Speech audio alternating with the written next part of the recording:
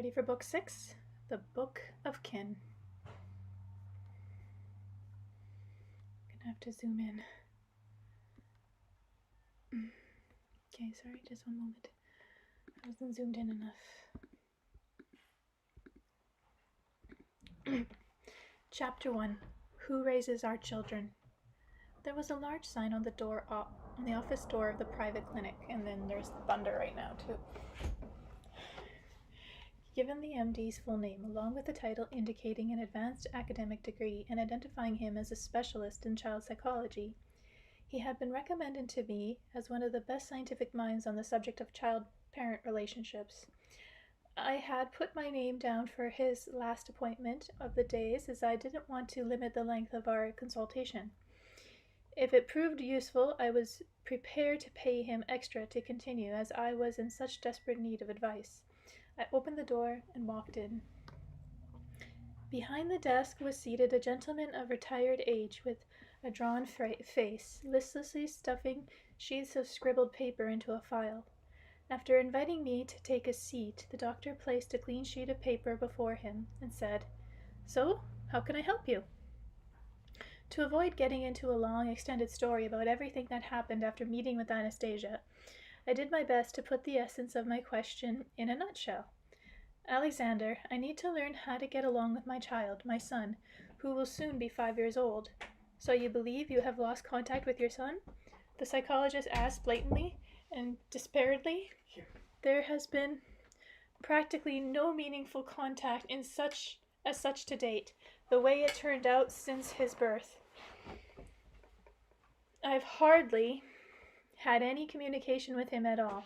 I did see him one time while he was still an infant, but after that I haven't talked with him even once. So I have to say he started learning about life without me. We've been living quite apart from each other. But now I'm going to have a chance to meet with my 5-year-old son and actually talk with him. Maybe there are some ways to help make him favorably disposed towards me." Disposed. Like when a man marries a woman who already has a child and wants to get along with him, to become his father and friend. There are ways, certainly, Alexander observed, but none which were guaranteed to be effective in all the cases. There's so much in parent-child relationship that depends on individual nature and character. I realize that, but still, I'd like to become familiar with whatever specific hints you may have. Specific, When you make your appearance in the family, and you have to remember that even a single mother with a child constitutes a family, try to interfere as little as possible with the way of life they have already established. It will take some time before you become anything beyond an outsider to your son, and that's something you've got to accept. At the beginning stages, you will have to spend some time sizing up the whole situation, and give them a chance to size you up. You could trying in your appearance with the fulfillment of some dream or desire the child has had, but which has been impossible to fulfill. You could find out from his mother some kind of toy he had his eye on, which she hasn't been able to buy for him. But don't buy it yourself in advance.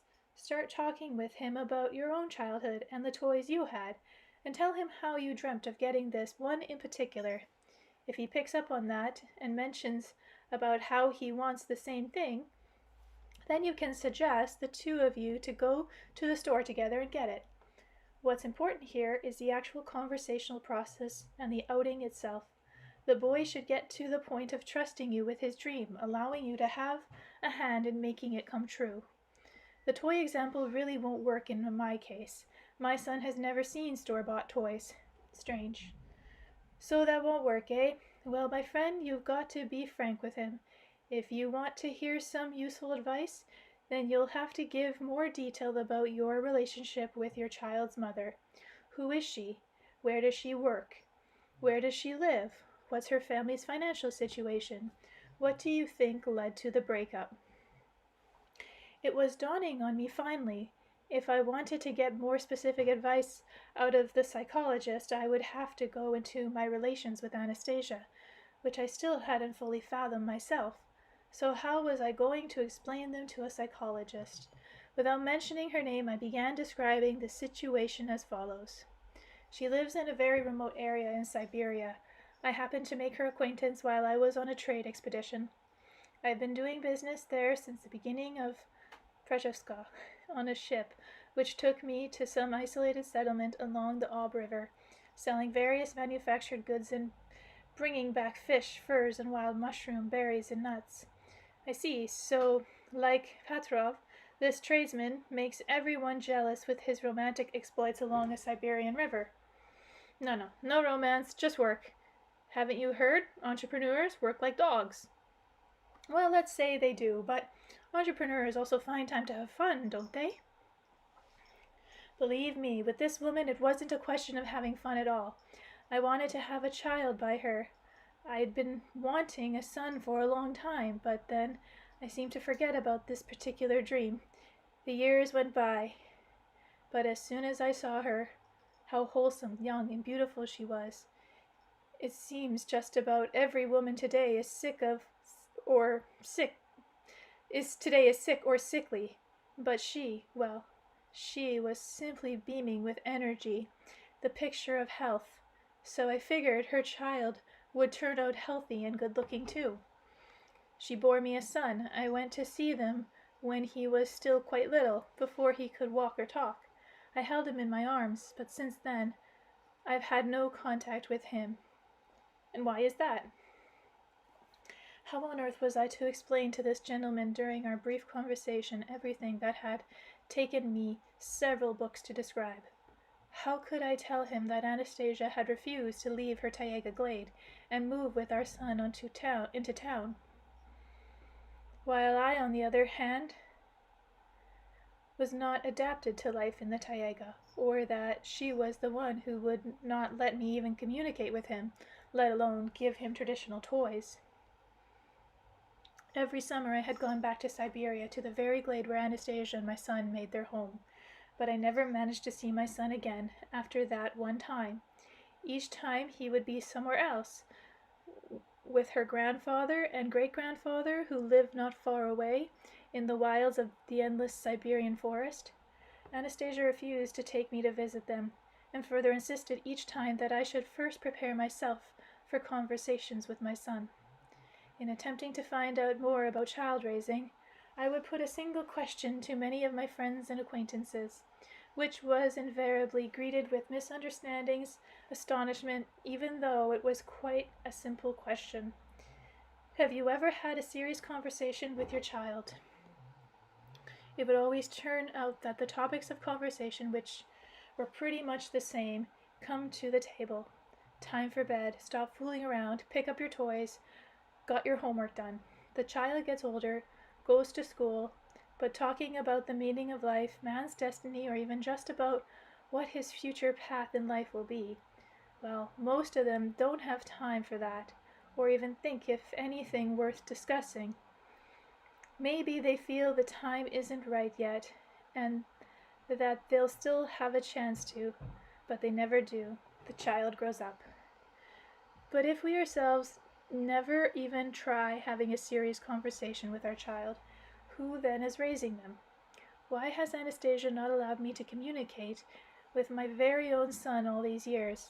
I have no idea what she's been afraid of or trying to ward off.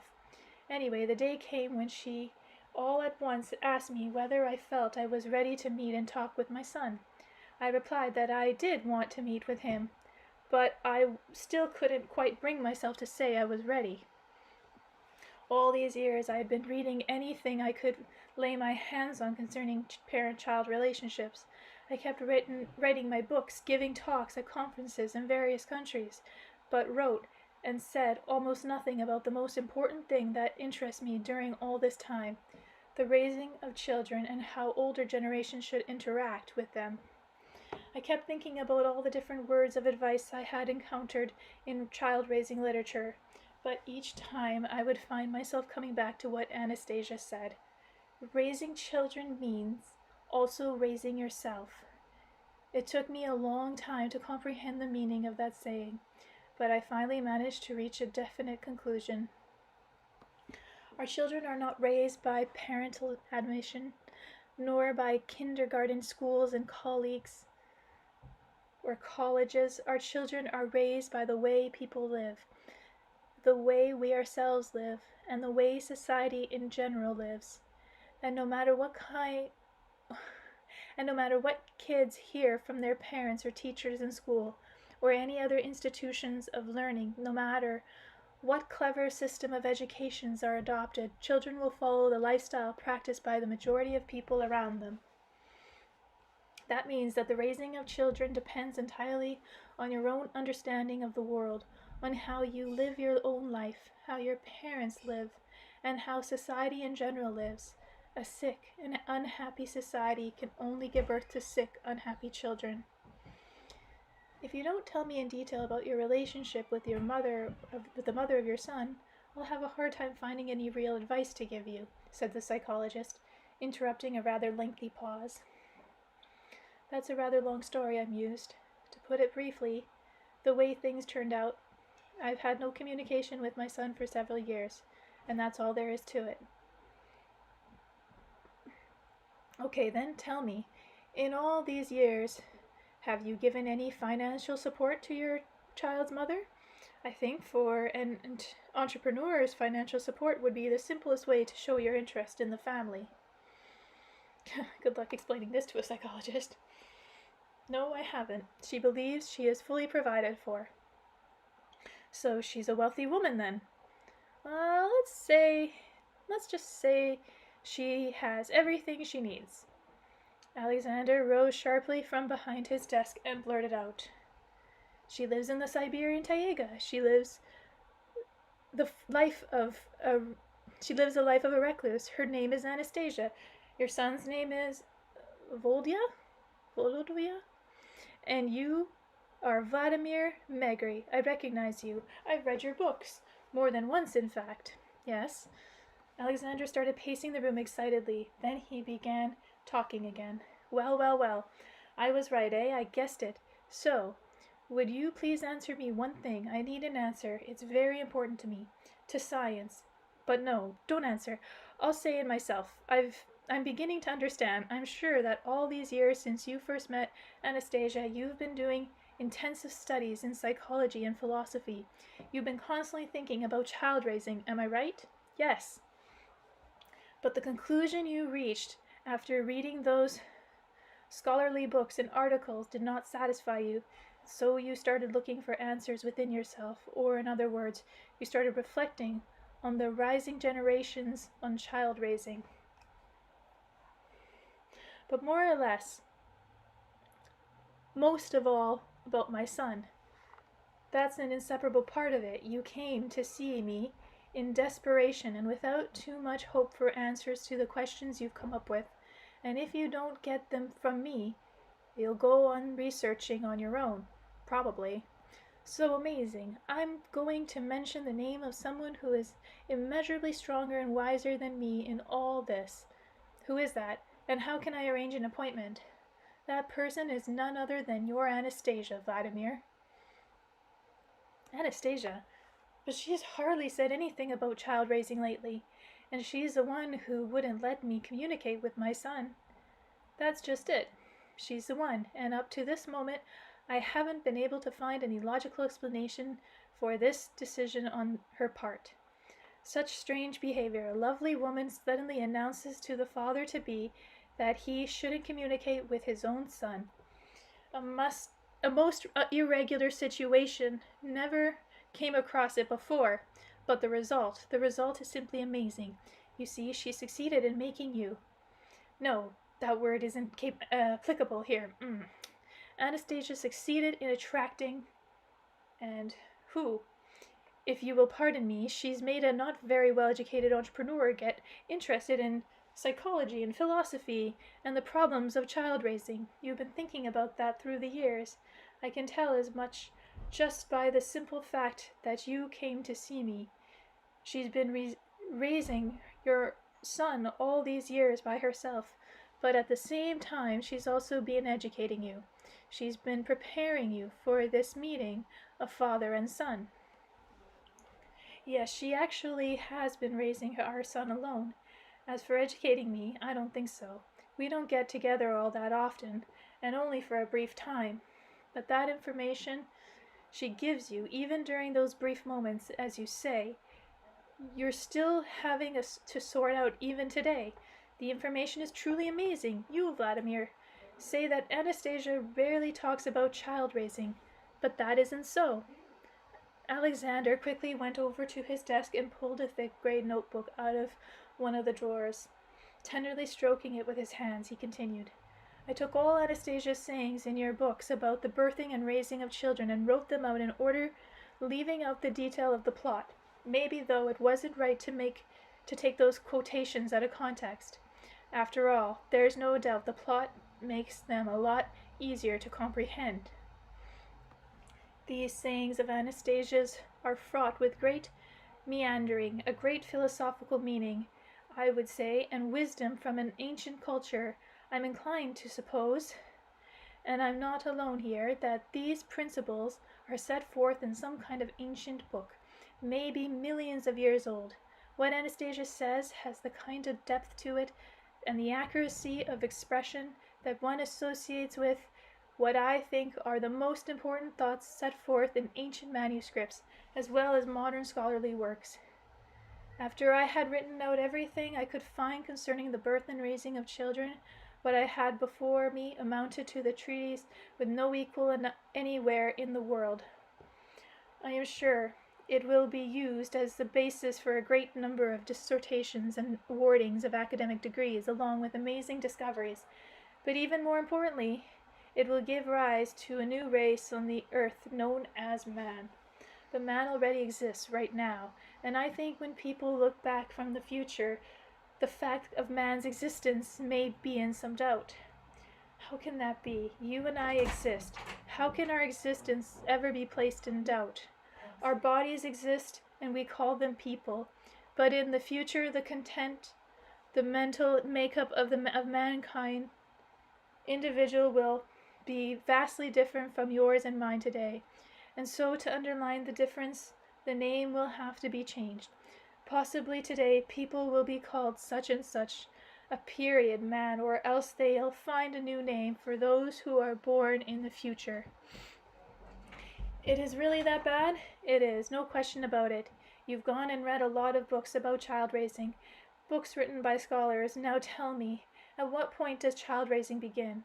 Some writers think it should begin when the child's a year old. Precisely. At best starting at a year old, but Anastasia showed how man is formed even before. I know you're thinking in the mother's womb, but she showed that parents can form their future offspring even before the sperm and the eggs get together. That this is explainable scientifically, Anastasia stands head and shoulders above all other psychologists who exist or have ever existed on the earth. Her sayings are potent. They cover all stages of the development and raising of the child, the preconceptual and conceptual, the fetal stage, and so forth. She covers topics which neither wise men of the past nor contemporary scholars have been able to grasp hold of. She has specifically highlighted what is absolutely essential to bearing and raising a fully fledged man. But that's not something I remember. I never wrote about developmental stages. The books you wrote just documented the events you witnessed. Anastasia realized that it is just how you would be writing. Her next move was that she herself begin giving specific form to these events, effectively clothing a great scientific work in an entertaining narrative form. She created your book with her very life, using it to bring invaluable knowledge to people. Most readers feel this intuitively. Many are ecstatic over the book, but they are unable to fully make sense of the cause of their excitement. They are absorbing information they never knew about before on a subconscious level, but it can be taken in consciously too. I'll prove it to you. Look here, before you is a transcript of Anastasia saying about the birth of man. My colleagues and I have gone over them very carefully and noted down our comments. He is a sexopathologist with a postgraduate degree in medicine and has the office next to mine. We conducted experiments and analyzed the situation. Alexander opened his notebook and began speaking excitedly, almost exultantly. So we have the beginning, the pre-conceptual stage. This is hardly ever looked upon as an aspect of child raising either in the present time or in the past as we know it. But it is quite clear today that at some point on the earth, or somewhere in the limitless expanses of the universe, there exists, or still exists, a culture in which the relationship between man and woman are immeasurably more perfected than our own, and that the pre-conceptual stage was an important component, perhaps the basic component, in the upbringing of man. Following the cultural traditions of civilization hitherto unknown to us, Anastasia carries out specific preparatory steps before conceiving a child.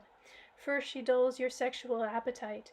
This is quite evident to me as a psychologist from the events described in your first book. Let me remind you of the order in which these events take place. During a rest stop on your trek through the taiga, you drink some cognac and have a bit to eat. But Anastasia does not respond to your offer of food and alcohol. She takes off her clothes and lies down on the grass. You are awed by her natural beauty, and you are aroused by a natural desire to possess this beautiful woman's body.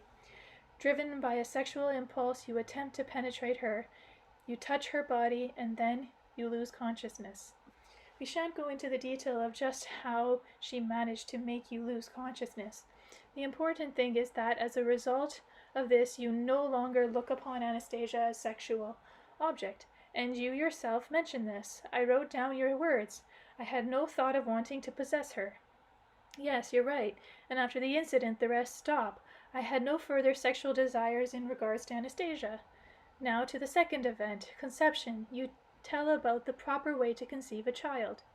Nighttime in a cozy dugout with the fragrance of sweet grass and flowers, but you are not accustomed to spending the night alone in the taiga, and you ask Anastasia to lie down beside you.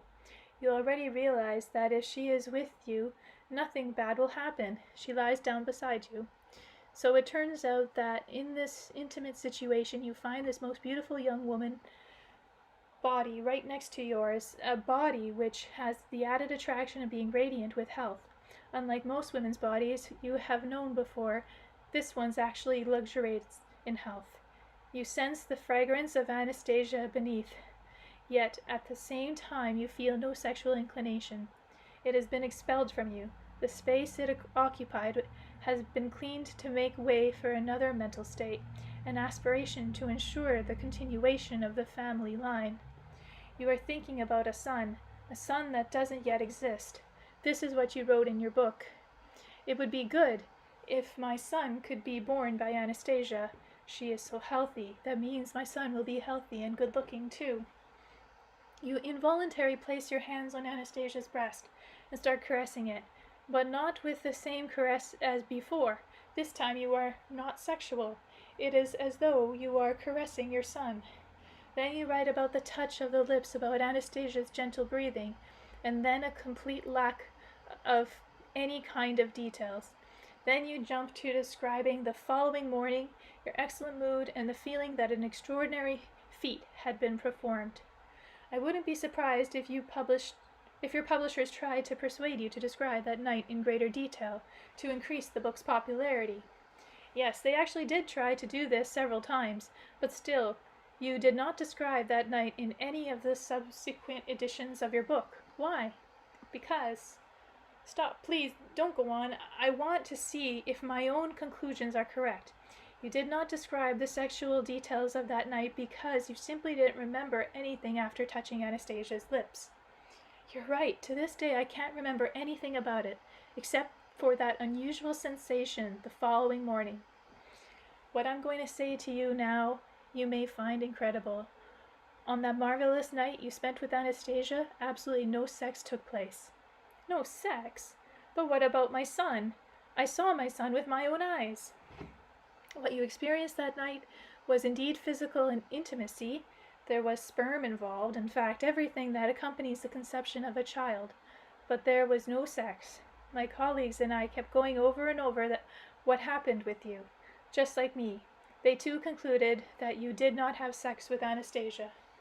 You see, the word sex in our time implies the satisfaction of fleshy needs and aspirations of the pleasure of fleshy gratification. But in the context of the events of that night in the Tayega, that particular motivation was lacking. In other words, you were not aiming to achieve sexual satisfaction this time. Your aim was quite different, namely a child. Consequently, even the name of that event must be different. It's not just a question of terminology here. We are talking about a fundamentally different way of giving birth to man. I'll say it again. This is a fundamentally different way of giving birth to man. This is not an abstract statement. It is easily provable by means of scientific comparison. Judge for yourself. No psychologist today would deny the influence of external mental factors on the formation of the fetus in the mother's womb. Among other factors, a major one, and frequently the dominant one, is man's attitude towards a mother-to-be.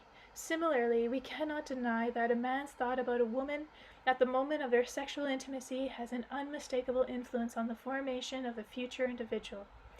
In one instance, he is thinking of her as an object of sexual gratification. In the other, he looks upon her as a co-creator. The result will naturally be different. It is possible that the child born under any circumstances will be just as strikingly different intellectually from contemporary man as contemporary man is different from the ape. Sex and the pleasure associated with it during the moment of co-creation is not an end in itself, but merely a means to an end. Other mental energies will govern the couple's bodies, and the child's psyche will be formed quite differently. Here is the first rule following from what I have said.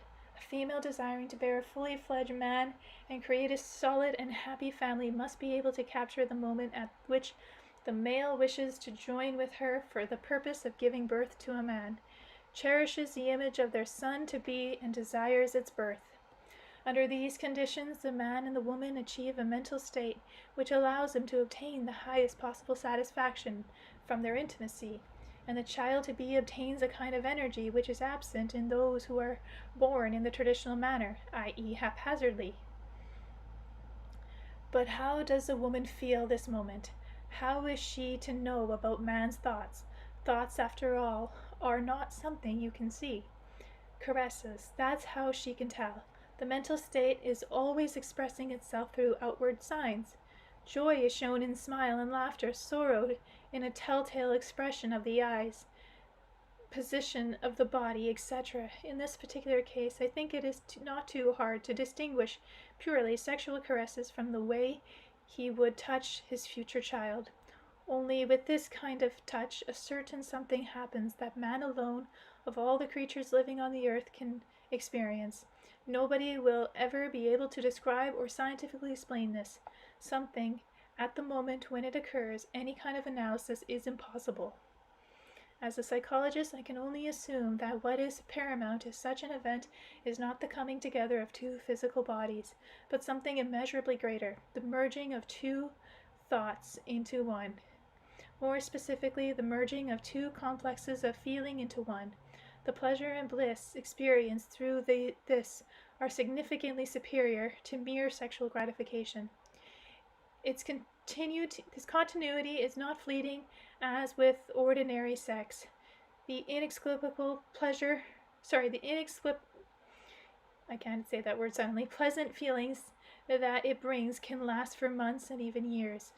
This is what makes a strong and loving family. This is what Anastasia is talking about. This also means that once the man has experienced it, he cannot bring himself to exchange the new sensation for mere sexual gratification.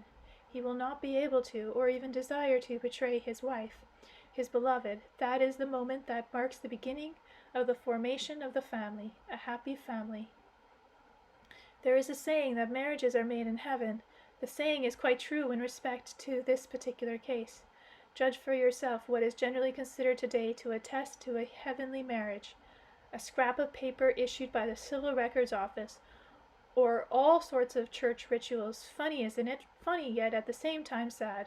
Anastasia is quite right when she says that a marriage made in heaven can only be affirmed by the couple's extraordinary splendid mental state, which leads to the birth of a new and fully fledged man. And I might add that a majority of children born today are born out of wedlock. And now I'd like to read to you some comments made by my colleagues, the sexopathologist. The mutual sexual relations between a man and a woman, as described in the book Anastasia, bring out a whole new meaning to sex. All currently existing textbooks on the subject, beginning with those of ancient Indian Greece right up to our contemporary treaties, may be seen as naive and ridiculous in comparison to the significance of what Anastasia has to say. All the research described in all known works on sex, both ancient and modern, is focused solely on discovering various body positions, caressing techniques, and sexual aids. But people have different physiological and psychological abilities and capabilities. For any given individual, there may be just a single most effective and acceptable position in just one particular sex, and that will match his character and temperament.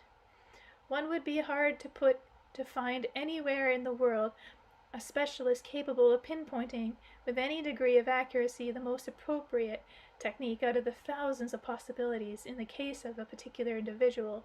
To carry out such a task, a specialist would need to know the thousands of existing techniques with all their nuances and study the physical and mental abilities of the individual in question, and that is patently impossible.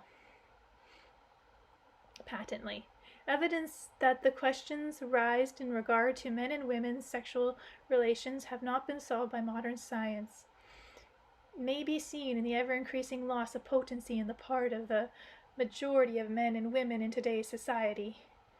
There is a growing number of sexual dissatisfaction in family couples, but this joyless picture can be changed.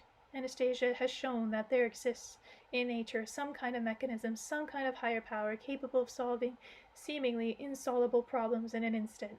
Through a couple's, a man and a woman, a specific mental state, this mechanism or power will help them find the conditions and techniques of sexual intercourse appropriate solely to them.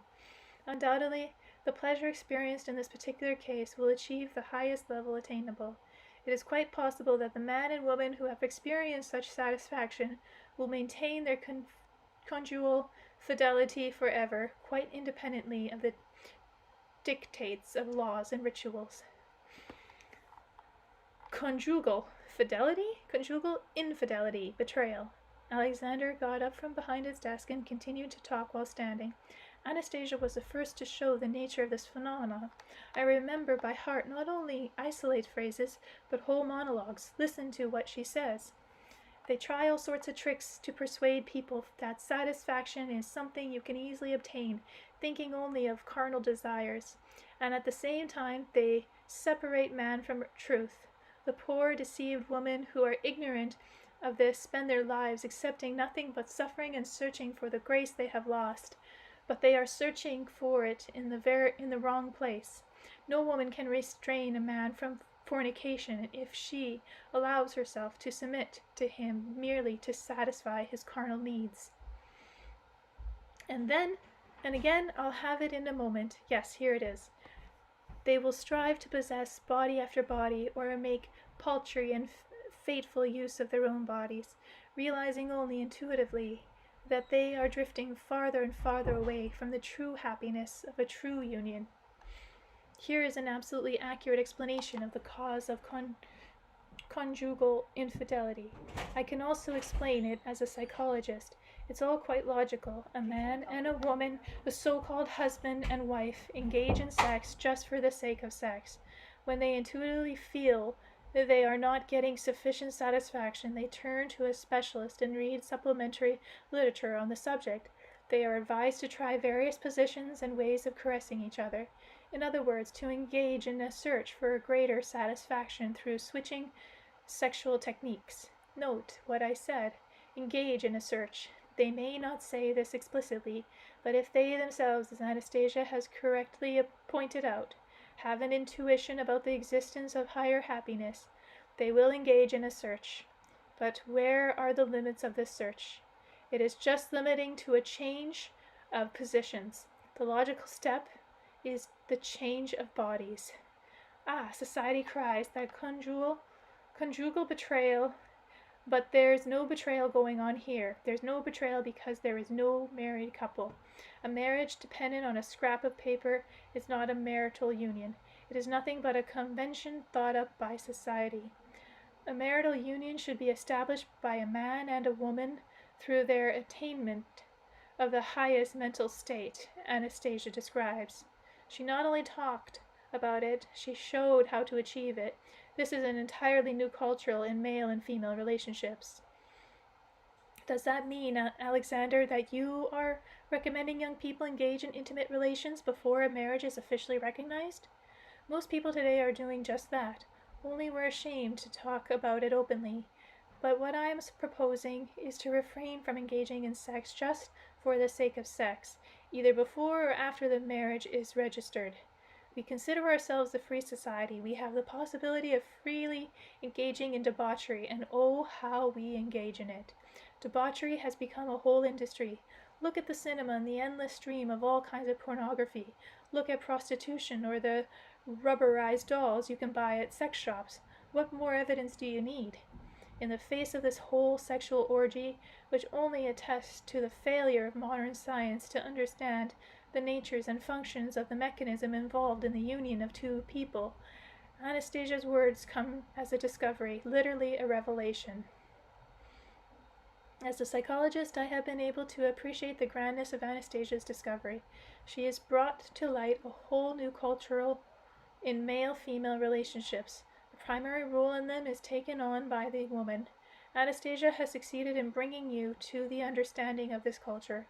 She has been able to do this using intuitively, perhaps, the knowledge of some kind of ancient civilization, but we, or rather my colleague, he has proved it to be it in practice. He has proved that every man can. He's a sexopathologist, and he and I have worked together to analyze Anastasia's sayings. He was the first to talk about the new culture in relationships that has been unknown up till now. He was especially struck by this saying. You should remember it. She said, what individual, what want to come into the world as a result of carnal pleasure alone? You would all like to be created under a great impulse of love, the aspiration of creation itself, and not simply come into the world as a result of someone's carnal pleasure. But that is precisely how our children have come into the world, as a result of carnal pleasure. My wife and I wanted a child, so we had sex. I don't even know which day it was my wife conceived. It wasn't until after she became pregnant that we started thinking more specifically about the child. But Anastasia says that in particular mental state and aspiration is required right at the very moment preceding intimacy. Anyway, my colleague no doubt got more out of those sayings of hers than I. Or he felt more. He wanted to experience his mental state. This mental state, he wanted them to have a child, a son. My colleague is already past 40, and his wife is 2 years younger than he. They have 2 children. He himself admits that they have rarely had any sex these past few years, but he began talking with his wife about a child. At first she was quite surprised at his desire. She said it was too late for her to bear children, but her attitude towards her husband took a turn for the better. He gave her the book with Anastasia's sayings to read, and now the woman herself would start a conversation. No, not about her desire to have a child, but about how true the sayings in the books were. And then one night my colleague began caressing his wife, only not thinking about sex, but about their future son. He probably managed to do the same thing you did. The only difference is that you were led to that point by Anastasia, while he achieved it all on his own. Whether it just happened that way or not is hard to say, but he managed to achieve in all probability precisely the mental state you experienced. His wife responded with the same kind of caresses. These are not young people, and naturally they are not feeling the same strong sexual inclinations as their youth. Their thoughts about their future child no doubt pushed any concerns about sexual techniques into the background. As a result, that something happened. Neither my colleague nor his wife could remember any of the details of their intimacy. Just like you, they don't remember anything. But as you did, they talk about the unforgettable, marvelous sensation they experienced the next morning. My colleague tells me that he has never felt anything like it in his life, from intimacy either with his wife or with any other woman, and believe me, there were quite a few of those. His 40-year-old wife is now pregnant in her 7th month, but that's not the main thing. The main thing is that his wife has fallen in love. With whom? With her husband, my dear Vladimir. Just imagine, here is this woman who used to be rather irritable and nagging, now coming to our clinic and waiting for her husband to finish work. She sits in the reception room and waits like a young girl, newly in love. I have often caught the expression on her face out of the corner of my eye. It too has changed, and a barely noticeable hidden smile is now evident. I've known this family quite some time, about 8 years. This plump, depressed woman has suddenly become 10 years younger.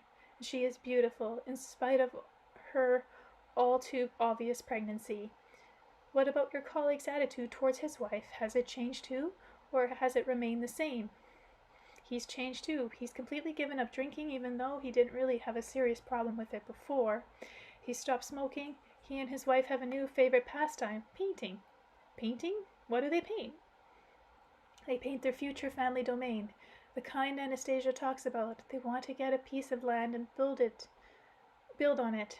Wrong word, more, to build a house, but to lay the foundation for a future corner of paradise for their children to be.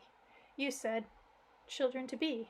Exactly. His wife only regrets is that the conception took place in an apartment and not in their own domain, as Anastasia recommended, in the space of love built with their own hands, where the woman would stay during a whole period of her pregnancy, and where the birth should take place.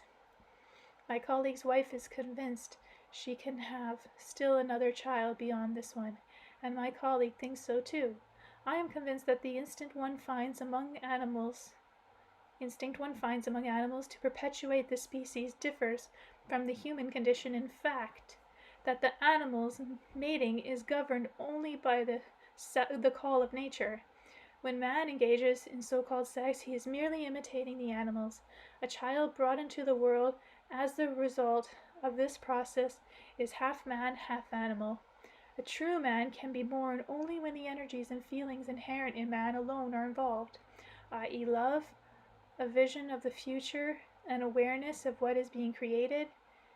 In fact, the word sex isn't really applicable at all. It only trivializes the event taking place. The term co-creation is much more accurate here. When a man and a woman achieve the mental state which procreation takes place, it is at that point that they enter into a marriage made in heaven. This is not a union sealed by a scrap of paper on a ritual, but by something immeasurably greater and more meaningful, and hence it will be solid and happy. And you mustn't think that only young people can enter into a union like this. The example of my colleague shows that it is available to people of all ages. Such a union is possible only on the condition that they themselves are able to comprehend the significance of what Anastasia has set forth. So what does all this mean? I asked. Does it mean that all the people whose passport is stamped with a marriage registration aren't married after all? A passport stamp is nothing but a convention thought up by society, a piece of paper, and all the ritual practiced by different people in different historical periods may be outwardly different, but in essence, they all amount to the same thing, an attempt to impress the mind and artificially create at least an appearance of union among two people, as Anastasia correctly points out. A false union is a frightening thing. Children, do you see, Vladimir? Children, they sense the artificiality, the falsity of such a union, and this makes them skeptical about everything their parents tell them. Children subconsciously sense the lie even during their conception, and that has a bad effect on them. It turns out that in nature there is There is not an artificial but a natural divine union, and Anastasia has shown people living today how it can be achieved. So, what you're saying is that even people who are married, even the ones with a stamp on to that effect in their passport, should really be marrying their spouse a second time. Not the second time, but for the first time in actual fact. It would be more accurate to say, observed, Alexander. That's going to be a hard one for most people to understand. In every country of the world, sex is held up as highest form of pleasure, and every last individual engages in it for the sake of pleasure.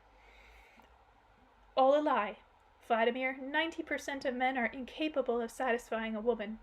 The myth that the majority of people derive supreme delight from sex is nothing but a psychological suggestion. Human beings' appetite for sex is the basis of a whole commercial industry. The flood of legal and underground porno magazines is a veritable gold mine, and they know how to pull the wool over people's eyes. Films where all sorts of supermen freely satisfy their partners, that's all business too. The simple fact is, we are too timid and too afraid to admit to each other that we don't have the right partner. But the fact remains, an indisputable fact, that 60% of marriages do not last, and the other 40% are far from perfect, as is evidenced by continual spousal betrayals and the tremendous increase in prostitution. The gratification we derive from sexual experiences today is hardly satisfying. It is no more than an infinitesimal part of the satisfaction man experiences from the genuine co-creation appointed by God. In partnership with Him, some things we search in vain for all our lives. We're searching for it in the wrong places. The truth of this saying is indisputable, borne out in our very lives. Anastasia represents a culture of some kind of ancient civilization which our historians probably haven't the faintest concept of. She completely destroys prevailing stereotypes. Just how perfect this culture was can be seen by considering how it dealt with pregnant women, who upon conception were expected to stay in the same place for 9 months and give birth there. How important is this? The advantage of this policy can be corroborated by information from modern science and comparative analysis. The place where the mother conceives and carries her child to be is termed a domain. In this domain, a man and a woman have established a garden with their own hands, a garden containing all sorts of plants. Physiologists recognize the importance of proper nourishment for pregnant women. This has been written up in dozens of scientific popular publications. But what of it? Is it necessary for every pregnant woman to study these? Just forget about everything else and set about studying the literature on the subject. That would be rather hard to swallow. Even if every single pregnant woman took to studying the scientific treatise, she would inevitably be faced with another insoluble problem. Where could she obtain the products recommended? Let's suppose a couple had unlimited funds at their disposal and could buy whatever they liked. An illusion. No money will or can ever buy what a pregnant woman desires, and right at the very moment she desires it. I'm thinking, for example, of an apple of the quality a woman can pick in her own garden and eat on the spot. Then there are the psychological considerations, which are no less important than the physiological. Let's take and compare two situations. The first is a standard scenario which happens when the vast majority of people, let's take a young family with an average or slightly above average income. A pregnant woman lives with her husband in a flat. Is she able to feed herself with the proper quality of food? No. Modern supermarkets, even those with upscale prices, are unable to offer us good quality food. Tinned or frozen foods are not something natural for man. Well, what about the farmer's market then? Even there, the quality is doubtful, to put it mildly. Private farmers too have learned to use all sorts of chemical additives in raising their crops. Lawson. When they're growing things for themselves, that's one thing, but when they're growing to sell, that's when their desire to make money pushes them to use all sorts of stimulating devices, Everyone knows about it, and so there is naturally a feeling of concern and alarm over using food from unknown sources. A feeling of alarm, a feeling that has become modern man's bosom companion. Pregnant women today are overwhelmed by an endless flood of information about constant social cataclysms and ecological disasters. Both her consciousness and subconsciousness become home to an ever increasing fear over the future of her child to be. Where can we possibly find anything positive to counteract it? There are no positive aspects. Indeed, under the monstrous circumstances of contemporary life we have doomed ourselves to, there cannot be. Even in a comfortably appointed apartment, we get used to our surroundings, and they cease to delight our eye with anything new. We also get used to everything in the apartment aging and breaking, even as we are accustomed to our tap water being undrinkable. All this, all of a sudden, starts to weigh upon a pregnant woman's acute sensibility. All she can do is hope for a miracle under the constant pressure of hopelessness. This is the most she can count on. In the second scenario, the woman is surrounded by a space of love, as Anastasia terms it, where in addition to the satisfaction of her physiological needs, she is also given a powerful psychological boost. Modern science is capable of explaining and demonstrating the truth of practicality. Every one of Anastasia's sayings. They are already simple and logical. The only wonder is that in spite of all our studied speeches on the subject, we have never given them much heed. But Anastasia also talks about mysterious phenomena that modern science cannot explain. Parents should impart to their co-creation three most important points, the three primary planes of being. She further says that for all three planes of being to emerge into one in one spot, namely in one's family domain, the following must occur. The thoughts of two in love will merge into one. Here is the first point. It is called parental thought. The second point, or rather yet another human plane, will be born, and a new star in the heavens when two bodies merged into one. Merge in love, and with thoughts of a splendid creation. And a third point, a new plane of being should come about in that space. Right there on the spot where the conception occurred, the birth should take place, and the Father should stay close around, and the great all-loving Father will raise over the three of them a crown. I am certain that psychologists will be able to explain the advantages of conceiving, carrying, and giving birth to a child all in the same spot, in a splendid kin's domain, but Anastasia talks about something even greater. She says that in such a case, the individual who was born experiencing a complete connection with the universe. Why? How does it happen? How important is this approach to a child's birth for his future as a man? Scholars today can only guess. I tried juxtaposing this with Anastasia said with the prognostication of the horoscopes that are popular today. The question naturally arose, which of the 3 points Anastasia mentions is the most important to constitute of man's birth? The thought, the psychological concept, the physiological concept of, or the emerging of the infant from the mother's womb. It is generally accepted today that one's birthday is defined by the moment of emergence from the mother's womb. This is what horoscopes are based on. But science has already determined that the fetus, even before it has emerged from the womb, is alive. It has feelings. And if that is so, then the man already exists. He is already born. He can move. The mother can feel the push of his little legs and arms. Perhaps then it would be more accurate to calculate a man's birth date from the moment the sperm fertilizes the egg. Certainly, from the physiological point of view, this could be considered the most accurate defined moment of someone's birth. But the meeting of the sperm and the egg is still not a cause in its effect. It is preceded by the couple thoughts. Could it be that these thoughts define one's birth date? Or of the 3 moments we have mentioned, it is generally accepted today that one's birthday is the moment of emergence into the world.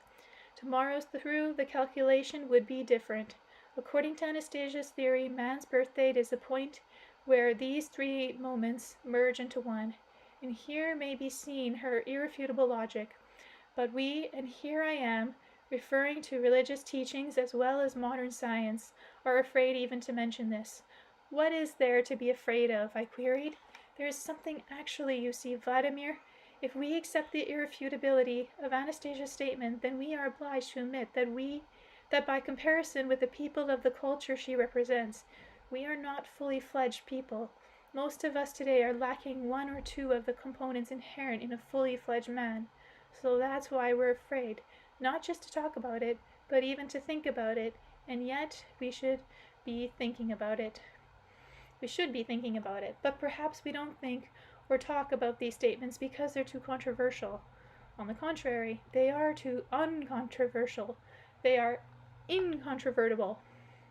First, think about this.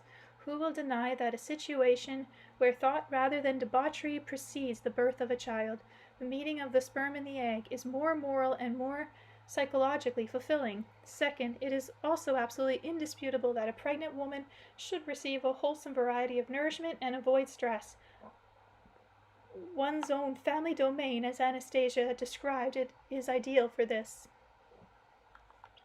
Third, giving birth in familiar surroundings in a setting one is accustomed to will create a much more favorable conditioning for the birthing mother and, more importantly, for the newborn. This is also an irrefutable fact in both psychological and physiological. Now you are in agreement with these 3 points so far. Of course I am. You see, they are indeed irrefutable, and not only for scholars. Consequently, we cannot deny the positive influence produced by the union of these three positive components into a single whole. As a psychologist, I can conjecture that in such a union, a psychic reaction takes place in space. The whole space of the universe reacts to it, accepting the newborn and establishing an information link with him. Possibly. But what's the significance here of establishing an exact birth date for man? A tremendous significance, a global significance. This is what determines the level at which we perceive the world. If we are giving priority to the emergence of the fetus into the world, that means matter is primary in our worldview. If, on the other hand, we give priority to the moment at which the man and woman's thoughts merge together, then consciousness takes precedence in our worldview. The upshot is that we are dealing with information of two different cultures which determine our way of life. In the first instance, matter take predominance. In the second, it is spirituality. This conflict has been going on for ages, either openly or below the surface, but now I am beginning to see the absurdity of such a conflict.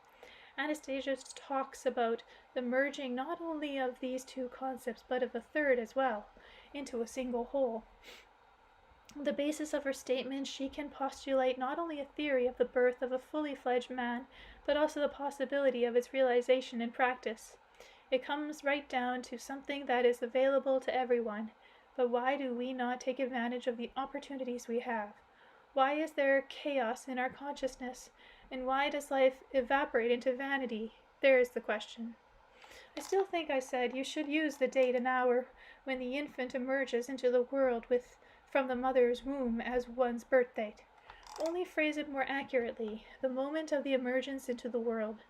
Possibly, quite possibly, but as the moment of the birth itself, I still think you better ask Anastasia. I shall indeed ask her. I'll be interested to know myself exactly when I was born, and when my son was born. Oh, your son. You came to me asking for advice, and here I've been rambling on about my own. Sorry, I got talking too much. It's something that's been nagging at me. You see, I hold consultations 3 times a week. People come to me with their problems. They all ask the same kinds of questions. How to raise a child? How do I establish contact with my son or daughter? And the child may be already 5 or 10 or even 15 years old. If I tell someone, well, old chap, it's too late to think about raising them now, then I'm killing his last hope. So my real task is basically one of comforting. Well, my son, too, will soon be 5 years old. Does that mean it's too late for me, too? You, Vladimir, are in quite a different situation. Your son's got Anastasia watching out for him. It's just as well she prevents you from tossing your child out into the routine of your world, or our world. She's raising him in the context of a totally different culture. Does that mean my son and I are of different cultures, and so we'll never be able to understand each other? Parents and children always represent what seems to be different cultures, different worldviews. Each generation has its own priorities. Granted, the distinction is generally not so sharp in your case, as in your case. My advice to you is this: before attempting to communicate with your son, have a talk with Anastasia about how best to approach it. Pay careful attention to whatever she says. After all, you've been reading a lot and thinking a lot about the raising of children. Now it'll be easier for you to understand her. Understanding her doesn't always work out, I countered. Even after a long time goes by, some of her sayings still provoke doubts in me. They are mystical and not the kind you can prove. In fact, I've deliberately refrained from publishing a lot of her sayings. A lot of them sound more like fantasy, and Alexander suddenly banged the palm of his hand down on the table and sharply, even somewhat rudely, interrupted me. You've no right to do that. If your mind won't allow you to make sense of something, at least give others the opportunity. I did not appreciate the psychologist's sharp tone of voice of his message. This wasn't the first time I had heard or read such an accusation directed at me. They would reduce me to some kind of half-wit and say that my role was no more than transcribing as accurately as possible everything this Siberian recluse had said. But in making such statements, these smart Alecs weren't taking the whole picture into account. I decided to put this suddenly aggressive psychologist in his place. Naturally, you count yourself among those others who are able to understand everything she says. I may not be a psychologist with an academic degree, but there is one simple truth even I can comprehend. If I were to publish all her mystical sayings without backing up evidence, people would be inclined to treat everything written in the book as a fairy tale, and all the practical stuff that can be put into practice today would get lost. By not publishing some of her mystical sayings, it is quite possibly that I have saved the practical message she has for people. You can tell me specifically what kind of mystical sayings you're talking about. Well, here's a good example. She said that she's taken the best combination of sounds in the universe and hidden them in the context of the book, and they will have a beneficial influence on the readers. Yes, I remember that. I remember it very well. It was written right in the first book. It also says there that the effect is increased if the reader listens to natural sounds while reading, which I'm not doing. You remember that, eh? And the fact that these words can be found not only in the text itself, but right at the front of the book. Remember, the publisher suggesting I put them there to intrigue the readers, and I did, and righty so. You think so, but you know that particular sayings right up front turned a lot of people off the book. Many say it as just an advertising gimmick, and said so in the media. I removed it in some of the editions. Many people consider it mystical or just something made up. Idiots. Don't tell me the mind of society can atrophy to that extent, or that has mental laziness switched off any logical thinking on the part of the masses. What's mental laziness got to do with it, if the saying is impossible to prove? Prove? What is there to prove? This saying is nothing if not a psychological test, ingenious in its simplicity and effectiveness. It has the power to identify at a single glance complete dullards with atrophied mental capacities. If they go ahead and mention this in the media, it'll be as though they're saying, "Look at what utter klutzes we are. A most ingenious test indeed." What's this about a test? The saying in question is simply not provable. Not provable, you say? Well, it's not a matter of proving anything. What Anastasia says here is an axiom. Judge for yourself. The text of any book, and I mean any book, any letter, any oral speech, consists precisely of combinations of sounds. Does that not make sense? Do you agree? Well, yes, in general I agree. It's true that the texts of all books are made up of combinations. You see how simple it is all? It is this very simplicity that people who are too lazy to think logically have stumbled over, possibly, but after all, she did say she had found and collected the best combinations from the expanses of the universe, and that they would exercise a beneficial effect on the readers. But there is absolutely nothing mystical in that. Judge for yourself. When you read any kind of book or newspaper or magazine article, doesn't it have an effect on you? The reading can leave you indifferent, provoke irritation, satisfaction, anger, or joy. Well, get it? Do you agree? Yes? Okay, so for the beneficial effect of Anastasia's text is clearly evident in the reaction of the readers. I'm not talking about published reviews, which are sometimes paid for. The fact of beneficial influence is confirmed in the creative urges shown by the readers. It is evident in the multitude of poems and songs your readers have composed. I myself have bought 5 audio cassettes of songs dedicated to Anastasia. They have been written by people who are very simple, or may be just the opposite. Quite possibly they're not so simple after all. I bought these cassettes and listened to them. What Anastasia said has been confirmed by life itself. After all, the poetry came about under the influence of the reading. And you call it mystical? You have no right to censor Anastasia. Okay, that's it. I'm leaving. Thanks for the advice. I had already taken hold of the doorknob and was about to walk out when I heard the doctor say, "Hold on a moment. Please, Vladimir. I can see you've taken offense to what I said. I'm sorry if I sound a bit sharp. I don't want us to part with bad feelings." Alexander was standing in the center of the room, a little bit pudgy around the middle, getting along in years. He neatly buttoned up his jacket and went on. "You should understand that you have a duty to publish everything Anastasia says. Don't worry if not everything she says is clear to you, or to me, or to someone else. Don't worry about that. It's important for them to understand." And who's they? Young women are capable of bearing healthy children. If they get it, that means everything will change. Anyway, look at how little we've talked about your son, and that is the whole reason you came to see me. Of course it is. There's no concrete advice I can really give you. Your situation's too irregular. Maybe you could take some picture books to Siberia for him. History books, for example. You might also try dressing up. Maybe this all sounds silly, but I just want to make sure you don't paint too harsh a picture of our reality for him. What picture would you like me to paint? All prettied up and glossed over? That's not what I'm talking about. Remember, you'll be introducing yourself to your son as a representative of our reality, and this may mean you'll be compromising yourself in his eyes. And why should I alone be expected to answer for all the perversions of our society? If you show your son that you are incapable of changing anything in our society for the better, you'll simply be demonstrating how powerless you are. You'll be compromising yourself in your son's eyes. I have a feeling he has been raised in such a way that he will not understand how anything impossible can exist for man. I guess you're right, Alexander. Thanks for the practical advice.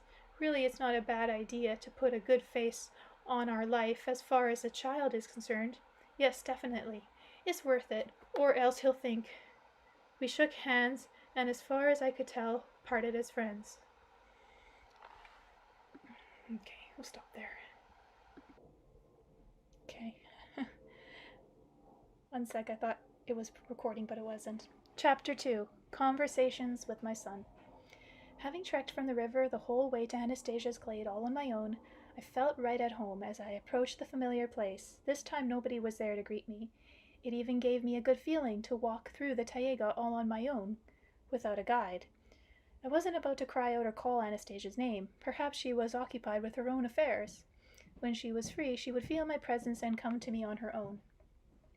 Spying my favorite spot on the lakeshore where Anastasia and I would spend time together, I decided I would change my clothes first before sitting down and relaxing after my trip.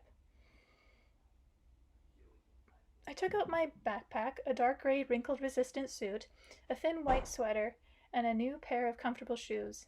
In getting ready for my trip, I had also thought of taking along a white shirt and tie, but then decided that the shirt would only get wrinkled and there would be no place to iron it in the taiga. But I had the suit packed in the store so it wouldn't wrinkle. I decided I should present myself to my son in a solemn, elegant manner, and so I spent a great deal of time and effort thinking about my outward appearance. I had brought along a battery-powered razor and a mirror. Resting the mirror on a tree branch, I proceeded to shave and comb my hair. Then I sat down on a small hillock, took out a notepad and pen to round out my plan for meeting my son with some thoughts that had come to me along the way. My son will soon be 5 years old. Of course he can talk already. The last time I saw him he was still very little. He wasn't talking yet, but by now there must be a lot of things he can understand. He probably natters on with Anastasia and his grandfathers for days on end. I had it all set in my mind that just as soon as I saw Anastasia I would let her know how I had planned out my meeting with our son and what I would say to him. For the past 5 years I had been diligently studying all the various systems of child raising, taken from them what I considered the best and easiest to understand. After talking with educational experts and child psychologists, I had arrived at the conclusion I needed for myself. Now, before meeting with my son, I wanted to talk with Anastasia about these conclusions along with the plan I had worked out, to think through everything once again in detail, this time with her. Perhaps Anastasia could suggest what first words I could say to him, and what pose to adopt while saying them. I had decided the pose was important, too, since the father should appear to his son as a significant person. But first Anastasia had to introduce me to him. The first point on my notepad read, Anastasia presents me to my son. All she had to do was introduce me with some simple words such as, Here, son, here before you is your father. But she had to say them quite solemnly so that our son would be able to feel from her tone of voice his father's significance and subsequently treat him with respect. All at once I felt everything around me become quiet, as though put on alert. The sudden onset of silence didn't frighten me. This always happens every time I meet Anastasia in the taiga. The taiga and all its residents literally froze, listening, watching, and deciding whether the newcomer might have brought with their mistress any kind of unpleasantness. Then, if no aggression were detected, everything would calm down. I summarized from the ensuing silence that Anastasia had quietly approached me from behind. It wasn't a difficult thing to sense her presence, especially since I always experienced something like a warming sensation in my back, something only Anastasia was capable of producing with her look. I didn't turn around right away, but continued sitting there for some time, luxuriating in the pleasant and cheering warmth. Finally I turned, and lo and behold, there before me was standing my little son, his bare feet planted firmly on the ground. He had grown. His straw-blonde hair was already falling in curls down to his shoulders. He was dressed in a collarless shirt woven from nettle fibers. His features resembled those of Anastasia's, perhaps mine too, though this was not obvious at first glance. Turning to face him, my hands pressed against the ground, I found myself standing on all fours, watching him intently, oblivious to everything else in the world. He in turn kept his eyes silently trained on me, watching me with Anastasia's kind gaze. Perhaps the unexpectedness of it all would have continued to prevent me from saying anything for a long time, but he was the first to speak. Greetings to you, my bright thoughts, my dear papa. Or greetings to your bright thoughts, my dear papa. Eh? And greetings, of course, to you as well, I responded. Forgive me, papa. Forgive you for what? For interrupting your important reflections. I have been standing at a distance, so as not to interfere, but I wanted to come and be close to you. Please, papa, let me sit beside you, quietly, until you have contemplated your reflections. Eh? Okay, sure, have a seat. He quickly approached, sat down half a meter away, and didn't move a muscle. I continued kneeling distractedly on all fours. As he was settling in, I managed to think. I must adopt a deep thought pose while I finish my reflections. As he put it, I need to think of what to do next. I took up what I thought was a dignified pose, and for a while we just sat there, side by side, without saying a word. Then I turned to my little son and asked him, Well, how are things going with you? Upon hearing my voice, he gave a joyful start, turned to me, and looked me straight in the eye. His look told me he felt tense, not knowing how to answer my simple question, but he finally responded. I cannot, Papa, give you an answer to your question. I not know how things are going. Here, Papa, life is going on. It is something very good, life is. Somehow, I've got to carry on a conversation, I thought. I can't afford to lose the momentum. And so I asked him another traditional question. Well, how are you doing here? You minding your mama? This time he replied at once. I'm always happy to mind my mama when she speaks, and when my grandfather speaks, it is interesting to listen to them too. I talk to them as well, and they listen to me, but Mama Anastasia thinks that I talk too much.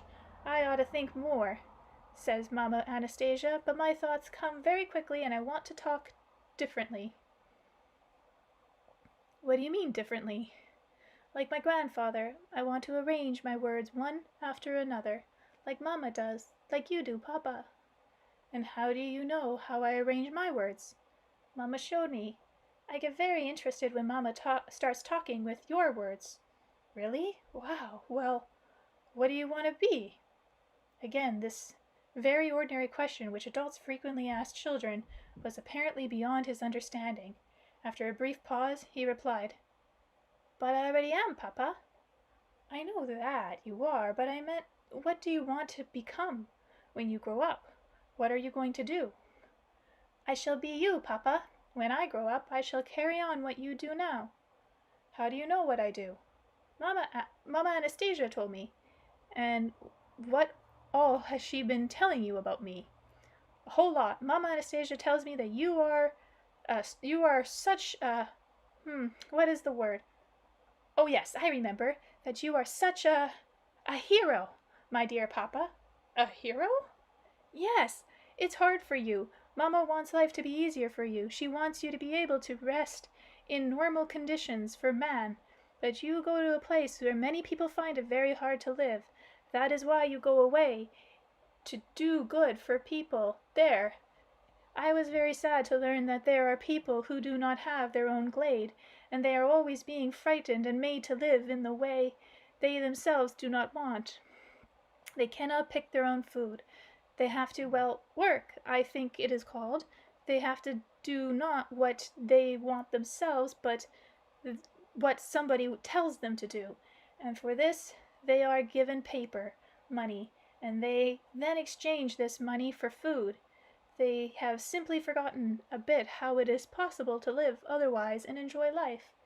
And you, Papa, you go to that place where it is hard for people to live, to bring good to the people there. Yes, I do go there. There should be a good everywhere. There should be good everywhere. But how do you plan to carry on with the good? How are you preparing for it right now? You need to study, to learn.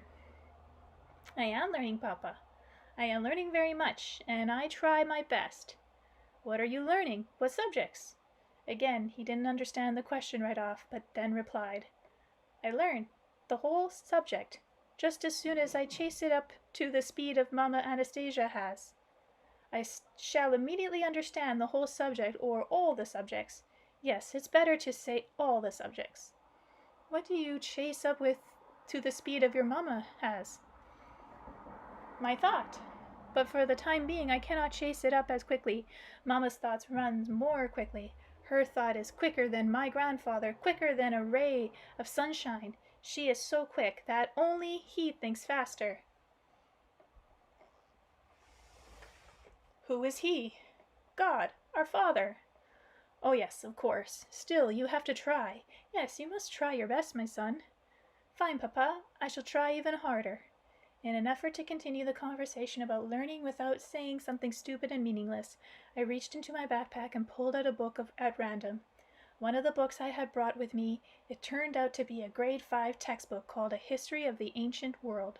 I explained to my son, You see, this is one of the many books people are writing today. This book tells children about how life began on the earth, how man and society developed. It's got a lot of color illustrations along with a printed text. This book outlines the history of mankind.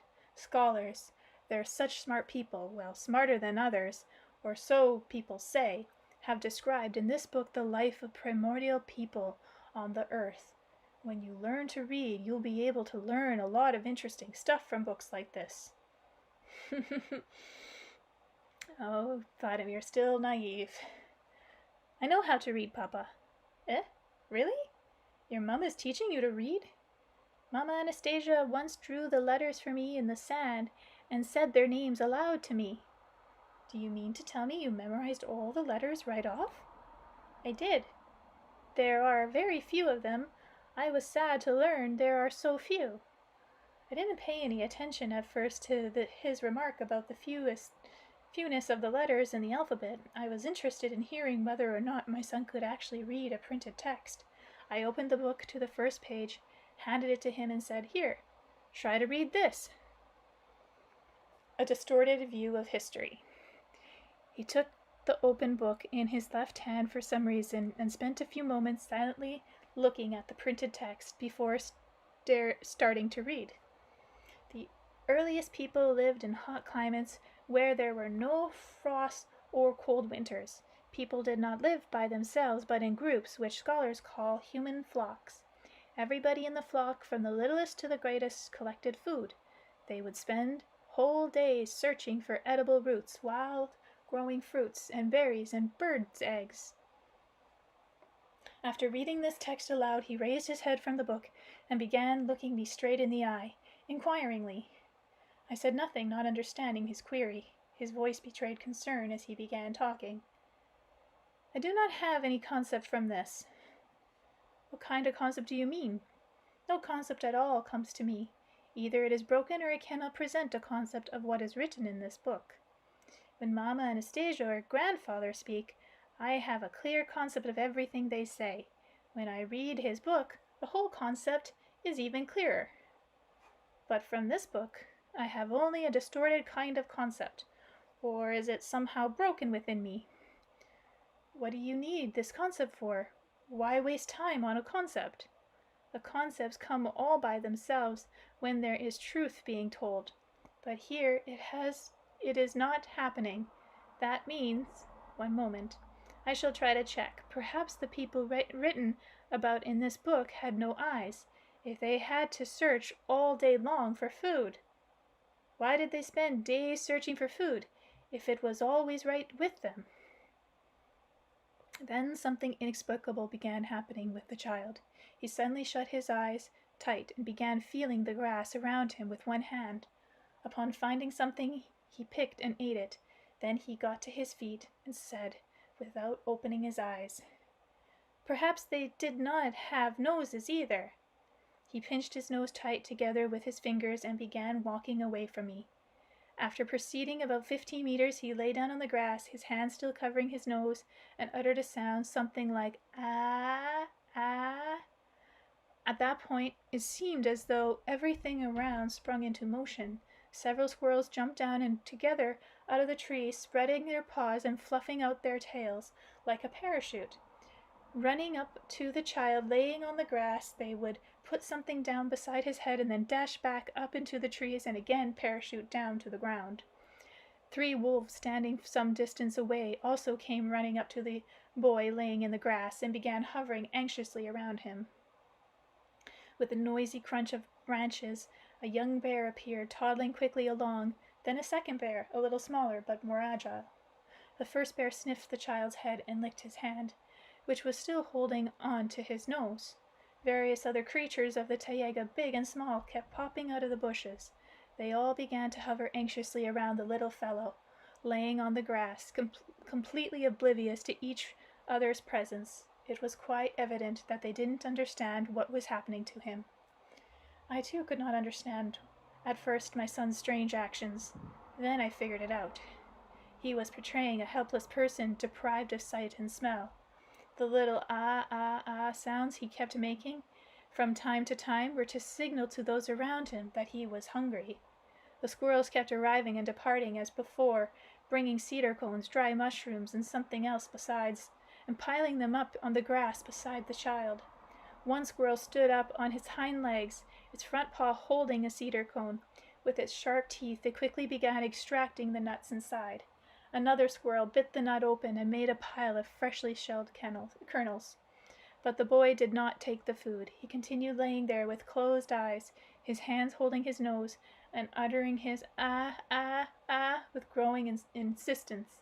At this point, a sable came running headlong out of the bushes, a beautiful fluffy creature with a luxurious coat of fur. It ran 2 circles around the boy, paying no attention to the gathering cluster of animals, and the creatures whose attention had been totally focused on the unusual behavior of the child didn't seem to take any notice of the sable at all. But when it suddenly pulled up sharply and stopped at the pile of cedar nuts the squirrel had shelled and began eating them, the creatures reacted. The first ones to bare their teeth and have their hair stand on end were the wolves. The bear, which had been swaying back and forth, shifted its weight from one paw to another, first froze, still his gaze trained on the glutton. Then he gave it a slap with his paw. The sable flew off to one side and flipped over, but immediately jumped up again and made a nibble. Dash for the child, putting its front paws up to its chest, and then on his chest. Directly the little one tried making his usual demanding ah, ah, ah. The sable brought its muzzle right up to the boy's open mouth and deposited therein the food it had just chewed. Ew. Like a bird. At long last, I don't know what this is, Volodya sat up on the grass, opened his eyes. Volodya? Like, that's his name? Okay. Opened his eyes and let go of his nose. He surveyed all the creatures around him, who were still showing signs of concern. Then he got to his feet and began calming them down. Then each creature in its own turn, according to a hierarchy known only to them, approached the boy. Each one received a reward. The wolves got a friendly clap on the mane. With one of the bears, I can't read the boy's name. We'll just call him Vladimir Jr. Or let's say the boy. Took its muzzle in both hands and gave it a shaking. Then, for some reason, rubbed the second bear's nose. He used his leg to press the sable squirming at his feet to the ground, and when it flipped over onto its back, he proceeded to tickle its tummy. After receiving their due rewards, each creature, in turn, respectfully withdrew. My son picked up a handful of shelled cedar nuts from the ground and made a sign to the squirrel, which by all appearances was intended to let them know that they need not bring any more gifts. Even though the child had been calming the creatures down up to this point, the squirrel had been continuously trying to feed him, but stopped immediately upon the boy's signal. My little boy came over to me, handed me a fistful of nuts, and said, "In the concept I have within me, Papa, when the first people began to live on earth, they did not need to spend entire days searching for the gathering food. They did not need to think about food at all. Forgive my concept, Papa. It is not at all like what the intelligent scholars wrote in the book which you brought me." Yes, I realized, it's quite different. I sat down again on the hillock. My son immediately followed suit and asked, "But why are they different? My concept and the one in the book?" I'm sure my own thought must have been working faster than ever before. Indeed, why did this book, a textbook for children, contain such hocus-pocus? Even an adult unfamiliar with the wilds of nature must grasp the fact that in a warm climate, especially a tropical climate, there would be all sorts of food in abundance. So much so that even the huge creatures, mammoths and elephants, had no trouble in finding enough to eat. And the smaller animals don't go hungry either. And yet here was man, the most intellectually developed creature among them, having difficulty feeding himself. Really, a virtual impossible scenario. It turns out that the majority of people who study history simply do not think about the implications of what is written in history textbooks. They do not evaluate what they read against the criterion of the most elementary logic, but simply accept the historical past in whatever form it happens to be served up to them. Try telling a Dashnik, for example, a Dashnik with just 600 square meters of land, that his neighbor spends his day walking among the food growing there and can't find anything to eat. The Dashnik would get the impression that his neighbor must be sick, to put it mildly. By the same token, how could a child who has grown up in the taiga and tasted all the various fruits and growing plants imagine any need for searching for them if they are always at hand, especially when the creatures around him are ready at any moment to serve him, to spare him the necessity of climbing trees to fetch nuts, and even the task of shelling them? Earlier I had observed still another phenomenon. All the female creatures living on Anastasia's family territory accepted the child born to her as their own, and I am not the only one to have described this phenomenon. There are many instances recorded where animals have nourished human children, and many people no doubt have observed a dog feeding a kitten, or a mother cat feeding a young puppy. But animals have a special relationship to man. Creatures in the taiga always mark out their territory. It is on such a territory that Anastasia's family lives, and hence their special relationship to her. How is it that all the creatures are so drawn to man and ready to serve him with heartfelt desire? How is it that man's loving attitude is so essential to them? Just like household pets in a modern apartment, a cat, a dog, or a parrot, for example, each and every one tries to get at least some kind of attention from man, and treats any indications of love as the ultimate reward. They are even jealous when a man shows attention to some pets more than others. That's true. While this is something we easily take for granted with pets, it may seem a little unusual here in the taiga, and yet fundamentally it is the same amazing phenomenon. All animals aspire to feel the invisible light of grace, or feelings, or some other kind of radiance emanating from man. The specific term may vary, but the fact is incontestable. The important thing is that this is a real natural phenomenon, and we need to understand its specific purpose. Did this phenomenon exist right from the very beginning, or has man trained the animal over the centuries? It is quite possible that every single one of them has been trained. After all, look at how many different animals and birds on all continents serve man today. They know who their master is. In India, we are talking about elephants and monkeys. In Central Asia, camels and donkeys. And almost everywhere, this applies to dogs, cats, cows, horses, chickens, geese, hawks, and dolphins. So many kinds of creatures, it is hard to name them all. The important thing is that they are in service to man, a fact practically everyone is aware of. But when did it begin? 3,000 years ago? 5? 10,000 years ago? Or possibly this was part of the Creator's thought right when he created nature. Most likely the latter. It says in the Bible to determine the purpose of every creature, and if all this was planned and implemented right from the beginning, then man could not possibly have had any problems finding food. Why then do our history books, those written for adults as well as children, say exactly the opposite? This happens not just in our country, but such absurdities are inculcated in people the world over. A mistake? Probably not. Whatever's behind this is more significant than a mere mistake. Design. If so, that means it's important to someone. To whom? Why? What would happen if history were written differently? If the truth were written? What if textbooks all over the world started saying something like this? The first people living on the earth did not have any problems finding food. They were surrounded by a great variety of high quality and nourishing food. Sorry, this is making me think of the Bible when they're saying that when Adam and Eve were forced out of paradise or the Garden of Eden, that they struggled to find food. It's in the Bible. They're saying man struggled to find food. And so many people believe everything the Bible says. Just something to think about. That's something I'm adding. This is not in the book. Okay, back to the book.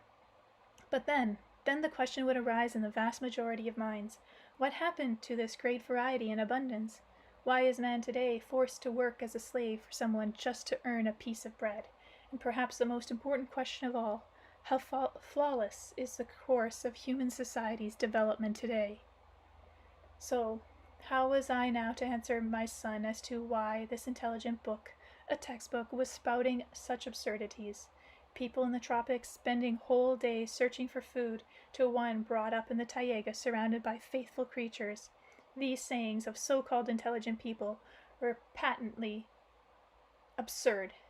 I remembered Anastasia's words: to perceive what is really going on in the universe, one needs only look into oneself. In an attempt to extricate myself from the situation, I tried explaining to my son: this is not a simple book. You should examine everything written here against your own concept. Why write about something that you have such a clear concept of already? Here everything is presented upside down. You need to use your own concepts to verify whether something you read is the truth or whether it's turned upside down. You need to be more attentive to that. Do you understand me, my son? I shall try to understand, Papa, why people write what is not true. At the moment I do not understand. I know that some creatures use their tails to wipe out their tracks. Others build fake burrows, and there are those that even construct traps. Only why do humans need to be so deceptive? I told you, it's for their self-development. But can they not develop themselves through the truth? They could do that, too, but it would be different. Where you live, Papa, do they develop themselves through the truth or through lies? They try all sorts of things, sometimes truth, sometimes lies, whatever will get them ahead most effectively. Anyway, my boy, do you often read books? Every day. What kind of books do you read? Who gives them to you? Mama Anastasia has given me all the books to read that you wrote, Papa. I read them very quickly, but every day I read other books. Books that have lots of different happy letters of the alphabet. At first I didn't pay any attention to his words about some kind of strange books with lots of different happy letters. You love Mama, but did not recognize it. A fearful conjecture flashed through my mind. If my son has read all my books, then he is well aware of my relationship to Anastasia during those first few days after I met her. He knows how I insulted her and even wanted to hit her with a stick. What child who loves his mother can forgive such shameful treatment? There can be no question that every time my son remembers this, he will think evil of me. Why did she give him my books to read? It would have been better if he hadn't learned to read at all, or maybe she remembered to tear out the pages describing my despicable behavior.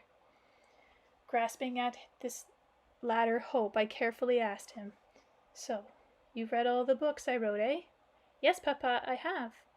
"And did you understand everything in them?" "Not everything, but Mama Anastasia explained to me how to figure out what I could not understand, and then I understood." "What did she explain to you? Could you give me at least an example of something you don't understand?" "Yeah, I can. I did not understand at first why you got angry at Mama Anastasia and wanted to hit her. She is very good, kind, and beautiful.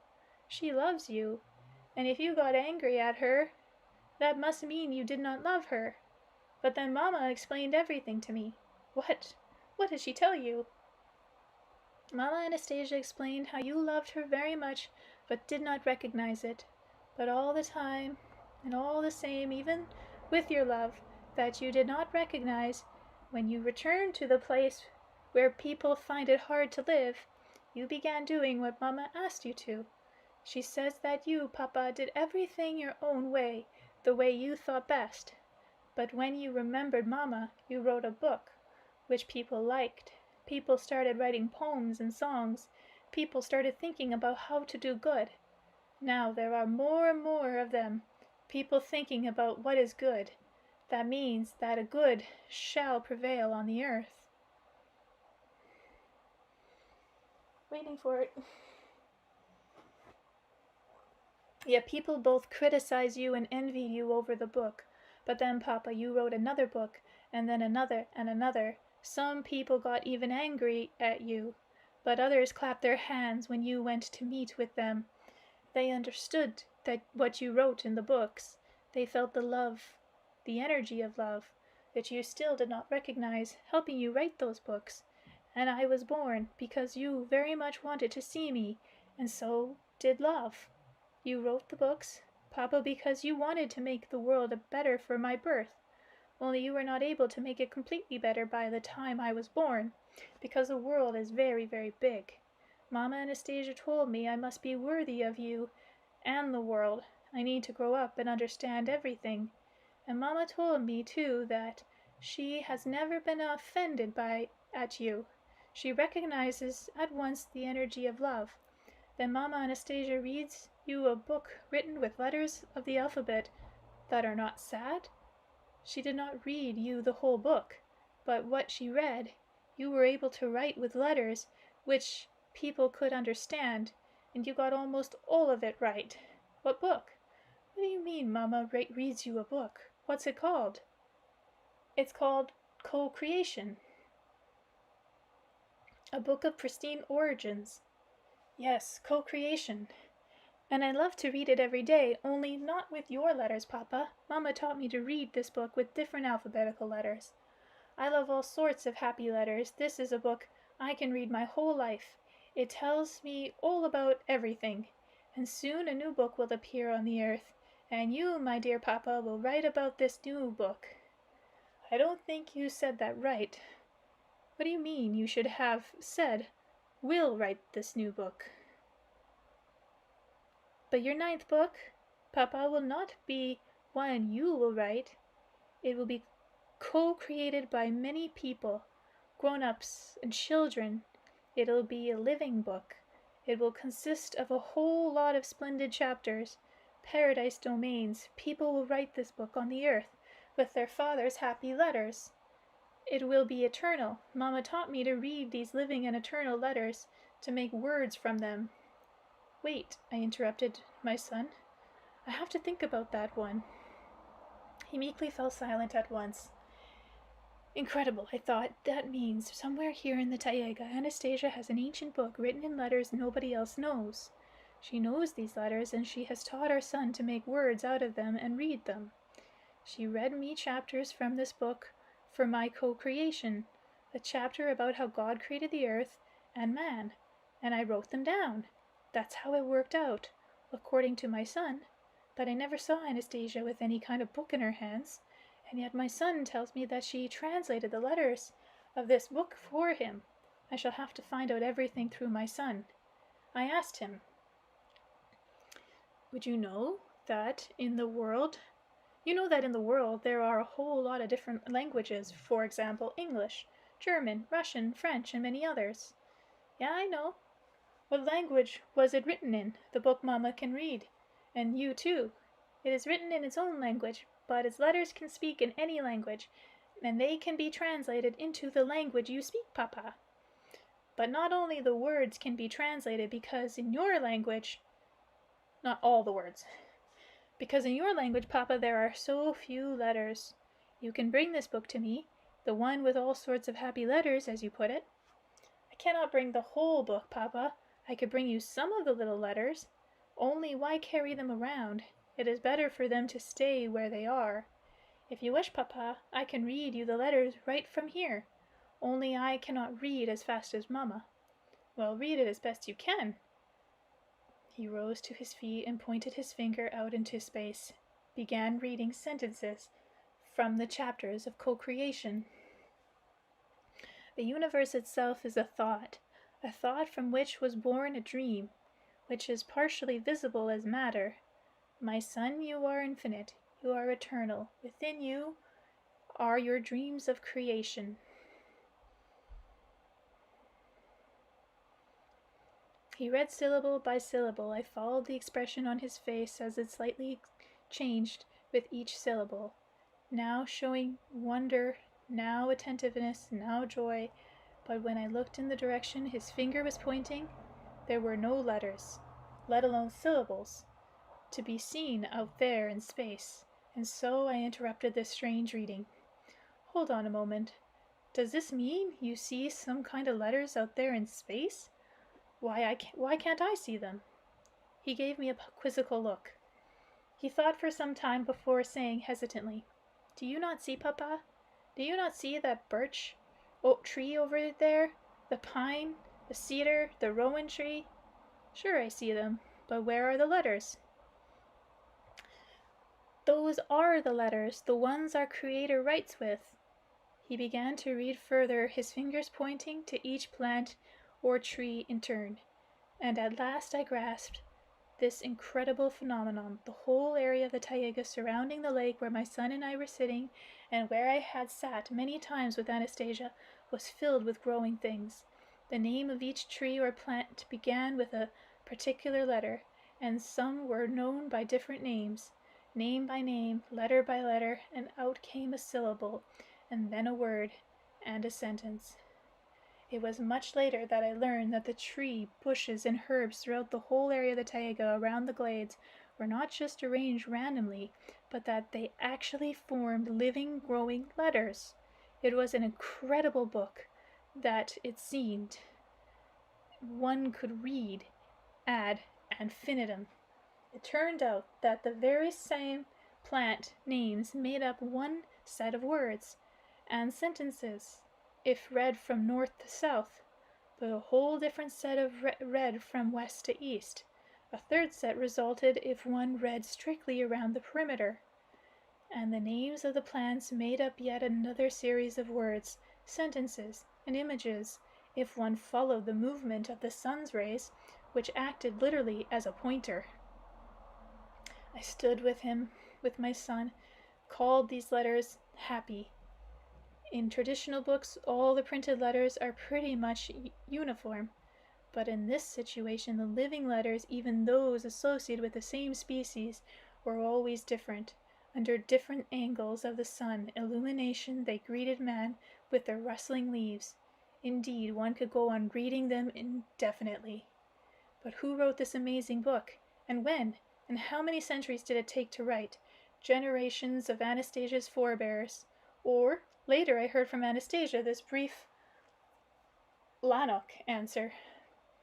For thousands of years, generations of my forebears preserved the letters of this book in their original order. I looked at my son and feverishly tried to find a topic of conversation on which we could reach a complete mutual understanding. 1 plus 1 equals 3. Arithmetic, mathematics, of course. There will be no disappointment over an exact science like that. If Anastasia has taught our son to count, then a conversation on that subject cannot include any contradictions or superiorities. 2 times 2 is always 4, in any language at any time. Encouraged by my discovery, I asked hopefully, Vlodia, I guess I'll try to use that as a name. Vlodia, has your mom been teaching you how to count, add, and multiply? Yes, she has, Papa. Good. Where I live, there is science known as mathematics. It is very significant. A lot of things are based on calculations and computations.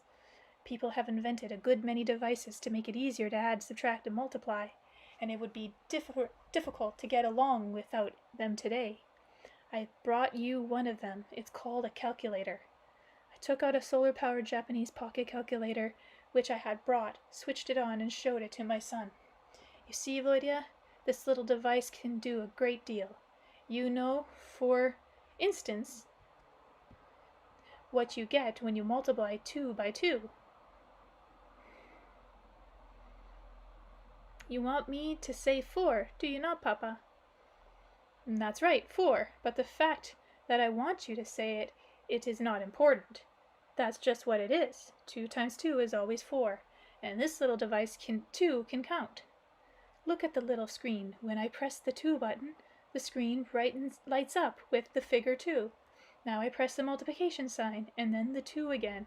Then I press the equal sign to find out what the result will be, and the figure 4 lights up on the screen.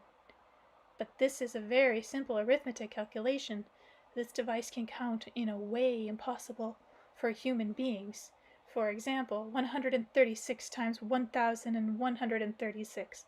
I only have to press the equal sign, and we can find out how much it is. 154,496, Volya blurted out, ahead of the calculator. After that, I began to multiply and divide 4, 5, and 6-digit numbers, but each time my son beat the electronic calculator. He named the correct figure immediately and without any trace of tension. The competition with the calculator resembled a game, but my son showed no sign of any real interest.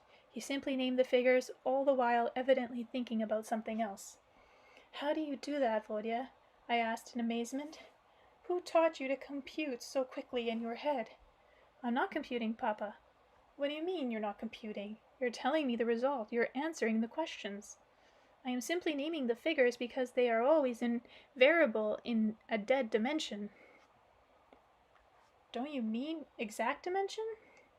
You may call it that, but it amounts to the same thing. Figures always come out invariable if you picture time and space as frozen, but time and space are always in motion, and their movements change figures, and then calculations become more interesting. Volodya went on to name some incredible formulas or arithmetical operations which turned out to be way beyond my comprehension. I only remember that the formula was extremely long. In fact, it really didn't have an ending. He quite animatedly told me the results of some arithmetical operation, but they invariably turned out to be transitional. Each time after naming a figure, Volodya would add excitedly, "When interacting with time, this number produces—" "Hold on there, Volodya," I interrupted my son. "I don't understand this dimension of yours. 1 plus 1 is always 2. Look, I'm talking here. Okay, look, how about I take a twig? 1 twig." I picked up a small twig off the ground and placed it before my son. Then I found another twig, put it beside the first, and asked, "How many twigs?" 2, Volodya replied. "Exactly, 2. And it can't be anything else, not in anybody's dimension." "But in the living dimension, the calculation is completely different, Papa. I have seen it." "What do you mean you've seen it? The calculations with this other dimension? Is that something you can show me on your fingers?" "Yes, I can, Papa." He raised his little hand in front of me with his fingers compressed into a fist and began to demonstrate. First he folded one finger and said, "Mama." Then a second finger with 2 words, add "Papa," equals, and finally out came a third finger, "Me." You see? 3 fingers. In order for there to be only 2, I would have to take one away. But I don't want to take away any of these fingers. I want them to be even more, and in a living dimension that is possible. Neither did I want any one of the 3 fingers to be taken away. So long live this other dimension, this living dimension as he puts it. And may the calculations increase. Oh wow, 1 plus 1 equals 3. Most extraordinary. Still, the most incomprehensible thing for me remains the book of the Taiga with his living letters. I shall make a universe girl happy. I looked at my little son, who could read and had revealed to me the most extraordinary and probably the livingest book in the world. I realized it would take a long time to read it in its entirety.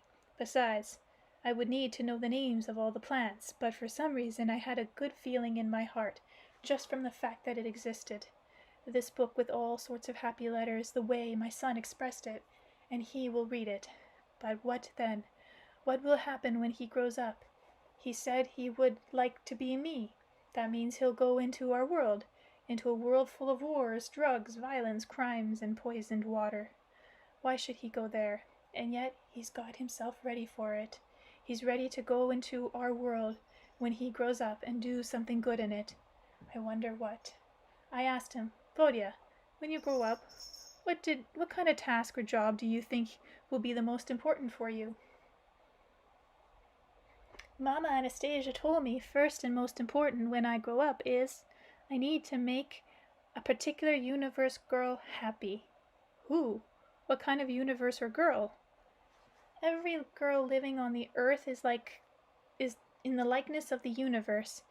At first I did not understand this. Then I read the book and understood. Every girl is like the universe. Each girl has within her all the diverse energies of the universe.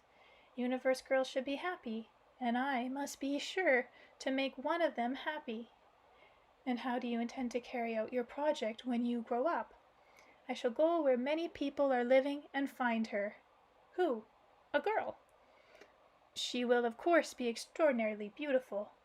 Probably, but perhaps she will be a bit sad, and not everybody will think she is beautiful. Perhaps she will be someone who is ill. Where you live, Papa, many people are ill from anti-living conditions. And just why would you pick a girl who is not the healthiest and most beautiful? I am the one, Papa, who will make her the happiest, healthiest, and most beautiful universe girl. But how? Though by that time, when you are grown up, you'll probably have learned how to make another person, or your girl, happy. But Volodya, you don't know everything there is to know about the world in which I live. It could turn out, after all, that the girl you pick may not even want to talk to you. You know who today's girls notice? You don't know. I'll tell you. The pretty ones and the not so pretty, the sick and the healthy, they notice first and foremost men who have heaps of money and a car. Men who dress smartly and have a good social position. Not all of them, of course, but the majority are that way. And where you are going to get heaps, and where are you going to get heaps of money? Blah. Heaps? How much is that, Papa? Well, for example, let's say at least 1 million. Better still, $1 million. You know about currency units.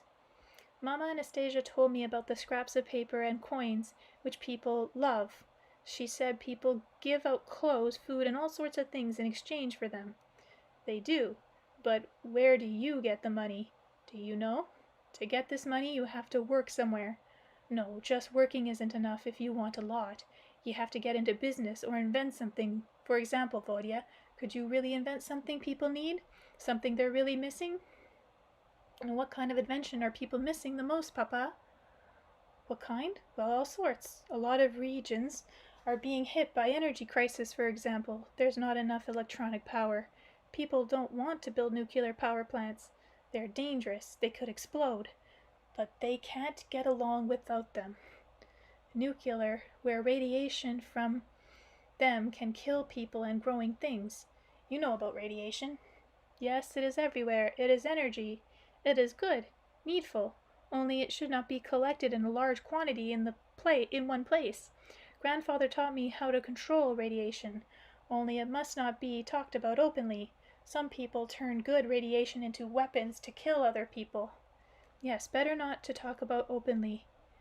You should think you would really be able to invent something and earn good deal of money for your girl. Probably, I shall be able to, but money does not make people really happy. What do you think makes people happy then? The space they make for themselves. I pictured in myself my son becoming a young man, maybe knowing a lot of unusual things, all sorts of phenomena, albeit naive, capable of coping even with radiation, but still native in respect to the intricacies permitting our lives. And there he'll be, off to look for his girl, to make her happy. He'll try not to stand out amongst other people. That was always Anastasia's strategy when she left the taiga and went out among people.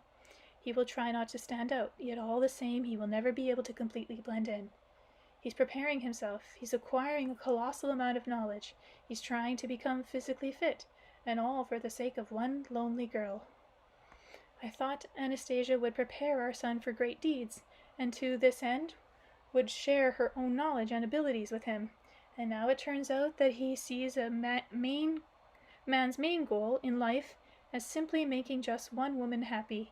My son's convinced that every woman is the likeness of the whole universe. Could it really be like that? An extraordinary philosophy, but in any case, the point is, my son is convinced of it, and one of his chief aims in life will be to make just one girl happy. A girl he doesn't even know. Maybe she hasn't even been born yet. Maybe she can crawl already, or she's just taking her first steps. Or maybe no girl will want to, or rather, maybe no girl is capable of loving him. Initially, when he fulfills her wishes and brings her money, she may pretend to love him. Oh, how many women there are like that in the world. They're even ready to jump into marrying some oldster for the sake of his money. They've learnt how to feign love. My son will grow up and meet some girl like that. He'll keep fulfilling her wishes. She'll keep telling him she loves him. But what will happen when he starts talking about the need to create a space of love and plant a garden? Well, will she laugh at him? Will she call him crazy? Or will she understand? Maybe she'll understand, but maybe... No, it's better to prepare him for the worst. You see, Vodya, when you find this girl and you manage to make her healthy and very beautiful, absolutely the most beautiful as you say, something might still happen that you know nothing about. The prettiest girl in our world aspires to become models and actresses and go into show business. They like it when all the men around them pay them compliments. So just imagine she wants to dazzle the public like a queen, and here you start proposing to create a space of love. Maybe she'll hear you out, but that'll be it. She'll leave you and go off somewhere where there's lots of bright lights, compliments, and applause. And she could even, God forbid, leave you holding a baby. What'll you do then? Oh my gosh, Vladimir, you don't tell this to a 5-year-old. Even if it is Anastasia's son. Vodya replied unhesitantly, "Then I shall build a space all on my own, first on my own, and then with the child she leaves me, and together we shall preserve love in this space." Preserve it for whom? For myself, Papa, and for the girl, who, as you say, will go off into the world of artificial lights. Then why preserve a space of love specifically for her? Don't you see how naive you are in such matters? Actually, it's Vladimir that sounds naive. You'll have to look for another girl and be more careful the next time. If I look for another, then who will make the girl who left happy? Let alone who wants to try to do that. It's not worth breaking your neck over. She's gone and that's it. She will come back, and she will see the marvelous this garden. I shall make it so all the creatures serve and obey her. Everyone and everything in this space will sincerely love her. She will probably come back tired out. She will wash herself in pure water and have a good rest. She will become even more beautiful and will never want to leave her space of love ever again. Our space, she will be happy, and the stars above her will shine brighter and happier than anything else, and anywhere else. But if you, Papa, had not thought all this up, if you had not brought about such a situation with your thought about her leaving, she would not have left. I? I brought it about? Yes, Papa. After all, you are the one that spoke about it. It was your thought. Man creates all kinds of situations with his thoughts, and this is what you have created. But your thought, can't it change the situation? Can't it counteract mine? You did say it was quick, almost as quick as Anastasia's.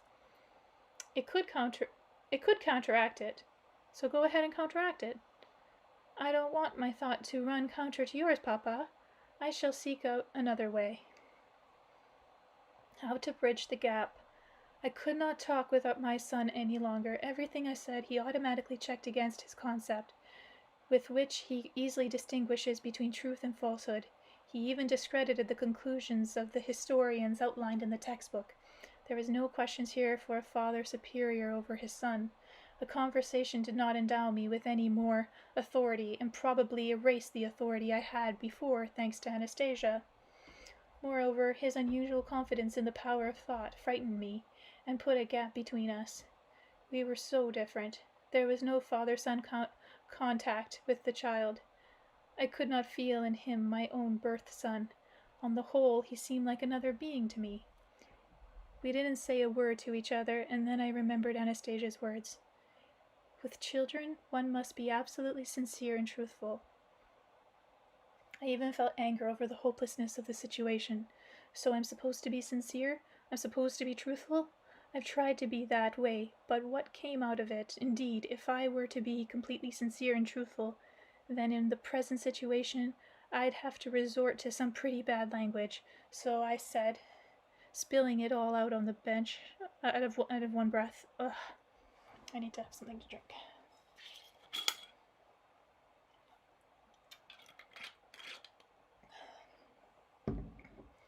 Volodya, if everything is to be said absolutely sincerely, you and I cannot hope to be father and son conversations. We are different, you and me. We have different concepts, information, and knowledge. I do not feel as though you are my son. I'm even afraid to touch you. In our world, a father can show affection to his son, pure and simple, and even punish him or strike him for insubordination. But doing anything like that with you is something I can't even imagine. There's an unbridgeable gap between us. My outburst at an end, I sat silently, not knowing what to say next or how. I sat and looked at my little son, who seemed to be lost in thought, and what strange thoughts he has. At last he turned his curly little head in my direction and reignited the conversation, but this time I could feel a note of sadness in his voice. Is there some kind of gap between you and me, Papa? You say it's hard for you to accept me as your own birth son.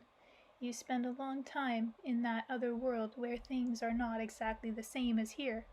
I know, Papa, that parents there sometimes beat their children.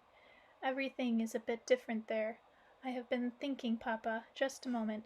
He quickly got up and ran off a little ways. He returned carrying a branch with dry needles and handed it to me. Take this branch, Papa, and beat me with it, the way parents beat their children in that other world which you spend so much time in. Beat you? Why? What have you thought up now?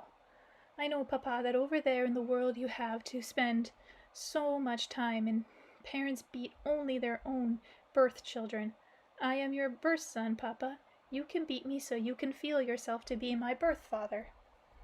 Perhaps it'll be easier for you that way. Only do not strike this arm or this leg.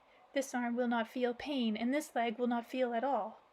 They are still a little numb, but all the rest of my body will feel pain. Only I probably shall not be able to cry the way children do.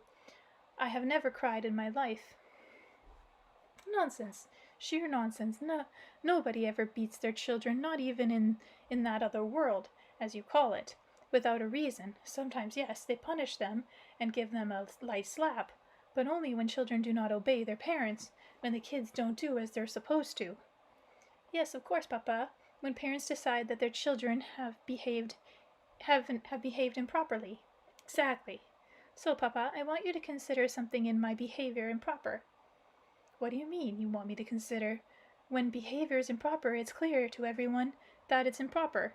It's not up to the parent to consider it improper or proper. Everyone should understand that it's improper. And the child who are beaten should understand. The children, too. That is why they beat them, to make them realize that they were wrong.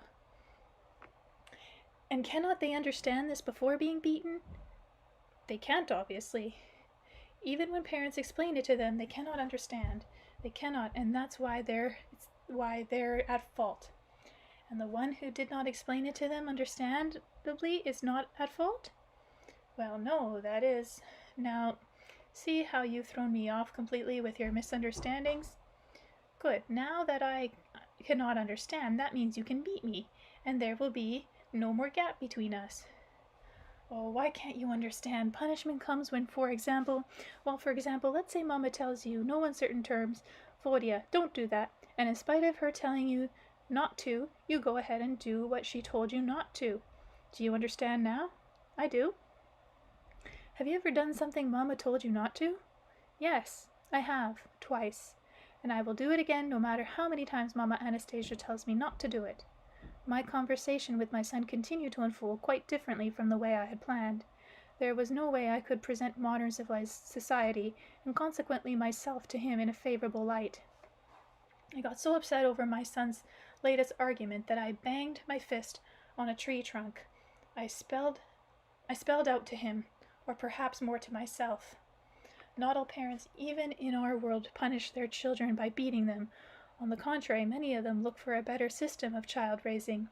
I tried to find one, but it didn't work out. The last time I saw you here, you were still quite little. I wanted to hug and squeeze you, but Anastasia said I shouldn't interrupt a child's thoughts, even to give him a pat on the head. She said a child's thought process was an extremely important matter, and so I just watched you, and you were always busy with something, and now I've come to the point where I don't know how to talk to you. And today, Papa, you no longer want to give me a hug?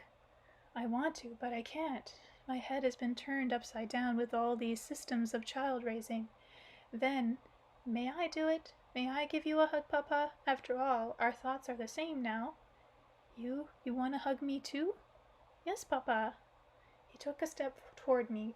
I gradually lowered myself to my knees. It felt as though my whole body was sinking to the ground.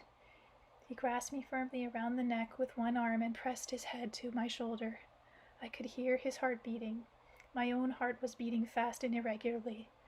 I started finding difficulty in breathing. It must have been just a few seconds, though, a minute at the most, before my heartbeat began to even itself out, as though tuning into the rhythm of another heart.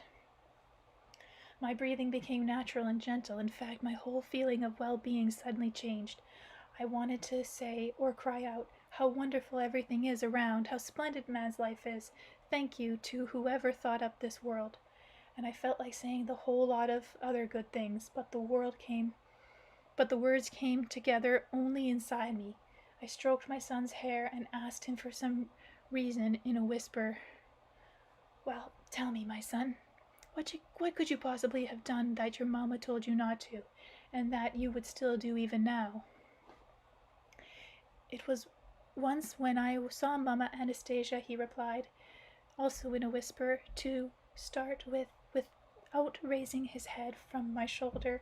It was when I saw, and at this point he detached himself from me, sat down on the ground, and stroked the blades of grass with his little hand. The grass is always green when it feels good. The grass is always green. Okay. For a while he didn't say a word. Then he raised his head and continued talking. I shall save my mamma. One time I did not see mamma for a long while. Vladia began. I wondered where she was and decided mamma must have gone to the neighboring glade, to the one next to ours. It is similar to ours, but it is not as nice there. I walked over to the neighboring glade. There I saw mamma. She was laying on the ground without moving, and was all white, and the grass around her was all white too. At first I stood there wondering why this had happened. Mamma's face in the grass around should not be all white like that. Then I decided to touch Mamma. She managed to open her eyes, only just, but she did not stir. And then I took her by the hand and began to drag her out of the white circle. She helped me with her other hand, and we got ourselves out of the white circle. When Mamma got back to her normal self, she told me never to touch her. If this should happen again, she said she herself could cope with it, but that I could not. After being in the white circle and dragging Mamma out, my arms and legs grew numb and are taking a long time to recover. Mamma gets better very quickly, but my arms and legs have still not fully recovered. When I saw Mamma once again in the same circle, when I saw her lying there all white, I was not going to touch her myself. I cried out. I called the strong she-bear to help, the one I slept on when I was little. I told the bear to drag Mamma out of the circle. The bear stepped onto the white part of the grass and fell down, and now she is no more. Only her children remain. Huh? The bear died at once as soon as she stepped on the white grass. Everything dies on the white grass. Then once again I entered the white circle and began to drag Mamma out. The two of us pulled ourselves away from the dead grass. This time my arm and leg did not grow as numb as before. Only my whole body was trembling a little. Now it does not tremble any more.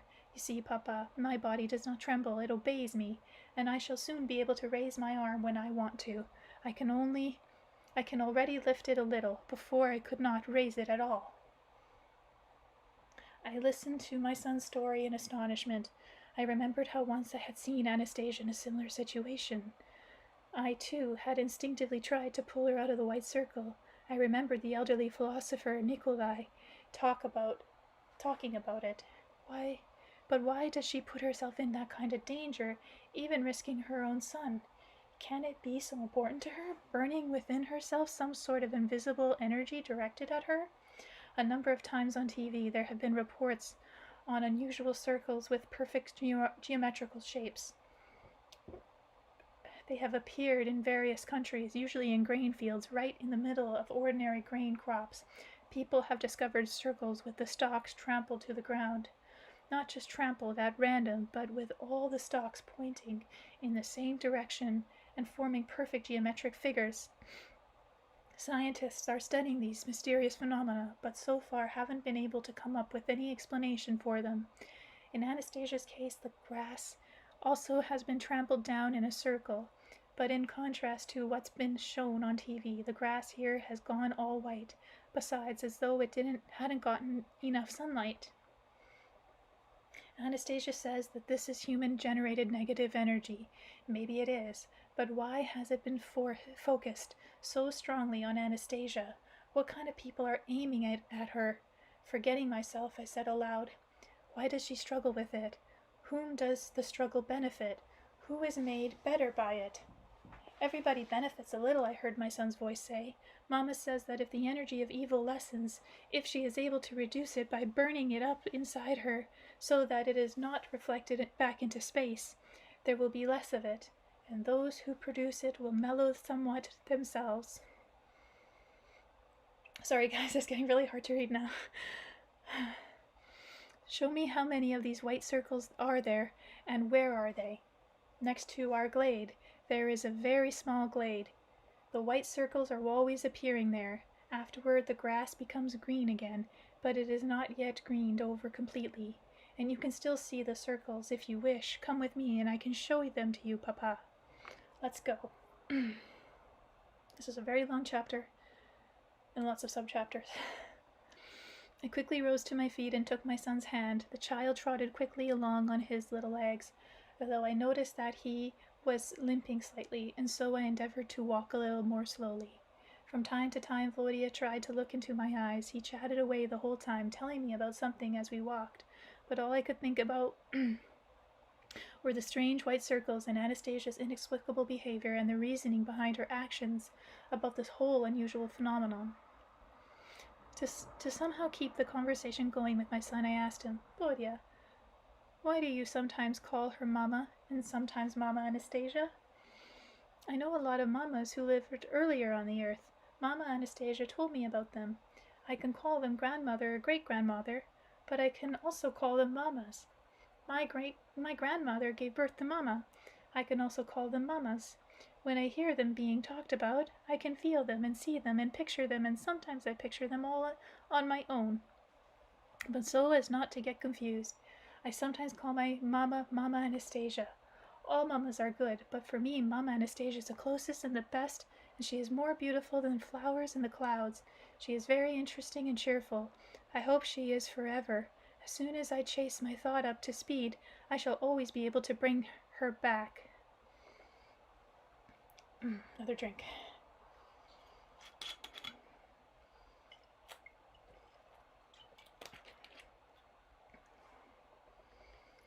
I wasn't listening carefully enough to grasp what he was trying to say. By this time we had arrived at another little glade, and I saw 4 whitish circles on the grass. The circles were about 5 or 6 meters in diameter. They were barely noticeable, but one of them was whiter than the rest. It had probably been made quite recently. Now I realized why Anastasia had not come to meet me, and why she wasn't with me at the moment.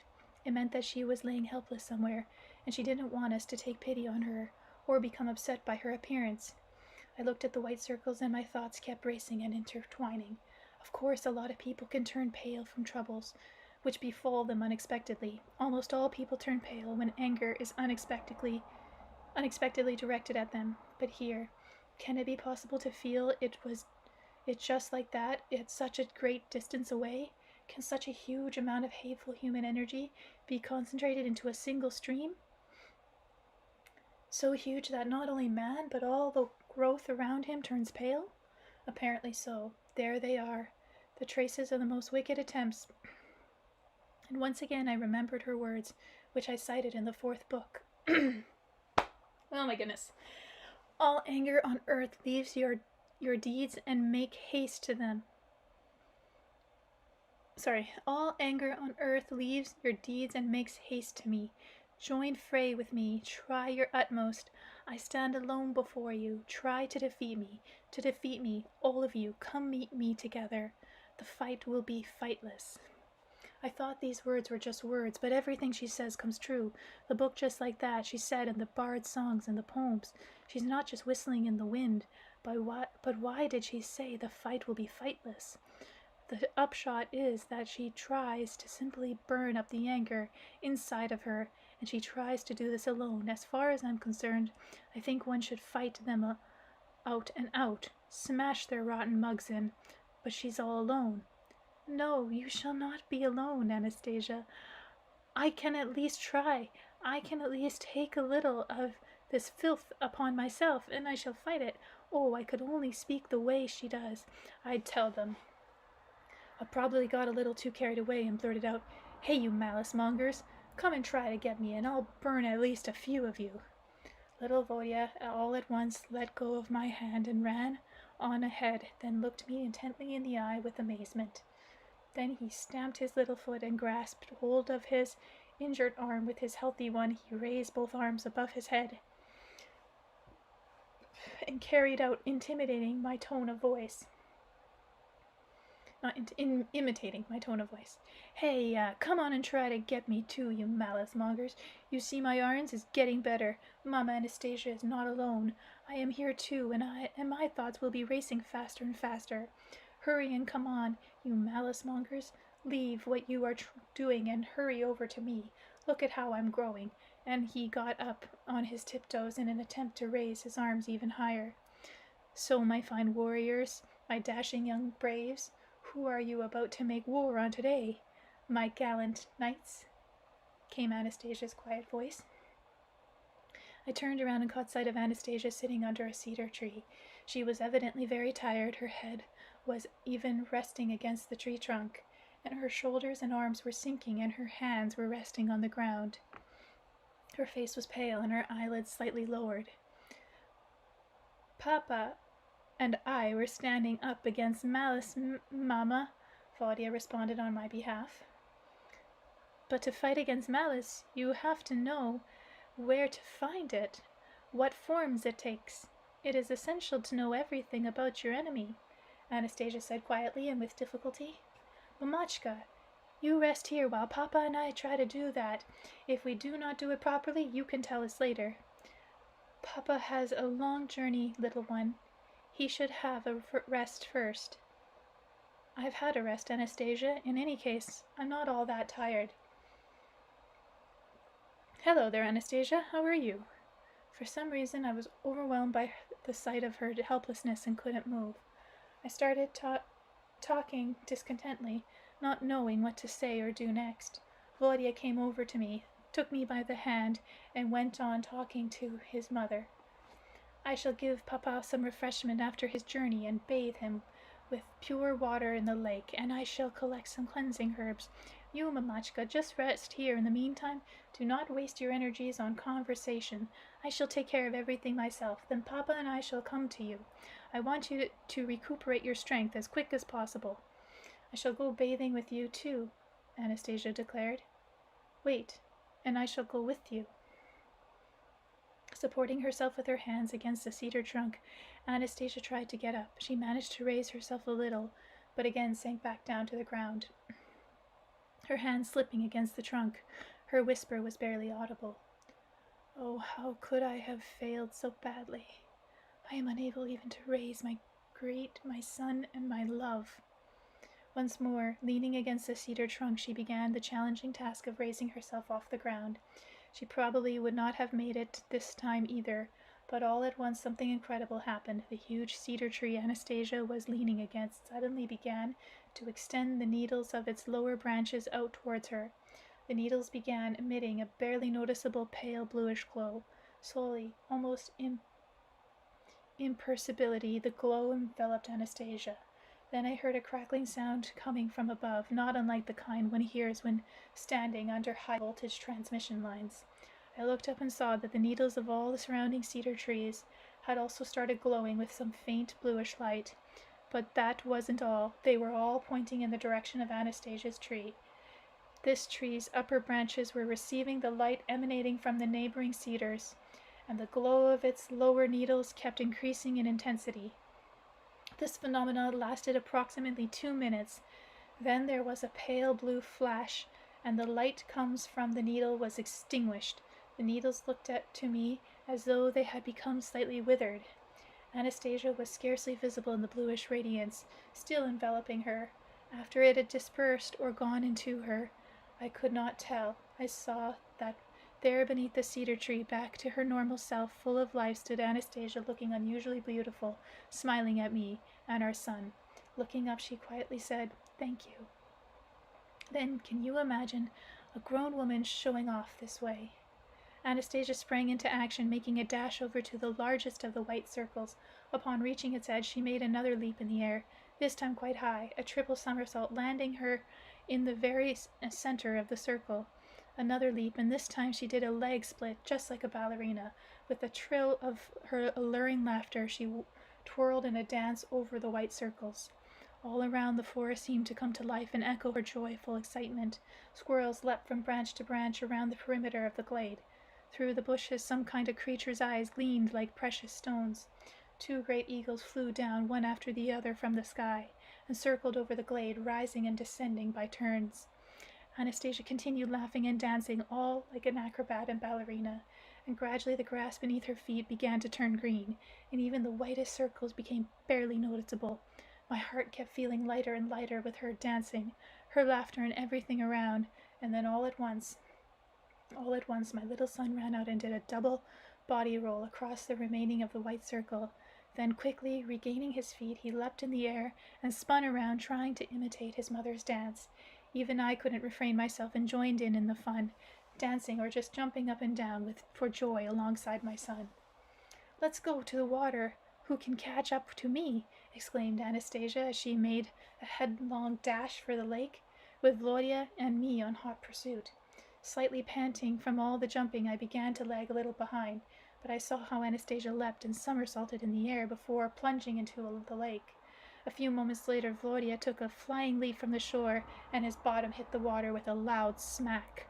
I began taking my clothes off on the run, tossing them in the ground along the way. I plunged into the water, still wearing my undershirt, trousers, and boots. As I surfaced, I caught Anastasia's shrill trill of laughter. Our son was laughing too, with a surfeit of emotion, slapping the water with his hands. I was the first to come out of the water. I began to peel off my wet clothes and wring them out. Upon reaching the shore, Anastasia immediately put on her light dress right over her wet body. Then she helped me spread out my trousers over a bush so that they would dry more quickly in the breeze. I fetched a tracksuit from my backpack and put it on. Anastasia stood beside me, and her dress was already dry. I wanted to give her a hug, but for some reason could not bring myself to go through with it. She came up very close to me, and I could feel the warmth emanating from her. I felt as though I wanted to say something nice to her, but nothing came to mind. All I could muster was, "Thank you, Anastasia." She smiled, put her hands on my shoulders, rested her head on my shoulder, and responded, "Thank you, Vladimir." Great, Volodya's cheerful voice rang out. "I shall be off now." "And where are you off to?" Anastasia inquired. "I shall go and see my elder grandfather, and I shall give him permission to bury the body, and I shall help him, so I am off." Volodya quickly departed, with hardly a limp to be noticed. Oh, chapter 3, I made it. And how long was I reading for? Over an hour. Chapter 3, An Invitation to the Future.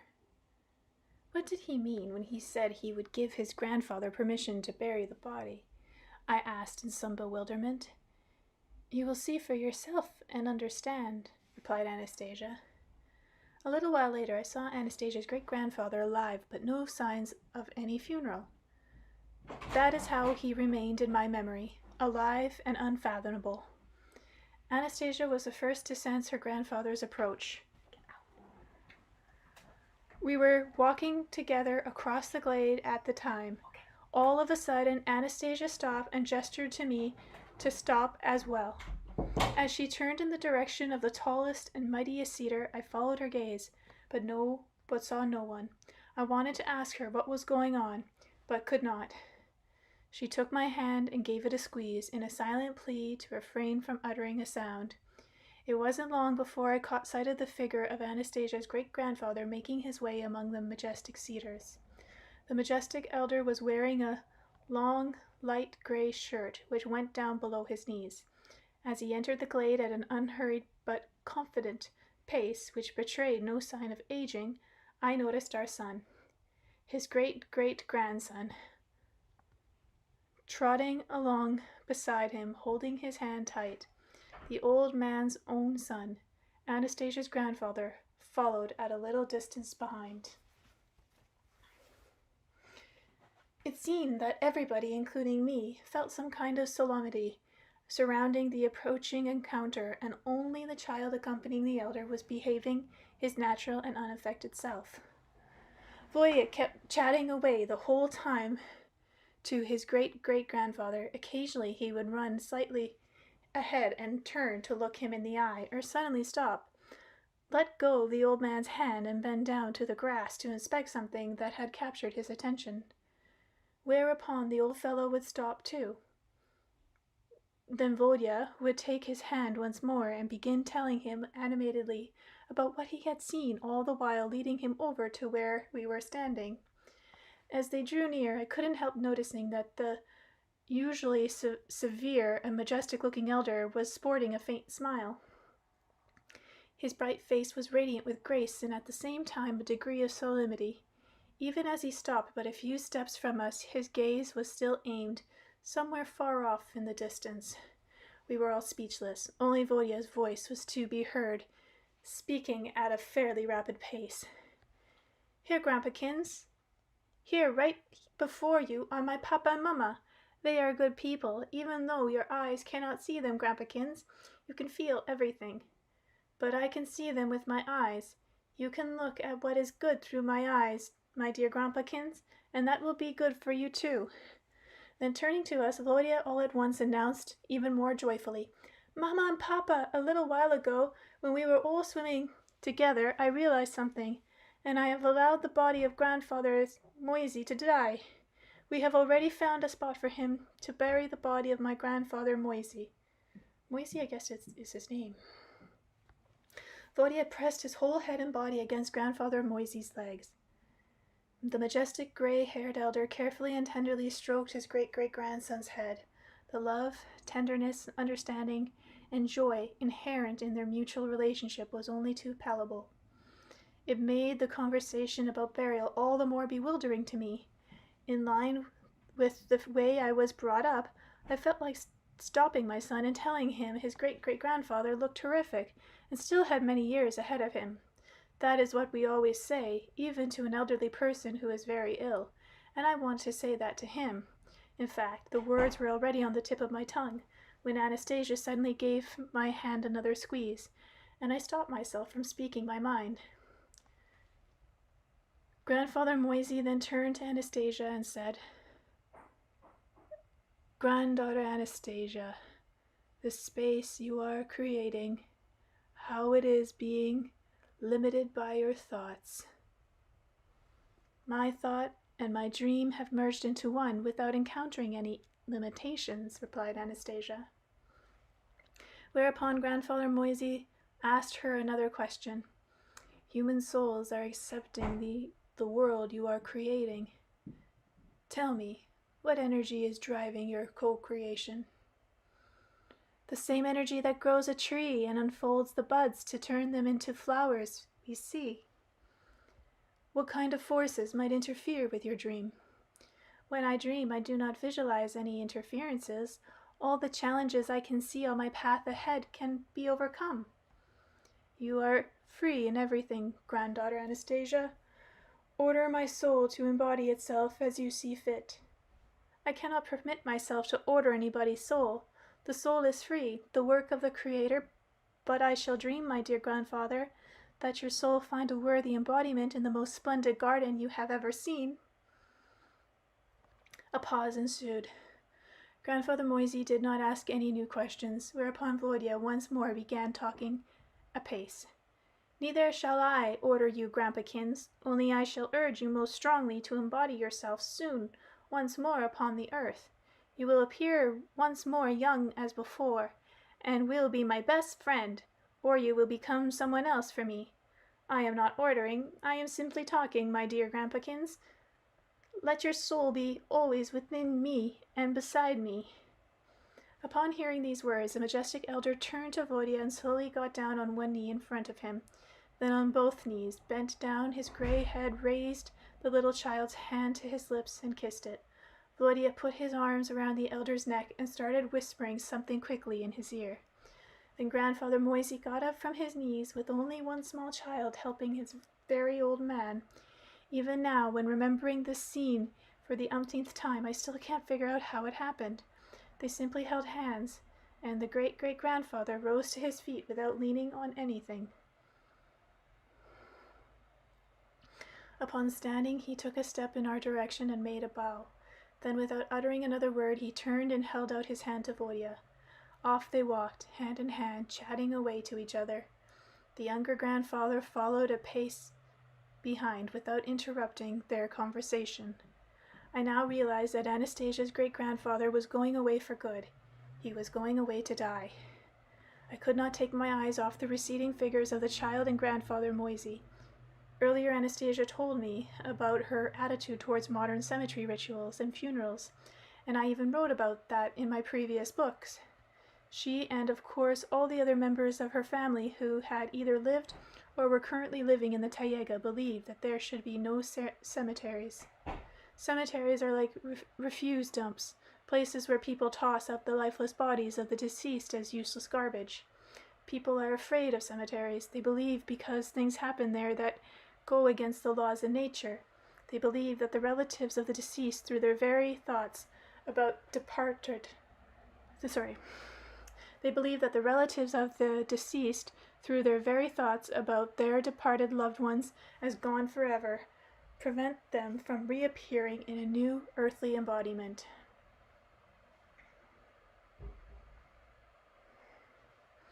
In going over in my mind the various burials I had witnessed, I'm inclined to agree. There are simply too many falsehoods involved.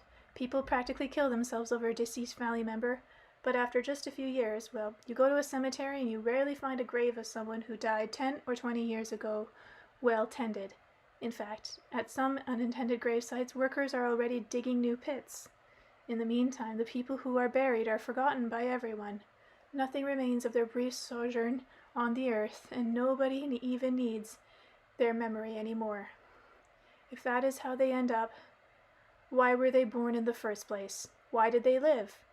Anastasia says the bodies of the deceased should be buried in their own domain, with no special headstone to mark the burial place. The grass and flowers, trees and bushes that come up will be the continuation of life of their bodies. That way, the soul, upon leaving the body, is afforded greater opportunity for splendid reincarnation. In the kin's domain, the thoughts of the deceased before they die will have been created a space of love.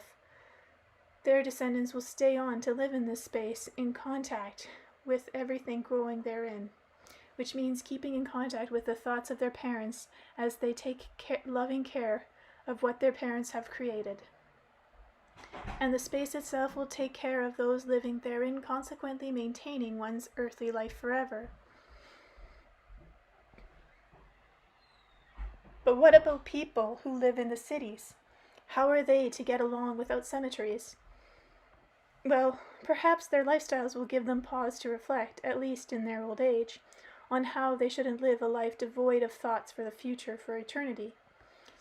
And I am in agreement with Anastasia's philosophy, but it is one thing to agree in thought, quite another to witness the departure of a great-great-grandfather in real life. Though in this case he, or rather his soul, will not die. It will evidently stay somewhere in the vicinity of very quickly embody itself in a new life. Most certainly a good one.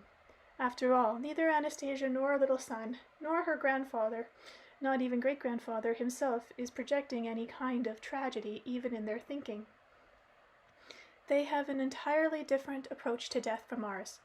For them it is not a tragedy, but simply a transition to a new and splendid existence. Stop. Even great-grandfather himself showed no sign of grief. Quite the opposite. So that's it. That's the ticket. When you go to sleep, overwhelmed by heavy, dark, and unpleasant thoughts, you will most probably have a nightmare. If you go to sleep with bright thoughts, you will have pleasant dreams, says Anastasia. And again, death is not a tragedy, it is only a dream. Shorter or longer, it makes no difference. Man should enter into any dream, contemplating what is beautiful. Then his soul will not suffer. Through his thoughts, man can create a paradise, or anything else for his soul. And great-grandfather knew this. He did not suffer, but what was it that brought him such obvious joy during those final hours? Something happened. He wouldn't have been smiling like that just for no reason at all. But what did happen? I turned to look at Anastasia and saw. There she was, standing a little distance away from me, her arms outstretched to the sun, and whispering. It seemed some kind of a prayer. The sun's rays would hide themselves behind a cloud, then shine brightly, reflecting in a single tear rolling down Anastasia's cheek. But her face showed no sign of sadness, only peace. After whispering, she listened as though somebody were answering her. I stood and waited, not daring to approach her or even utter a word. It was only when she turned, caught sight of me, and headed over my way that I asked, Where are you praying for the peace of your grandfather's soul, Anastasia? Were you praying for the peace of your grandfather's soul, Anastasia? Oh, yeah. My great-grandfather's soul will rest in great peace, and his earthly life still lies ahead when the soul itself desires it. I was actually asking about our son, asking the Creator to furnish him with greater strength. Our son, Vladimir, has been going and doing works undertaken by few people today. He has now accepted within himself all of great-grandfather's strengths, which great-grandfather imparted to him with his soul. Because he is still in the process of maturing, he will find it difficult to contain the multitude of diverse energies within him as a single whole. But why, I asked. After all this happened, did I notice any particular change in our son? Our son, Vladimir, uttered some special words before great-grandfather knelt in front of him. He uttered words whose meanings is comprehensible only to those who are able to fathom the process of the Creator's work. Possibly the child did not understand this, yet he told great-grandfather sincerely and confidently that he was capable, through his own self, of helping him and his soul stay on the earth. I was not able to say the same for myself. I did not feel that kind of strength within me. I noticed that after hearing these words, great-grandfather began simply radiating with joy. I observed. Yes, few indeed are those who have heard words like that in their grand old age. But you see, great-grandfather received from the child's own lips an invitation to the future, an incarnation of the future. It looks as though they had a strong love for one another, our son. Vladimir had begged great-grandfather to keep on living when he could not go on living any longer, and great-grandfather did live. He could not refuse the child's request. But how is such a thing possible? It is very simple, but not automatically so. After all, doctors who are able to bring back people from a state of unconscious or oblivion, and not just doctors, but someone close to this person may call or stir them out of a faint or state of unconsciousness, and they will live. Great-grandfather willed, and his love allowed him to prolong his life at his great-grandson's request. Great-grandfather is the descendant of priests who did tremendous works through the centuries. Once he even stopped a huge explosion through his will, through his gaze, but it made him blind. What do you mean, through his gaze? Is it possible for one's gaze to stop an explosion? It is possible if the gaze is consciously directed with confidence in man's power and unshakable will. Great-grandfather knew where the disaster was about to happen and went there. He was just a little late with his foresight, and an initial explosion did take place. But then he stood facing the source of life-threatening danger, and through his gaze he was able to tame the manifestation of the dark forces already whirling through space. Just one explosion happened, and that not at full strength, and 2 others could have taken place. But if great-grandfather had flinched even for a moment, you see, Vladimir, he stopped the explosion, only he went blind. But why are you so concerned about our son's abilities, which he has inherited from his great-great-grandfather? I thought that the abilities he had inherited from you and me were sufficient. That was Vladimir. I taught him to conceal his additional abilities. Oh, this is Anastasia. I taught him to conceal his additional abilities so that he would not appear strange to people. I wanted our son to go out and live in the world and not stand apart from others in his appearance. After all, there is a lot one can do without standing out from others. But something too extraordinary has happened. Who our son is now and what his purpose in life is, that is something we must definitely try to decipher. And so I was asking the Creator to give him the strength to remain, at least for just a little longer, a simple child. You're concerned about this now, Anastasia? But I think in many respects it is you and your method of upbringing that are at fault here. You talk a lot about the soul, about man's purpose in life. You have taught the child to read that extraordinary book about co-creation, so he's gone and formulated his own particular worldview. Why should a child at that age have to know about a soul and about God? You see, he calls me Papa, and at the same time he says he has a father. I realized he's calling God his father. Even I have a hard time understanding that. But you've gone and given him an information overload. It's the way you've brought him up that's to blame, Anastasia. Remember, Vladimir, how I replied to great-grandfather that I could not order anyone's soul, and our son heard what I said, and yet some power higher than I was allowing him to act otherwise. But you should not worry. I shall be able to understand what has happened, even though our son may possibly look at me now in a different light. It will not be long before his strength exceeds both of ours combined. Well, okay, every generation should be stronger and smarter than the one before. Yes, you are right, of course, Vladimir, but there is an element of sadness when someone is stronger and more insightful than his own generation. Eh? I don't understand. What kind of sadness are you talking about, Anastasia? She didn't reply, only hung her head, and her facial expression became sad. She is rarely sorrowful or sad, but this time I understood. I understood the great tragedy of this Siberian recluse, Anastasia. She is all alone, incredibly alone. Her worldview, her knowledge, her abilities are so vastly different from those of other people, and the more pronounced they are, the more tragic is her loneliness. She lives in another dimension of conscious awareness. This other dimension may be marvelous, but she is all alone there. Of course she could come down to other people's levels. She could be like everyone else. But she has not done this. Why? Because to do that, she would have to betray herself and her principles, perhaps even betray God. And then Anastasia decided to do something amazing. She began calling others into this splendid dimension. And there have been those capable of understanding her. And I, it seems, am just the beginning to understand her, to really feel. 6 years have passed, and I'm only beginning just barely to understand. And she has been patiently waiting all this time, calmly explaining everything without getting angry, perseverant, unshakable in her hope.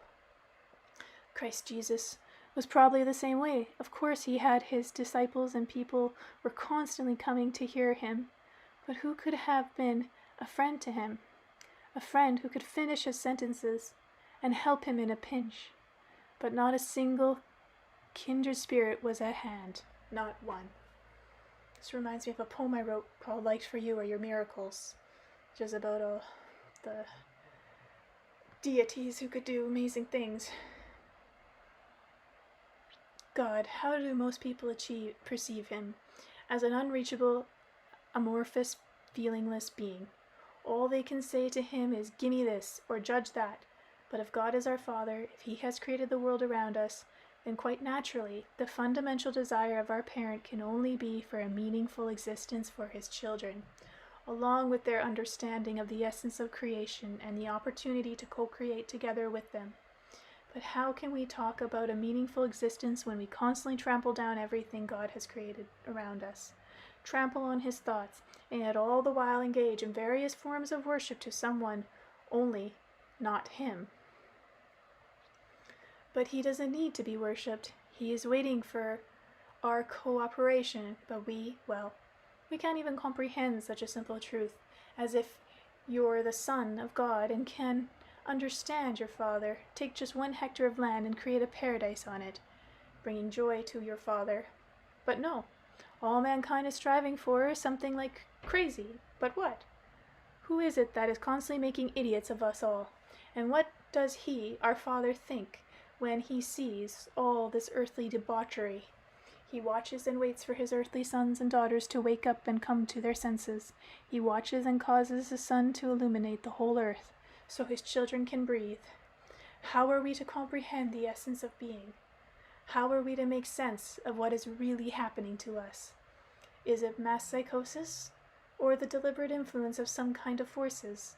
What forces? When will we be free from them? Who are they? Chapter 4. A Dormant Civilization. This conversation took place on the 2nd day of my stay. Anastasia and I were sitting quietly together in our long-time favorite spot by the lake. Evening was coming on, but the cool evening freshness had not yet set in. A barely perceptible breeze fanned our bodies from constantly changing angles, as though designed to delight us with the many and variegated fragrance of the taiga. With just a trace of a smile on her face, Anastasia contemplated the mere surface of the lake before us. She seemed to be waiting for me to ask her the questions I wanted answers to. Only somehow I wasn't able to reduce my questions to a brief and concrete formulation. It appeared that what I managed to formulate in my mind did not reflect the main thing I really wanted to know. So I approached it cautiously. You see, Anastasia, here I'm writing books, using many of the words you have given me, even though I don't understand all your words right off. But it's not so much the words, but the reaction to them that has me baffled most of all. Before I met you, I was a simple entrepreneur. I worked and, like everyone else, wanted to make as much money as I could. I could afford to enjoy a drink and have a rousing good time, but nobody laid into me or my company workers with the kind of criticism that the media is now overwhelming me with. Strange as it may seem, back then nobody faulted me for earning money, but as soon as the book came out, some personage began right off publishing articles saying I was nothing but a gold digger, if not a charlatan and a bigot. I'd be okay if it were just me, but they've also gone and insulted my readers too, calling them bigots and fanatics. And goodness knows what they write about you. Even they argue that you don't exist at all, or they say you're the queen of the heathens. It's funny how everything turned out. Here in Siberia, there are a lot of minority ethnic groups with different cultures and beliefs. Some of them still practice shamanism, and nothing bad is ever said about them. On the contrary, they say these people's cultures need to be preserved. And here you are, all alone, well, apart from your grandfather and great-grandfather, and now your son. You live all alone here. You don't ask for anything, and yet the words you say provoke a storm of emotions. Some people absolutely delight in the words you say and get all excited and start acting on them, while others attack you with unabashed fury and anger. Why is that so? And you, Vladimir? Can you not answer these questions yourself? Myself? Yes, yourself. I've got very strange thoughts running through my head. I've got the impression that out there in human society, there are some kind of unknown people or forces who will do everything they can to make people suffer.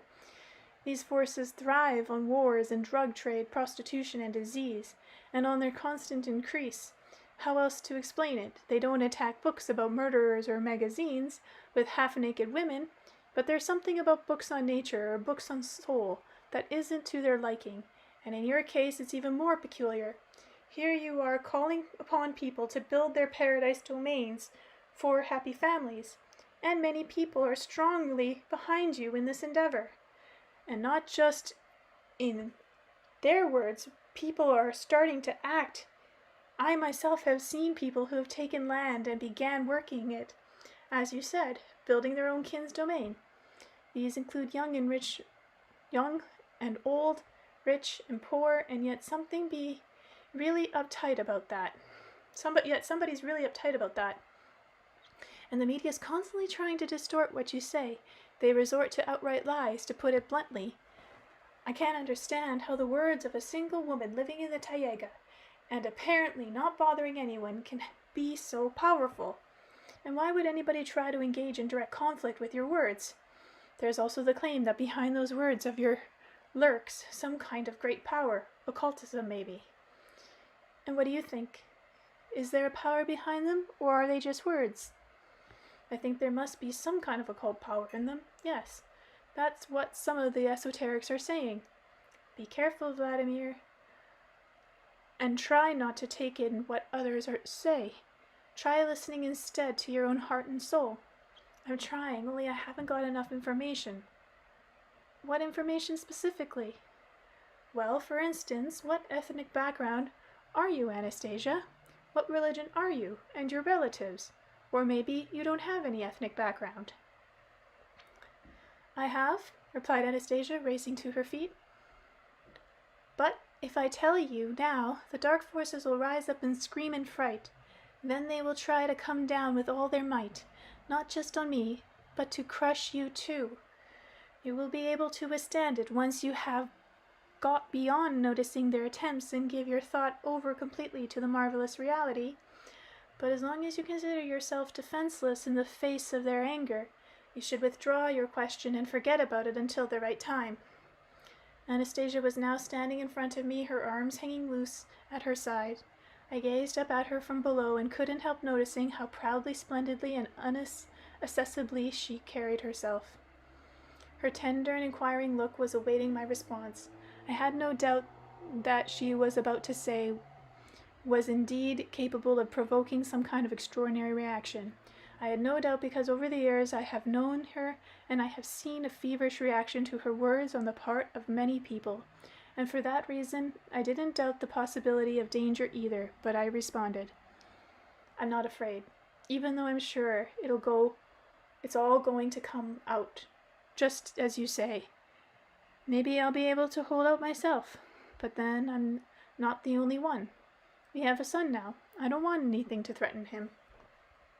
At this point, Vladimir suddenly appeared and went over to Anastasia. He must have been quietly standing somewhere nearby and listening to our conversation without interfering, but now that the topic had turned to him, he probably felt it was time to make himself known. Vladimir took Anastasia's hand in his own little hand, pressed his cheek against it, lifted up his head and said, Mamachka, Anastasia, go ahead and answer Papa's question. I can take care of myself. History need not continue to be hidden from people on my account. Yes, that's true, observed Anastasia, stroking the child's little head. You are strong and are getting stronger with each passing day.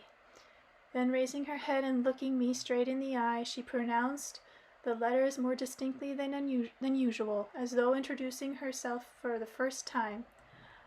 I am a Vedris, Vladimir. I actually felt a kind of extraordinary sensation within me from the word Anastasia pronounced. It felt like a mild electrical current was running over my whole body, like a pleasant heat wave, as though imparting some kind of news to every cell of my being. And something unusual, it seemed to me, had happened in the space around me, too. The words itself meant nothing to me, but for some reason I rose to my feet. Upon hearing it, I stood there as though trying to remember something. Once again, this time quite joyfully, Vladimir spoke up. You, Mamachka Anastasia, are a Vedris beauty, and I too am a Vedras." Then he looked at me with happy grin and said, "You are my papa, just like me. You are a Vedras, only dormant. I'm talking too much again, eh, Mama?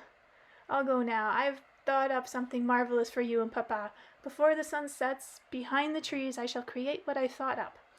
And catching an affirmative nod from Anastasia, off he went, tripling into the forest.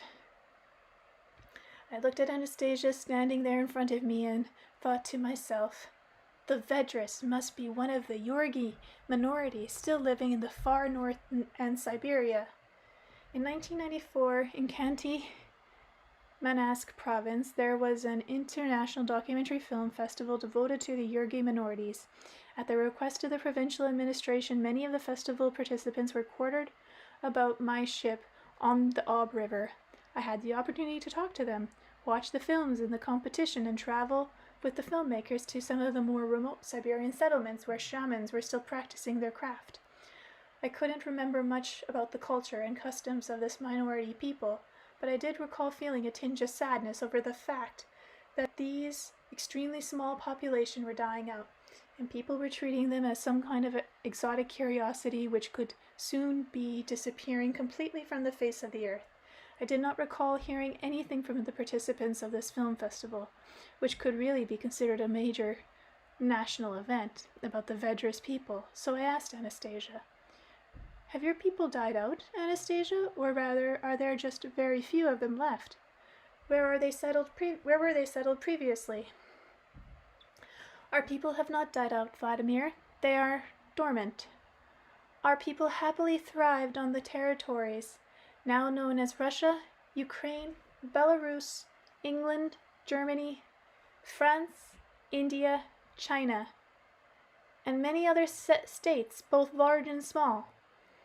Up until quite recently, only 5,000 years ago, the real world, our people were thriving on lands from the Mediterranean and Black Sea. For the farthest northern latitudes, we are Asians, Europeans, and Russians, as well as those who recently called themselves Americans. In fact, God, people, all from a single Vedras civilization. There was an age of life on our planet known as the Vedic Age. During the Vedic Age, mankind reached a level of sensitive knowledge, allowing it to create energy images through collective thought, and then it underwent a transition into a new era of existence known as the Image Age. With the help of energy images created by collective thought, mankind was afforded the opportunities of co-creating in the universe. I could have the ability to create Earth-like life on other planets, and it would have if it had not committed any mistakes in passing through the Image Age.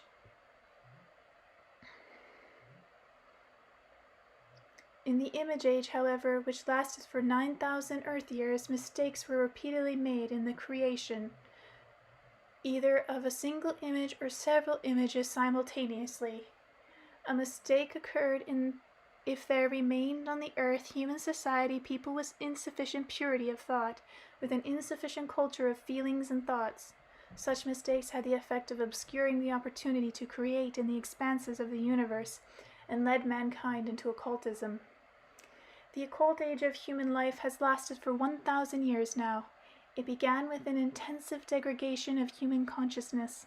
Ultimately, a degradation of consciousness and an insignificant purity of thought, coupled with knowledge and opportunity at the highest level, would always lead mankind to a global disaster. There was repeated many times over billions of Earth years. Now we are in mankind's occult age, and as always, a disaster of global proportions was supposed to take place.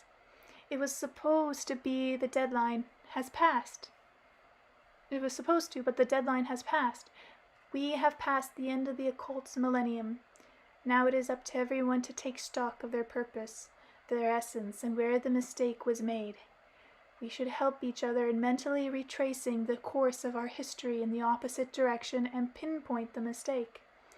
Then an era of joyous life on the earth will be ushered in, an era such as no one has ever witnessed before in global history. The universe is anticipating it with bated breath and a great hope.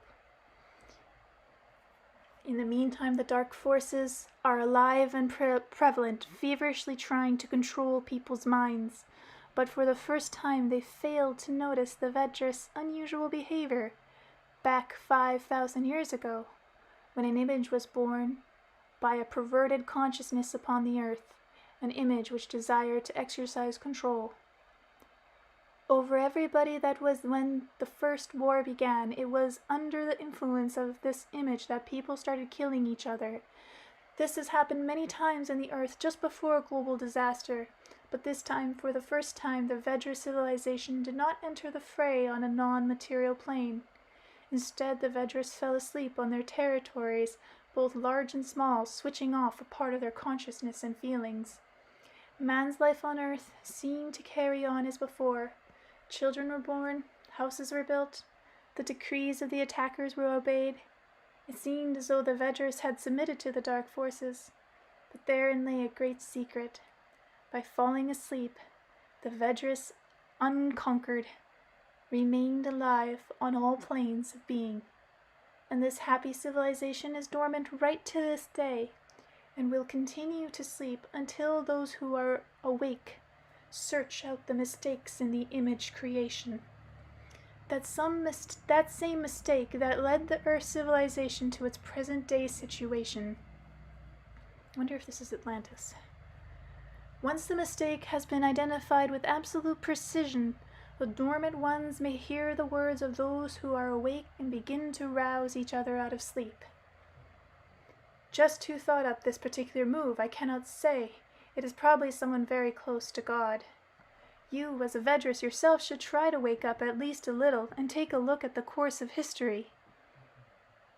Our people went to sleep on various continents. 3,000 years ago, they were thriving only on what is now Russian territory. At that time, the age of the dark forces had already come upon the whole earth, and on the Vedras, they continued their happy existence only on the island now known as Russia.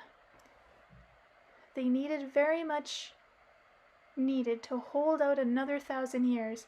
They had to decide how to convey their knowledge to future generations, figure out what was happening on the earth, and determine how a repetition of the mistakes could be avoided in the future. They managed to hold out another 1,500 years on this island. They fended off the attacks, but not on a material plane. The darkness had already taken control of people's minds over the whole earth. The priests placed themselves above God and decided to create their own world of the cult. They had already managed to intoxicate 1/3 of the world. But all the forces of darkness could do no harm to our people on this island that is today called Russia. It is only 1,500 years ago that this last island too fell asleep. In civilization of the earth, the people who knew God fell asleep in order to awaken to the dawn of a new reality. The forces of darkness supposed that they had succeeded in destroying this people's cultures and aspirations of their soul forever. This is why they are trying so hard to conceal the history of the Russian people from those living on the earth today. In reality, there is so much more to the story in covering up the history of the Russian people, which can serve as a stepping stone into the world of the beautiful. They are actually trying to cover up the joyously living civilizations of the earth, cover up the culture, knowledge, and feelings of knowing God, which are inherent in that glad civilization your forebears were a part of. Wait, Anastasia, could you tell me a bit more specifically about this extinct, or as you put it, dormant civilization, using simpler terms easier to understand? And can you prove the existence of this civilization? I can try using simpler words, but it will be 100 times better if each one tries to visualize it for themselves. But it is possible for everyone to see what happened 10,000 years ago. Yes, it is, only on a varying degree and detail, but everyone can but overall feeling of it, and even see one's forebears and one's self in this joyous world. How can everyone do that? How can I do it? For example, it is all very simple. To start with, Vladimir, try to evaluate and compare events you are familiar with just with your own sense of logic. When questions come up, find your own answers to them. What do you mean by logic? How can one learn about the history of Russia? Let's say by logic. Anyway, you said that our Russian history and culture have been destroyed or hidden from all the people of the earth. But how can I, or anybody else for that matter, verify what you say using logic? Let us try reasoning through this together. I can do a little to help you get in touch with history. Okay then, what needs to be done to start with? To start with, you should answer questions yourself. Which one? A very simple one. Remember, Vladimir, the history textbooks you brought for our son? It is called A History of the Ancient World. There are chapters in it discussing the history of ancient Rome, Greece, and China. They describe what Egypt was like 5,000 years ago, but nothing is said about what Russia was like during this time. Never mind 5,000 years. Russia's history and culture, even from 1,000 years ago, are kept in the strictest secret. The textbooks is written in the Russian language aimed at Russian children, but there is not a word in it about the Russia of only 2,000 years ago. Why? Why? I echoed, needing a most peculiar situation. Indeed, a most peculiar situation. A Russian textbook on the history of ancient world, and nothing said about Russia itself.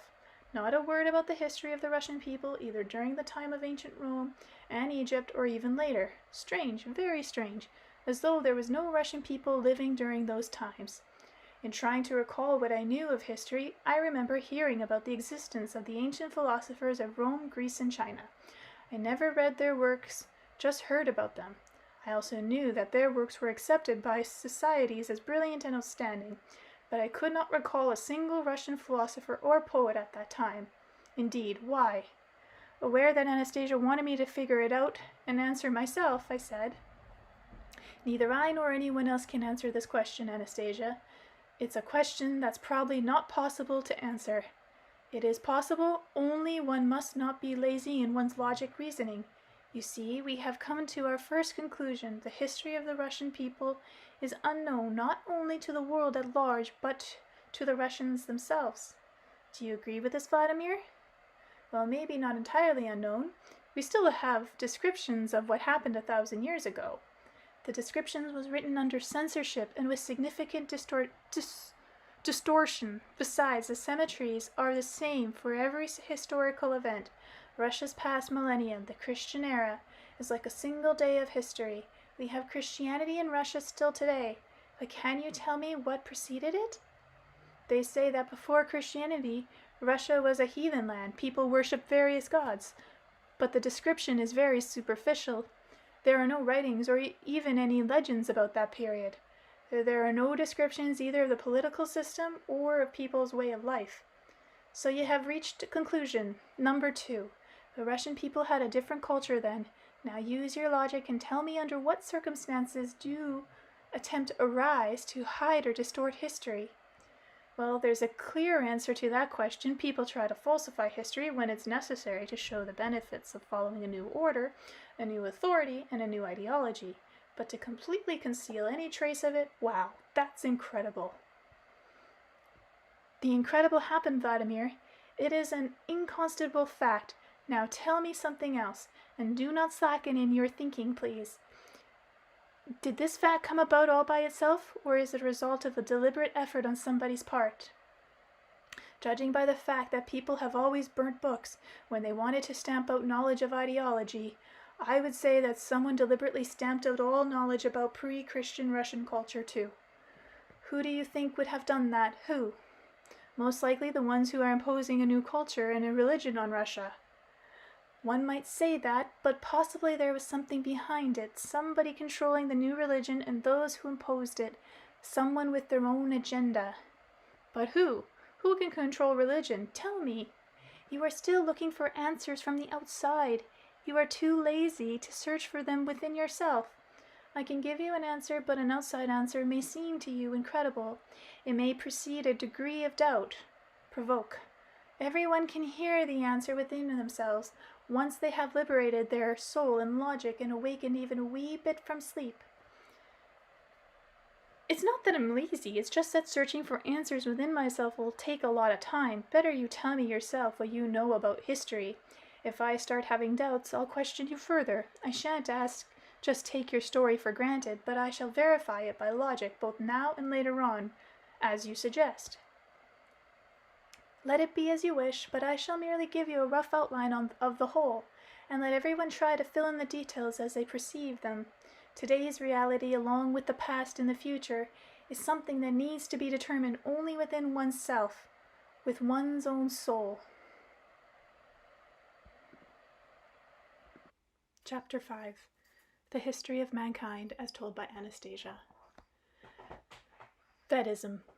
People have been living on the earth for billions of years. Everything on the earth was created perfect right from the start. Trees, blades of grass, bees, and the whole animal world. There is a direct connection between everything living on the earth and the entire universe. The apex of creation is man, and in the great pristine harmony of all things, man was created harmonious. Man's purpose was to learn about all his surroundings and create perfection in the universe, to create the likeness of the world of the earth in other galaxies. Each new creation of his to add more splendor to earthly creations. The way will open for man to create on other planets when man is able to overcome temptation, when man is able to hold in unity the grand and diverse energies of the universe inherent in himself, and when he does not allow one of them to take precedence over the rest. The day when the whole earth is in a paradise garden will mark the opening of the path of creation in the universe, and once man becomes aware of the whole harmony of the earth, he will be able to contribute his own splendor. Man takes it upon himself to take account of his actions once in every million years, whenever he makes a mistake, whenever he allows one of the many diverse energies he contains to dominate at the expense of the rest, a global catastrophe takes place. Then everything starts again from the beginning. This has happened many times. One of mankind's million-year period may be divided into 3 ages. First, the Vedic age. Second, the age of the image. And third, the age of the occult. The first stage of human society on the earth, the Vedic, lasted 990,000 years. During this age, man lives in paradise like a gladsome child maturing under parental care. Sounds like the Garden of Eden, just simplified by 2 people. During the Vedic age, God is known to man. All God's feelings are inherent in man, and through them, man is able to obtain any advice he needs directly from God. And if man should suddenly make a mistake, God is free to correct it simply by giving a hint, without disturbing the general harmony of or infringing on man's freedom in any way. In the Vedic age, man does not raise questions about how or by whom the world, the universe, the galaxies, along with his marvelous planet called Earth, were created. Everything is completely aware that everything around, either visible or invisible, has been created by their Father, namely God. The Father is everywhere. All that grows and lives are his living thoughts, his program, and one can use one's own thought to commune with the Father's thoughts. And one can contribute to his program, provided one first understands it in detail. During the Vedic age, man did not bow down before God, nor was there the multitude of religions which sprang up afterward. There was a culture to life. People lived a divine way of life. There were no diseases of the flesh, feeding and clothing himself in a divine manner. Man simply did not think about food and clothing. Thought was otherwise occupied with the excitement of discovery, and no rulers reigned over human society. There were no boundaries marked off states as today. Human society in the earth consisted of happy families. The various continents were inhabited by families. They were all united by their aspirations to create a space of splendor. There were many new discoveries, and each family, upon making a splendid discovery, felt the need to share it with others. Families were formed by the energy of love, and everyone was fully aware of that a new family would create one more oasis of splendor on their native planet. There were many rituals, holidays, and carnivals among the people of the Vedic age, each imbued with great meaning, sensitivity, and a conscious awareness of the real divine existence on the earth. Earth ritual Each ritual served as a grand school and a grand examination for each man that took part in it, an examination in the eyes of others, in the eyes of oneself, and consequently in the eyes of God. I shall tell you about and show you one of these rituals. It was a wedding rite, or rather the recognition of the union of two people in love. Look and see, try to compare the level of knowledge and culture with that of today. A union of two, a wedding. The wedding rite, a bonding of two hearts, took place with the participation of the whole village, sometimes several neighboring or even distant villages together. The lovers-to-be could meet in various ways. It could happen that two young people from the same settlement might fall in love.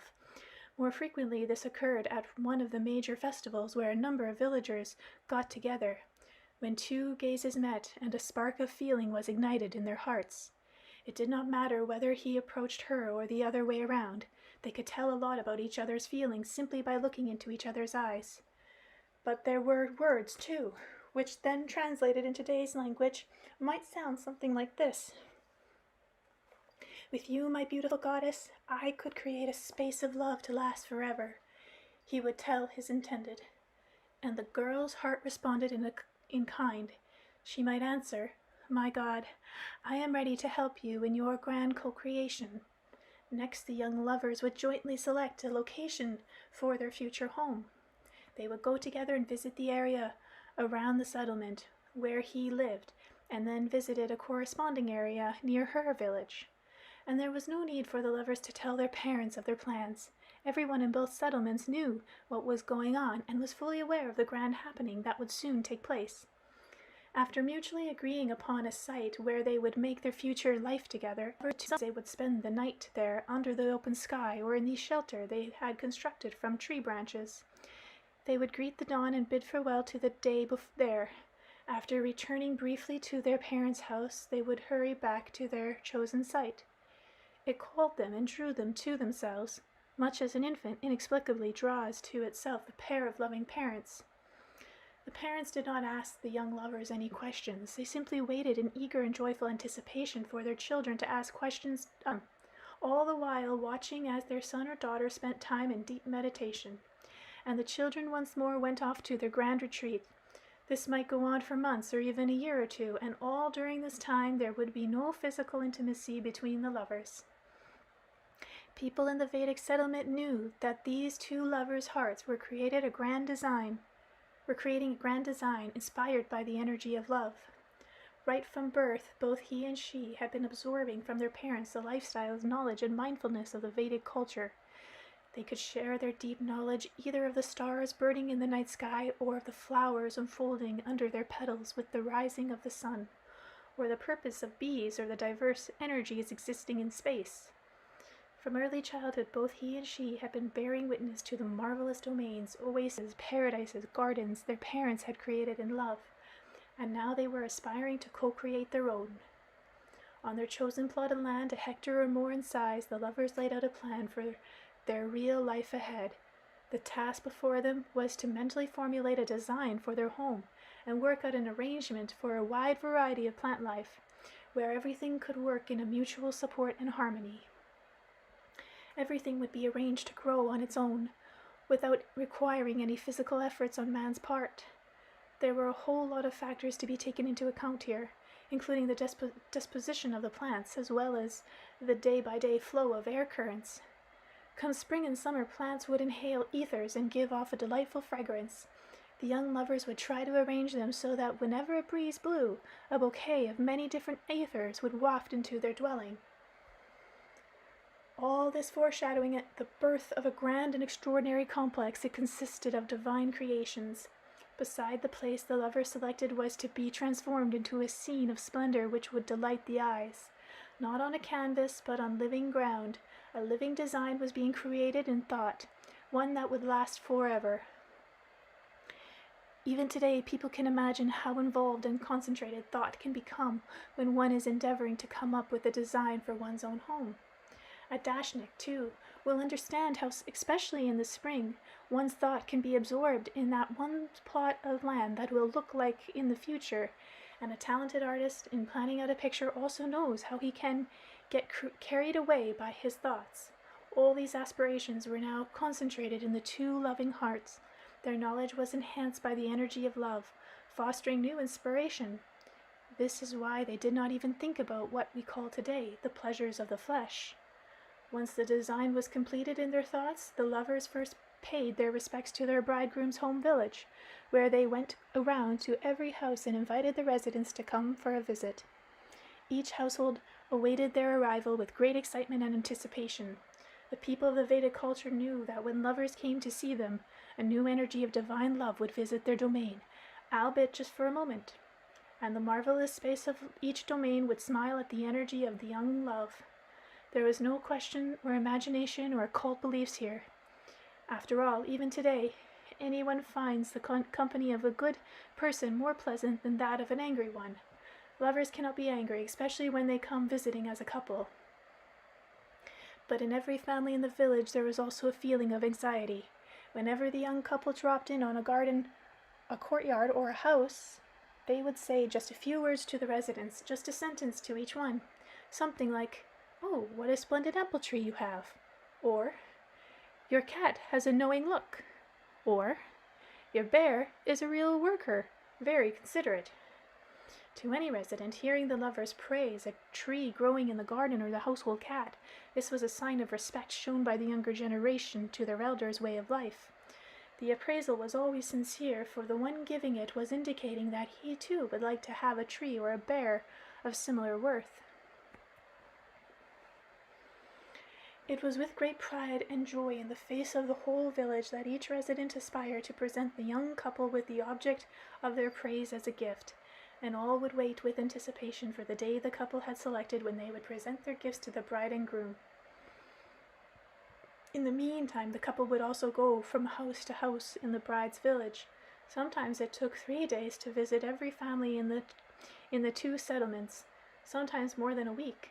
When the couple finished making their rounds and the selected day arrived, both young and old, would rise at dawn and begin hastening to the site of the young couple's new home for a visit. People would take up a position around the perimeters of the couple's selected domain, marked out by dry branches. In the middle, next to the shelter, a little mound rose out of the earth, decorated with flowers. Look now, and you will behold the most extraordinary scene. There he is. Look! Here is a young man coming out of to greet the residents of the two villages. He is magnificent, a virtual Apollo, with hair of russet brown and eyes of bright blue. He ascends the mound. Now, on the top of the mound, Vladimir, that is his name, is excited. The eyes of all the people present are fixed on him alone, and in the ensuing silence he begins his speech. In front of everyone assembled, he sets forth the design of a new space which he has co-created with his beloved. With the aid of hand gestures, Vladimir tells where the apple tree will grow, as well as the cherry tree and the pear tree. He shows the location of future groves of pine, oak, cedar, alder, along with what berry bushes will grow in between, what grasses and herbs will send forth their pleasant fragrance, and how easy it will be for bees to build their home among the trees, and where the workhorse of a bear will hibernate during the winter. He speaks quite quickly with great inspiration, setting forth a carefully thought-through design. He goes on speaking for about 3 hours, and the whole time the people listen with rapt attention, and each time the young man points to a spot where some living things will grow.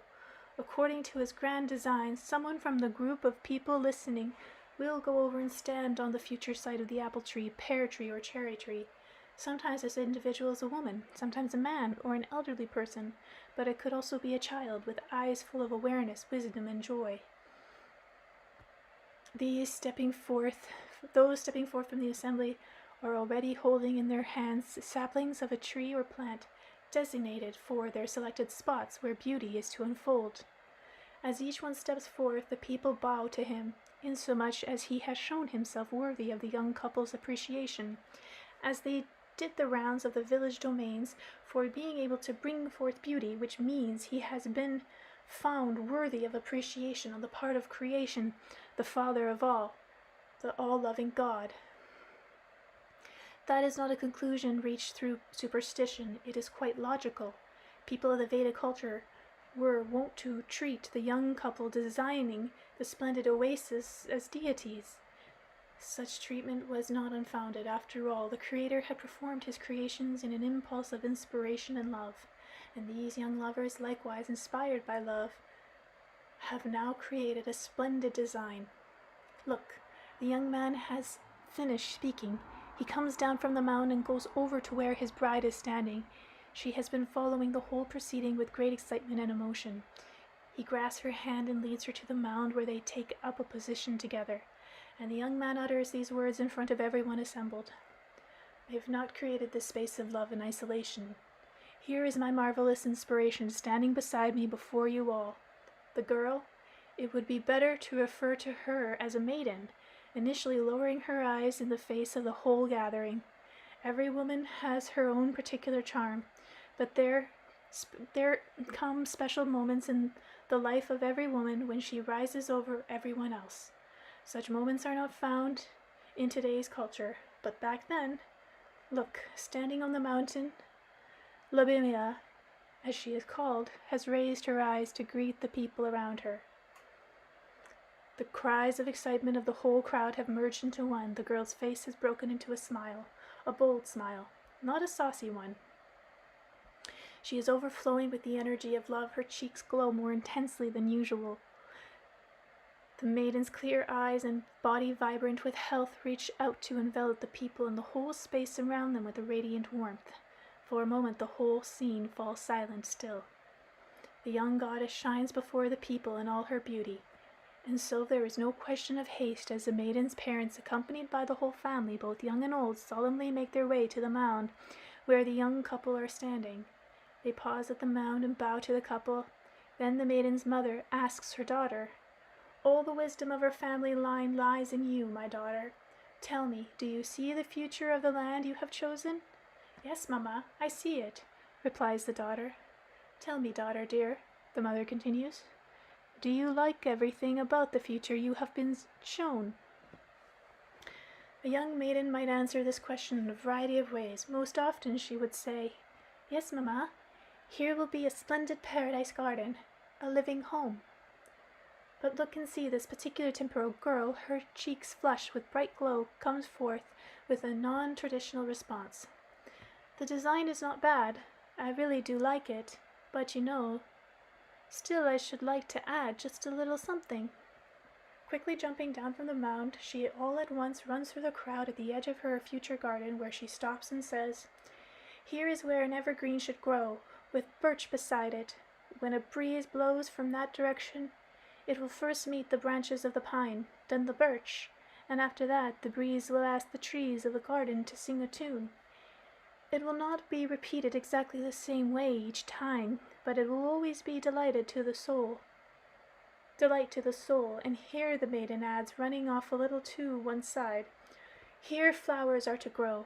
First there will be a flush of red, then over here a little later violet will spring up, and burgundy over there." The maiden, all aglow like a fairy, starts dancing around her future garden, and once more the people remaining in the circle set themselves in motion, hurrying about to carry the seeds in their hands to the spots on the ground the high-spirited girl has pointed out. Upon finishing her dance, she once more runs up to the mound. Here, standing next to her chosen one, she says, "Now the space here will be splendid in its sheen. The earth will produce a most marvelous scene. Tell everyone, my daughter," her mother once more addressed her, "who will be crowned to reign over all this marvelous space around. Of all the people living on the earth, upon whom could you bestow the crown?" The maiden takes a sweeping look at all the people standing around, holding saplings and seeds in their hands. Each of them stands in a spot indicated by the young maiden according to his plan and the maiden's outlet of splendid scene to be. But no one is yet planting a seed in the garden. The sacred moment for that has not yet arrived, and at this moment the maiden turns to young men standing beside her in the mound and says, almost in a song, "He is worthy to wear the crown whose thought is able to create a future that will be splendid all around." With these words, the girl touches the shoulder of the young man standing beside her. He gets down on one knee before her, and the girl places on his head a most beautiful crown, a garland woven from sweet-smelling grasses by the maiden's own hand. Then, running her fingers 3 times through her fiancé's hair with her right hand, she takes hold of his head with her left and draws it a little closer to herself. Upon her signal, the young man stands up. Then the girl runs down from the mound and bows her head ever so slightly in a sign of meekness. Right at this moment, the young man's father, accompanied by his whole family, is making his way over the newly crowned groom. Approaching the mound, he stops and pauses in respect. Then the father begins speaking, his gaze fixed on his son. "Who are you whose thought is capable of creating a space of love?" Whereupon the young man replied, "I am your son, and I am the son of the Creator. A crown has been placed upon your head, a sign of great mission to come. You who are wearing the crown, what will you do as you reign over your domain? I shall create a future that will all around be the most splendid and will remain.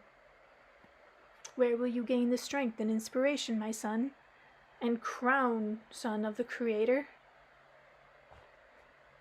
In love. The energy of love is capable of wandering through the whole universe. How will you manage to see the reflections of the universal love on earth? There is one girl, Father, and for me she is a reflection of universal love on the earth." With these words, the young man comes down to where the girl is standing, takes her by the hand and leads her back up to the mound. Holding hands, they watch as the 2 families merge into a single group, sharing hugs and jokes and laughter from the youngest child to the eldest present. Everything becomes quite quiet once more when the young man holds up his hand and proclaims, "My thanks to all who heard me in this place. My soul has spoken of the creation of a new space. My thanks to all who have held the energy of love in such high esteem. May what has been conceived by the soul's dream now sprout from the earth." These words have the effect of settling all the people standing around in joyful motion setting. And with pride and joy and great emotion, the people plant the seeds and saplings in the ground. Each one plants just one sapling in the spot indicated by the young man as set forth in his plan. Those not assigned a specific spot set about to walk around the perimeter of the plot, which has already been marked out, and to the song of the Karav throw the seeds they have brought with them into the ground. Within the space of a few minutes, a marvelous garden has been planted, the space which has been created through a dream. And now the people retreat once more beyond the plot's perimeter. Only 2 families remain surrounding the mound where he and she, the young lovers, are still standing. Drops of rain from the skies are falling into the ground. The very warm rain is unusual and lasts but a short time. These are tears of joy and tenderness falling from the Creator's eyes to water the marvelous space co-created by his children. What could be dearer for a parent than a marvelous creation of his children? And once again the young man with the crown holds up his hand, and when all is quiet says, "Let all the creatures given to man by the Creator live together with us in friendship." Whereupon the girl and the young man come down from the mound and head over to the shelter where they stayed while working out the design. After these words, out from the circle of people standing around, someone approaches the couple, accompanied by an old dog and a pup. The dog is one that greeted the couple in a friendly way on their tour of the domains, in which they have taken a great liking to. The visitor bows and presents the bride with the puppy. At his signal, the old dog goes and lies down at the young man's feet. This dog has been trained to help man teach all the other animals. The young man orders the dog to sit by the entrance of the shelter and presently the girl lets the puppy inside. Others people approach the shelter one by one, carrying in their arms a kitten or a lamb, or bringing a colt or a bear cub on a lead. I guess it's a leash. People quickly fashion tree branches into a wicker fence to attach animal pens to the shelter, and soon the dwelling, which just a short time ago was used by people as sleeping quarters, is now filled with young animals. And there is tremendous significance in this, for in mixing with each other this way, these animals will forever live together in friendship, caring for and helping each other. That's very true. When they're all babies, they all get along. No mysticism in this. It is the law of the creator of nature. After all, you can find examples of this today. If a puppy and a kitty grow up together, they will remain friends as adults. One of the other characteristics of the Vedic period was that people were fully aware of the purpose of various creatures, and all animals served man. Man did not bother feeding the animals. On the contrary, they fed him. During the Vedic age, both man and his household pets were vegetarians and never ate meat. They would not even think of it. The tremendous variety of plants around were able to supply man's taste abundantly, not only his, but that of the animals surrounding him. In this instance, the bride and the groom are presented by the residents of the two villages with the best they have. After accepting the gifts, the young couple once more ascends the mound. Our hearty thanks to everyone. The bridegroom expresses their gratitude to those gathered. Thank you all for creating this space. My descendants will care for it over the centuries to come. Our thanks to the mother who bore the Creator, says the bride. And turning to the young man, she adds, for the joy of the Creator of the sun, the moon, the sprinkling of stars in the sky, and our most beautiful earth, we shall co-create everything you are able to think of. Together with you, my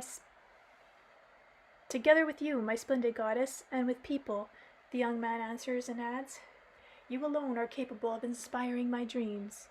Once again, the young couple come down from the mound. They are immediately surrounded by their respective families, all congratulating them, and the people dance a kravav around the plot, accompanied by a joyful song.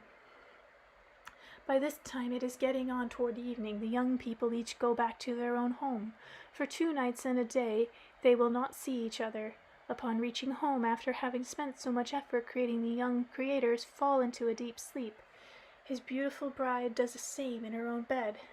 Those who remain at the spot where the co-creation took place in love will go on singing songs in a chorale. Older couples will go off by themselves with resurrected memories of how it all happened to them on a similar day of their own. And over the course of the following night and day, the best craftsmen from both villages will build the couple a little house to the accompaniment of songs and the chorale. They will fit the rows of timber night together, the moss and grass between them, making a sweet-smelling bouquet. And by the end of that day, the women of the village will place the best fruits of their harvest in the new home. The 2 mothers will cover the bed with a linen counterpane. And by the second night, every last one of the visitors will be gone from the domain. In the meantime, after a good night's sleep, the young man awoke on this day to see the sun rise over the earth, illuminating his parents' house with its glad rejoicing. His first thought was for the crown he had been given the day before.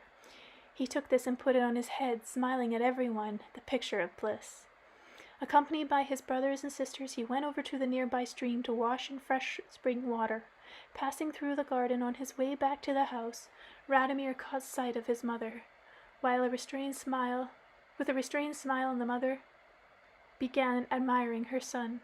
Whereupon the young man, bursting with excitement, could no longer restrain himself at the sight of his own mother. He picked her up in his arms with delight. Spinning around like a child, he exclaimed, how marvelous is life all around, my dear mamma. Oh, his mother exclaimed, breaking into a laugh. Grandfather smiled behind his mustache. Grandmother then approached the happy pair carrying a beautiful carved wooden ladle and said, maybe it's a ladle, young gods of ours, stop right there. You must spare your gladsome energies. Drink this tea of calming herbs so that your energy does not burn you. Its time will come the following day.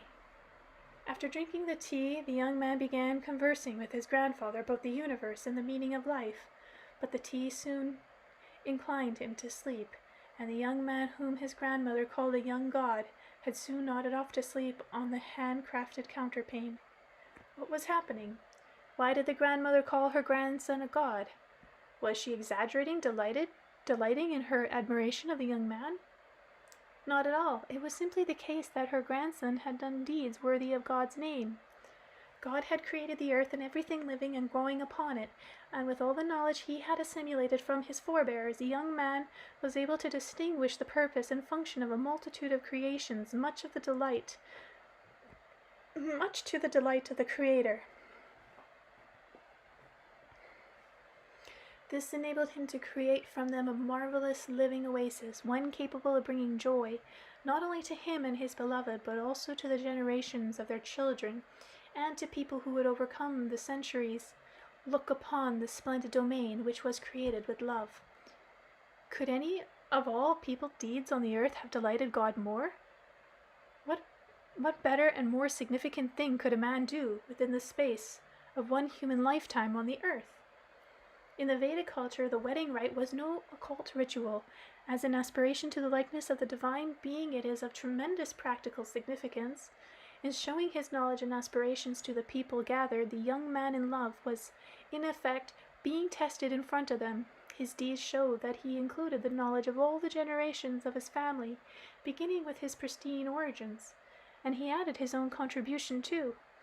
His creation was appraised as worthy by all the people, and it was with great joy that they planted trees and herbs in the spots he indicated.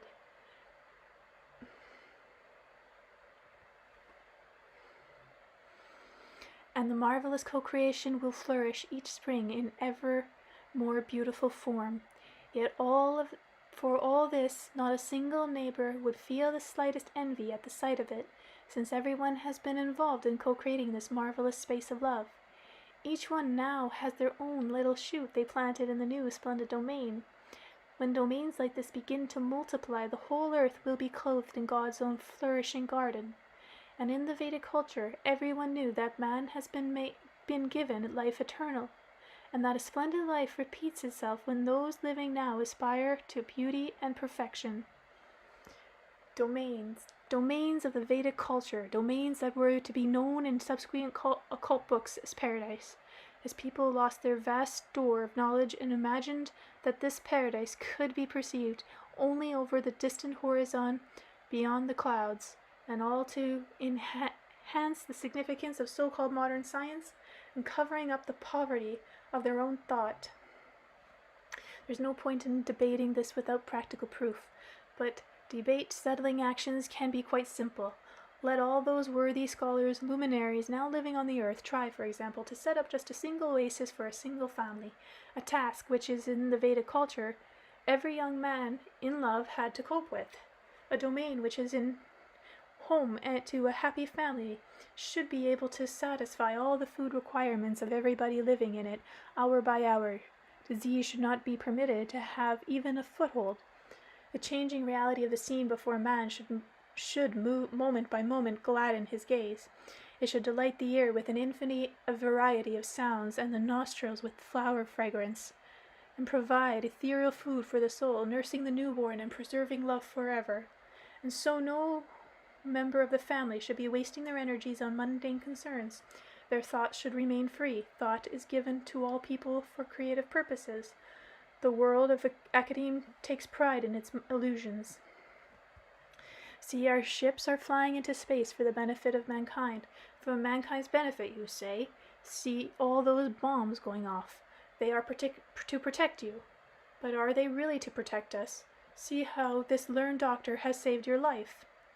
But up to that point, life was in the process of being annihilated moment by everyday concerns. They saved the life of a slave to prolong his suffering. The world of academe is in no position to create even the similitude of a splendid domain. Because, again, there is a law of the universe which says a single creator inspired by love is stronger than all the sciences combined which are deprived of love. I don't know who that was, but it was suddenly a different text.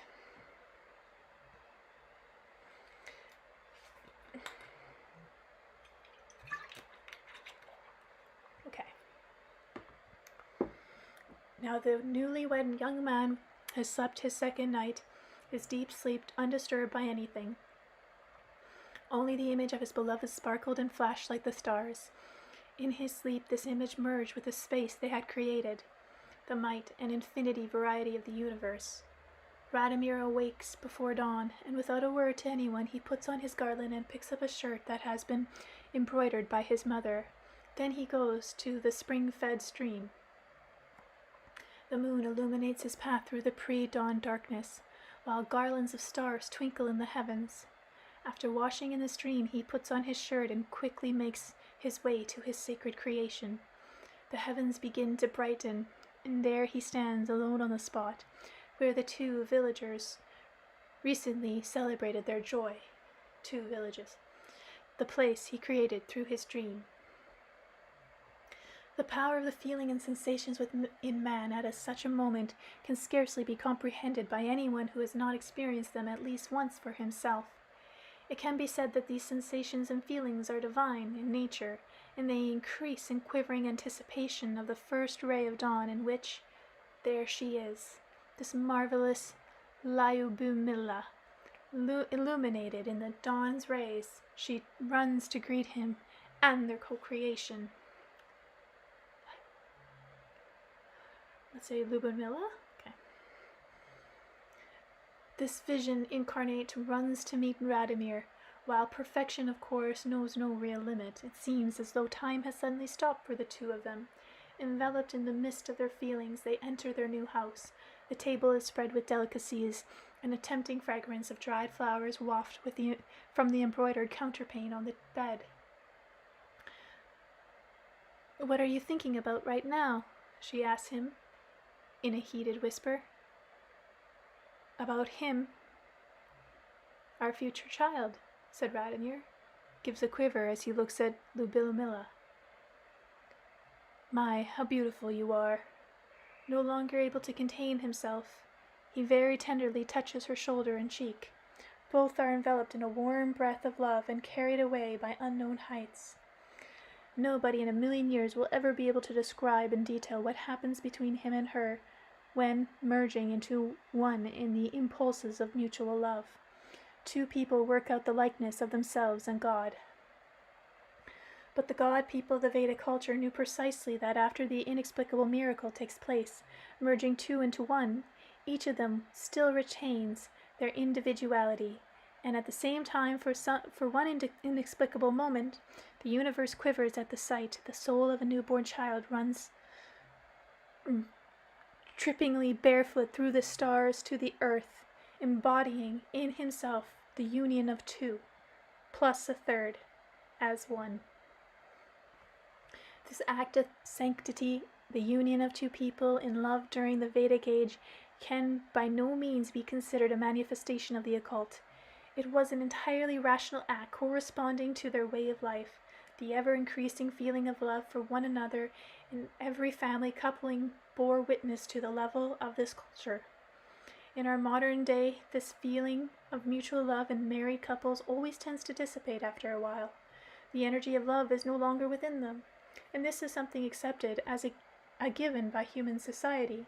But this scenario is unnatural to man. It tells us that the lifestyle people lead today is unnatural.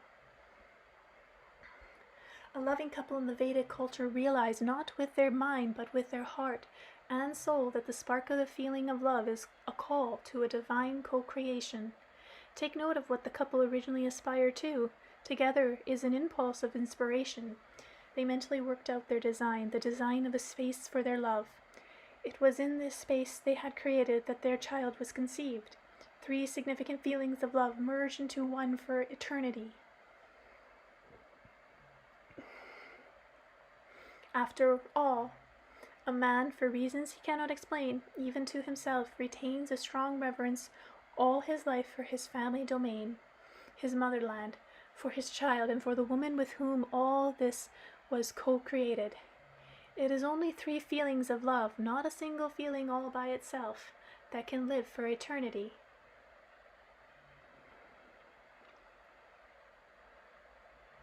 The birth of a son or daughter to a Vedic age family was also the occasion for a grand celebration and a life-significant rite. And there were many other celebrations back in those days, and there was absolutely no marital infidelity.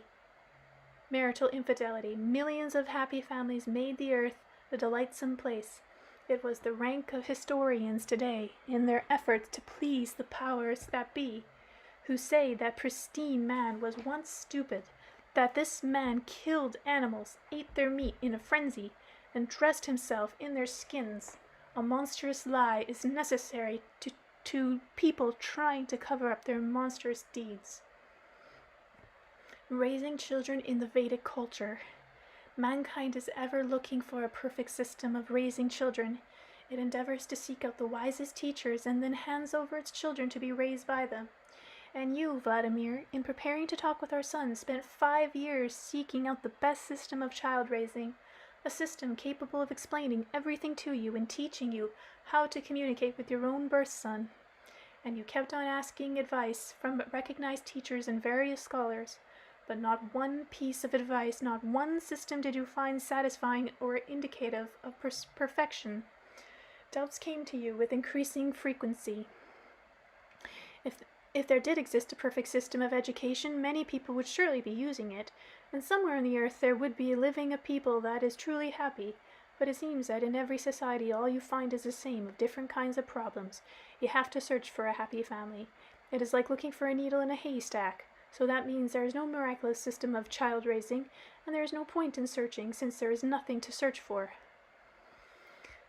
Forgive me, please. I had no other choice but to keep track of your thoughts the whole time. I was trying to determine, through you, what leads people away from what is so obvious.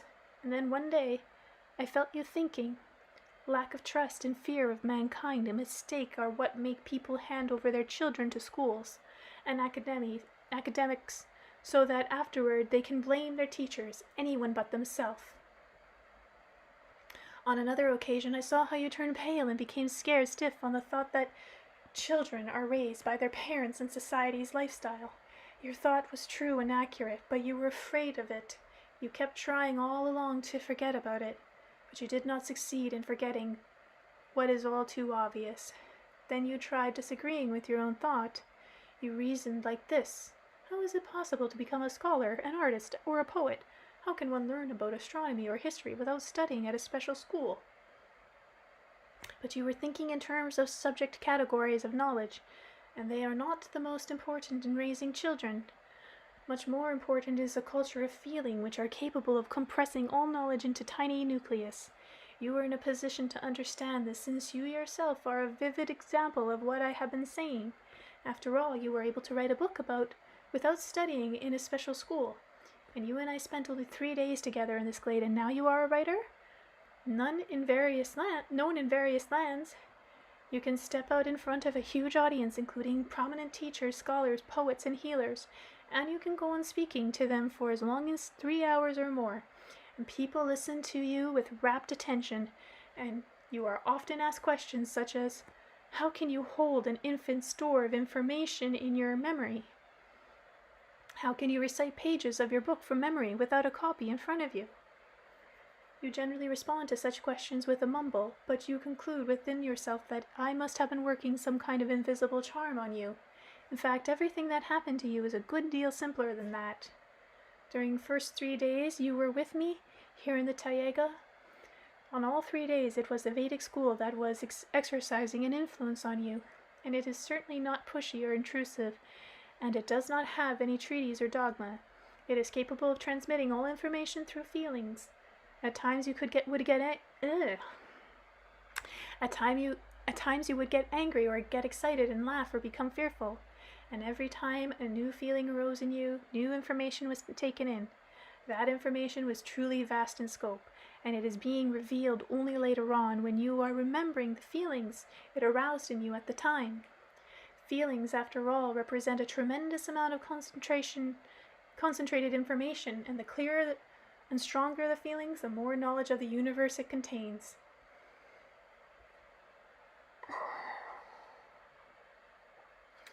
For example, remember the first night in the Taiga when you woke and saw the she-bear beside you?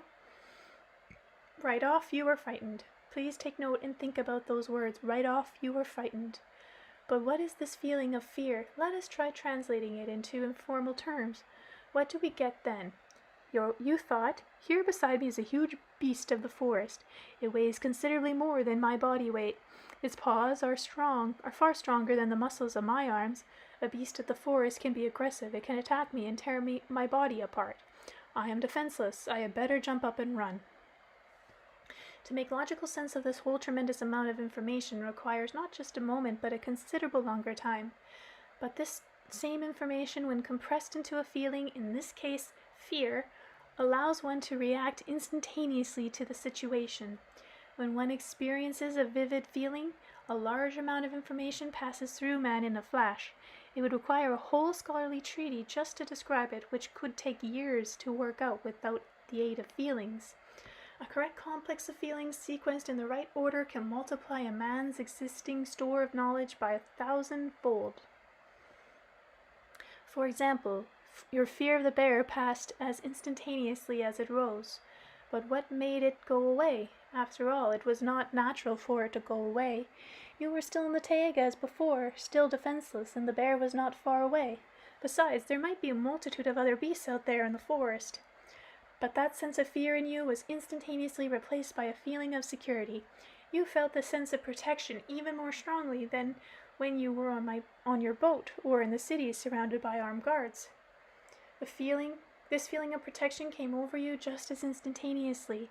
It came over you just as soon as you saw that the bear took pleasure in carrying out my orders, reacting to my words and gestures. The feelings of protection enabled you to perceive information in a whole new way.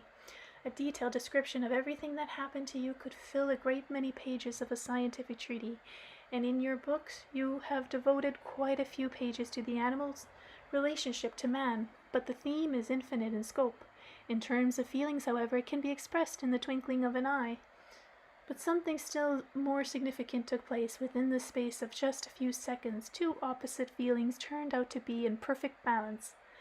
I became to you someone whose presence you could feel completely protected, even though at the same time when one you could not fully explain and even found a little frightening. The balance of feelings is very important. It is a confirmation of man's equilibrium. Yet at the same time, as though constantly pulsating feelings engender more and more streams of information.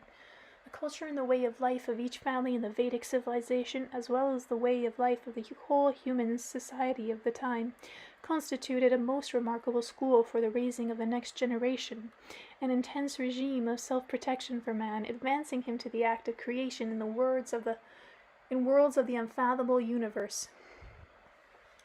In the Vedic age, children were not raised the way they are in our schools today, but through participation in merry festivals and rites. These were their celebration within a single family, or ones where the whole community took part, or several neighboring communities together. More specifically, the multitude of celebrations during the Vedic age were crucial tests for both children and adults, and a means of information exchange. The way of life in the family with the preparation for these celebrations afforded the opportunity to acquire a tremendous systematic store of knowledge. Children were taught without the compulsion they feel when they are made to sit and listen to teachers against their will. The learning process unfolded moment by moment for both parents and their children, cheerfully and not obtrusively. It was something desirable and fascinating. But it did include some methods that would be considered unusual today. Ignorant of their tremendous significance for man's education, modern scholars might call parents' actions during Vedic times superstitious, or even occult-like. For example, you thought that way and were very concerned when you saw your son, still so very young and helpless, as yet unable to stand on his own 2 feet, being picked up by the mighty eagle. The eagle held the little boy in its claws and circled over the glade, rising and descending by turns. That happened with children in all Vedic families, though they did not always employ eagles for this purpose. They might be able to show the earth from on high from the top of a mountain, or there happened to be a mountain close to where they lived. Occasionally a father might take his infant son or daughter and climb to the top of a tall tree. Sometimes they would build a special tower for this purpose. And yet the effect was more dramatic than an eagle circling over the ground with an infant in his claws. In just moments or so, the child would experience a whole gamut of feelings, and in that very moment he would take on a whole multitude of information. And when he was older, He could discover this information within him through these feelings whenever he wanted, whenever the need arose. Remember, for example, I show you what a perfect design the handsome Vladimir created, together with his bride Lubomila, for their domain. I told you that the most recognized scientists in the world today are unable to create anything like that. They would not be able to do it even if they all joined together as one. But how could the young man bring about such a miracle back then? Where did he acquire the knowledge of all the plants, the significance of the winds, the functions of the planets, and so much else besides? After all, he never sat at a traditional school desk. He did not study science. Then how did the young man learn the purpose of each and every one of 530,000 species of flora? He might make use of only 9,000 of them, but he could accurately tell the interrelationship each species had with the others. Bah! Your son did the same thing. Naturally, Vladimir had been observing his father and their neighbor's domain right from childhood, yet he never wrote anything down and did not consciously memorize anything. He never asked his parents what grew from for what purpose, and they would never vex him by preaching at him. And yet this young man in love still managed to create his own domain, and even a better one than his parents had. Please do not be surprised, Vladimir. Try to understand. You see, Vladimir did not set forth a logical plan for his garden, although indeed it turned out that way in his domain.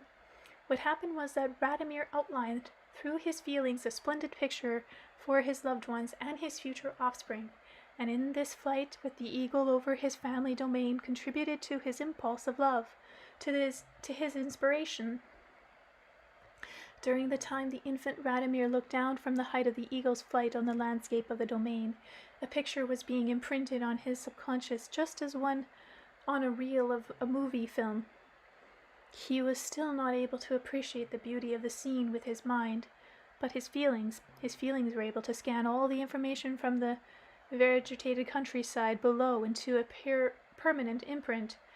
And through his feelings, not through his mind or intellect, he was able to perceive what he saw as beautiful.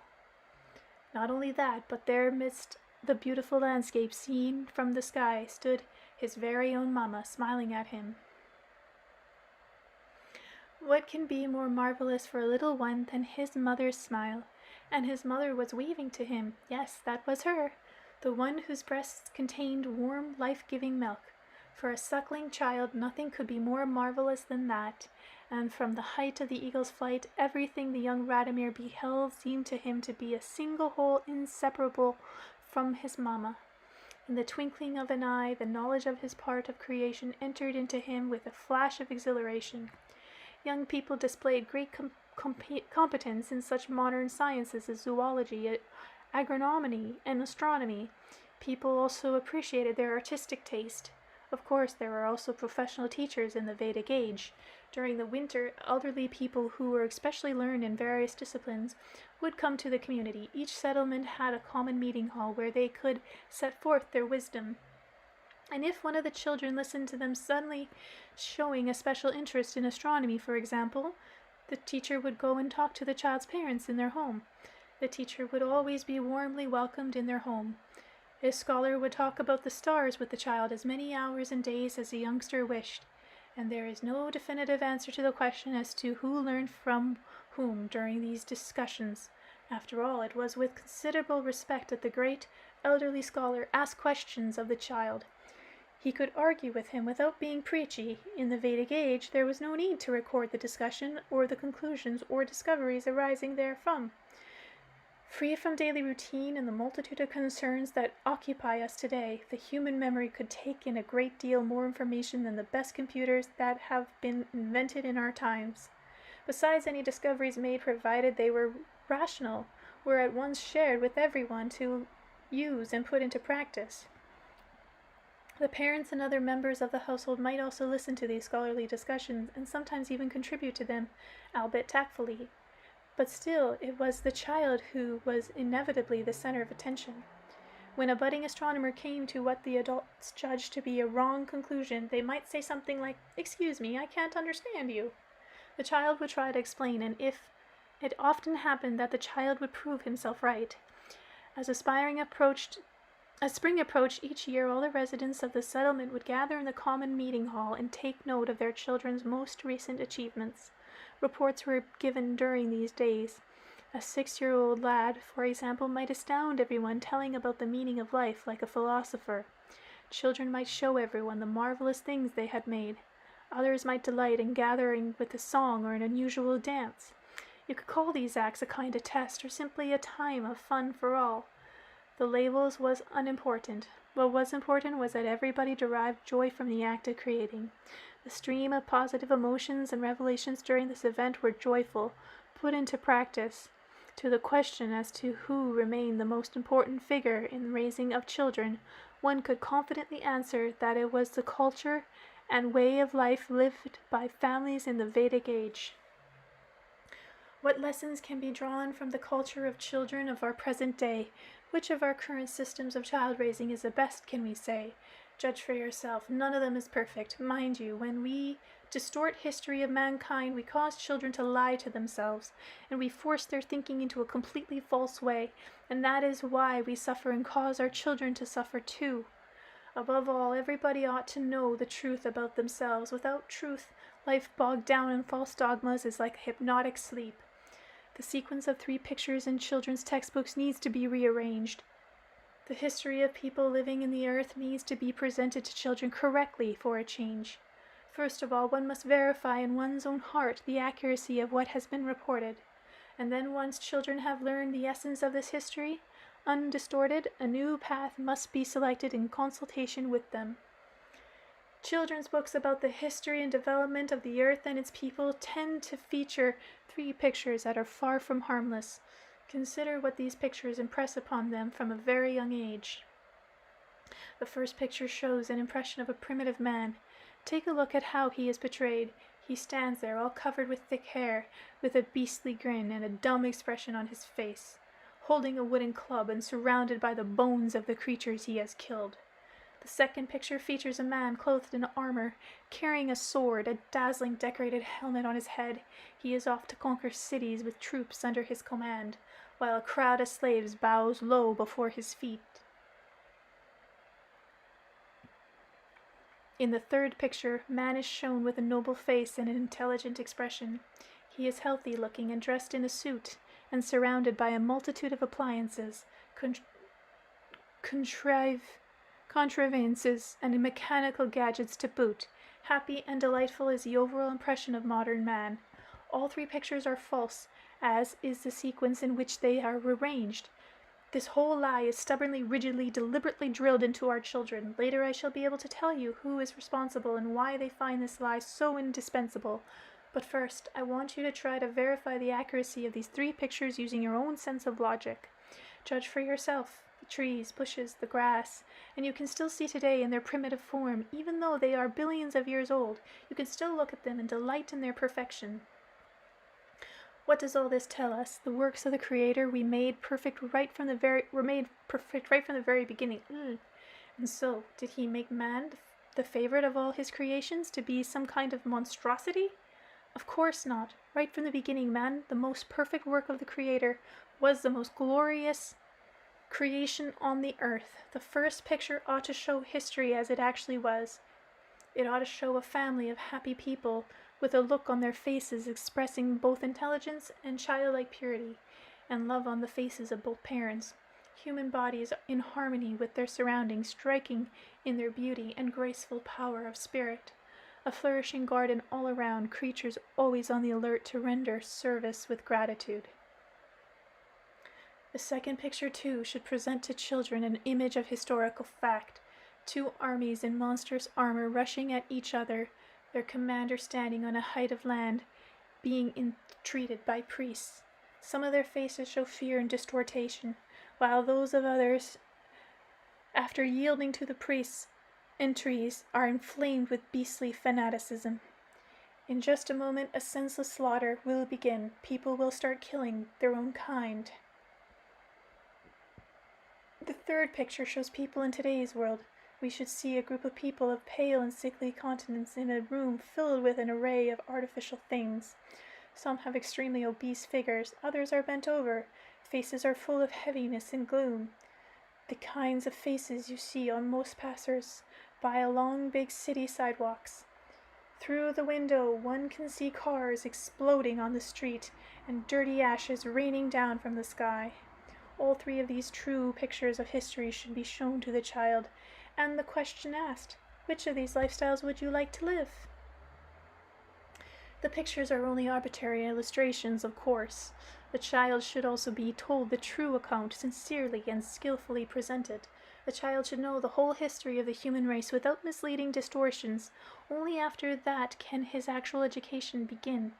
The question should be asked, how can we change the situation today?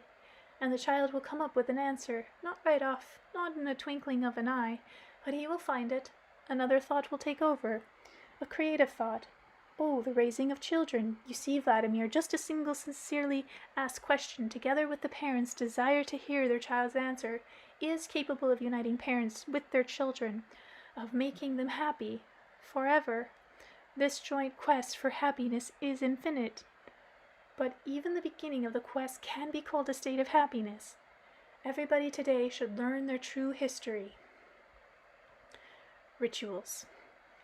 At a later period, the occult priests undertook tremendous efforts to distort and besmirch the significance of the ritual acts of Vedic times. They started a rumor, for example, that the Vedic people mindlessly worshipped the element of water, and that they held a yearly sacrifice of young girls who had not yet known love, throwing them into a lake or a river, or that tying them to a raft, they pushed them off from the shore and dispatched them to their doom. The elements of water, a lake or a river, was indeed connected with many acts among the Vedic people, but it had a completely different significance. In support of life, not death, let me tell you about just one of these. It is still practiced today in a superficial form, but the resemblance is only superficial. In today's variant, its great, rational, and poetic significance has been replaced by obscurity and occultism. In various countries today, there is a celebration involving water, whereby wreaths or small rafts with beautiful lanterns or candles are set afloat on the water surface and pushed away from the shore in a plea to the water to grant good fortune. But let us see where this particular celebration originated and how rational the poetic or significance it had in its pristine form. In Vedic times, it sometimes happened that one or two girls, how many is of no importance, did not find someone who they could love within their own community, and even at large festivals involving several communities, they did not succeed in choosing their intended. This would not have been on account of the limited selection. Indeed, they were presented with a whole array of splendid young men with intelligent countenances, almost like gods, who shone in their celebratory performance. But while the heart and soul of the girl in question were filled with great expectations, they were not visited by love. The girl was dreaming of someone, but whom? She herself did not know. Even today, no one can explain the mystery or freedom of choice inherent in the energy of love. This is why, on designated days, the girls would go down to the river and in one of the little bays set a small raft afloat. Its edges were decorated with a garland of flowers. In the middle stood a small jug of wine or fruit infusion. Pieces of fruit were placed around the jug. The drink was to be prepared by the girl herself, and the fruit to be plucked by her from the trees she had planted by her own hand in her family garden. She might also place on the raft a woven linen headband or some other object, but it had to be something made with her own hands. Lastly, she would place on the raft a little lampadaka, whatever that is. Around the fire burning on the shore, the girls danced their, I don't know what this is, but it keeps mentioning it, a korvord or something, and sang about a beloved of whom they were not yet fully aware. And taking one of the branches burning on the fire, they lit the wick of the lampadaka, maybe it's a candle, I don't know. They pushed their rafts out of the bay into the main stream of the river where the current could catch it, and tenderly convey it down the river's farthest unknown reaches. And each girl followed her raft with a hopeful gaze as it receded into the distance until only the little light of the lampadaka was still visible. But the girls' hearts were aflame with the fire of hope, A feeling of joy and tenderness grew within, directed to one whom they were yet to know. Hastening back to their homes, the girls retreated to their rooms and excitedly began preparing for the anticipated meeting. He, the desired one, might come with the dawn at sunset time. The hour did not matter, but how did it happen? What would draw him to her? Was the meeting the result of mysticism or rationality? Or perhaps of the knowledge to which the Vedic people had access through their feelings? Decide for yourself which way. After all, the girls' rafts were carried along by the current on specific days. All the communities, even the distant ones, were aware of these particular days. Their journey might last a day or 3. On all these days, the moonlight nights, young men had not yet known love were awaiting hopefully in their loneliness, as all along the river's bay. Upon seeing the little lights in the distance being carried along by the current, a young man would at once leap into the water and swim towards the little light of love he had seen. The current did not inflame the young man's heated body, but tenderly cradled it with the transparent water of the stream. Closer and closer came the little heights, and now the young man could make out the outline of the rafts, each one prettier than the next, it seemed. He chose one of them. It was not clear why this particular one fell under his special esteem. He drew the raft from the middle of the stream to the shore, either pushing it with his hand or nudging it along by pressing his cheek to its side. It seemed as though the river current was engaging him to play.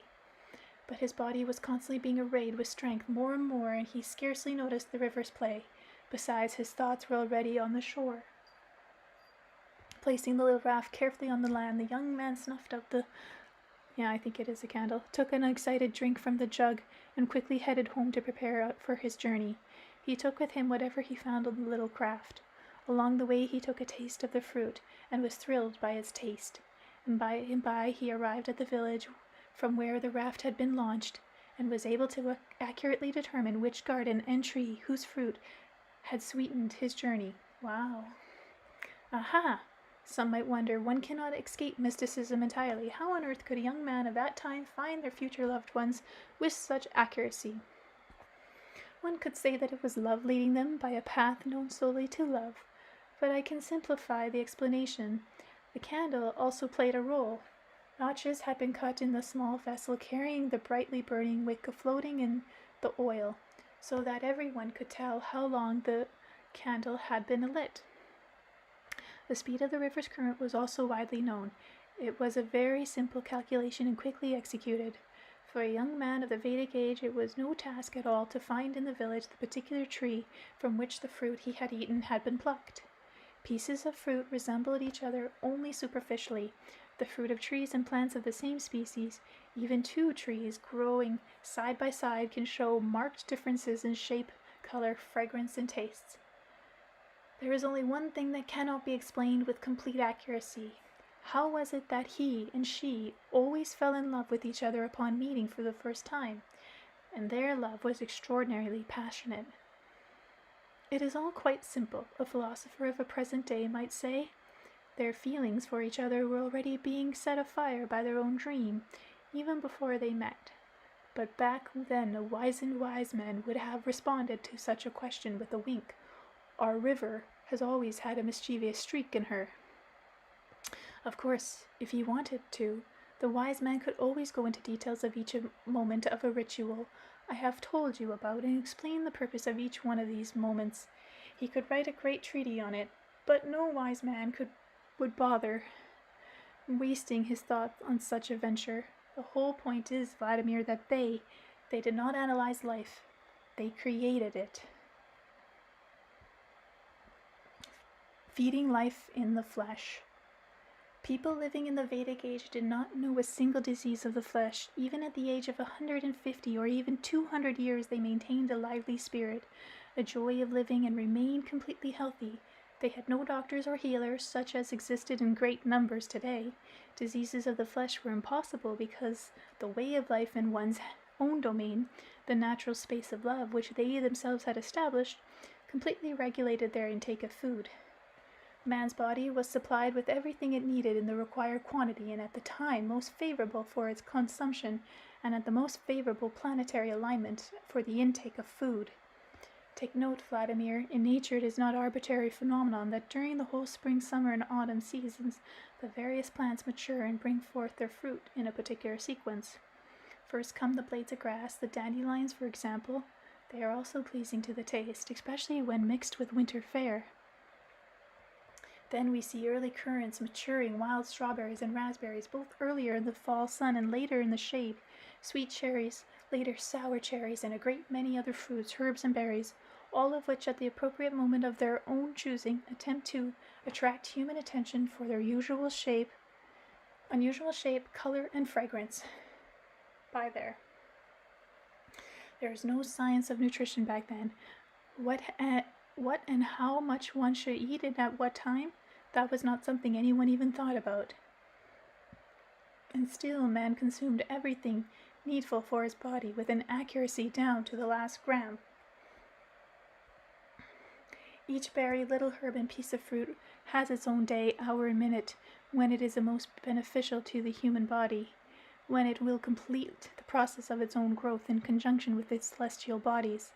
By this time it will have taken account of the specifics of what lies under the ground and of other plants growing around it, as well as the man that has bestowed his gaze upon it, and then evaluate and determine what his greatest needs are, and on that very day, when it's ready to serve man, man will honor it by his acceptance and allow perfection itself to become his food.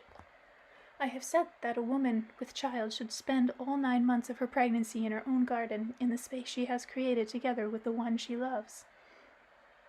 This is no occult mystery. It manifests the great rationality of the divine being. Judge for yourself. In nature there are many plants that can even painlessly terminate a woman's pregnancy. Wow.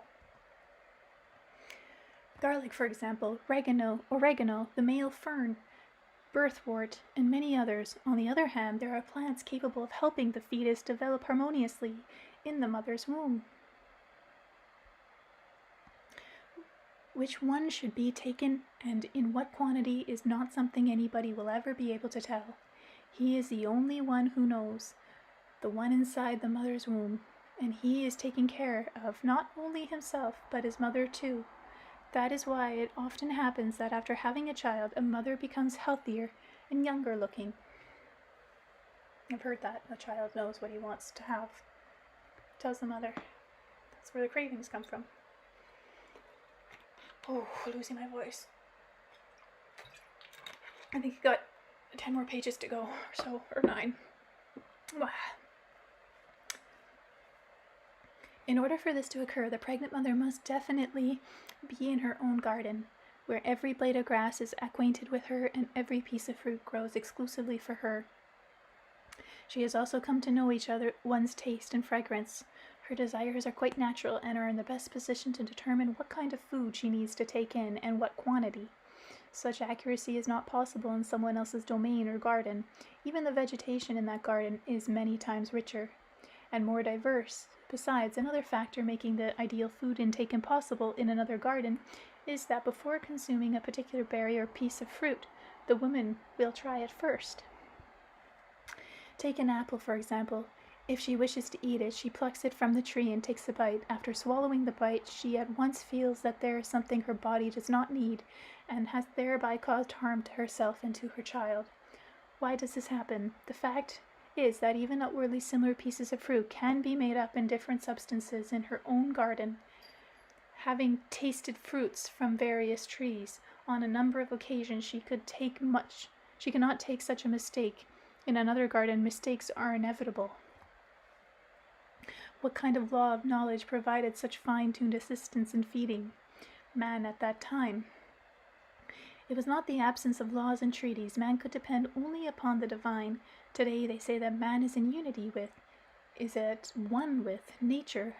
But what is this unity right now? Have you ever thought about it? In today's day and age, man consumes mainly artificial food, only what the system offers him as convenient to himself. And the schedule of consumption of food is also artificially determined by his artificial system. Back then, the Vedic age, everything was determined for man by his God-given feelings, and the slightest sensation of hunger was satisfied by the space of love back then. After all, man's feelings in harmony with his space of love could determine down to the minute, and as accurately as the most perfect mechanical device ever invented on the smartest instructions ever penned, what food man should take in and when. Whenever man walked through the space of his own co-creation, his free thought could create or work out plans on the scale of the universe, tempting beautiful fruit surrounding him. Intuitively, he would pluck and eat as a sample, or 2 or 3, without having his thought distracted by these sweet delicacies supplied him by God. Back then, man did not think about food. He fed himself in much the same manner as we today breathe. The space he had created in conjunction with his intuition accurately worked out how and when the flesh should be fed. In the winter-time, the whole multitude of plants freed itself from its fruit and foliage in preparation for rest. Winter was for the creation of the spring to come. But even in winter, man did not waste his time thinking of food, even though he did not prepare any comestibles in advance. All this was done but for him by household creatures, with great effort and love. Squirrels amassed a whole collection of nuts and mushrooms, bees collected honey and flower pollen. Every autumn, the bear would dig root crop storage cellars. Upon awakening in the spring, the bear would come to the man's dwelling and either give a low roar or a knock lightly with his paw upon the door. The bear would summon the man, who would in turn show him which of the cellars should be dug up. Perhaps the bear had forgotten where he had stored away the food. Perhaps he was longing for communication with man. Any member of the family might come out at him in response. But most of the time it was the child. After giving the hard-working beast a pat on the muzzle, he would go to the place designated by a marker and stamp his foot on the ground. The bear then began scraping the earth away in that spot and opened up the stores.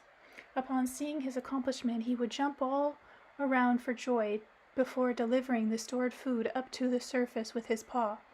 But he would not be the first to partake of the food. He would wait until man began carting off at least some of the goods to the house. Man himself could also prepare provisions, but this was not so much work as an art form. Many families would produce their own wine and infusion from different kinds of berries. Such wine was not strong and intoxicating like vodka. The result was a most healthful drink, useful food, provided to man by animals, including milk, only not from just any animal. Man selected only those that were considered kind, tender, and keen of mind, those who demonstrated an eagerness to offer man what they produced. Let us say one of the children of the elders of the household went up to a goat or a cow and touched its udder, and the animal suddenly began moving away. Man would not attempt to drink the milk of any animal that did not want to share it with him. This did not mean that the animal did not love the man. It often happened that animals subconsciously determined that at that moment the consumption of their lactic mixture would not be useful to the man. People of the Vedic civilization would feed themselves from various kinds of food growing only on their own plot or produced by their household animals. Wow. This approach was not determined by any kind of superstition or law, rather was a result of a vast store of knowledge. Though there is a difference between knowing and being fully aware of something, being fully aware of is not just to know, it is to feel, with one's whole being, body and soul, a multitude of phenomena, the purpose of each divine creation, as well as his system. And every man of the Vedic culture was fully aware that what he consumed as food not only fed the body, but filled the soul with conscious awareness. At the same time, it conveyed information directly to him from all the worlds of the universe. This is why these people were many times superior to their modern-day counterparts in terms of inner energy, keenness of mind, and quickness of thought. The animals and plants living in man's family space reacted to man as to a god. The animal, herbs, and trees were constantly thirsting for a tender look or a kind touch on man's part. And this power of the energy of feeling was what prevented unwanted weeds from growing in the garden or vegetable plots. Many people are now aware how a household plant can suddenly shrivel up when it meets with disfavor on the part of someone in the family. On the other hand, a feeling of love and communication directed towards the same plant can cause it to flourish.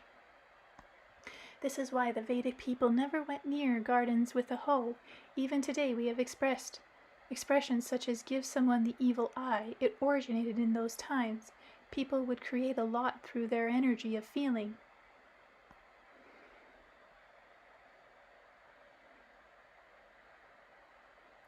Suppose a man is walking through his domain. Everything around catches his kindly gaze. He might look at a weed and think, "Why are you here?" The weed would quickly wither from sorrow. Wow. On the other hand, if one were to smile at a cherry tree, it would cause its sap to run through its veins with twice the energy as before. And if someone among the Vedic people happened to set out a long journey, that man would not bother to take along a supply of food. He would be able to find more than enough along the way to feed himself. Whenever he came to a settlement, he would see the splendid domains and ask for food and drink. It was considered an honor to serve tasty fruit, vegetables, and drinks to travelers. It was a life without violence and crime. Among the people of the Vedic civilization over thousands of years of its existence, there was not a single act of violence or theft, or a mere fight. Even insulting words were absent from people's vocabulary. Yet at the same time, there were no laws to punish such behavior. Laws can never protect one from evil deeds, but the knowledge and culture of the Vedic peoples completely ruled out conflict in interpersonal relationships. Judge for yourself, Vladimir. You see, every family living in their domain was aware that should any kind of unpleasantness happen to anyone, even a stranger on the territory of their own domain, or nearby, even on the very edge of the settlement, the whole space would then suffer. The universal energy of aggression would have an effect on every growing thing and on everyone living in that space. It would upset the balance of energies. The energies of aggression might grow and leave its impression on adults and children alike and infect their offspring with illness. By contrast, if a passing traveler leaves a feeling of joy behind, the space will radiate even greater beauty. Not only that, but a man visiting another settlement would be physically incapable of eating food plucked from a tree without the owner's permission or picked up from the ground in a garden upon which he had intruded. Wow. People of the Vedic culture had a highly refined sensitivity. Their psychological makeup would immediately notice a significant distinction in the taste of a pilfered food from that served by someone's generous hand. The whole range of foodstuffs sold in our modern supermarkets has nowhere near the fragrance and taste of the pristine produce of the Vedic age. I believe it. Completely indifferent to man, it has no feeling or soul. It does not belong to anyone, and it is beholden to no one. It is simply merchandise for sale. If modern man could actually taste and compare the food known in Vedic times, he could never eat the produce of today. A newcomer would not even think to take what was owned by somebody else without asking. Every single object, even a stone, contains information within itself known only to the family living in that particular domain. Kind of like scurrying. You pick up an object and it tells you about its history. In the Vedic civilization, every domain was a fortress that loomed impenetrable to evil in whatever form. At the same time, it served as a mother's womb for the families dwelling therein. Nobody back then built high walls for fortification. The territory of each domain was protected by a living green hedge, a hedge which, along with everything living within its boundaries, protected the family from a whole host of harmful influences on the human body and soul. I already mentioned to you that the bodies of deceased family members were buried only in the garden or among the trees of their own domain. Those people were fully aware that while the human soul is eternal and material body too cannot disappear without a trace, all objects, even those which appear to be soulless, carry within themselves a great deal of information from the universe. In the divine nature, nothing ever disappears into oblivion. It only changes its state and its fleshly form. The bodies of the deceased were not covered with headstones, and even the places of their burial were not marked in any way. The space created by their hands and souls served as a great monument to them, and changing their state, and the now soulless bodies gave rise to trees, herbs, and flowers. New children were born and walked among them. Oh, how everything around just loved the children. The spirit of their ancestors lingered over the space, loving and protecting the children. Children treated the space of their motherland with love. Their thought created no illusion about life being finite. On the contrary, the life of the Vedic people was infinite. The soaring soul passed through all the dimensions of the universe, and after visiting a number of different planes of being, it is once again embodied in conventional human form. It visits many different planes and comes back to human form. Upon waking in the garden of this motherland, the child will once again give a bright smile. The whole space responds to his smile, and the little rays of light, the breeze rustling the leaves on the trees, the flowers and the stars and distant sky will sigh. We are at one, embodied by you, child of divine being. Even today, people cannot figure out why elderly people living on foreign strands ask to be buried in their motherland.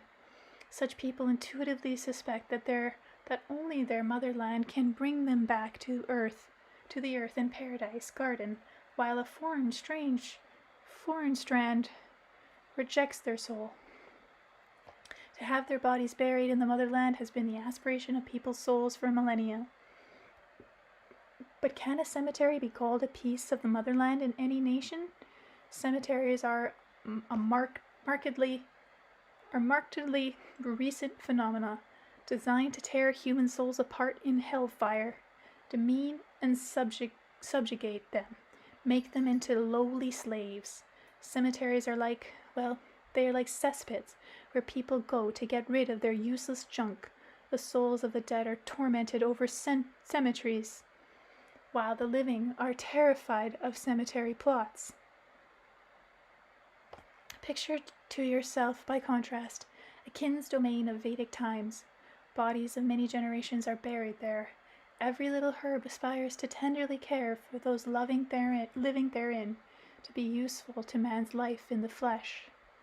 But every herb and every fruit in the garden can suddenly become poisonous when faced with aggression on the part of a newcomer. This is why nobody even thought of taking anything without asking. The domains could not be seized by force. They could not be bought for any amount of money. Of course, who would dare trespass upon a place that is capable of destroying the trespasser? And each individual here endeavored to create their own marvelous oasis. The whole planet grew more beautiful with each passing year, the Garden of Eden. When modern man surveys a city from on high today, what does he say? Pray tell. The whole ground covered with an accumulation of artificiality, erected stones, dwellings spread in all directions, upward and outward, here, there, and everywhere lie miles and miles of vast expanses blanketed by stone landscapes. There is no clean water anywhere, and the air is polluted. How many happy families can dwell under their own pile of stones? If one compares modern families with those of the Vedic culture, the answer is not a single one, and one could go further amidst these piles of artificial stones. People do not dwell, they sleep. And yet, in this hypnotic sleep, a single living cell still strays like a tiny nucleus through the body, sometimes at rest, sometimes in motion. This living cell touches teeming multitudes of others, attempting to awaken those that are asleep.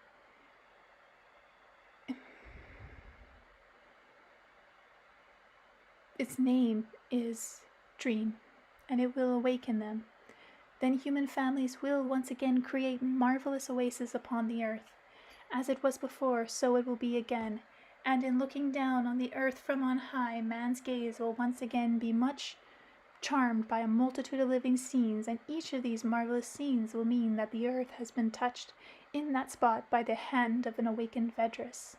And once again a happy family of people will be dwelling in their own plot of the motherland, people who have learned to know God and the meaning and purpose of life. The Vedic people knew why the stars are in the sky. Their numbers included a great many poets and artists. There was never any rivalry among the communities.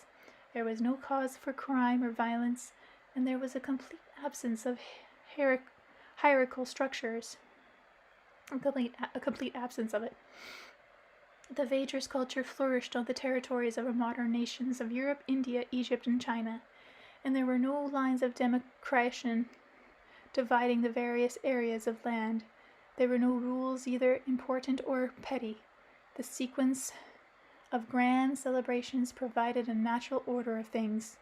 People of the Vedic age possessed a knowledge of creation far in advance of modern man. Their inner energy allowed them to enhance the growth of some plants and arrest that of others. Household animals endeavored to carry out man's command not to obtain food, which they already had in abundance, but to receive from man a reward in the rays of the energy of grace emanating from him. Even today, a word or gesture of praise from man is pleasant to everyone, to people, animals, all growing things. But in earlier times, people's energy was immeasurably greater. All living things were drawn to it as to the sun. Whew, all right. Finish the chapter. That was a long one. Chapter 6. Imagery and Trial. Towards the end of the Vedic age of human life, a great discovery began to take place, a discovery unparalleled over the whole course of the history of human civilization on the earth. People became acutely aware of the power of collective thought, and here we must clarify what exactly is the thought of man. The thought of man is an energy unparalleled anywhere in space. It is capable of creating marvelous worlds on the one hand, or on the other, weapons capable of destroying the planet. And all the matter that we see today, without exception, has been created by thought. Nature, the animal kingdom, man himself have all been created with great inspiration by the divine thought. And the proliferation of artificial objects, machines, and mechanical devices which we see today are the creations of man's thought. You may think that it is a man's hand that has produced them. Yes, today's hands must be employed, but to begin with, everything down to the last detail is created by thought.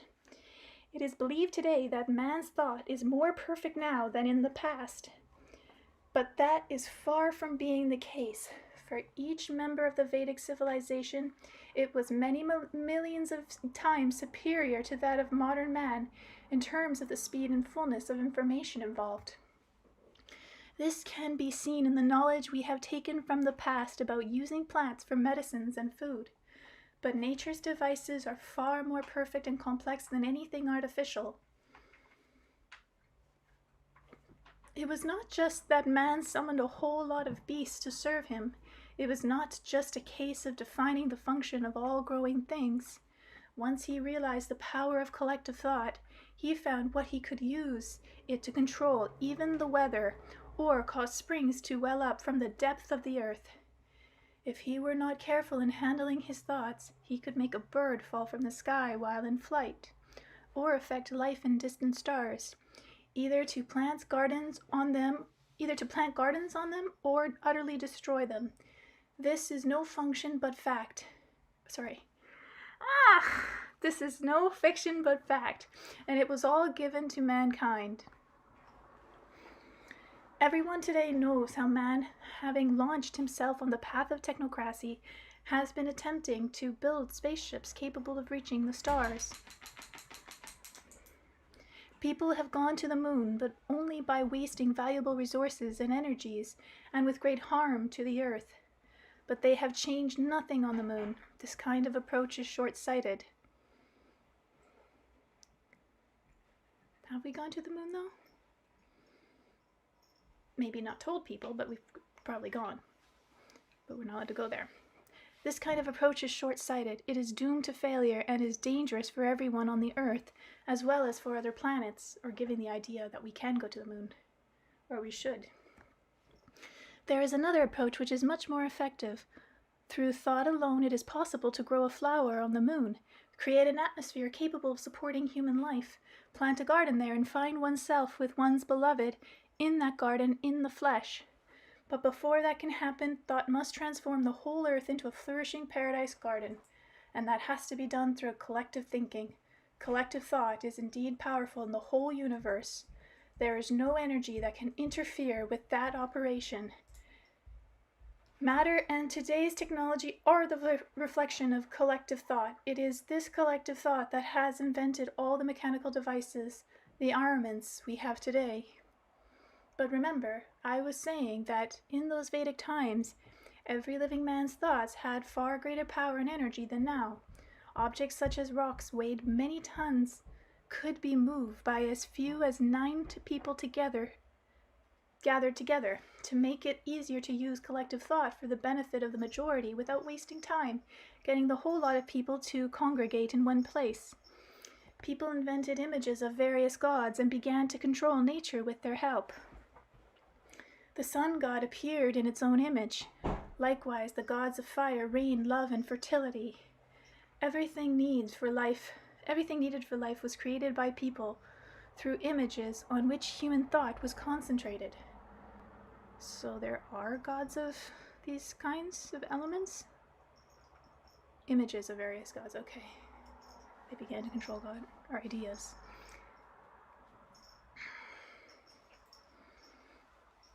Okay. Everything needed in life was created by people through images in which human thought was concentrated. It performed many useful acts. Rain, for example, was necessary for watering the ground, and so one person directed his thought just to the image of the rain god. When rain was really essential, then a whole lot of people concentrated their energy on the image of rain. When enough energy had been accumulated in the image, the clouds gathered and the rain fell, watering the harvest.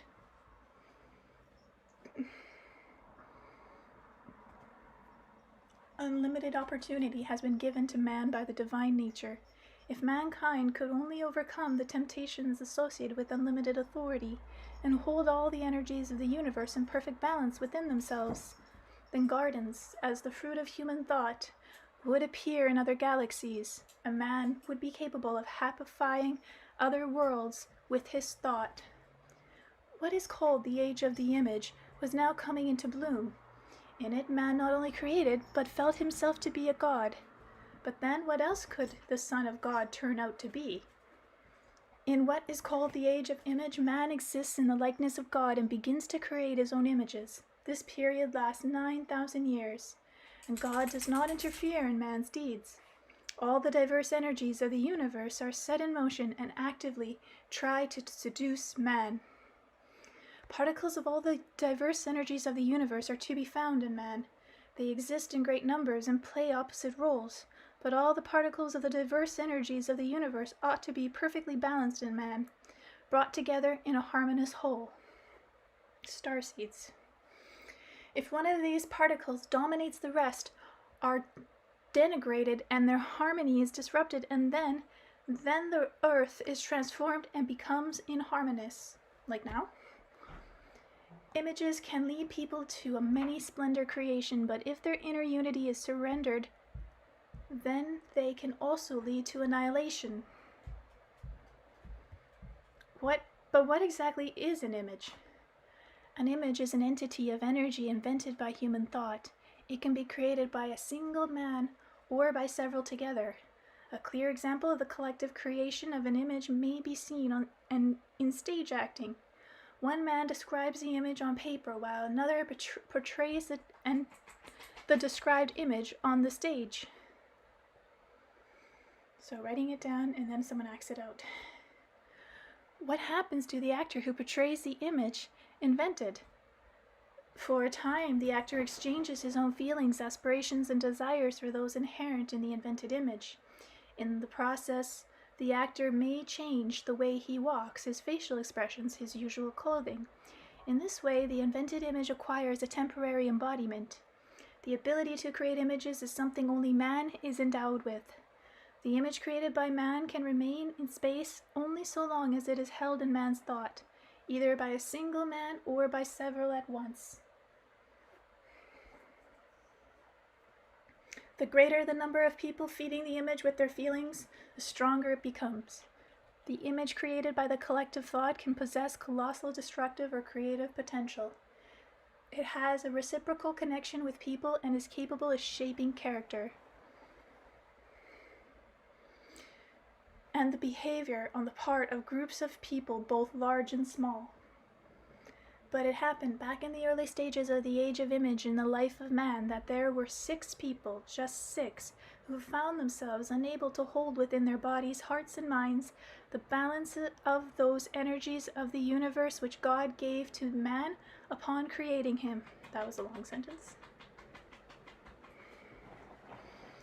Perhaps they needed to make their appearance to test all mankind. At first it was in just one of the 6 that the energy of grandeur and self-importance predominated. Then in another, and then in a third, and finally in all 6. They did not meet together at first. Each one lived independently, but like attracts like, and they ended up concentrating their thought on how to become masters of all the people of the earth.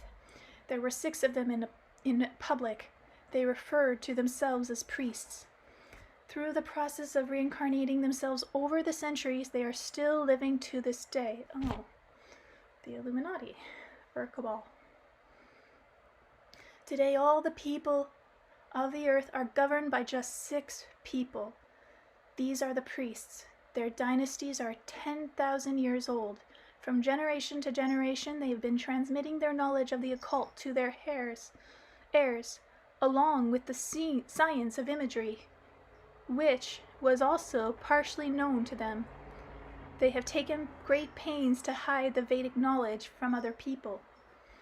Among the 6, there is one who is considered chief and is called the High Priest. Today, he considers himself to be the chief ruler of human society.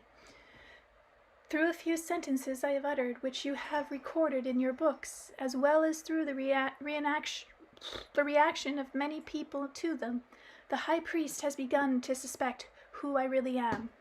Just in case he attempts to destroy me by using a negligible amount of power, he did not succeed. He was surprised, and he has tried again, applying a greater amount of force, still not completely convinced of who I am. Now I have uttered the word Vedras, thereby exposing myself completely. The current High Priest living on the earth today is afraid even of the word Vedras. You can just imagine how shaken he is, since he knows what lies behind it. Now he will muster his soldiers, bio-robots to a man. What's happening now with the vaccine? Along with the forces of all the dark occult sciences, to bring about my termination. And he himself will be working minute by minute on a plan of annihilation. Let him do that. It means he will not have time to be busy with his other plans.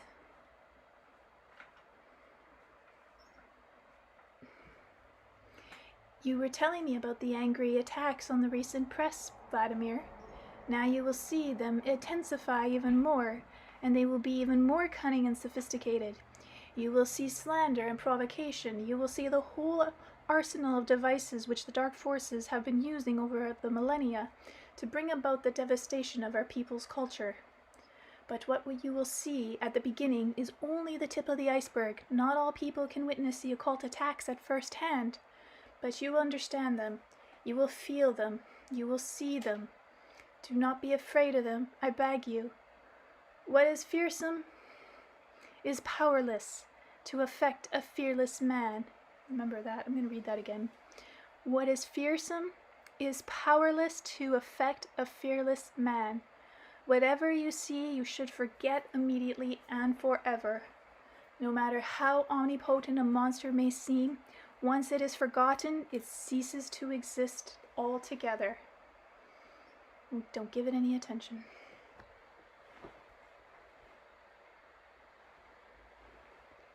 This is an unusual fact, and I can tell you are doubting. Do not be hasty to give in to your doubts. Think it over calmly. After all, even a small group of people who have gathered together for the purpose of building something inevitably has a leader. We may call him a ruler. A small enterprise has an official in charge. A large enterprise has several people in charge. Under a chief executive officer, there are many rulers over all sorts of territories which are known by different names: provinces, regions, states, communities, republic, etc. The particular name is not important. Each nation has a ruler who is aided by the whole host of assistants. The ruler of a nation, is that the limit? That is what people often think. Does that mean nobody is governing the whole human society living on the earth? And are there no claimants wishing to ascend the throne of the earth? I think that's Vladimir, actually. There have indeed been claimants. There still are. You know from recent history many names of military commanders who have tried to dominate the world by force, but not one of them has ever succeeded in taking power over the world. Whenever they found themselves close to seizing universal authority, something would inevitably happen, resulting in the destruction of both the pretender to world dominance and his army. And the nation aspiring to world domination, which before had been considered strong and flourishing, suddenly dropped to the level of a run-of-the-mill state. That is the way it has always happened over the past 10,000 years. But why? All because there is already a secret ruler in the world, and he has been for a long time. He toys with nations and their rulers along with individual people. He calls himself the high priest of the whole world, while his 5 assistants refer to themselves as priests. Consider one other fact. Vladimir, think about how in various parts of the earth over the millennia, wars between people have never ceased. In every country, crime, disease, and various disasters are increasing day by day. But there has been the strictest prohibition on discussing... Sorry, I thought my cat was doing something. On discussing a particular question. Is human civilization really on the path of progress, or is human society being further degraded with each passing day? There can be but one simple answer to such a question. Only first take a look and see how the priests acquire their authority and how they have managed to maintain it to date. Their first step leading to the accomplishment of their secret purpose was the creation of the Egyptian state. The Egyptian state is more familiar than others to historians of today, but once you eliminate a personal commentary and mysticism and look only at the facts, you will be able to uncover many secrets. Fact number 1. History calls the Pharaoh the supreme ruler of Egypt. And the many military achievements and defeats of the Pharaoh of old have been well documented. Even today, their magnificent tombs astound the imagination of prompt scholars to probe the mysteries they hold. Nevertheless, the grandeur of the pyramids distract us from the most important secret of all. Not only were the pharaohs considered as rulers over all the people, but they were worshipped as gods. It was to them that the people turned with pleas for an auspicious crop year, pleas of rain and an absence of pernicious winds. History can tell us about many of the factual accomplishments of the pharaohs, but after learning all these historical facts, you should ask yourself, could any of the pharaohs really have been a ruler over a large nation-state, let alone a god over the people? And once you weigh all the evidence, you will realize entirely on your own that the pharaoh was nothing more than a bio-robot in the hands of the priests. Now here are the facts. There are also known to us from history. During the age of the pharaohs, there also existed priests in magnificent temples, and one of them was the high priest. There were always several candidates for the pharaohship in training, under their supervision.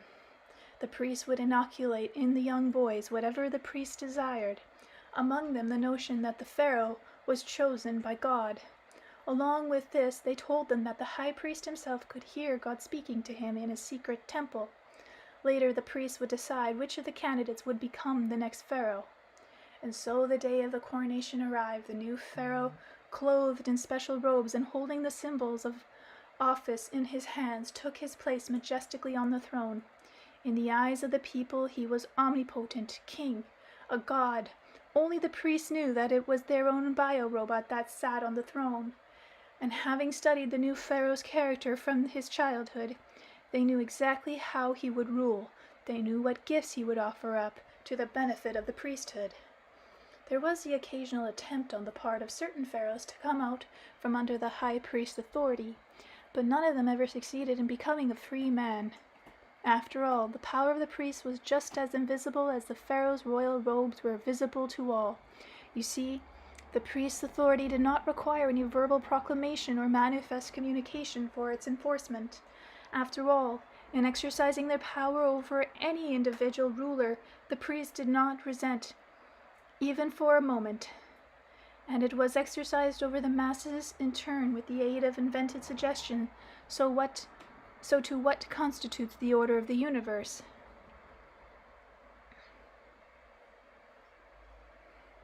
If only the pharaoh could have liberated himself from the images inoculated in him by the priests, and reflected by himself in peace, perhaps he would have been able to become a real man. But there was no way the pharaoh would free himself from the day-to-day cares and concerns. This had been part of the plan right from the start. And what concerns there were: couriers, scribes, and local governors by turns brought in a daily flood of information from all over the vast nation, situations calling for immediate solutions, and then a war would break out, absorbing the ruler's full attention, and the pharaoh would take his chariot and keep following his daily trajectories, respecting or rejecting the deeds of his subjects, often not getting enough sleep himself. The priest, on the other hand, would spend his time quietly reflecting. In this lay his greatest advantage. The priest directed his efforts to gaining single-handed control of the whole world. And even more than that, he meditated on how to resurrect his own world, distinct from the world God had created. And that's what we're living in today, something totally different. And did he care in the least about the stupid boy pharaoh, not to mention the crowds which were subject to the pharaoh? For the priests, they were all merely toys. The priests studied the science of imagery in secret, while the masses of people remembered less and less about the law of nature. Sad.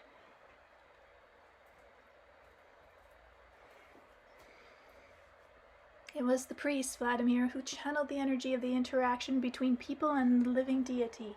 The creations of nature, not the temple, into the temples. They were invented, they fed on it, the energy of people giving nothing in return. What had been surely clear to everyone in the age of Vedic culture now became obscured and surreptitious.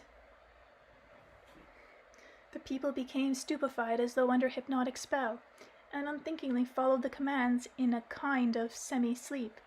And they began to destroy the world of the divine nature, while building an artificial world for the priest's benefit. The priests held their science under their strictest secretive control. They did not even dare write it all down on scrolls. They invented a language of their own for communication with each other. And this is a fact you can also learn from history. Yeah, they have their own language, their own hand gestures, and so forth. They needed a different language, lest someone should inadvertently overhear their conversation with each other and become party to their secrets. And so even today, these simple truths, which have now become shrouded in a cloak of secrecy, are passing down to new generations of the priesthood. 6,000 years ago, the high priest, one of the six, decided to take control of the whole world. He reasoned as follows: there is no way I can seize power by military force with the pharaoh's armies, even if I taught the commander how to make use of weapons more advanced than others possess. Besides, what can an army of raving, mindless dullards do? Go and plunder gold? But there is so much of that as it is. There are slaves aplenty, but there is an unfavorable energy emanating from them, and it would not be proper to accept food from the hands of a slave. The food would be savorless and harmful to health. I must bring human soul into subjection and direct all their love and tremulous affection back to myself. But in this case it is not an army that is needed, but scientific thought, the science of imagery. That is my invisible army. The deeper I become acquainted with it, the more faithfully this army ought to serve me. The less that is known by the crowd, immersed as it is in occultism and unreality, the more it will be in subjection to me. Blah. What are you eating? Okay. The high priest devised his plan. Even today it finds its reflection in the historical events of the past 6,000 years. You and everyone else are aware of recent events. The only difference is in their interpretation, but you should try and give your own, and then the truth will be made known to you. Look and see. There in the council of those 6 priests the plan was laid out, and was later revealed to many. It is mentioned in the Bible in the Old Testament, by order of the high priest. The priest Moses led the Jewish people out of Egypt. The people were offered a most marvelous life in the promised land, prepared by God especially for them. The Jewish people were declared to be God's chosen ones. The tempting news set minds afire, and a part of the people followed Moses, who for 40 years led his people about from region to region in the wilderness. The priest's assistants constantly preached sermons about their being a chosen people and inspired the people to make war and plunder cities, all in God's name.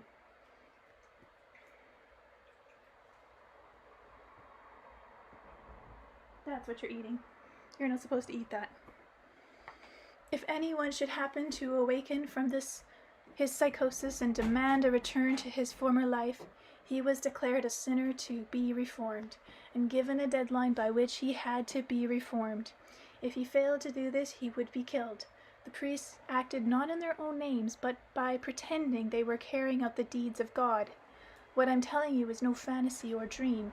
This may be clearly seen by everyone for themselves by looking for answers in the Old Testament of the Bible. A great historical book, a reliable portrayal of historical events can be learned by anyone who wakes at least a little from the millennia-old hypnotic sleep and reads how and by what means the Jewish people were programmed and turned into troops of the priesthood. Later, Jesus tried to deprogram his people and to use his manifest gift for acquiring new wisdom to prevent the priests from carrying out their design. In his journeys among wise men, he endeavored to glean inklings from the science of imagery, and after he had learned a great many truths, he decided to save the Jewish people, his own people. He succeeded in creating his own religion, one which could serve as a counterbalance to the terror. His religion was not for all the nation people on the earth. It was intended only for the Jewish people. He himself mentioned this more than once.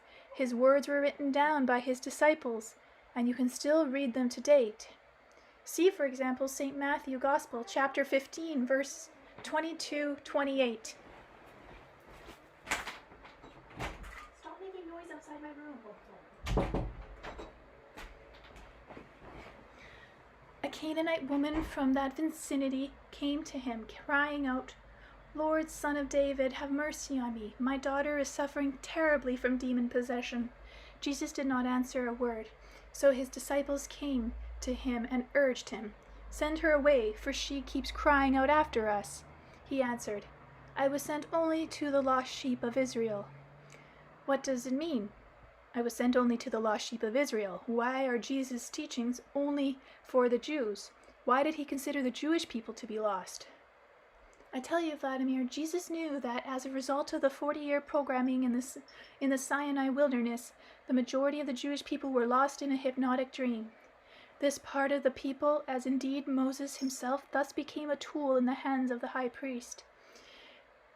They were his foot soldiers, whom he compelled to seize power over all the earth's people to satisfy his own vain glory.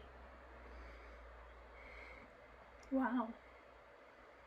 And they will be running their battles in various parts of the earth for thousands of years. Their weapons will not be primitive swords or bullets, but cunning and the creation of a way of life subjecting all the world's people to occultism. In other words, to the selfishness of the priest. And they will do whatever it takes. But any battle presupposes the presence of two opposing sides. You may well be thinking, and if so, then where are the victims? In any battle, there have to be victims on both sides. You could probably find evidence of these battles yourself through searching for the dates mentioned in the various historical sources. But to make it easier for you to locate these fearful dates, I shall cite just a few of them right now. If you wish, you can look up their historical confirmation for yourself. Everybody knows today, including you, Vladimir, how children and elderly people are perishing from terrorism in Israel. It is not all that long ago that what you call the Great Patriotic War took place, and it is well documented how during that war the Jews, old people and children, mothers and young pregnant women, young men who had not yet known love, were systematically burnt in ovens, poisoned with gas, and buried alive in common graves. Not just one person, not 100, not mere thousands, but millions of people were brutally slain during this brief period. Historians lay the blame squarely on Hitler, but who was to blame back in 1113 in Kievan Rus, when popular hatred of the Jews suddenly boiled over?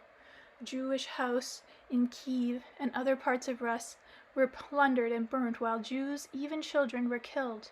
The people of Rus, caught up by a brutal rage, were ready even to topple the ruling princes from their thrones, and when the princes gathered together within council, they decided to pass a law expelling all Jews from the whole territory of Rus, and henceforth letting none in. An order was given to rob and kill any who surreptitiously entered therein. In 1920, there was a sudden move to effect the physical extermination of all Jews in England. The rulers were obliged to eject the whole Jewish population from the country.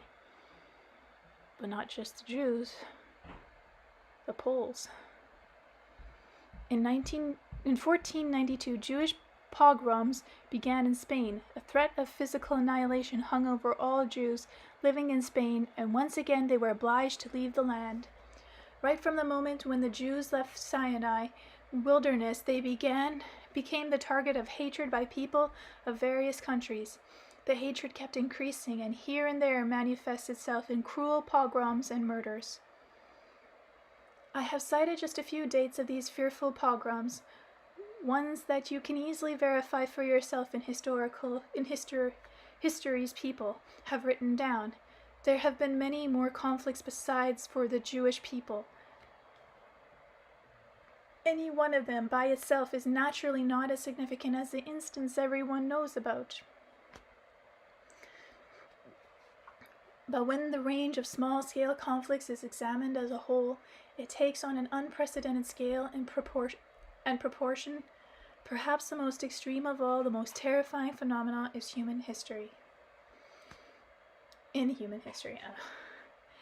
If something like that has happened throughout the millennia, one could conclude that the Jewish people are to be blamed in people's eyes. But what are they to be blamed for?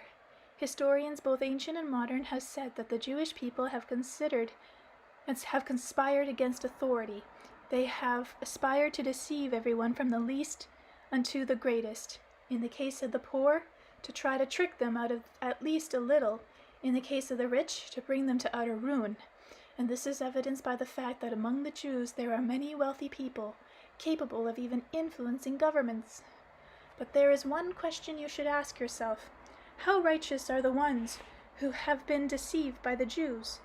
The ones that have amassed such wealth, did they acquire it all by honest means? As for those condemned to be in authority, can we believe them to be so smart if they could be so easily deceived? Besides, most rulers are dependent on someone else, as the Jews have demonstrated quite clearly. One could go on exploring this topic for a long time, but the answer is simple. In the occult world, everybody lives by deceit. Then should we only condemn the ones who have succeeded in achieving more than the rest? As far as the Jewish people are concerned, we could easily substitute any one of the other people we know today. Anyone, if they were subjugated to the same totally unprecedented programming as the Jews were during their 40 years of wandering in the wilderness, heeding only occultism and not seeing what had been created by God. Jesus tried to remove this programming and save his people. He came up with a new religion for them, one different from what they had before. For example, in contrast to the previous saying, "An eye for an eye, a tooth for a tooth," he said, "Whosoever shall smite thee on thy right cheek, turn to him the other also," in contrast to the verse which said, "God hath chosen thee to be a special people unto himself. He called his people the servants of God. Jesus could also have told the truth to his people. He could have told them about Vedic times, about how man was able to live happily in this domain, in contract with the creation of the Father Creator. But the Jewish people were already programmed. They believed only in occult deeds. Their consciousness was oppressed by the world of the unreal. So Jesus decided to act in an occult manner himself. He founded an occult religion. The high priest at the time was able to guess Jesus' intention. The high priest racked his brains for many a year before he found what he considered the smartest solution. There is no point in fighting Jesus' teachings. Through the minds of the soldiers I have selected from among the Jews, I must spread them through all the peoples of the earth, while maintaining the old religion of Israel. And so it happened, exactly as the high priest had conceived, and the two essentially different philosophies began to coexist. According to one, the Jews are a chosen people, as Moses taught, and all other people ought to be subject to them. According to the other, expressed in Jesus, all are equal before God, and people should not try to take precedence over others. Instead, one should love one's neighbor and even one's enemy. The priest realized that if the Christian religion, which calls everyone to love and humility, should succeed in spreading throughout the world, and at the same time Judaism, which elevates one over the rest, it is preserved, the world would be subdued. While the world might bow before the Jews, they are but foot soldiers. The world would actually be bowing before the priest. And the priests' preachers went out into the world as earnest teachers of the new doctrine. The doctrine of Jesus? Not quite. The priest had by now added a great deal of his own teachings to it. What happened thereafter you already know. Rome fell. It was not external foes, however, that destroyed the great empire. Rome was destroyed from the inside after adopting Christianity.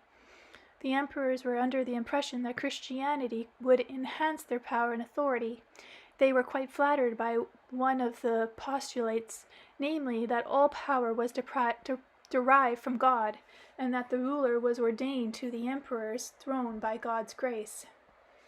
In the 4th century AD, Christianity celebrated its victory in Rome, both officially and in actual fact. In great delight, the high priest gave a silent non-contact command by the Byzantine Empire. The Christian Rome burnt the library of Alexander to the ground. Altogether, 700,033 volumes were lost. Bonfires of books and ancient scrolls burned in many cities. The burnt books were largely from the heathen period, but they also included the few that recorded the knowledge of Vedic people. These were not burnt. They were salvaged and concealed and studied in turn by a narrow circle of the devoted, and only afterwards were destroyed. It seemed to the high priest that now that people were getting further and further away from a knowledge of their pristine origins, he would encounter no more obstacles on his path. Feeling bolder, he issued yet another tactic command, resulting in an anathema being issued at the Second Council of Constantinople against the doctrine of reincarnation. For what reason, you may ask? To keep people from thinking about the essence of earthly life. To keep them thinking that a happy life exists only beyond the earth borders. And many peoples of the earth began believing precisely that. The priest was truly delighted. He knew what would happen next. He constructed that since nobody had experienced otherworldly life, man would have no choice of how to reach paradise, the good, or how to avoid ending up in a fearsome hell. So now he would offer to man a little occult hint, which would favor his own plan. And so the priests have kept on giving out hints to the world which bring benefit to themselves, but they were not able to immediately obtain full power over the world, even when it seemed to them that the strongest bastion of heathen culture, Rome, was destroyed. Even then, there still remained on the earth one small island which was impervious to the priest's usual charms. Even back before Rome, even before the appearance of Jesus' teachings, the high priest had aspired to destroy The culture of the last Vedic state, Rus.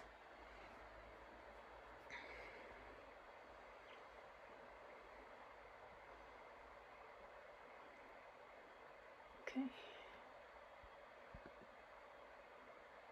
Chapter 7. The Secret War with Vedic Rus. The war with the Vedic Rus began long before Jesus' appearance on the earth, long before the fall of Rome. This 1,000-year war was not waged with iron swords. Occultism executed its military raids on a non-material plane. Preachers of the occult religion came to Russia. Dozens of their names are mentioned in various I know this word, but I just can't say it. Ecolastical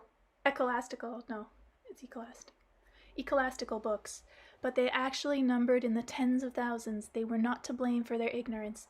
They were fanatics, which means their mind was unable to fathom even the millionth part of creation. As foot soldiers to the priest, reverently carrying out his orders, without so much as a murmur, they attempted to explain to people how to live. They attempted to say exactly the same things they had said when preaching to one majestic imperial Rome. They tried introducing ritual and proposed the construction of temples, instead of paying attention to nature or earthly existence. Then the kingdom of heaven would come for everyone. I shall not burden you by reciting their sermons. If you wish, you can still read their words today. I shall tell you why for thousands of years they did not succeed in doing anything with Vedic Rus. Every other person living in Rus at the time was a poet and a wit, and there were bards in Rus, and they were called Bayans back then, and this is how it all took place in those times. For decades, the priest foot soldier waged a propaganda campaign on the effect that God had to be bowed down to, and here and there people began to listen and reflect on the message. Upon seeing this, the Bayan would simply laugh and make up a parable, which he would then sing, and the parable would quickly spread throughout Rus, and over the next 10 years or so, Rus would have a good laugh at the priest's sermons. The priest was furious and launched new attacks, but once again in Rus, a parable would be born, and Rus would laugh once more. Of all the many parables of those times, I shall tell you just 3. In which temple should God dwell? Anastasia's first parable. In one of the many populated settlements on the earth, people went happily about their daily life. In this particular community lived 99 families. Each family lived in a splendid house decorated with fanciful wood carvings. The garden around the house brought forth fruit every year in abundance. Vegetables and berries grew all by themselves. Every year people met the spring with joyful greetings, and delighted in the summer. A series of cheerful friendships, celebrations brought forth songs. There's that word again. Cravads or something. In the wintertime, people rested from their daily exhilarations, and they looked up to the heavens and tried to decide whether they might be able to weave the moon and the stars into even better patterns. Ooh. Once every 3 years in July, those people gathered in the glade at the edge of their community. Once in every 3 years, God would respond to their questions in an ordinary voice. Even though he remained invisible to ordinary eyes, each one could feel him, and he, together with all the residents of the community, decided how best to build their life in the days to come. The people's conversations with God might be philosophical, but sometimes quite simple and even funny. So, for example, one middle-aged man stood up and addressed God this way. "Come on now, God. For our celebrations this summer, when we all gathered together with the dawn, you decided to drench us all with monsoon. The rain poured down like a waterfall from heaven, and the sun began to shine only around noon. What, did you sleep till noon?" I was not asleep, God replied. "At this morning's dawn, I thought about how to make your celebration truly glorified.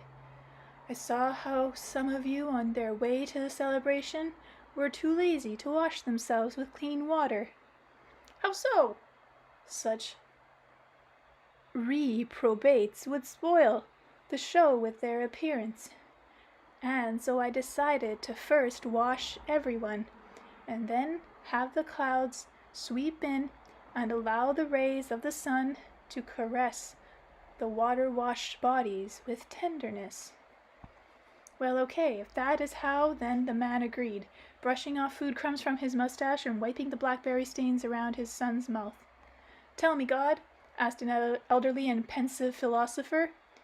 There are many stars shining in the sky overhead. What does their fanciful alignment mean? If I should select a star that is pleasing to my soul, and then when I get bored with my earthly life, could I remove there with my family? The alignment of the heavenly bodies twinkling in the dark tells about the life of the whole universe. An alertness in your soul, but without tension, allows you to read the book of the heavens. This book will not open for idleness or curiosity, but only for pure and meaningful thoughts. And yes, you can settle on a star, and each of you can choose for yourself a planet in the heavens. There is only one condition that you must observe. You must become capable of producing on your selected star a creation more perfected than those produced on the earth. It must make the star more prettier than Earth, okay. A very young girl jumped up from the ground and tossed her light brown braids of hair over her shoulder. Raising her little face with its turned-up nose heavenward, she placed her hands saucily on her hips and suddenly declared to God, I have a complaint to make to you, God. For 2 years now I've waited patiently to tell you about it. Now I shall tell you. Some kind of disorder or abnormality is taking place on the earth. All the people are living as people, falling in love, marrying, and being happy. But am I to blame for something? Every year, just as soon as spring arrives, my cheeks break out in freckles. There is nothing that'll wash them off, and I can't paint them over. Did you think this up as some kind of a joke, God? I demand that as of next spring, not a single freckle ever appears on my face again. Oh my, daughter, those are not freckles, but spring speckles that appear on your beautiful little face each spring. But I shall call them as you wish. If you find your freckles to be such an annoyance, I shall remove them come next spring. God answered the spunky girl. But then a handsome young lad got up at the other end of the glade and meekly addressed God, though not in a loud voice. We have a lot of work ahead of us in the springtime. You, God, try to take part in everything we do. Why would you waste your time on removing her freckles? Besides, they are so beautiful that I cannot picture a more beautiful image than a young maiden with freckles in the spring. So what am I to do? God thoughtfully responded. The maiden asked, and I promised her.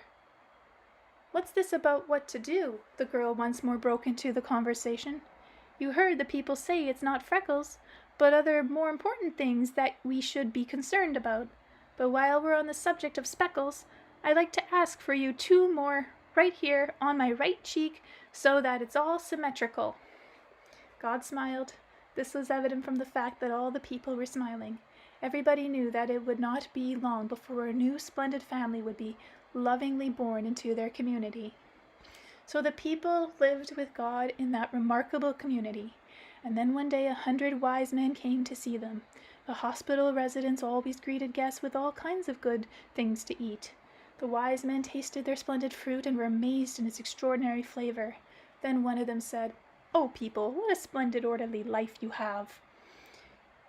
You have abundance and coziness in every home, but your communication with God lacks sophistication. There is no glorification or adulation of deity. Adulation of deity." Oops.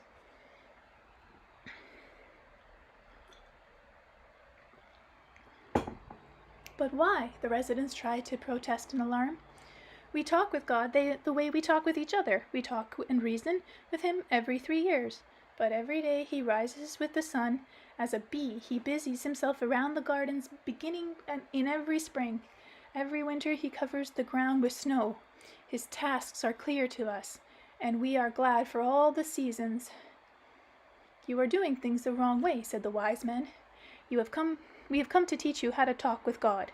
All over the earth, an array of temples and palaces has been built in his honor, where people can talk with God every day, and we shall teach you how to do the same. For 3 years, the residents of the settlement heeded the words of the wise men. Each of the 100 insisted on his own theory about how to best construct a temple to God, and what should be done in the temple each day. Each of the wise men had his own theory. The residents of the community had no idea which of the 100 wise theories they should choose. Besides, how could they choose without offending the wise men? And so they decided to heed them all and build all the temples proposed, one for each family. But there were only 99 families in the village, and there were 100 wise men. When they heard the decisions of all the residents, the wise men became very concerned. It meant one of them would not get his temple built, and would not receive the anticipated offerings. And they began arguing among themselves as to whose theory of worshipping God was the most effective. And they began dragging the residents into the dispute.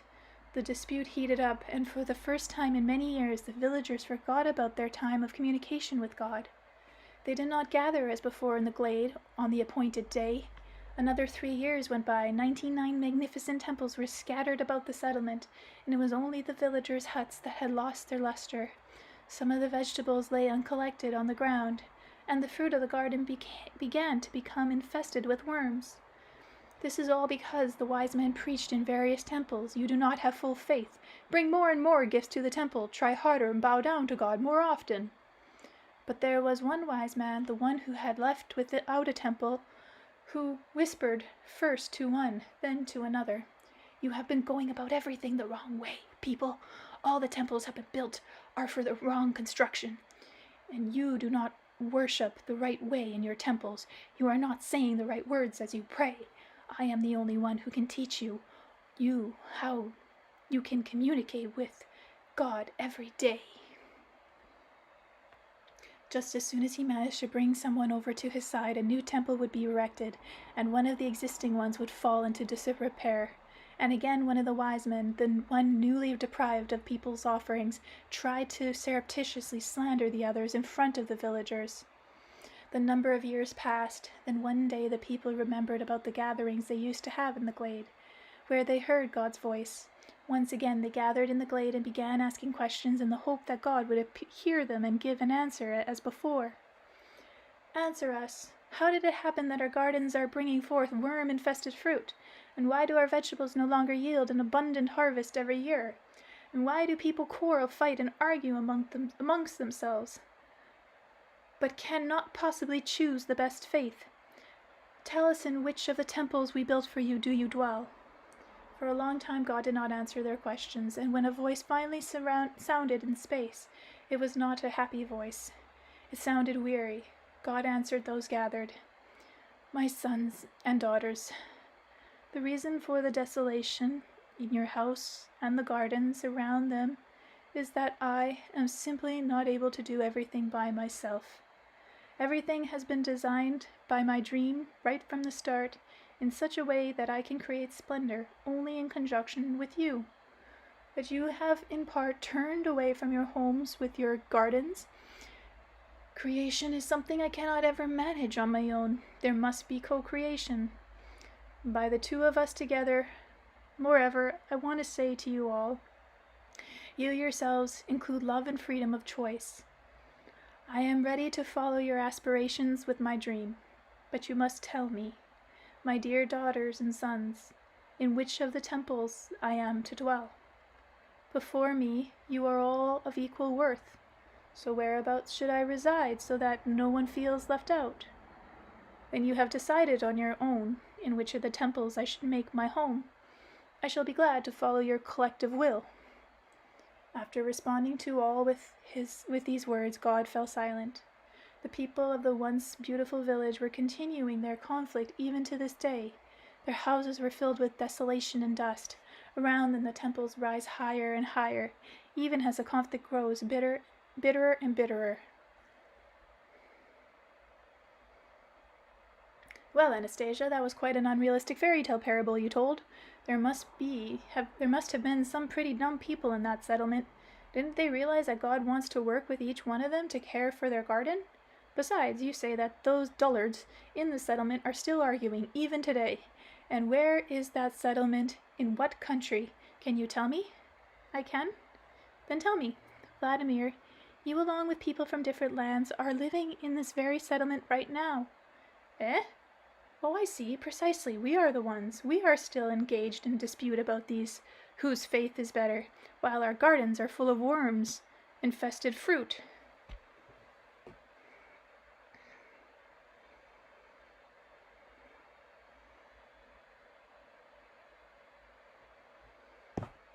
Okay. The second parable. The best place in paradise.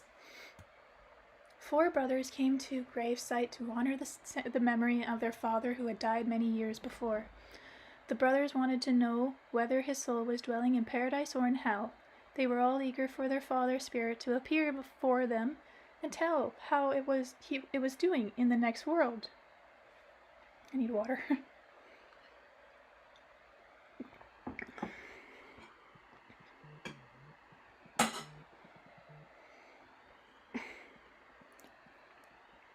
Okay.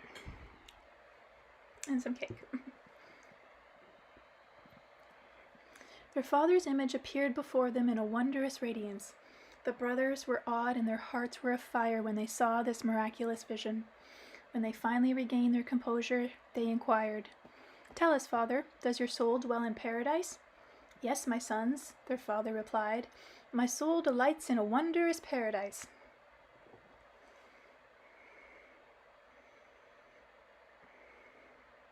"Tell us, father," the brother started asking, "what fate awaits our souls after our own flesh dies?" And the father responded to each of his sons in turn with a question of his own. "Tell me, my sons, how do you appraise your deeds to date upon the earth?" And each brother answered his father in turn. The elder son began. "I have become a great military leader, father. I have defended my native land against its foes, and never allowed an enemy foot to tread upon it. I have never offended the poor and infirm. I have endeavored to take good care of the soldiers under my command. I have always honored God, and therefore I hope to enter into paradise."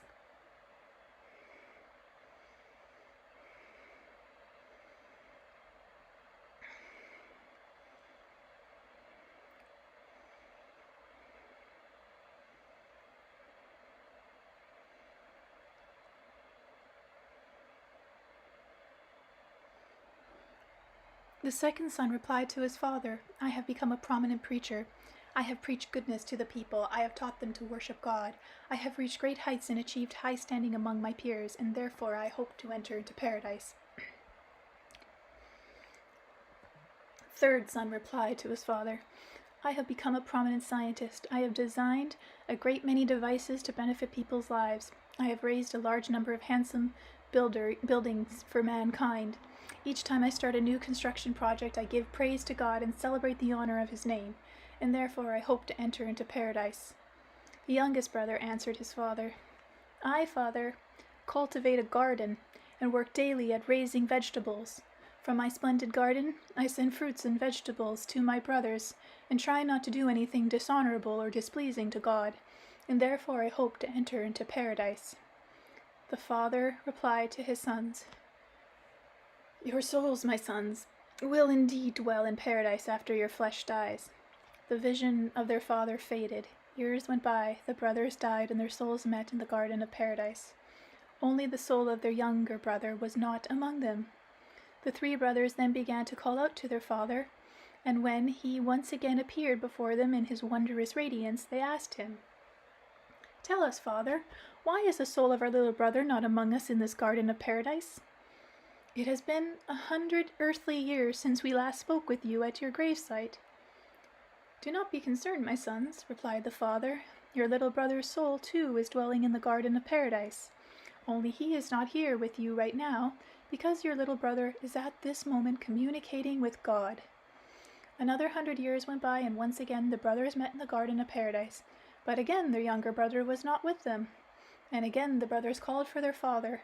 When he appeared, they asked, "See, another 100 years has gone by, but our little brother has not come to meet us, nor has anyone seen him in the garden of paradise. Tell us, father, where is our little brother now?" And the father answered his 3 sons, "Your little brother is communicating with God, and that is why he is not among you." And the 3 brothers began asking their father to show them where and how their younger brother was communicating with God. Take a look, the father replied, and the brother saw the earth, and there was the marvelous garden which their little brother had cultivated during his life. In this wondrous earthly garden, their brother, looking so much younger, was explaining something to his child. His beautiful wife was busying herself nearby. The brothers asked their father in astonishment, "There is our little brother in his earthly garden as before, not in the garden of paradise as we are."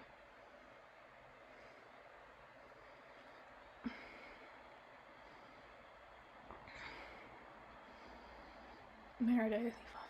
I don't know where I am. What is he to blame for before God? Why has his flesh not died? Several centuries have passed on earth, years, and here we see him as a young man. Does that mean God has somehow changed the order of the universe? And the father answered his three sons, God has not changed the order of the universe, which he established right from the start in great harmony and inspired love. Your brother's flesh has died, and on more than one occasion, but the place of one's soul in the garden of paradise is best created by one's own hands and soul. Just as for any loving mother and father, the child of their own creation is always the most glorious. According to the divine order of things, the soul of your little brother should assuredly be granted entrance to the garden of paradise. But seeing this garden is on the earth, it is immediately incorporated into a new body in the earthly garden so dear to it. Tell us, Father, the brothers went on. You were saying that our little brother is communicating with God, but we do not see God with him in this garden. And the father responded to his three sons, Your little brother, my sons, is looking after God's creations, the trees and the grass. They are the Creator's own materialized thoughts. In treating them with love and conscious awareness, your brother is thereby communicating with God. Tell us, Father, shall we ever return to the earth in fleshly form? The sons asked their father, and they heard him answer, Your souls, my sons, now dwell in the garden of paradise. They can take on earthly form only if someone creates a garden for your souls on the earth, similar to the one in paradise. The brothers exclaimed, Gardens are not created with love for other people's souls. We ourselves, once we are given a fleshy form, shall cultivate a garden of paradise on the earth. But the father replied to his sons, You are given that opportunity already, my sons. After this response, the father began to quietly withdraw. But once again the three brothers cried out and asked their father, Dear father, show us your place in the garden of paradise. Why do you withdraw yourself from us? The father stopped and replied to his three sons, Look here, do you see that leafy apple tree flowering beside your little brother in his garden? Under that apple tree is a little cradle, and in that cradle is a beautiful body of a tiny infant that has just wiggled its little hand as it begins to awake. My soul is alive in that little body. After all, that was the marvelous garden I began creating myself. Oh, wow.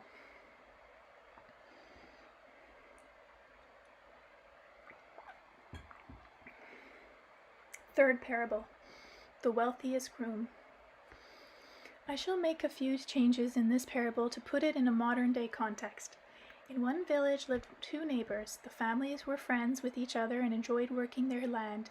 Every spring, garden bloomed on the two plots, and their little groves of trees grew taller. Into each family a son was born. After their sons had matured, one day while gathering around a festive table, the father took a firm decision and handed everything over to their sons' control. Let those sons of ours now decide what to sow, and when one of them said to the other, You and I, my friend, shall not oppose them, or even give them hints or questioning looks. Agreed, replied the other. Let our sons even make changes around the house if they wish. Let them choose the clothing they like, and let them decide what livestock and other things to buy. Fine, replied the first. Let our sons become self-sufficient, and let them choose worthy brides for themselves. We shall go together, my friend, to seek brides for our sons. And this is a decision that emerged from the two friends' and neighbors' conversation. Their idea was supported by their wives, and the families began living under their grown-up sons' administration.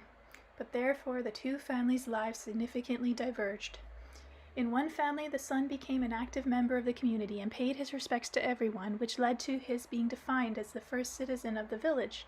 The other son seemed to be slow and serious of mind to all around. He came to be called as a village second citizen. The first neighbor's son felled and sawed up the trees of the grove his father had planted and hauled them to the market. He bought himself a family car in place of his horse, along with a small tractor. The first son here was considered very enterprising. The new entrepreneur calculated that the coming year would see a sharp increase in the price of garlic. And he was not mistaken. He pulled up all his plantings and sowed his fields with garlic. His father and mother did their best to help him in everything. They had made a promise that it was not forsaken. The family sold the garlic at a profit. They set about building a huge mansion using the most modern materials invented and hired construction workers. And the enterprising son did not relent. He spent from morning till night trying to figure out what the most profitable crop would be to plant in the spring. And by winter's end he had calculated that his spring's most profitable crop would be onions. And again he sold his harvest at a profit and bought himself a fancy new car. One day the two neighbor sons met along the road. One was driving a car, the other a wagon harnessed to a frisky mare. The successful entrepreneur stopped his car and the two neighbors had a conversation. "See, neighbor, I'm driving a fancy car while you're getting around in a horse-drawn cart just like before. I'm building a big house while you're still living in that old house of your father's. Our father and mothers have always been friends, and I too am ready to help you in a neighborly way. If you like, I can tell you that what is the most profitable crop to plant your whole field with today." "Thank you for your willingness to help," responded the second neighbor from his wagon. "Only I happen to cherish a great deal my freedom of thought. Indeed I do. I certainly don't want to encroach on your freedom of thought. It's just that I sincerely want to help you through. I thank you for your sincerity, good neighbor, but freedom of thought is eroded by non-living things. That car, for example, you are sitting in. How can a car erode? It can easily overtake that old farm cart of yours, and by the time you get to the city, I'll be able to have my business all taken care of, and all thanks to my motor car. Yes, your car of course can certainly overtake my wagon, but it requires you to sit behind the wheel and hold on to it constantly as you drive, while you as a driver have to keep jerking some kind of stick with your hand and looking continually at the dashboard and the road. Maybe my horse is slower than a car, but it doesn't require any attention, and doesn't distract my thought either. If I should take a snooze, the horse will find its own way home. You say you have problems with fuel, whereas my horse fills itself up with the pasture over there. Anyway, tell me, why are you in such a hurry to get to your car?" "I want to buy some spare parts to keep on hand. I know exactly what could go wrong with my car at any moment." "So, you know enough about technology that you can accurately predict all your breakdowns?" "Yes, I'm pretty good at that. I took special mechanic courses for 3 years in all. I swatted through. If you recall, I asked you to join me in those courses too." "So for 3 years of your life you had only this technology to give your thought to, something that can get old and break down. Your horse too will get old and die." "Yes, of course she will get old, but before that happens she will be able to give birth to a foal. The foal will grow and I shall be able to ride him. What is living will eternally serve man, never fear, while what is dead only shortens his years." "The whole village makes fun of your ideas," remarked the entrepreneur. "They all think of me as successful and wealthy, while they see you just sit and live off your father's fortune. Besides, you haven't introduced any new species of trees or bushes on your father's land, not even a bit." "But I've come to love these. I've been trying to understand each one's purpose and how they interact with each other. And I've been able to invigorate the ones starting to wither just by looking at and touching them. Now come each spring, everything is blossoming in harmony, all by itself, required no outside attention. It's just waiting eagerly for summer and then for the fall, when I will offer up its fruit for the year."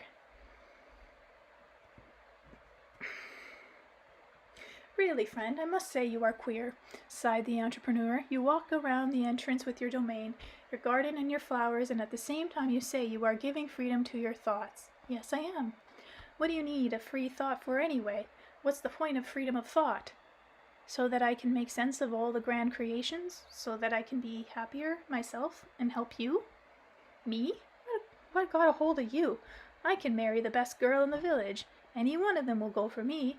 They all want to be rich, live in a spacious house, and ride in my car. Being rich doesn't mean being happy. And being poor? Being poor isn't so good either.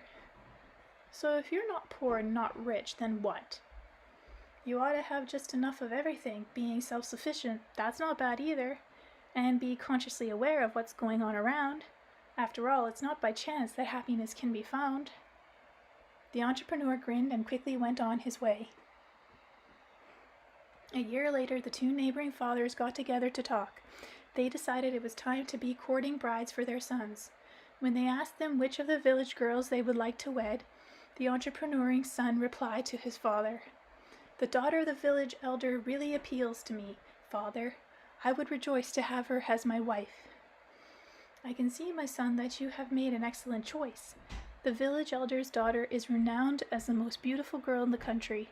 All the visitors of our village from both near and far are entranced at the sight of her. Mind you, she can be quite capricious.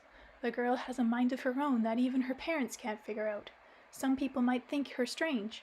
More and more women keep coming to her from various settlements for advice, and to be healed of their ills. And they even bring their children to see this young girl." "What of it, father? I'm made of sterner stuff. In all our village there is no more spacious house or better car than mine. Besides, twice now, I have seen her give me long and thoughtful looks." On being asked which of the village girl he most fancied, the second son told his father, "I love the village elder's daughter, father." "And how does she act towards you, my son? Have you noticed a look of love in her eyes?" "No, father. Whenever I happen to meet her, she lowers her eyes." Both neighbors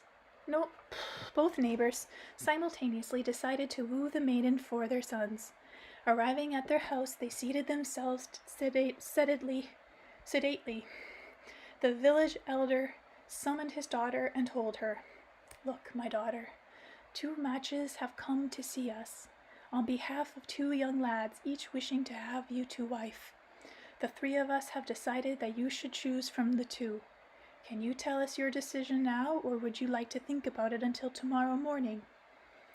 "I have spent many mornings thinking about it in my dreams, father," the young girl quietly said. "I can give you my answer right now." "So tell us. We are all eagerly waiting your decision." The beautiful girl answered the matchmakers like this. "Thank you, father. Thank you all for inquiring. I thank your sons for desiring to join their life with mine. You have indeed raised splendid sons, and it might have been very difficult to choose to which of 2 destinies I should myself resign. But I do not have children, and I want my children to be happy, to stand tall in prosperity, freedom, and love. And so I have fallen in love with the one who is wealthiest of all." The father of the entrepreneur rose to his feet in pride, while the other father sat glumly in his chair. But the girl went over to the second father, knelt down before him, and said, out without raising her eyelids, "I wish to live with your son." At this point the village elders rose to their feet. He wanted to see his daughter living in what was deemed by all the richest houses in the village, and so he said to her rather harshly, "You spoke correctly, my daughter. Your smart reasoning brought gladness to your father's heart. But you, for your part, did not go and kneel before the richest man in the village. Someone else is the wealthiest. This is he." And the elder gestured to the entrepreneur's father, added, "Their son has built a spacious home, honey. They have a car, a tractor, and money." The girl went over to her father and responded to his harsh, bewildering words. "Of course you are right, dear papa, but I was talking about children. What use will our children have for those things you mentioned? The tractor can break down while they are still growing up. The car may rust and the house fall into decay. That maybe what you say is true, granted, but your children will have a great deal of money, and they can buy for themselves a new tractor and a new car and new clothes." "And just how much is a great deal, might I ask?" The entrepreneur's father proudly stroked his beard and mustache and answered solemnly and seriously, "My son has heaps of money, enough so that if he needed to buy 3 of everything our household already has, he could do so all at once. And those horses or neighbors' keeps, we would be able to buy not just 2, but the whole stable full." The girl meekly lowered her eyelids and responded, "I wish you and your son great happiness, but there is no amount of money on the earth that would buy a father's garden, where every branch reaches out in sheer love to the one cultivating it. And no money in the world can buy the loyalty of a steed that is played with a child as a colt.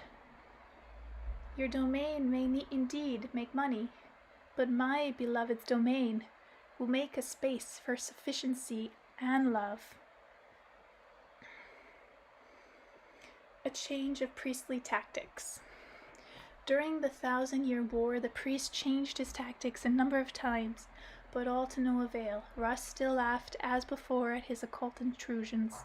The people referred to those preachers as miserable wretches.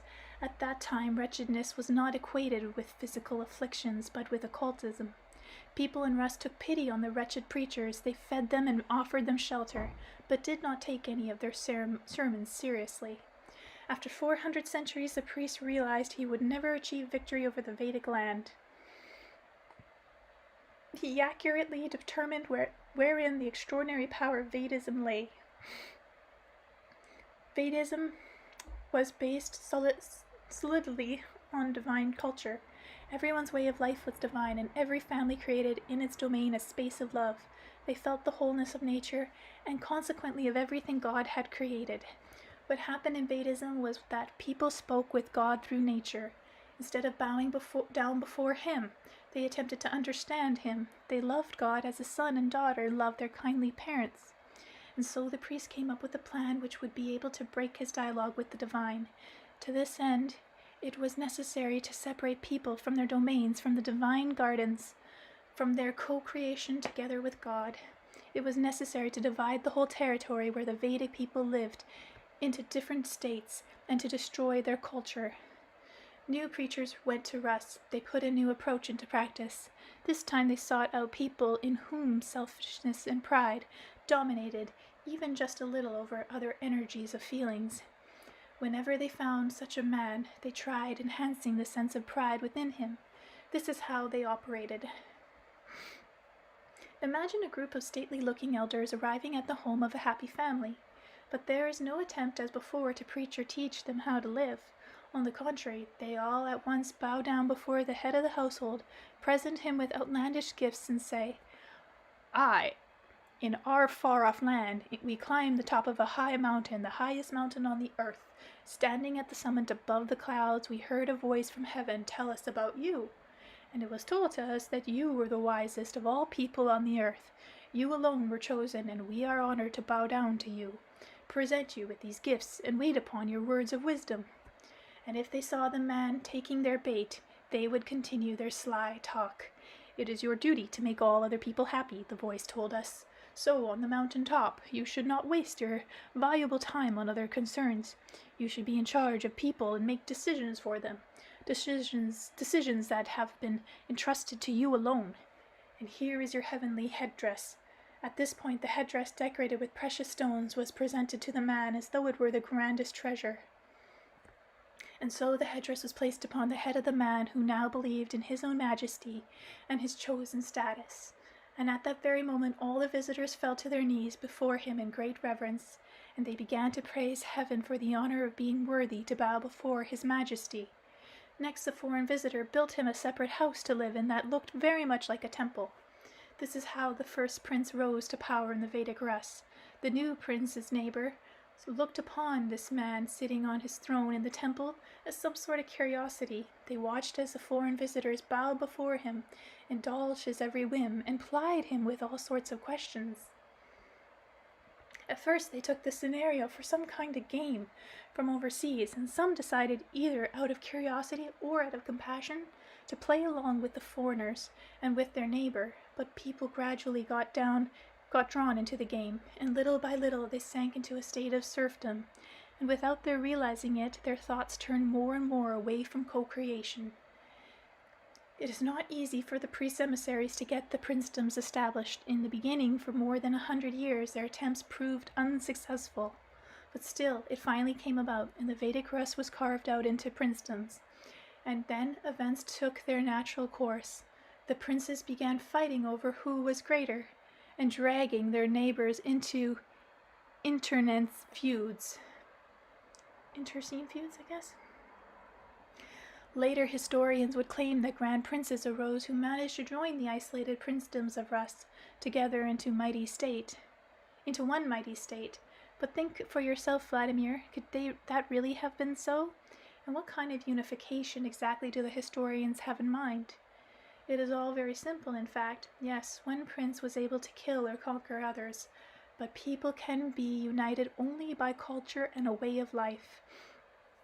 The setting up of borders always indicates separation. Once a state was established not on the basis of a cultural way of life, but on the artificial greatness of one or more people by virtue of their armies, a whole lot of problems immediately made themselves heard.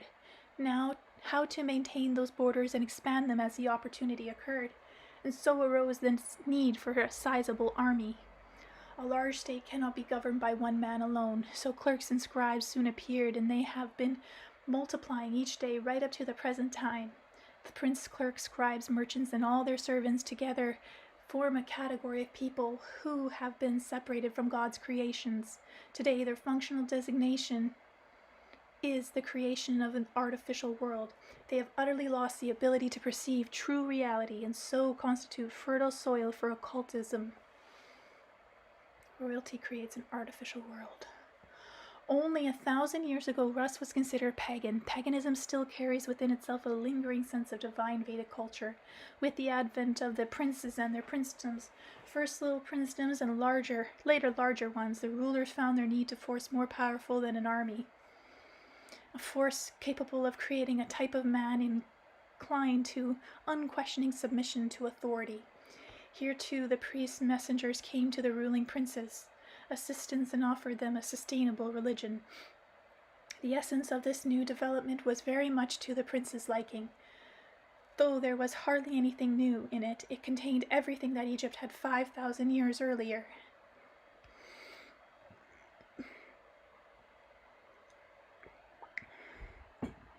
Like the pharaoh, the prince was considered to be appointed to his position by God.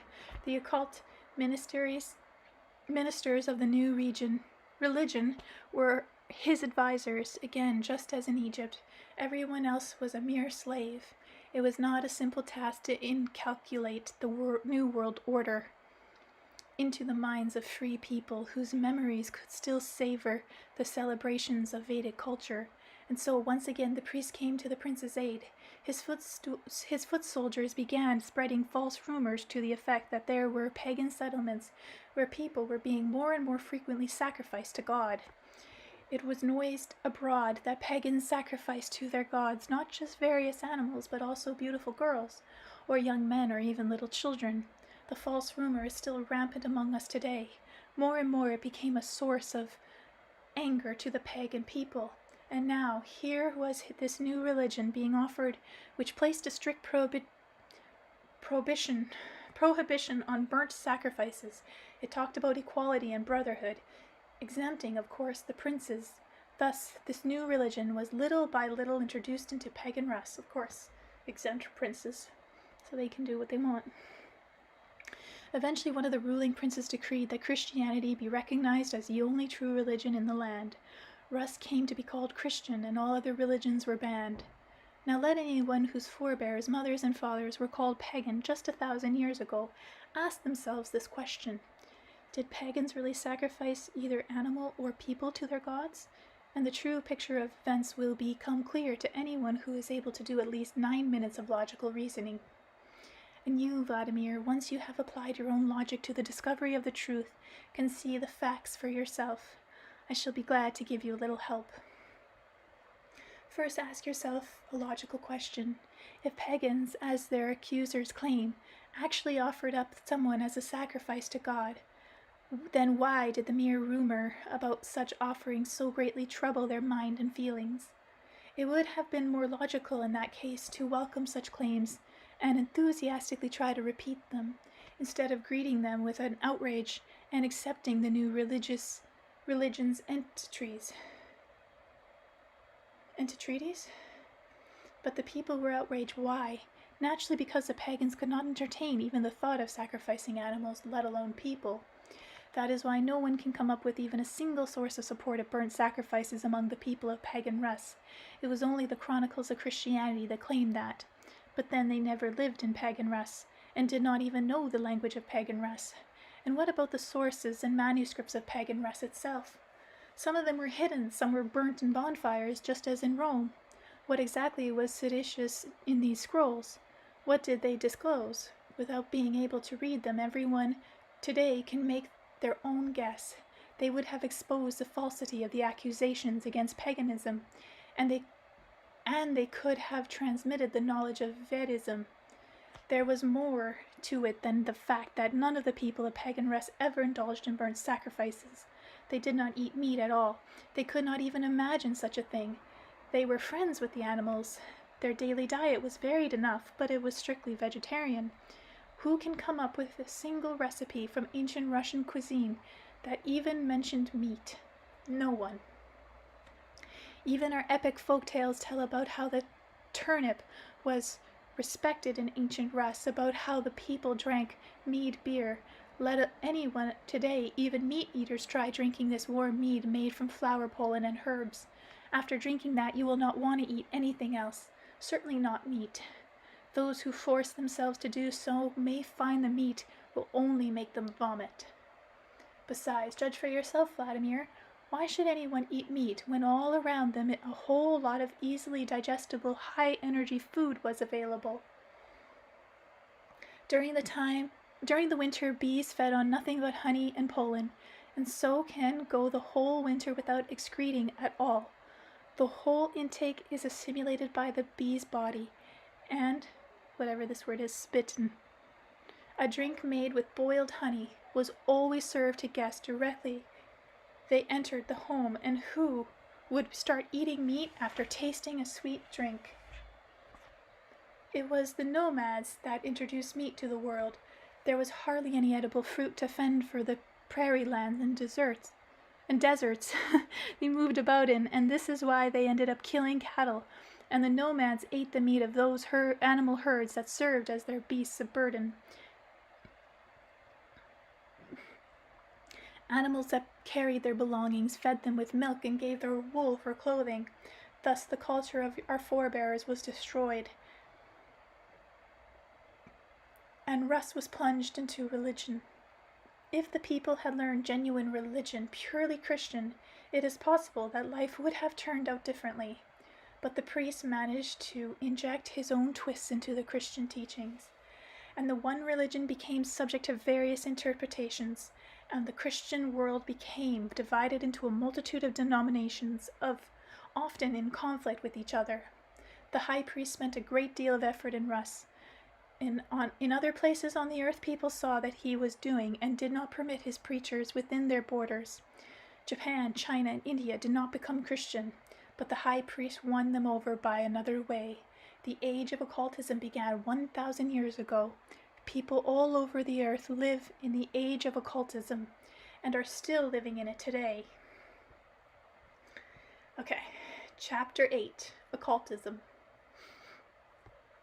It lasts only 1,000 years. During the age of occultism, mankind is plunged into a world of unreality. Mankind begins to direct its tremendous store of diverse energies toward made-up images, and abstract worlds exist beyond the boundaries of real life. The real world with its diversity receives less and less of the life-creating warmth of man. It maintains its existence only in the expanse of past accumulation and its original charge from the divine. Mankind ceases to fulfill its main purpose. It becomes dangerous to the universe, and planetary-scale disasters take place. Today, all mankind still lives in the world of occult, but that age ended in the year 2000.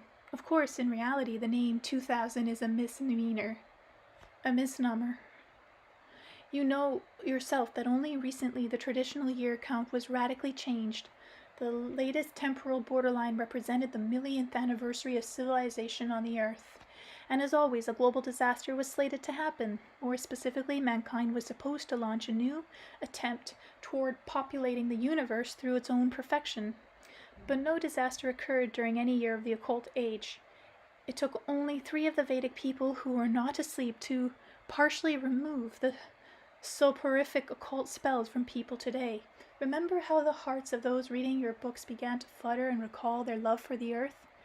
They are still asleep, but the power of God's Vedic culture is coming back to them, and God is gaining new hope. While still not fully awake, they, through their love, averted a disaster. Now it will happen on our planet. Soon all people will come out of the hypnotic occult sleep. They will start coming back to reality. Are you surprised that mankind today is either asleep, under a hypnotic spell, or dwelling in an unreal world? You might wonder, how can that be? Here I am, and in the cities, both large and small, there are millions of people living. Cars go up and down the streets. You should not be all that surprised by my words, Vladimir. Think about it and judge for yourself. At what time, on what day, or at what hour do people actually live in a real world? Think, for example, how many different religions there are on the globe. They all have a different interpretation of man's being and the order of the universe, and each has its own set of rituals distinct from the others. Let us say that there is indeed one religion which is truer than all the rest, but that would mean that the worlds the rest of them are creating are unreal. But after all, people believe in them too, and if they believe, they live in submission to the laws of the unreal world. All over the earth, greater and greater numbers of people are wanting to have more money. But what is money? It is simply a convention. People think that everything can be bought with money. This is an illusion. No amount of money can buy the true energy of love, or a mother's feeling, or one's motherland, or the taste of fruit intended only for the one who grew it with mindful attention. As a convention, money can be used only to buy conditional love, along with a multitude of soulless things around, but in the process you are dooming your soul to a state of loneliness. In the occult millennium, mankind is completely distorted as a space created by God. The people's souls simply flounder about as though in darkness. Look closely, Vladimir. Just over the past 100 years in the country where you live, look how society has kept changing its direction. There was a Tsar, the social elite functioned according to prescribed behavioral rites, and people of prominence were decorated with various emblems, medals, and orders with colored ribbons. They wore gold-embroidered uniforms, and monasteries and temples were built throughout the country where they live now. And then all of a sudden, that was considered contemptible. Uniforms, medals, and ribbons attached to them came to be considered no more than clown outfits. Temples were part of the Dark Ages. Those who served in the temples were called swindlers. And people enthusiastically sacked the temples, angrily slew the occult servers therein. Later it was announced to all that only the Soviet authorities were to blame. Yes, the authorities did officially encourage the people to do this. But then the people did not protest. They simply responded to the call of their ruling idols. After all, you know from documents existing today how in the Kuban 42 Christian priests were brutally slaughtered. Not just killed, but brutally tortured. Their bodies were tossed in cesspools. This was not just the work of the rulers. The people themselves willingly participated in such acts. The rulers' only role was to follow them to happen. As a result, priests were slain by the thousands in different parts of the country. The one that could not run ended up renouncing their faith. Very few in those times managed to save both their life and their faith. The majority of the people in the country became sincere atheists. They changed their clothes, and emblems and ribbons on their uniforms became different, with different colors. Many analysts and historians have written books about the Soviet years, but in the future, Lenin and Stalin will be remembered for just one thing. For the first time, mankind has been shown clearly that occultism is obsolete. Even in their sleep, people do not accept occult religion. Occultism is supported only by artifice and force. But you see, it is not their faith in God that was destroyed. It was only the occultism that had infested their faith that was brought down. Over the past millennium in Russia alone, a startling change of philosophy has managed to occur among the people as a whole.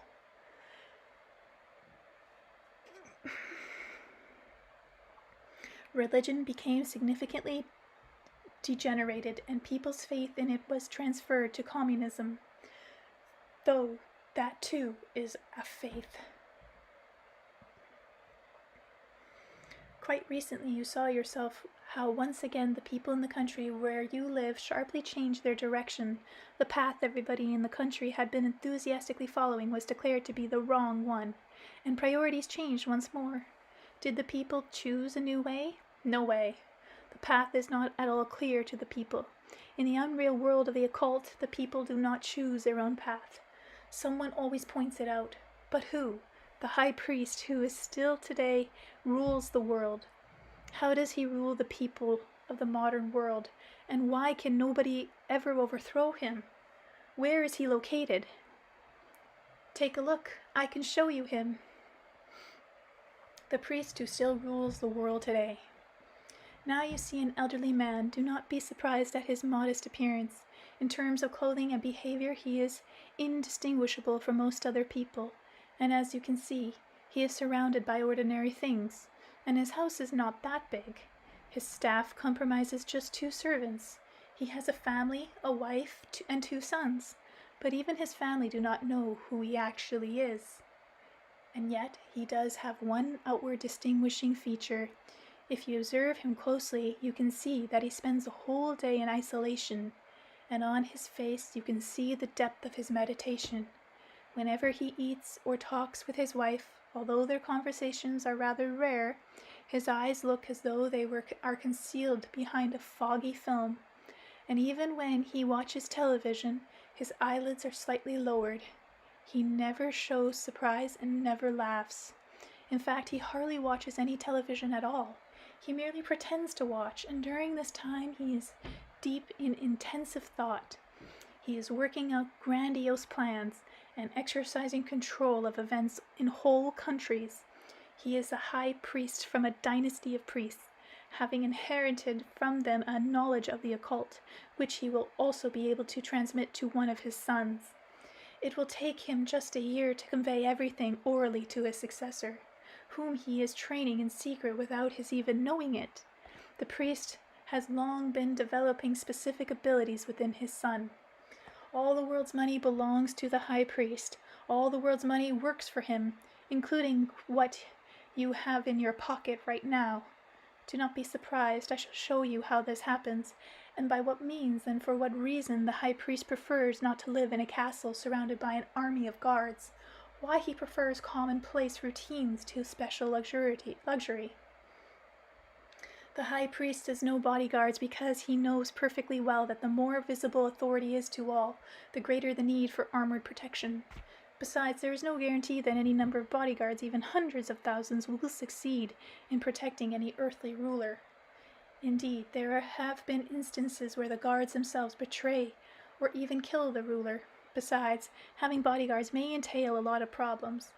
There are times when the ruler is compelled to submit to the guards' terms, compelled to tell the guards about his intentions, forthcoming trips, for example. With a bodyguard, a ruler is always under observation, and so meditation becomes more difficult for him. It is much simpler and more reliable to conceal one's identity. This also wards off intrigues on the part of one's adversaries, fanatics, and challengers to one's authority. Now you may well be thinking, but how is it possible to control huge numbers of people without assistants, managers, and deputies, without drafting laws and disciplining those who fail to carry them out? It is all very straightforward. The vast majority of people have been immersed in occultism for a very long time. The high priest knows all the tricks of occultism.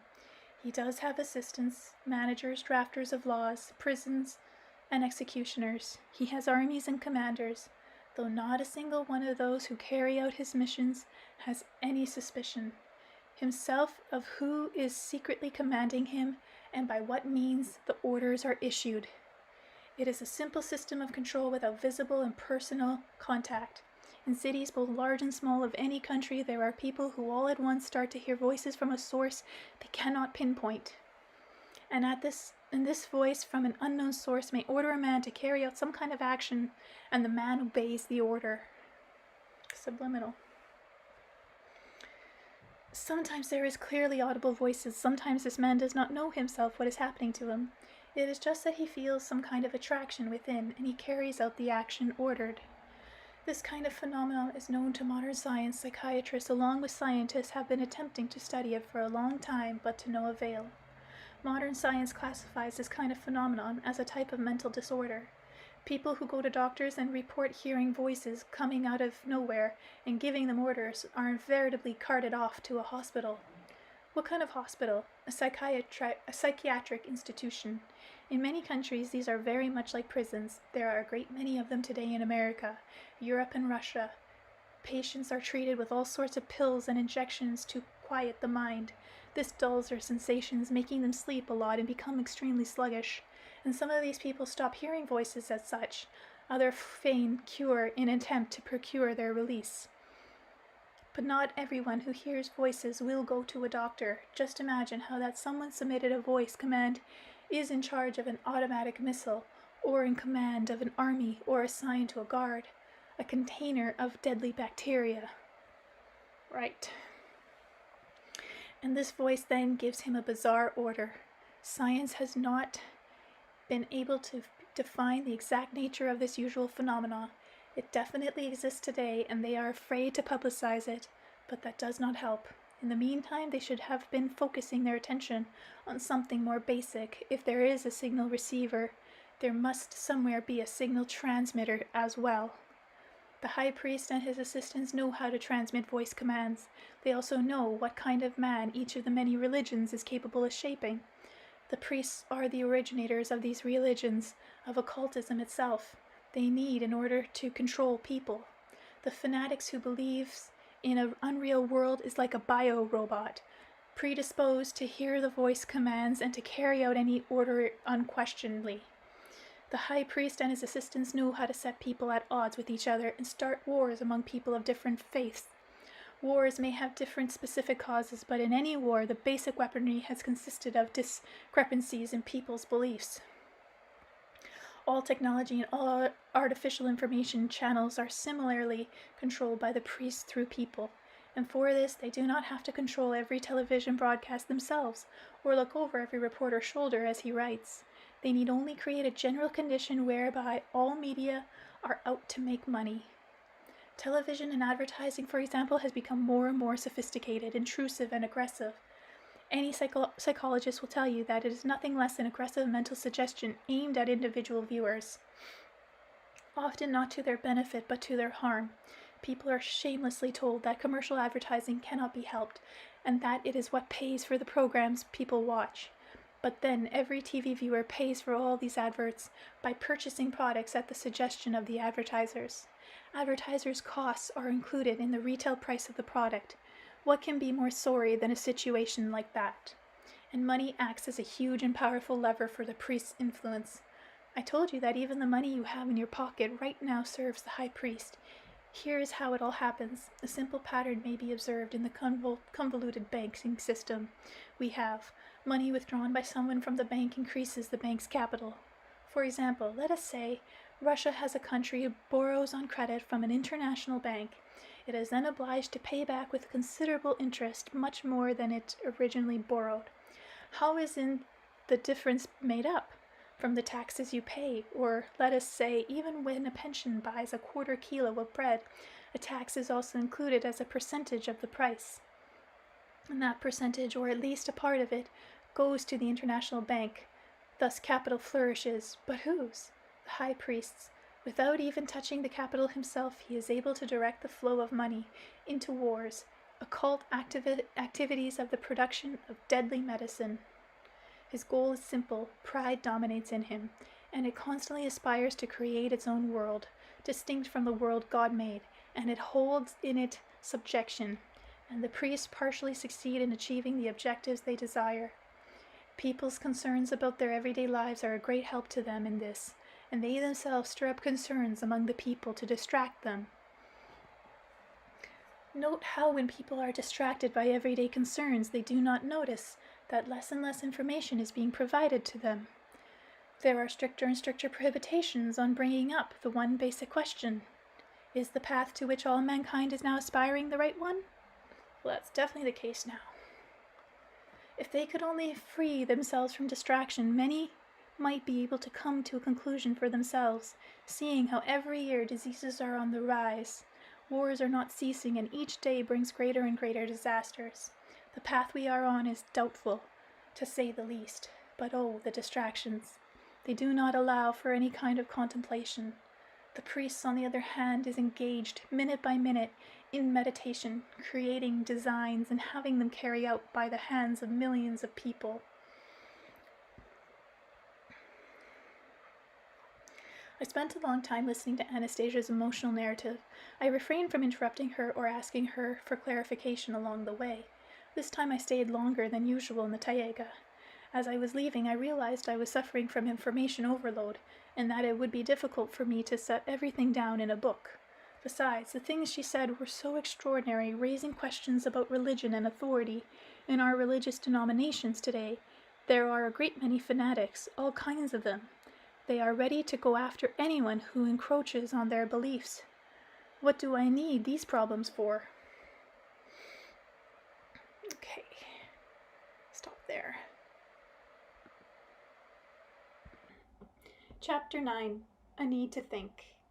After I got home and I was preparing this book to submit to the publisher, I still couldn't decide, even up to the last moment, whether or not I should include all of Anastasia's sayings into the manuscript. When Anastasia spoke of a splendid future for Russia, which could be realized through an establishment of family domains, everything she said made sense. Her idea quickly caught on among my readers. People began to act.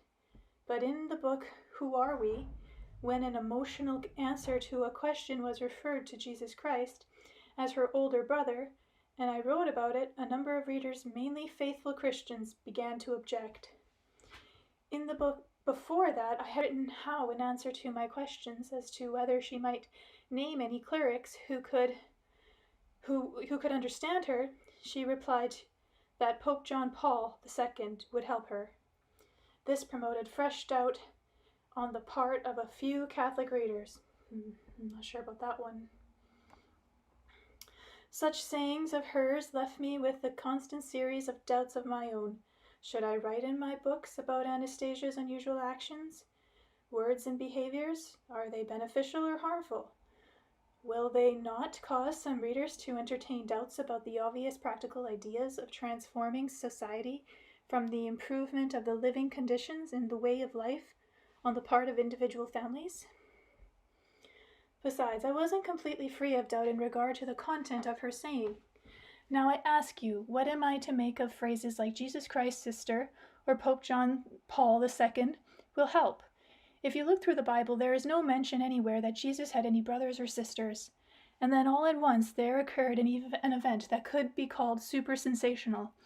And in the connection with this, Anastasia's usual sayings again and again gave me pause for reflecting on the tremendous scope of man's true possibilities. This is what happened.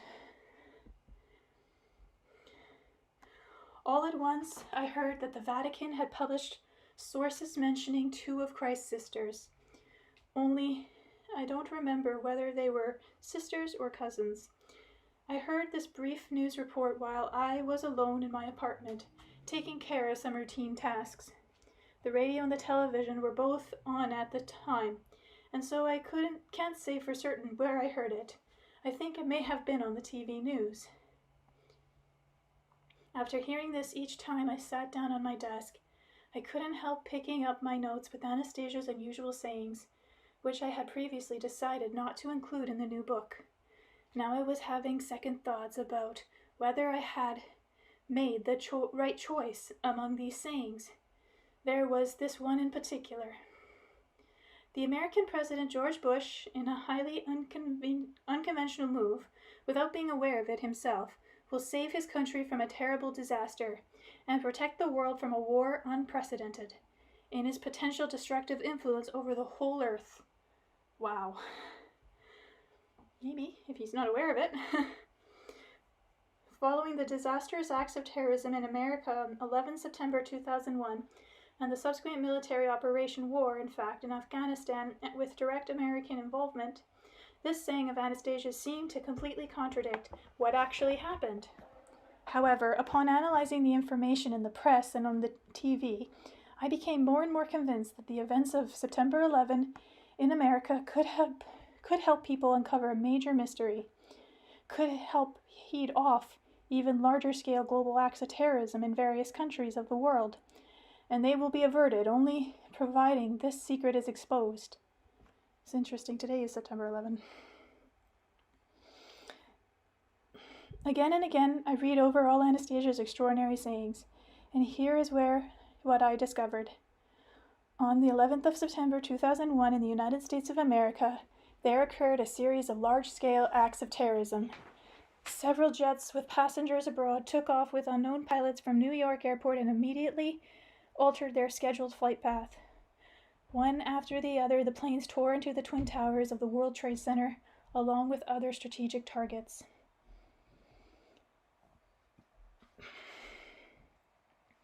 Over and over again, gruesome images of the crashes lit up TV screens all over the world. Soon after, Osama bin Laden and his organization were declared to have masterminded the attack. A little while later, the American president and government secured the support of a number of European countries and Russia and began bombing Afghanistan, where, according to available intelligence, the chief culprit and members of his organization were hiding out. So then, what is the mystery here? After all, images of the results of these terrorist acts and the ongoing anti-terrorist military operation were shown many times over and over, and are still being used in TV news clips several times a day. The mystery lies in the complete absence of cover-up of the causes of the acts of terrorism, in the complete absence of logic, not on the part of those who carried them out, but of those who thought them up. The mystery lies in the fact that the press didn't even try to make even a halfway significant analysis of the causes of what happened, as though somehow all the mass media had been issued an injunction not to investigate them. But that's what they always do. What we see and hear in the media on a daily basis touches upon only the fact of what occurred. The constant repetition tends to make the extraordinary commonplace something as routine as the daily reports of highway accidents. According to media's briefing, this is what happened. Some extremely wealthy terrorist, generally assumed to be bin Laden, planned and carried out through his agents a series of notorious acts of terrorism which resulted in a huge number of casualties and exerted an unprecedented effect on people the world over. Just what in sum did the mastermind behind these terrorist acts achieve? A significant part of the world community, on the head of state level, united against him. The most up-to-date technology and well-trained military units were employed to capture and destroy him. According to the official version, terrorist number 1 is hiding out in caves in Afghanistan mountains. These mountains have been bombed from their air, along with Taliban forces considered as collaborators with the mastermind. The developed countries led by the USA have joined forces to put an end to all the camps of terrorist organizations, no matter what country such camps are located in. Sure they are. Could the masterminds have failed to foresee the subsequent development of events? Sheer nonsense. Of course he knew that it would happen precisely that way. For a man able to evade capture by the special forces for such a long time, to plan and carry out terrorist acts requiring serious analysis and calculations, it should not have been a difficult task to calculate the course of events which followed. Thus it turns out that this mastermind, from one point of view, is an astute strategist and tactician capable of meticulously analyzing, while from another standpoint he is an utter fool. It turns out that through his terrorist activities he has brought doom upon himself, his organization, and all terrorist organizations, even those not connected with him. The situation is utterly illogical, and consequently the actions of the world community in the struggle against terrorism may not be effective. And if the full truth be told, dangerous since logic dictates that the mastermind behind a terrorist act remains above suspicion. Be that as it may, one thing is clear: the picture of events that emerge from the facts reporting in the mass media is highly illogical one. In the beginning, of course, I, like many other people, didn't pay much attention to this, but the news from America immediately resurrected in my thought several of Anastasia's sayings, which I had decided to refrain from publishing because of their strange and extraordinary nature. But now, after what happened in America, these same sayings explain a lot. Though it didn't become clear right off by any means. Here's one example. Right from the time of the Egyptian pharaohs, the rulers of states, both large and small, have been the least free people on the earth. They spend the greater part of their time in an artificial information field, compelled to submit to accepted rituals of behavior. They constantly receive a tremendous amount of routines and monotonous information, but time constraints do not allow them to analyze even that. If a ruler should make the transition when even for all levels of the priesthood, danger is thereby freeing himself from the yoke of occult influences and freeing his people. That information field is nature, fragrances and sounds. It is only the nature of one's own domain, a place where flora and fauna treat man with love. That can protect man from occult influences on him. Now, as I sat at my desk made of the cedar wood which Anastasia had given me, I recalled these words, though this time they no longer seemed strange to me, as they had before. Indeed, look at what is happening even with our own President of Russia. He is constantly meeting either with foreign heads of state or with officials from our own country. None of them just stop by to take tea. They come with all sorts of problems and are impatient for an immediate solution. And the press. No sooner does some sort of unusual event happen in the country, the president's reaction will be. More bluntly, why didn't the president himself go to ground zero? And he wins approval ratings when he actually visits the place where a flood of something else happened. But is that a good thing? And when does he have time to calmly think about and analyze the information coming in? Give us a president, the people demand, the moment something occurs. That's the way it happens. That's the way it's scripted. But what if it were scripted another way? The president should not be dashing off in all directions like a firefighter. He shouldn't be briefing officials, wasting time on meetings. It is essential that he be given the opportunity to sit in his own garden, and from that perspective follow what is going on in the country, and analyze incoming information, and from time to time take some kind of decisions. Perhaps then the people, too, would start to live better. Only if they weren't corrupt, they'd do that. What kind of nonsense is that? Many might react as I did at first. Nonsense, but it is normal not to give someone the chance to think. Indeed, there is someone who finds it very profitable for the presidents of various countries to think as little as possible. What would happen in our country if our president were given uninterrupted time to quietly think about things? What if he were afforded the opportunity to set out the artificial information field, at least for a time? And all at once I was struck by a thought which made me feel as though an electric current were running through my whole body. All at once I could feel my desk warming up. An incredible stroke of intuition hit me. For some reason, in my excitement, I grabbed the telephone receiver, and without dialing any numbers, since she doesn't have a telephone, I cried into the mouthpiece, "Anastasia!" There was no customary dial tone, and a moment later I heard a familiar voice, easily distinguishable from all other voices in the world, the calm, pure voice of Anastasia saying, "Hello, Vladimir. You should try not to get so excited. You see yourself what unnatural actions excessive excitement can lead to. I shall not talk with you on the telephone. Please calm down. Get up from your desk and go into the fresh air, into the grove of trees near your house." The dial tone returned. I put the receiver down. Wow, I thought. I really did get stirred up. I wonder whether that was really Anastasia talking to me, or was I hallucinating from excitement? I really must go outdoors into the fresh air and calm down. A short time later I got dressed and went out to the grove of trees next to the house. Deep in the grove I caught sight of her. There was Anastasia, standing under a pine tree just by the side of the pathway and smiling. Not paying any attention to her extraordinary arrival, I began talking immediately. Who saved America? Anastasia, I've got it. I did some analyzing, comparing your sayings with the events which took place in America, and it all became clear. Listen to me and correct me if I'm wrong. The series of terrorist acts which occurred on September 11 in America, it wasn't complete. The organizers were preparing something a lot bigger, weren't they? Of course they were, only I can't fill in the details in general. I think I've got it, but the details, can you help me here? I can? Then tell me. The mastermind behind this was counting on 6 terrorist groups to act in succession. Each of the 6 groups was to act independently at its appointed time, without knowing anything about each other, and their leaders did not know who was behind it all or what the ultimate goal was. Each group was made up of religious fanatics, ready to die for the cause.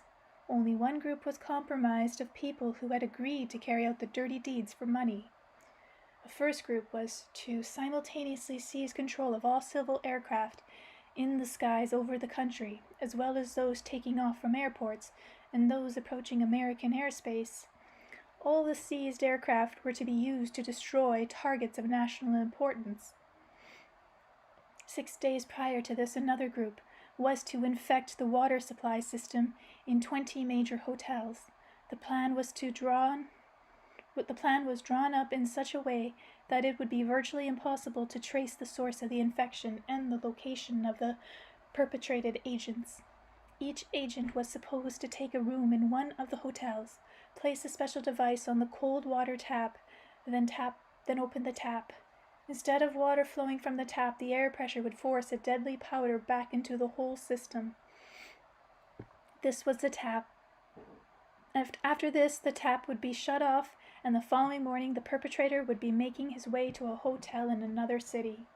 The bacteria released into the water supply system would become glutinous upon contact with the water, sticking to the sides of the pipes, swell up, multiply, and flow downward. In 12 days, they would have proliferated a great deal. In an ordinary natural water setting, they would be incapable of proliferating. They would be destroyed by other bacteria.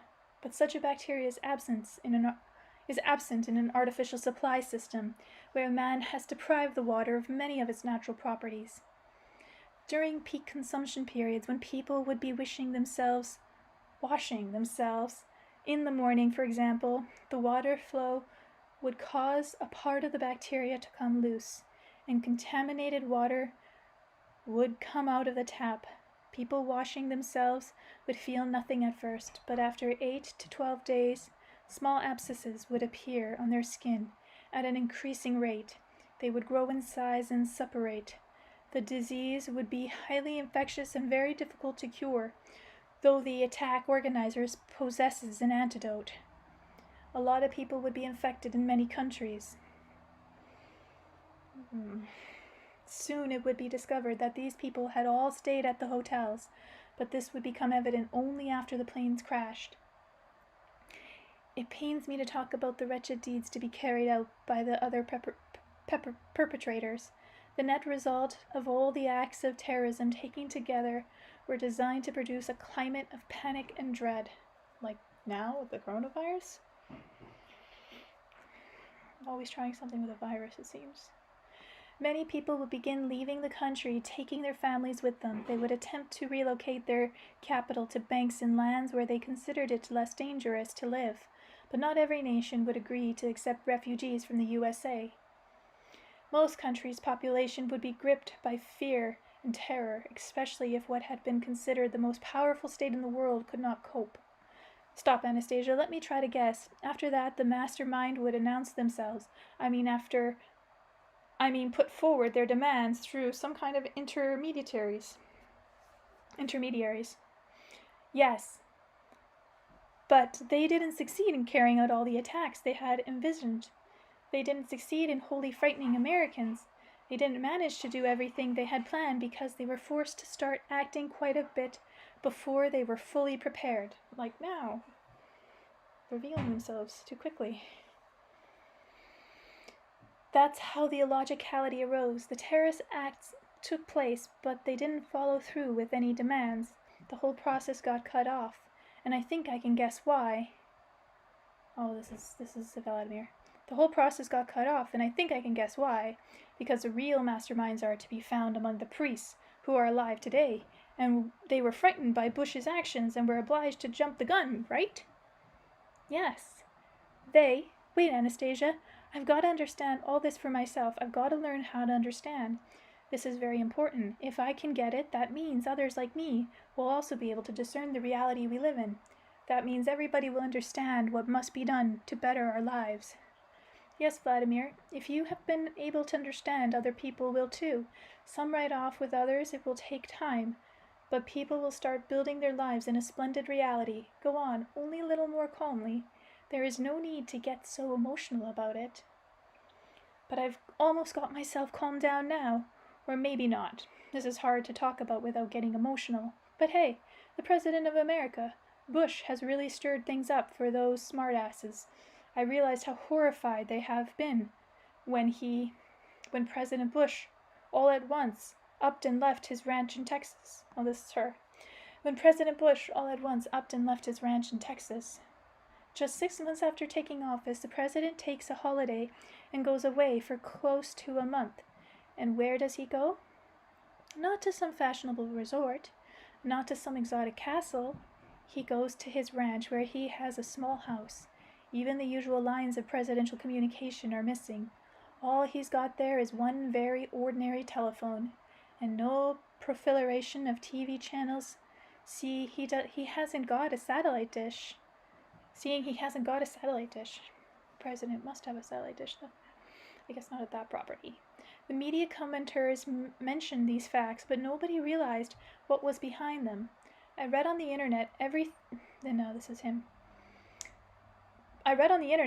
I could about Bush's trip to his ranch. Just the fact was stated.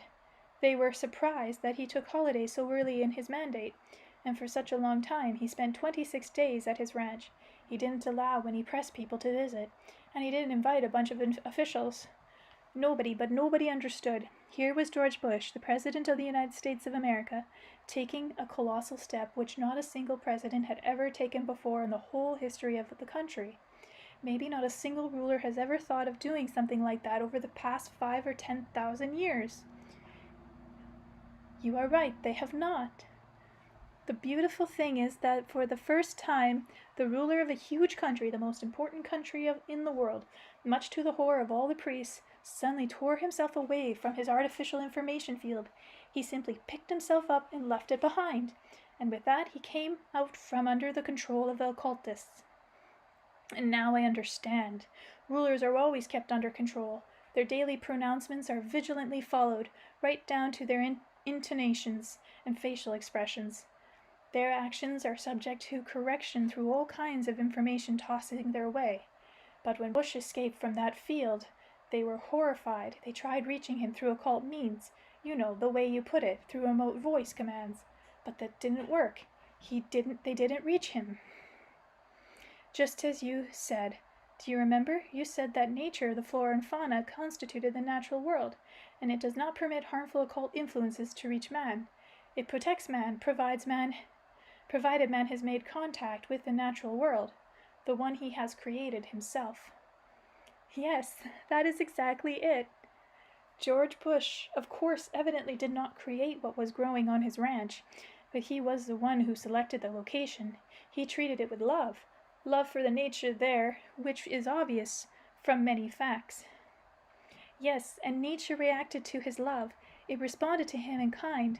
It protected him in the same way as the vegetation growing in one's family domain.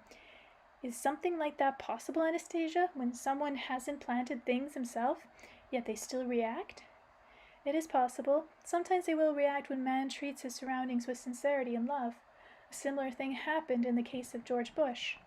So there, I was right. Here was the president on his very own ranch. Everybody thought he wasn't receiving any information. But in fact, the flow of artificial information from the artificial world significantly lessened, and the flow of natural information from the world around him significantly increased. The president took it through the rustling of the leaves, the splashing of the water, the singing of the birds, and the whistling of the wind, and he meditated. He analyzed, he thought. His fact is something they will try to wipe out, to forget, or to refrain from talking about. They'll try to change the subject, but they won't succeed. Bush will still go down in millennia history. I've got it, Anastasia. Of course, one can say a lot of intelligent things and write a lot of songs and poems like King Solomon did in the Bible, or one can act more radically and convincingly like Bush, and thereby say to the world, look here, people, I'm rich, I have supreme power over the strongest country in the world, but none of this is the most important thing for man's being. Man's soul, along with its divine essence, prefers something else, not an artificially created world, but the natural world created by God. My ranch is dearer to my soul than gold and technocratic achievements, and that is why I'm going to my ranch. You too should be thinking, people, about your aspirations in life.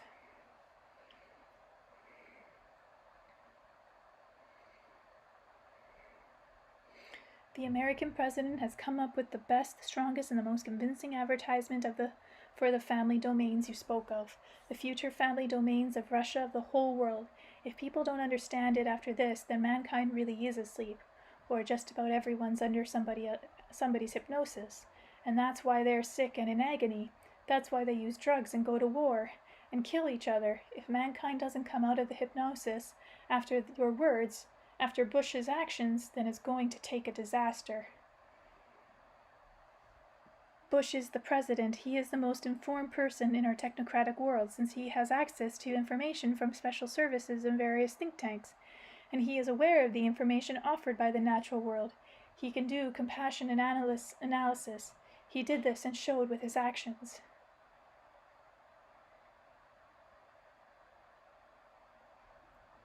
Wait, another incredible coincidence. No, a whole series of coincidences, if indeed they are coincidences. You were saying, you say things and they come to pass. You told me that at the start of the new millennia, the Russian president would pass a law concerning the land to grant every Russian family a hectare of land free of charge. Well, on the 21st of February 2001, all the TV news programmers carried a report on a session of the State Council of Governors under the chairmanship of Russian President Vladimir Putin. The session looked at the land question, specifically private ownership of land, including farmland. The various governors assembled had different opinions on the question. The majority of regional leaders, members of the State Council, were in favor of making land available to Russians as private property.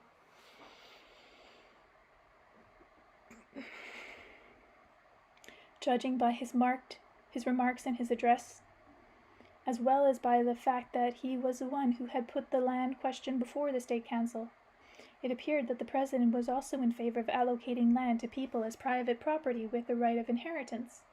And so the upshot of the session was directed to the government to prepare draft legislation on the land issue by May of 2002, and present to the State of Duma for consideration. Of course, they're talking about selling, not giving the land away for family domains, and farmland isn't even on the table, but all the same, it's a palatable step in the right direction. Anastasia, is all this a chain of coincidences, or did you exert some kind of influencing on people, eh? You can give remote voice commands too, can't you? Of course you can, and you do. Have you been talking with them? Vladimir, I have not been talking with anyone except you, and that has only been today on the telephone. I have not talked with anybody at a distance, as you suppose, and I've never influenced anyone against their will. But one time, when I was in Moscow, I heard your voice, Anastasia. You weren't around yet, and I still heard your voice. Grandfather Vladimir was near you at the time. Many people can catch thoughts existing in space. It is a natural ability of man. Earlier all people could do this, and there is nothing bad in it, because there is no forcing. One man can touch another at a distance with his thought ray, send him warm cheer, and thereby speed up the thinking process. Every man possesses this thought ray, only in varying degrees. But your ray is very strong. Have you tried touching people with it? Yes, I have, but I shall not mention their names. Why not?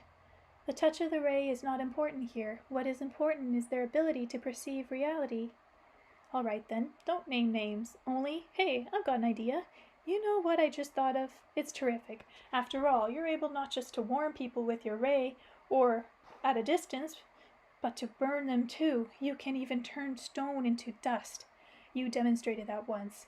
So, what you should do is burn up the perpetrators of terrorist acts. Burn up the priests, along with all the demonic forces. You were telling me. I remember writing it down. With my ray, I shall take but a moment to burn up the murk of age-old dogma. Stand not between the people of God, and so forth. You remember those words of yours? Yes, I do. Then, what are you waiting for? Why don't you burn them up? After all, you said that. I was talking about dogmas. I would never dare to burn people with my ray. Even the masterminds behind acts of terrorism? Even with them, I do not dare. Why not? Think about what you are saying, Vladimir. What's there to think about? Everyone knows the terrorism mastermind and their accessories need to be destroyed right away. Armies of various countries have already been mobilized to this end. Special forces, people are dying. Their efforts are to no avail. They will never find and never destroy the real mastermind. They will never be able to stop terrorism that way. All the more reason if you can pinpoint and burn up the masterminds and their accessories in flesh. Then do it. Burn them up. Vladimir, perhaps you might give some thought to. You might determine just who are the mastermind accessories and how many of them are there. Well, sure, I could think about that, only I doubt I'll be able to come up with an answer.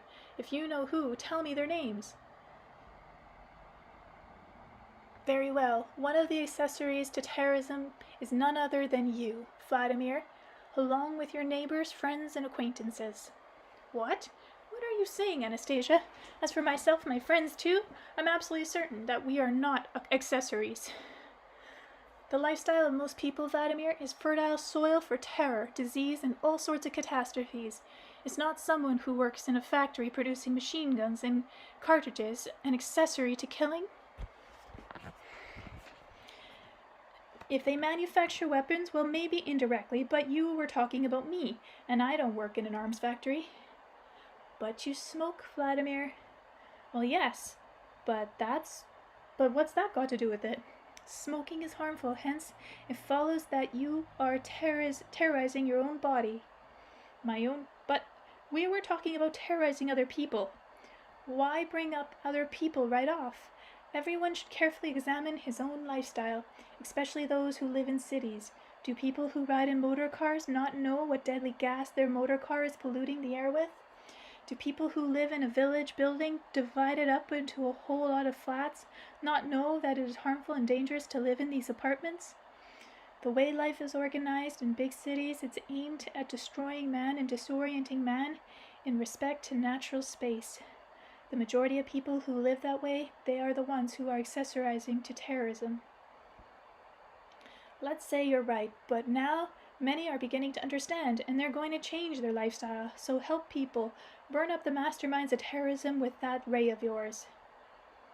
Vladimir, in order to carry out your request, I would have to charge my ray with a great deal of malicious energy capable of destroying man. So what of it? Go ahead and do it. After all, this man is a mastermind of terrorism. I understand that, but before I can aim malicious energy at anyone, I would need to concentrate and produce in myself a large amount of his energy. Afterwards, it can inject itself into me again, or be scattered in particles among other people. Yes, I can destroy the High Priest, but this program will continue to operate, and evil will find another priest, and he will be even stronger than the one I destroyed. You must understand, Vladimir, that terrorism, murders, and crime are many thousands of years old.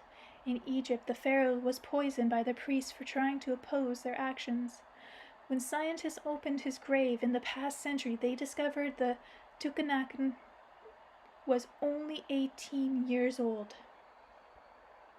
You've read in the Bible about the war of the priests. You yourself might remember that it talks about it in the Old Testament. Before all the Jews were to come out of Egypt, the priests quarreled among themselves. The priest Moses asked for exclusive authority over the Jews, but the other priests would not accede to his request. And then the locusts came and attacked the Egyptian crops. Then a plague came over all their children. Many people and cattle fell victim to the disease, and finally the Pharaoh let the Jews go. The residents of Egypt were so frightened, they gave them cattle and weapons as well as gold and silver. In the Old Testament it says that God was behind this attack in Egypt. But could such attacks really come from God? Of course they could not have. God creates life to be happy for everyone. The priests caused the terrorism in Egypt when they were attempting to divide authority among themselves, and then they blamed God for their evil deeds. Remember too, Vladimir, how Jesus was crucified on the cross. Who was sacrificed along with him on the crosses next to him? Criminals? That is what the New Testament says, and that was more than 2,000 years ago. But they had crime back at that time too. They executed criminals. But what was the result? Crime still exists today. It goes up with each passing day. Why, spending thousands of years in constant commotion, people have not realized that you can not fight evil with evil. In that kind of a fight, evil will only get bigger. That is why, Vladimir, I cannot respond to evil with malice. Well, either you can't or you don't want to. I don't suppose it makes much difference overall. When you speak, Anastasia, your arguments are very weighty indeed. It is quite true that mankind has not been able to cope with lawlessness for thousands of years. Maybe they've been using the wrong method all this time. Only when you look at the current situation in the world, no alternative to suppressing terrorism by armed forces come to mind. And another thing, more and more often today we hear the term religious exemptions, religious extremists, and you've heard about that, yes? And they even say Islamic religious extremism. They say it's the strongest religious extremism of all. Yes, so they say.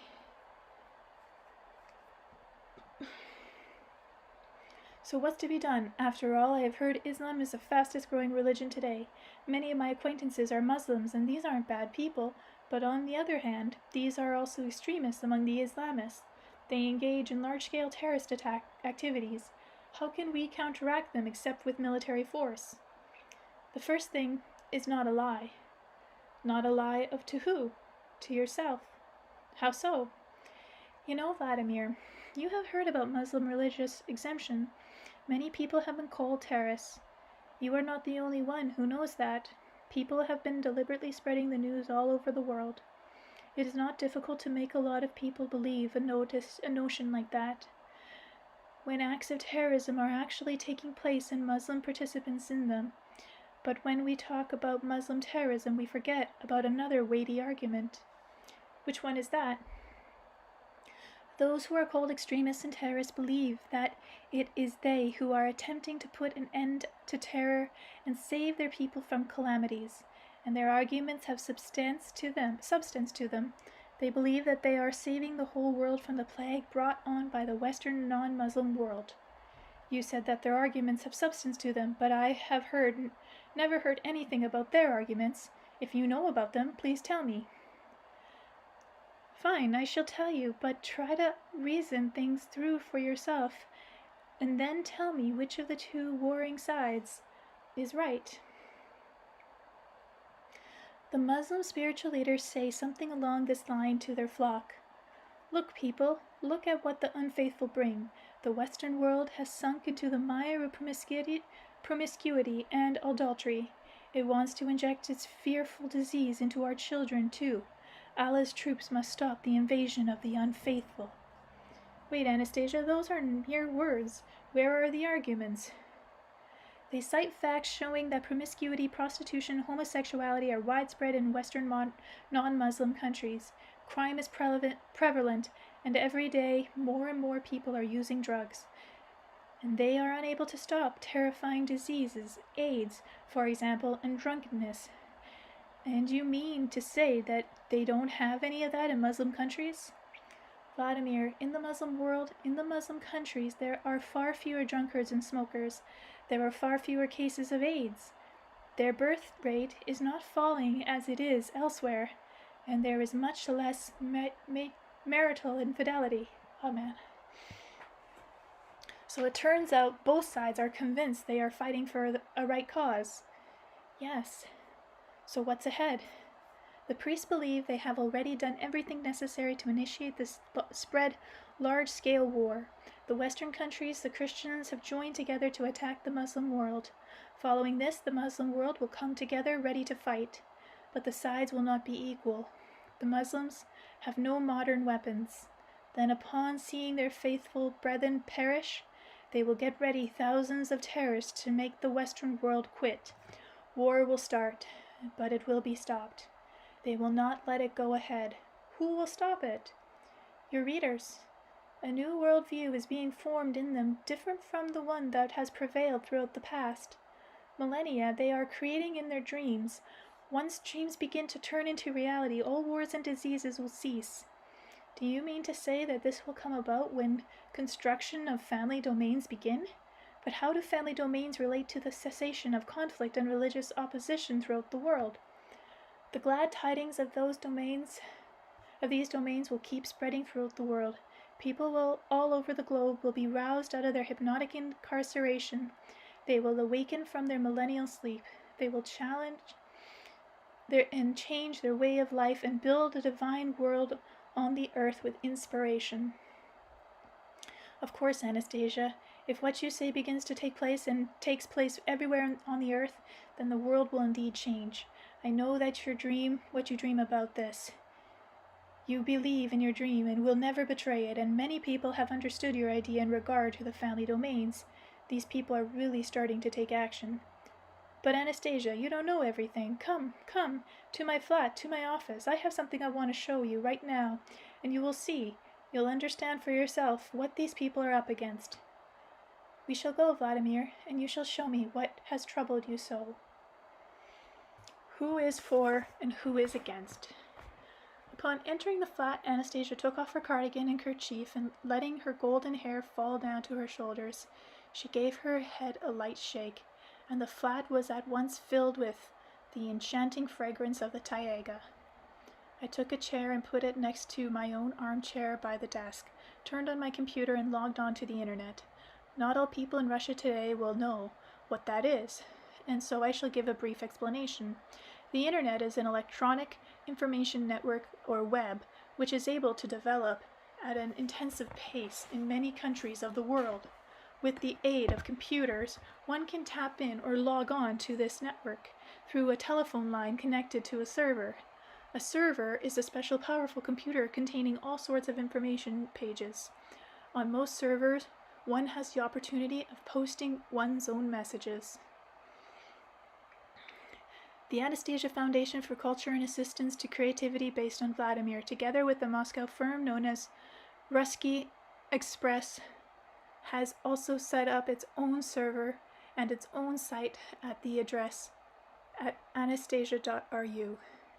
Thus, any readers with a computer can type in the address on their keyboard and not only visit our site, but they can send us an electronic message expressing their opinions about the books, find out what other readers have said about them, and argue or discuss any particular question.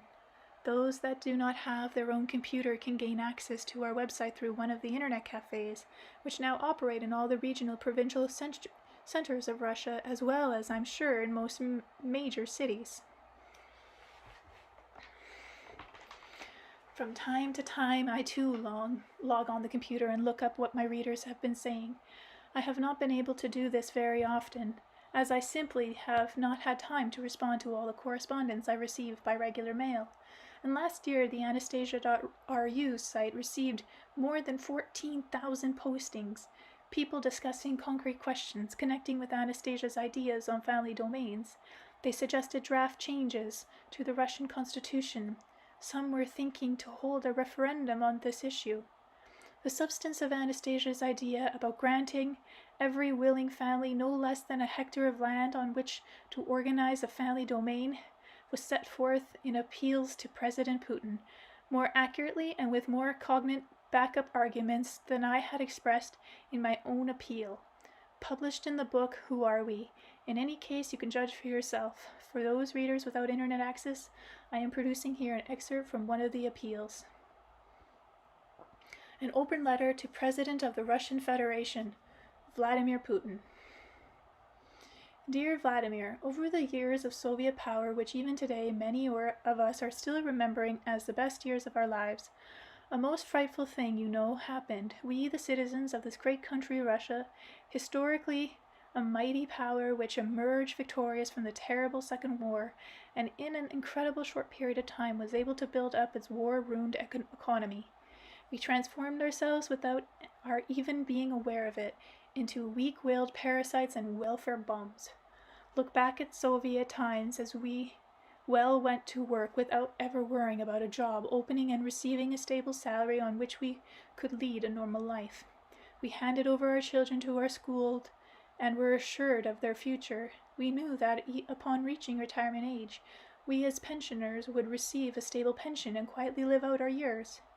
And this stability, this mighty totalitarianism system played a dirty trick on us, having got accustomed to social passivity, social apathy, and indifference, and now no longer enjoying access to a stable source of income, we have begun to get very upset. You see, we did not start to take action or improve our lives. We just started vilifying and railing like the blazes at the powers that be. Each president and each government in turn blaming them and them alone for our present situation. After all, we figure it's up to them to pay us a stable salary and take care of our present and our future, while we simply live our lives for our own pleasures and do nothing to support the stability and prosperity.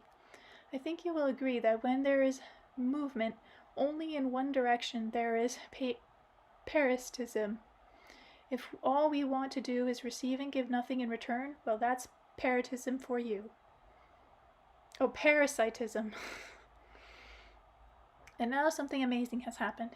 Thousands and tens of thousands have risen up under the impulse to make something happen, to create a splendid flourishing corner of their motherland Russia, to create a splendid present and future for themselves and their children, to create their own material and spiritual prosperity, to create Russia to be the wealthiest and most flourishing country in the world. And for that these people need nothing more than a small plot of land, a mere hectare in size, nothing along with the assurance that this land will not only be subsequently taken away from them, their motherland, where they will create for ever a space of love for themselves and their children.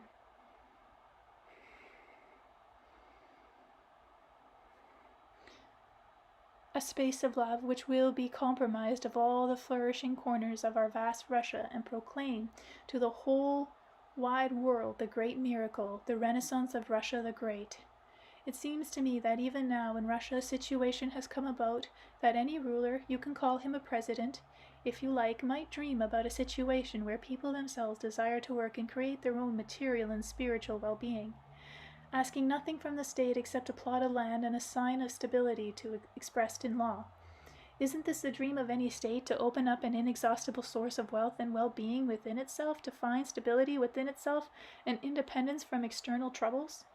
Dear Vladimir, like thousands of other Russian citizens, I should like to affirm once more my intention to create my little corner of my motherland, Russia, to make it into a flourishing garden for many generations of my descendants. Like thousands of other Russian citizens, I hereby reaffirm my intention of laboring for the good of my family and for the good of my motherland.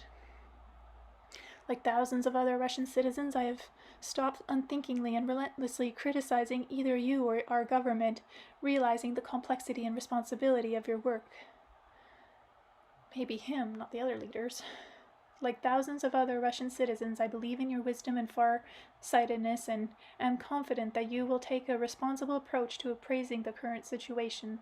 The time has finally come for you and us to work together as a fraternal team, a team of like-minded thinkers, for us to understand and accept you as a close friend, and then you will feel our love and support, and look after us too, with love as a people entrusted to your charge. And together we shall create a splendid present and future for our children, for our Russia. and they defamed our forebears too. One day on my computer, I opened up my internet search engine, which lists all the various websites containing any keyword you type in. I type in the word Anastasia, and the monitor immediately lit up with an impressive list of 246 Russian language sites, together with links to their web addresses.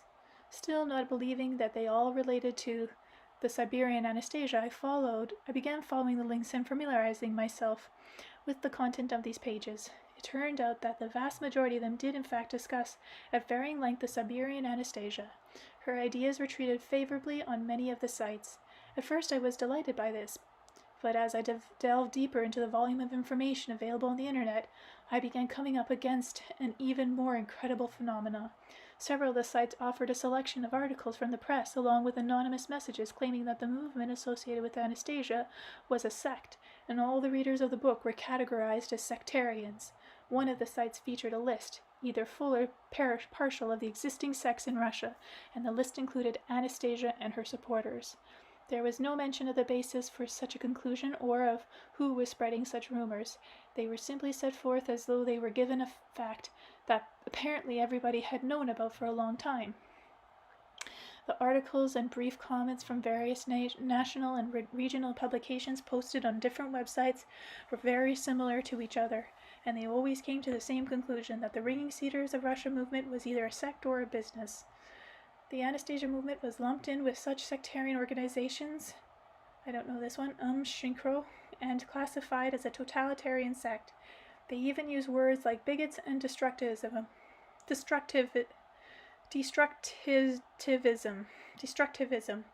No concrete facts were cited, just a conclusion, and that was it. Not knowing the exact definition of the word totalitarianism, I looked it up in my great encyclopedia dictionary and read the following. Totalitarianism is the one of the forms of domination characterized by its complete control over all spheres of society, life along with virtual liquidation of constitutional rights and freedoms, also by repression of political opposition and dissenters. For example, the various forms of totalitarianism in fascist Germany and Italy, or the communist regime in the USSR. Bullshit. It's like happening now. Now, that's pretty steep. What they're saying, in effect, is that I, or Anastasia, have been in control of some flashy totalitarian sect ready to overthrow authority, abolish constitutional freedoms and institutes, a fascist regime. But I categorically deny that I have any governing role in any kind of organization, all the more so in the case of Anastasia. Throughout the past 6 years, I have been working exclusively on my books, and once or twice a year I give talks at readers' conferences, which are open to anyone who wishes to attend. My talks have been recorded on tape, and anybody can have access to them. But why, for what purpose, and by whom is this bold-faced lie being spread about? In one of the newspaper articles, this one in the Vladimir Megre supplement of, I cannot read that word, supplement to Komsomolskaya Pravda, it says that the Anastasia books readers are encouraged to give up their city apartments and go off into the woods. How can that be? I thought. After all, Anastasia says the exact opposite. Here are her direct words. There is no need to go live in the forest. You need to clean up the place you have been polluting first. And she calls upon people to build their family domain near big cities and gradually change their lifestyle to one more civilized and more favorable to one's soul and physical health. Not having the opportunity to personally review the tremendous amount of information, let alone analyze it, I turned to several well-known experts in political science to examine the situation independently of each other and draw their conclusions. Each of them asked considerable compensation for their work, given that they had to read through all 5 books, plus the huge amount of information connected with the books, which had been posted on the internet. I had no choice but to accept their terms. 3 months later, I received the first expert conclusion, and not long afterward the remaining reports. Even though they expressed their findings in different words, since they did not know each other and were working independently, they came to pretty much the same conclusions. I shall cite a few typical excerpts from one of the reports. There is a whole targeted, clearly formulated campaign directed against the Ringing Cedars of Russia series of books, with the aim of preventing the spread of these books among the population at large. The pivotal idea of the books are the strengthening of the state, the achievement of the greatest possible unanimity in the various social strata of the population through the well-being of each individual family. This condition of well-being is achieved by virtue of each willing family being allotted no less than 1 hectare of land for a lifetime use. In the context of the books, this idea is the most persuasive and takes precedence over all others. Consequently, the series opponents, whatever the argument they put forward, are in fact denouncing this particular idea. The next question raised by the Ringing Cedars of Russia series, the divine nature of man, his spiritual origin, may provoke animosity on the part of many religious denominations. The book's main heroine declares that man's existence in paradise should be built here on the earth and by man himself. Man is eternal, only changing his fleshy form from one century to the next. Our whole natural environment is created by God and compromises his living thoughts. It is only by making contact with nature that man can comprehend what God has programmed and the substance of his purpose for man on the earth. The whole concept, the reasoning behind it, and its extreme persuasiveness cannot fail to provoke opposition, especially among religious fanatics who believe that the end of the world is inevitable and that some people will be transported into a paradise beyond the clouds while others are sent to hell. Such a concept is favorable to many people who have been unable to make their own life happy during their existence here on the earth. The opposition to the ideas of the series' main heroine, Anastasia, is being affected by the circulation through the mass media of rumors that its readers, who have taken the initiative to put a number of the projects suggested by the book into practice, belongs to some sort of totalitarian sect. This approach is quite deliberate, inasmuch as it serves to distance the authorities from contact with enterprising readers and from examining their specific proposals, as well as from discussing the problems raised in the books in the mass media. It also serves to interfere with the circulation of the books and the idea put forward in them. I should be pointing out that the opposition has achieved their aim, according to reports on hand claiming about the readers belonging to a sect are being circulated in many government agencies. The specific objectives of the opposition are not clearly presented. They remain quite enigmatic. As a rule, when candidates competing for office use dirty tricks in their campaign, it is easy to guess who is instigating them. Similarly, in the economic sphere, when individual firms are competing for business, it is not difficult to determine who is behind a smear campaign and why. The goal is always clear: to knock off or weaken the competition. Anastasia talks about a new consciousness of man, a new way of life, establishing the state on a more perfect foundation. Who would oppose an aspiration like that? Only forces interested in the destruction of individual family states and society as a whole. The existence of such forces can be traced through their conspicuous opposition, and in this case, in launching actions directed at Anastasia herself and her ideas, as well as against the readers of the Ringing Cedar of Russia series. To all appearances, they are acting through agencies either directly or indirectly under their jurisdiction, as well as through individuals. I showed Anastasia isolated excerpts from the discussion of the subject on the internet and read her the excerpts' conclusions in the hope that the situation portrayed would somehow move her or rouse her into taking corrective action. But Anastasia continued sitting quietly beside me on her chair, her hands resting on her knees, her face showing absolutely no concern. On the contrary, it even betrayed a little smile. "What are you smiling for?" Anastasia inquired. "Doesn't it bother you at all that what they are slandering your readers? The fact that they are blocking their initiatives to obtain land for the family domains?" "I am delighted, Vladimir, by the inspired impulse on the part of so many people, by their understanding of the essence and significance of what they are undertaking. See how thoughtfully they are setting forth their thoughts and drawing up plans for the future.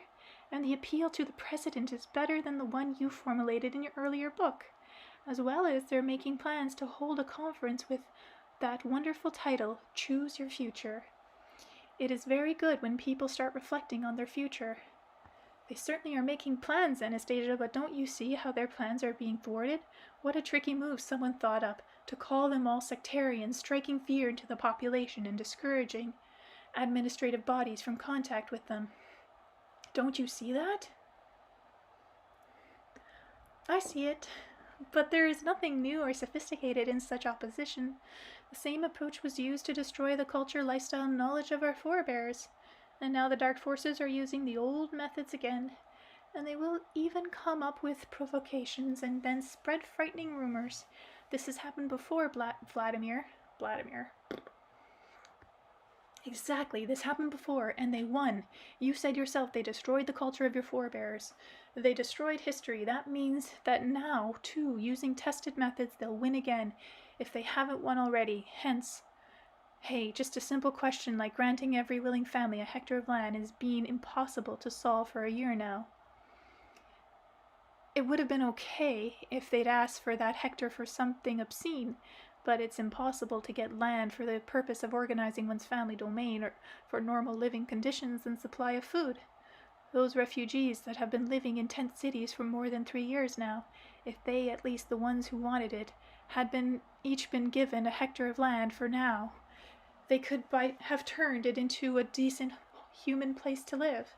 I've thought quite a bit, Anastasia, about what colossal changes could take place in our country if only the authoritarians would not oppose but help people aspire to creating their own domains. But such a simple little question regarding the allocations of land is not being solved. Glad tidings. This question is far from simple, Vladimir. It actually involves major change on our planet and in the universe. When millions of happy Earth families begin to consciously transform the planet into a flourishing garden, the harmony reigning on the Earth will have an effect on other planets and the whole space of the universe. Right now, the planet Earth is sending a poisonous stench into the cosmos, and more garbage is piling up in orbit, and a malicious energy is radiating from the direction of the Earth. A different energy will be emitted when there is a change in the conscious awareness of Earth dwellers, and then the grace emanating from the Earth will bestow flourishing gardens upon other planets. Wow, how grand! And has there ever been such an opportunity before in human history? After all, in Russia, back before the revolution, landlords had their family estates, and now in many countries there is private ownership of land. We have farmers, too, who rent out land for extended periods, but nothing comes out of it. Why not? There has been no conscious awareness. The kind that is growing today in human minds and souls is little shoots of divine. What you call a straightforward question, Vladimir, during the occult millennium, was the greatest secret held by the priests. Many religions through the ages have talked about God, but not one of them has ever stated the obvious. In consciously communicating with nature, man communes with the divine thought. To understand space is to understand God. And even the thought of the dream of a family domain where everything is in harmony with you embodies such more closeness to God than a whole lot of convoluted rituals. All the mysteries of the universe will be unfolded to man, and all at once man will discover one within himself capabilities that he cannot even imagine today, and man will become truly godlike, the man that begins to create the divine world around him. Think, why did not wise men ever mention this anywhere? All because once man understands this earthly essence and his capabilities, he will become free from occult spells. The power of the priests will disappear. Nobody and nothing will ever have power over man who has created a space of love around him. And no harsh and threatening judge will the Creator be for such a man, but rather a friend and a father. This is why through the centuries there have come up with so many tricks to turn away from his purpose. This is why through the centuries they have come up with so many tricks to turn man away from his purpose. Land. Such a straightforward question, you say, Vladimir, but think about how centuries have passed and man still does not have family land of his own. You were mentioning farmers and landlords, but with their family domains, they hired other people to work the land. They have endeavored to get as much profit as possible out of their land. People who did not work the land themselves could not treat it with love, and often seeds were sown in the ground and anger and malice grew. For thousands of years simple truths have been hid from the people. Other people's hands and thoughts should not be compelled to touch one's family land.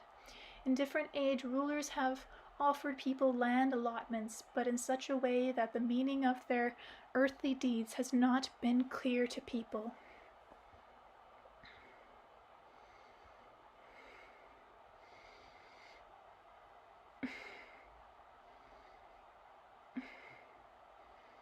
I'm kind of lost. Just where am I? If a man is given just a small piece of land, a quarter of a hectare, for example, his family will not be able to build an oasis there which will serve him effortlessly. A large tract of land is too much for a man to govern independently, and he will end up hiring helpers, thereby involving other people's thoughts. So people have been drawn away by trickery and chicanery from what is important. Does this mean, Anastasia, that not a single religion over thousands of years has ever called upon people to create divine oases on the earth's land? On the contrary, they have spent their whole time calling people's thoughts away from the land, somewhere else. So it turns out that they... Vladimir, do not say unflattering words about religion. Your spiritual father, the monk Fedorite, led you to where you are today, and it is largely thanks to him that you and I met in the first place. The time has come today when congregations of all the various dominations need to think about how to save our spiritual leaders from disaster.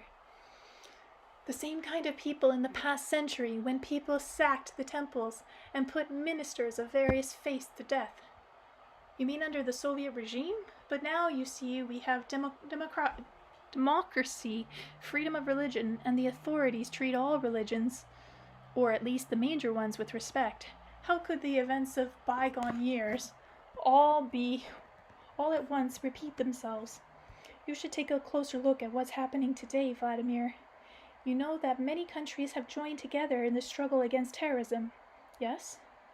They have pinpointed their finger at other countries as the ones promoting terrorism, and they have publicized the names of the instigators. They have accused, among others, some spiritual and religious leaders and special forces have been assigned to hunt them down. But that is only the beginning. Reports have been given to the leaders of the countries, both large and small, exposing the nature of many religions, and they include a whole lot of examples of how these religions themselves were responsible for formatting acts of terror and wars on the earth. In these reports, which have already been prepared, analysts have set forth everything accurately and convincingly. Formations about many terrible crimes will now gradually come to light. They will remind people of an endless succession of wars like the Crusades, intrigues, provisions, and greed among the ministries of the occult. When anger builds up in the whole lot of people, pogroms may launch in many places, and these may include the destruction of temples. At the moment, clerics from a number of religions are trying to put a stop to religious extremism, making declarations to the effect that the extremists have nothing in common with them. Indeed, these clerics openly condemn extremism. For the moment these declarations are being accepted, or rather the political leaders feign ignorance and say they are satisfied with the declarations. In the meantime, these secret reports are already claiming that religions are programming people using any kind of pretext. The pretext may be well-intentioned, calling the faithful to good works, for example, but any faith in something a man cannot see, especially one which he accepts unquestioningly, is truth from a preacher, is always fraught with the danger that the thoughts of the pre-programmed believer may be redirected at the will of the preacher, and so today's believers may easily be transformed into tomorrow's suicide bombers. And a whole lot of different facts from both past and present are cited in the reports as evidence in support of this conclusion. Before long, the rulers will become inclined to the opinion that they should select one religion and put it completely under their control. at the same time declaring all others harmful and deserving of elimination. Subsequently, if they do not succeed in drawing all the people into one religion, then the next step is to destroy all religions, at least within their own borders. Such a decision will lead to never-ending war. This war has already started, it is already going on. It must be stopped, and this can only be done in one way, by giving birth to a conscious awareness on the part of our spiritual leaders. Only glad tidings can restore peace to all the earth. Those that accept the glad tidings and proclaim them in temples both great and small, they will fill the temples with multitudes of people. Those that do not perceive the saying will find themselves in temples that are empty and decaying. What glad tidings are you referring to, Anastasia? Can you explain it a little more simply? People who call themselves spiritual leaders, who talk of God and teach children in the schools today, should recognize as a God-pleasing deed the co-creation of a space of love in the personal domain of every family dwelling on the earth. Not only to recognize this, but to create designs as well for future projects together with their parishioners, to endeavor along with the people to bring back the knowledge of pristine origins, to dream and discuss such a theme, and then to bring the design to perfection in all its detail. The process of creating the dream will take many years. Then, when all this comes to prevail upon the earth, people will live in harmony in the real divine space of love. I've got it, Anastasia. You want everyone to begin studying nature in all the temples and whatever religious persuasion, and in the schools and in institutions of higher learning, to master the science of creating a family domain according to a special design. Let's say this can actually bring various religious denominations together in a common alliance, not just in words but in deeds. Let's suppose it could really awaken people from their hypnotic sleep, put an end to terrorism, drug use, and a whole lot of other negative tendencies in society. Let's suppose, but how will you be able to convince all the patriarchs and all the clerics and in so many different denominations? How will you be able to convince all the secular educational institutions? A lot of things you say come true, Anastasia, but what you're talking about at the moment is completely unfeasible, sheer pie in the sky. It is feasible. They have no other choice now. But that's just what you think, just you. These are mere words that you're saying. But the ones who allow me to utter these mere words, as you put it, possess power unsurpassed. You may remember back 7+ years ago, back when you were still an entrepreneur, that I stood before you and drew letters in the sand by the lake in the Taiga. Yes, I remember, but what of it? And then all at once you began to write books, and now a whole lot of people are reading them. Who do you think was mainly responsible for this? The sand by the Taiga lake? Or the stick I drew with? Or the words I articulated? Or perhaps your hand created the book all by itself? And later poetry welled up like a sacred spring in human hearts. Who was the chief creator behind these works of art? I do not know. Possibly all the factors played a part. Believe me, Vladimir, please try to understand. It is his energy that stands behind everything that was created. It is his energy that inspired human hearts, and it will continue to inspire them. Perhaps, but somehow it's hard to believe that church ministers will start to act the way you say. You should believe in this, and visualize a gladsome prospect within yourself, and then it will come to achievement. All the more so, since that is no longer hard for you to do. You remember how an Orthodox village priest came to you to cheer up your crestfallen spirits. Another priest paid for your books with his own money and then distributed them to the prisons. And your father, Fedorite, talked with you about a lot of things. Do you remember? I do. And you should realize, too, that not all the church ministries share the same worldview. There are those who will proclaim the glad tidings. Yes, I think you're right, but there will be others who will begin to oppose them, especially the high priest you spoke about. His occult agents will think up some kind of new intrigue. Of course they will, but all the dark forces' endeavor will now be in vain. The process has begun, and it has already attained the point of no return. People will learn firsthand of their earthly paradise. These are mere words, and I will say, but here I shall now utter 2 simple words, and a part of the darkness will be illuminated with light. Let the rest of the darkness tremble and begin to conceal their name. as they fail to win the possibility of turning into reality. And these words are uttered simply. The Book of Kin.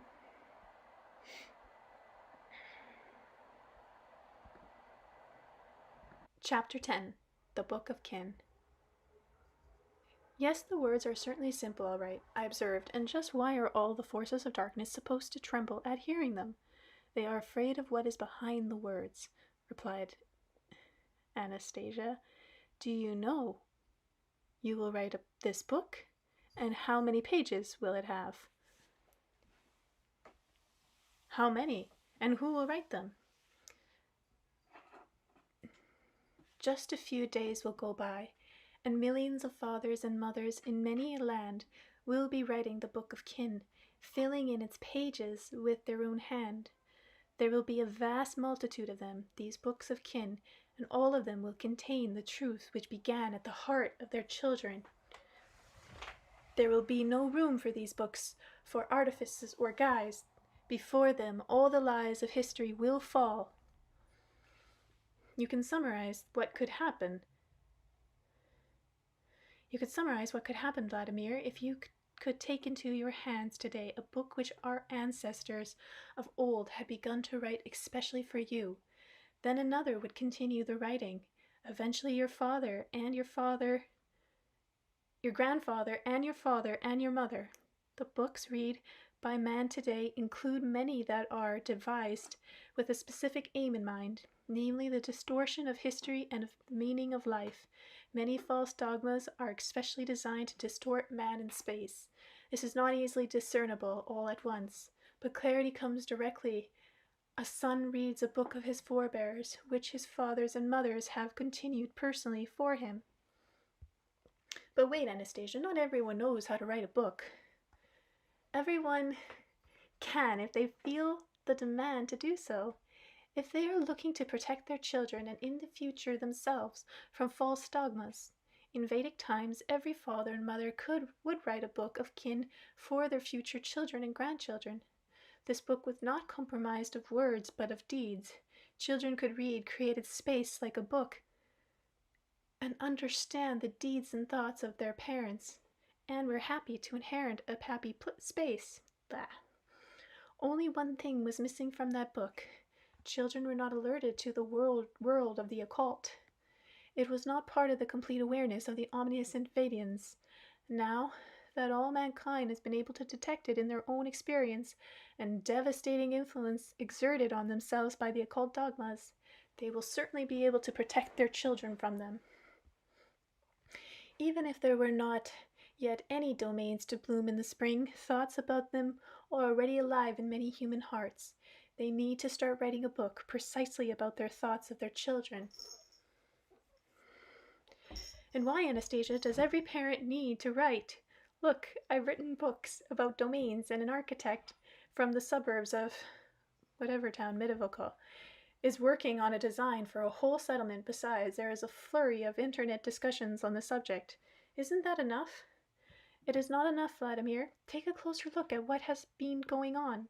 You have been writing books, but other people are writing books too, to counteract yours. There are so many books that a man could not hope to read even half of them over his lifetime. And look, there is a daily flow of information to man that does not come from books. And even though it seems very diversified, all that information really comes down to the same results. It justifies and glorifies the unreal world of the occult. What can help the newcomer to the world determine where the truth and where the falsehood lies? The holy temple of the family will help in this. The Book of Kin, in it a mother and a father will write for their son and daughters about what is the most important things that needs to be created for happiness in life. The children will continue to record the Book of Kin. There will be no wiser and truer books for families anywhere on the earth. All the knowledge of their pristine origins will be poured into it. But how, Anastasia?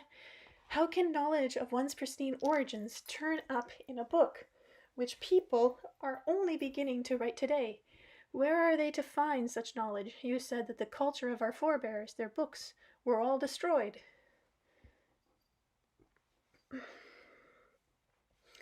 Those that will begin to write already have this knowledge, concealed within themselves. It is preserved within each one of us. When people think deeply and begin to write not just for anyone, but for their children, all the knowledge of their pristine origins will be revealed within them and come to light. So that means that before they start to write, they first need to think, so that wise thoughts may be set forth right from the very first pages of the book. The first pages may be outwardly very simple. Can you give me some examples? When was the man who began to write this book of kin born? What was his name? For what purpose and with what thoughts did he take pen in hand and approach the pages of this most important book? And what did he plan to write in the future? Such a book, I observed, would be easy to begin for anyone who, let's say, has been a famous artist or a governor or a scholar or a die-hard entrepreneur. But what about someone who has simply lived a life? Say someone who's been working and can barely make ends meet. He scarcely earns enough for food and clothing. What could he possibly write for his children? What advice could he give them? The rulers of today and those who pass before the public in rays of glory and those who have accumulated a whole lot of money will find it difficult from now on to have an answer for their children. People quickly forget their deeds of yesteryear, but what a man has contributed to his future will be appreciated by future generations. Are you or anyone else in the habit of recalling past governor? Oh no. I think that's Vladimir. Are you or anyone else in the habit of recalling past governors, famous artists, or entrepreneurs? Not very often, or rather, I don't really think about them at all. I guess that was Anastasia. I don't even know their names, but children will take great pride in remembering what their parents did, and their children will try to forget, and they will be ashamed just as the mention of their parents' names.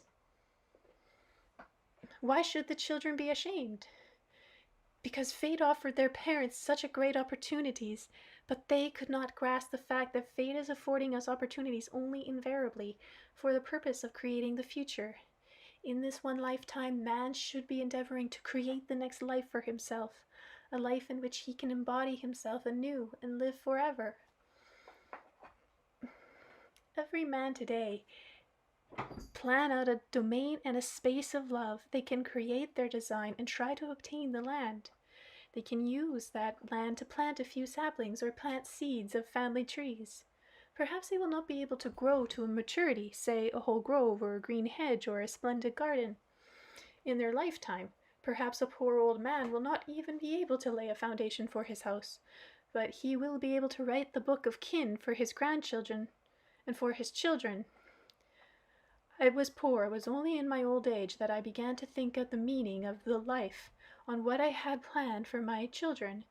I have created a plan for a space for our family. I have described it to you, my children, in a book. I have been able to plant 9 fruit trees in the garden, as well as just 1 tree on the spot where a grove will grow. The years will flow on. The grandson will read that book and remember his grandfather. He will go up into the mighty majestic cedar or oak, growing amidst a lot of other trees on the land of his kin's domain. His thought, overflowing with love and gratitude, will soar into space, will merge with his grandfather's thought, and then a new plane of being will birth for both of them. A whole life in eternity is afforded to man. The settling of the earth and the planets of the universe is nothing more than a transformation for each man within himself. The Book of Kin will help convey the glad tidings to one's descendants and help the souls of the beginning writer to once again embody itself upon the earth. Well, Anastasia, you attach such importance to this book that I too have the desire to start writing one for my descendants. I have the intuitive feeling that in these ideas of yours about the book is something most unusual and grand. Wow, that's quite a name. The Book of Kin, the Kin's Book, the most holy book for the family. But what should it be written on? Ordinary paper will soon yellow and disorientate, and the bindings on notebooks and album tend to look rather primitive. After all, if the book is destined for its descendants, if, as you say, it is of such a great importance, then the paper and the binding should correspond too. What do you think? What should be used? That kind of example, and she nodded in the direction of a book lying on my desk. I followed her gaze, and a moment later I was holding something extraordinary in my hands. Some time ago, a man named Sergei from Novisburg had sent me a copy of my Anastasia, the customary publishing binding. Cat's nibbling me. Okay, don't play with me. Binding had been cut off and the pages transferred to another. I was going to say binding, but that's not the right word for what these pages have been put into. Siberian craftsmen had created an extraordinary work of art. The whole cover, including the spine, had been made out of a valuable species of wood. The edges were of beech, and the cedar inside the frame. And all the details were decorated with finely carved ornaments, text, and illustrations. One could hardly apply the ordinary term cover to all this. The term causing would probably be more appropriate. The front and back parts were fastened together on one side of the spine, and on the other by a little lock. All the little parts were finely fitted together. When the book was closed, the pages were even positioned between the front and the back parts of the casing, thus preventing the paper from buckling under the conditions of either high or low humidity. The pages would not flutter even from a draught of the air.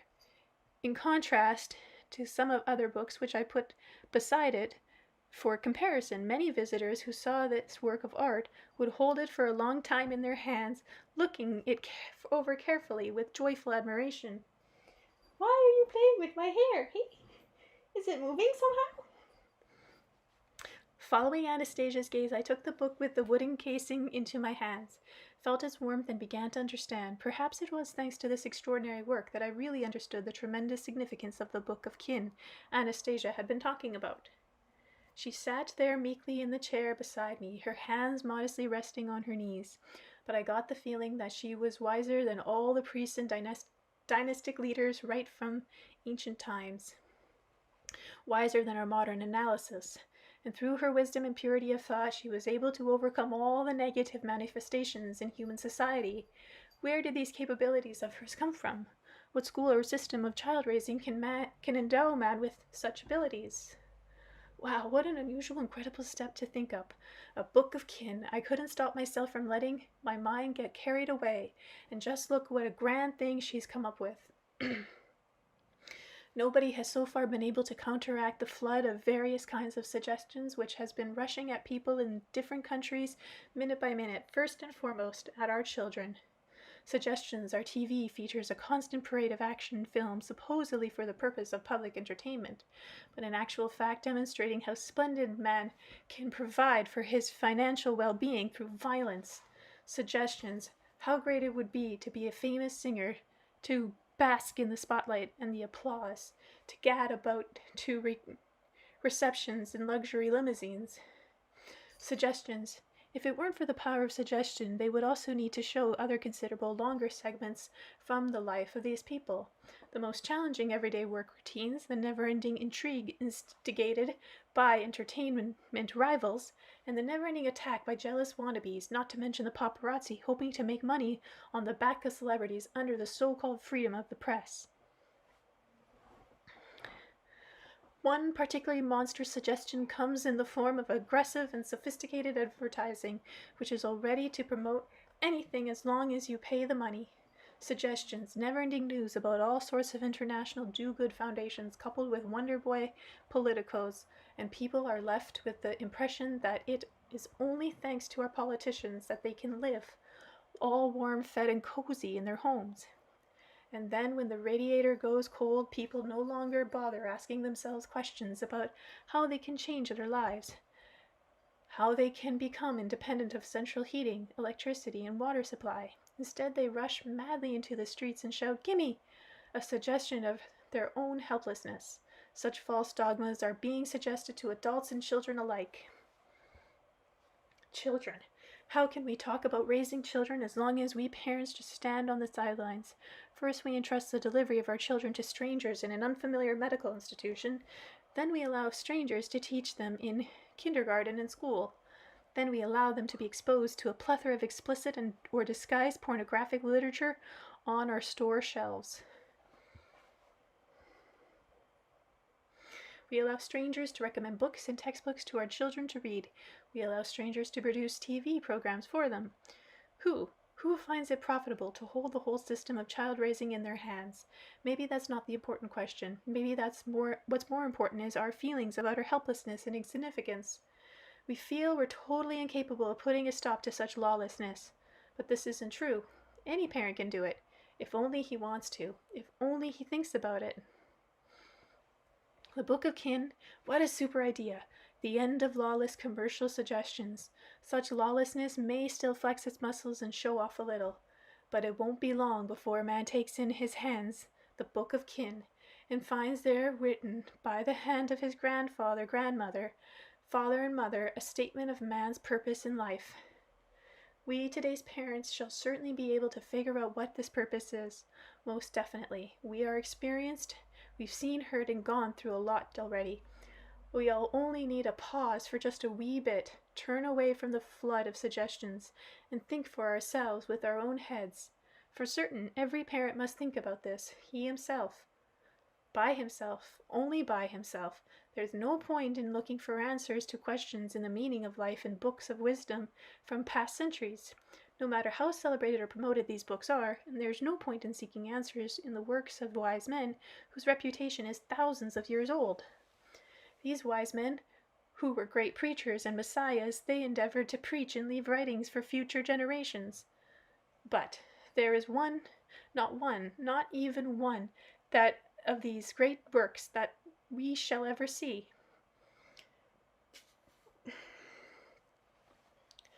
They have been mostly cleverly destroyed. This can be clearly understood if one stops and thinks. Need some water. Just look and see what difference it makes. How switching a single comma around in a brief sentence can change the whole meaning of a message. Remember the famous example? Execute never, show mercy. Execute never, show mercy. And how many similar alterations have crept into the works of the ancient thinkers, either deliberately or inadvertently, at the hands of the copyists, translators, publishers, and historians. And we are talking here not just about changing in punctuation, but the deletion of whole pages, whole chapters, and the writings of one's own interpretations. The result is that we today are living in some kind of illusory world. Mankind is constantly at war. People keep destroying each other like hell and can't understand why wars do not stop. But how can they stop if mankind has not even once been able to determine who has been instigating these wars? It hasn't been able to because there has been no independent thought, and without independent thought, it accepts suggestions as truth. Who started the Second World War? Who fought with them? Who won? The whole world community is convinced that the war was started by Hitler's Germany under Hitler. Under Hitler's victory was achieved by the Soviet Union under Stalin, and these half-truths, or rather delusions, are accepted by the majority as absolute, unequivocal, historical facts. Oh my gosh, I can't read. Okay. And only a very few historical researchers occasionally mention Hitler's spiritual mentors. For example, the Russian Lama, Gudisvi, acting through Karl Hochschaffer. Hitler had one other spiritual mentor, Dietrich Eckhart.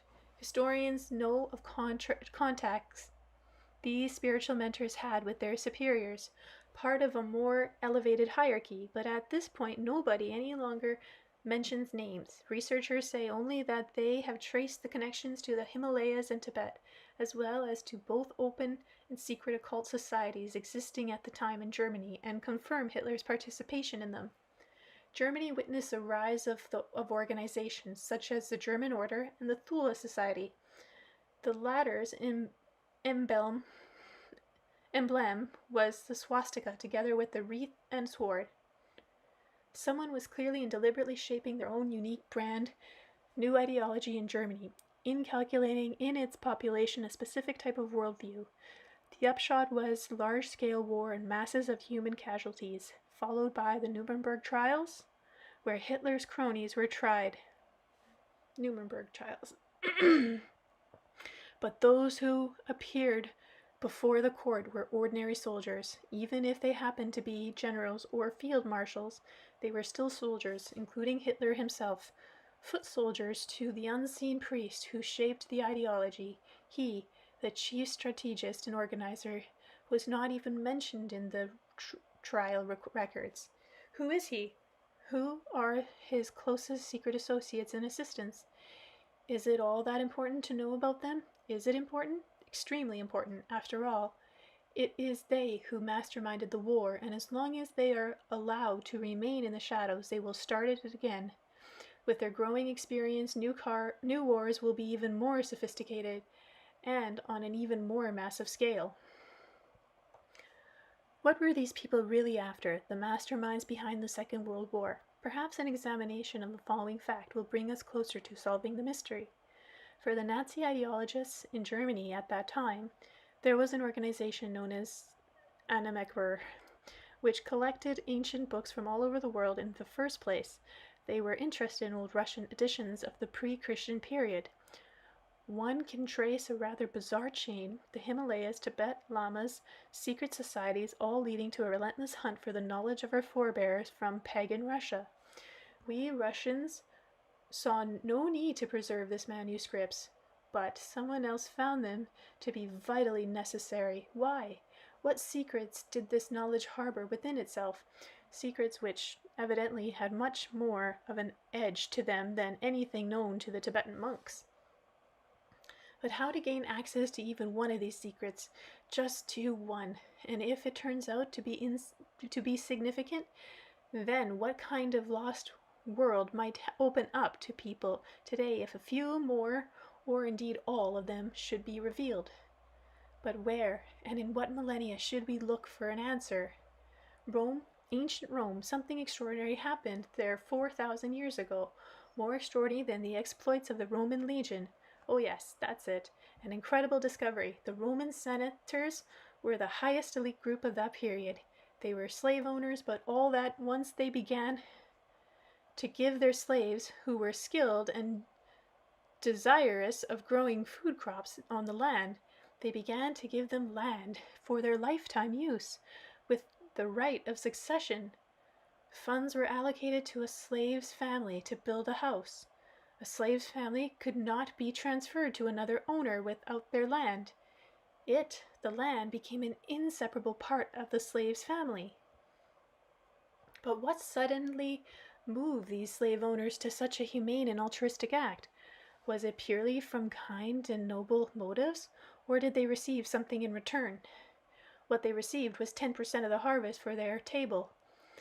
That is probably the smallest tax of the whole known period. This begs the question, why did the Roman elite do such a thing? After all, the slave owner could have simply ordered his slaves to work in his fields by the sweat of their brow, and take as much of the harvest as he wanted. But no. Why? Because back in pagan Rome, they had still hung on to the Vedic knowledge, and the patricians and senators knew that the same product grown by a slave on land other than his own would differ sharply in its properties from that grown on his own ground and raised with love. Back then, they still knew that everything growing in the ground carries in itself a psychic energy. To be healthy, one must feed oneself with loving grown produce. This was mentioned in several ancient books in the Alexander Library, which was destroyed. What wisdom was lost along with those books? Anastasia says that it is possible to resurrect this knowledge and all of its attendant wisdom, beginning with their pristine origins within oneself. Everyone has the ability to do it. I want to believe that statement, but I am still not fully convinced. Where can we find proof that such a thing is possible? What facts can we draw upon from memory so that we can fully accept what she says? Are we to remember everything we heard from our father and mother, or that we were taught in school or read somewhere over our whole lifetime, but our recollections still do not contain any significant or absolute proof. What if I could remember everything I was told by Father Feuderite? But he didn't say all that much. He spent most of his time listening, and while he did give me some ancient books to read, there was no evidence in them. Then how? How can modern man suddenly unfold within himself this treasured knowledge of his pristine origins? He can. No doubt there exist characteristic examples and proof in the recollection of every man. In my own recollection, I did come across one. So he definitely can. A good and attentive grandmother. Grandmother. My grandmother was a witch, not a fairy tale witch, but a real actual white witch.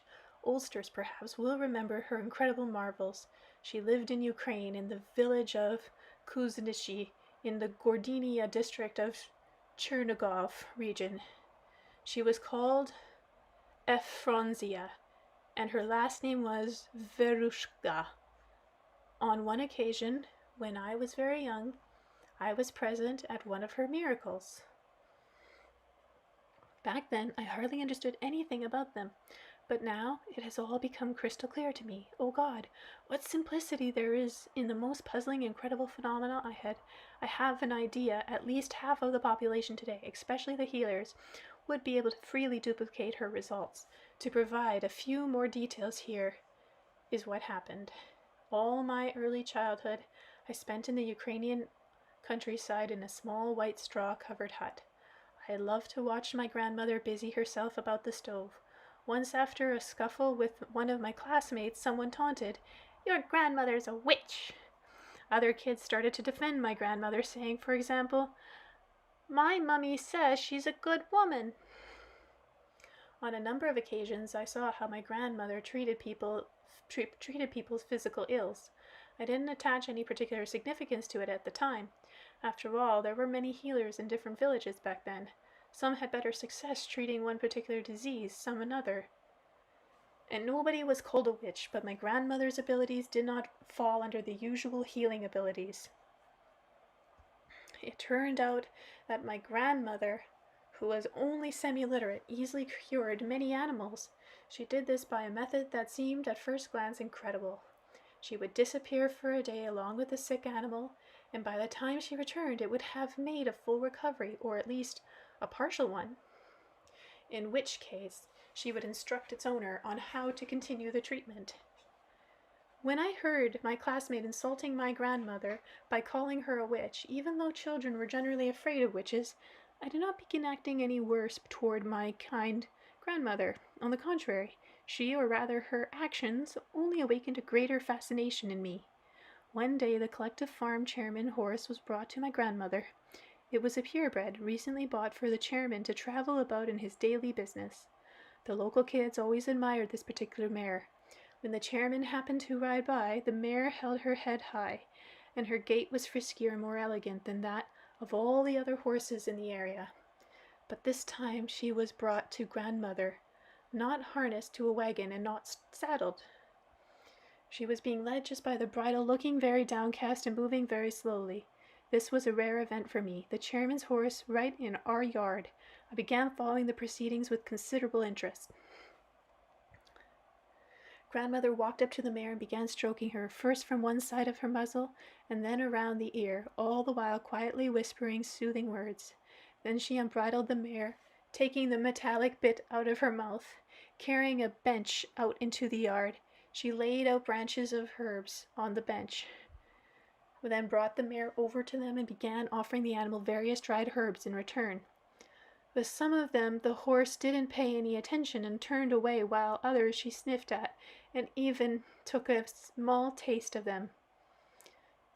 The bunches that caught the mare's attention grandmother threw into a water-filled iron pot which was standing over a coal fire, and finally dropped her nightcap into the mixture. I heard her tell the people who had brought the horse to come the day after next.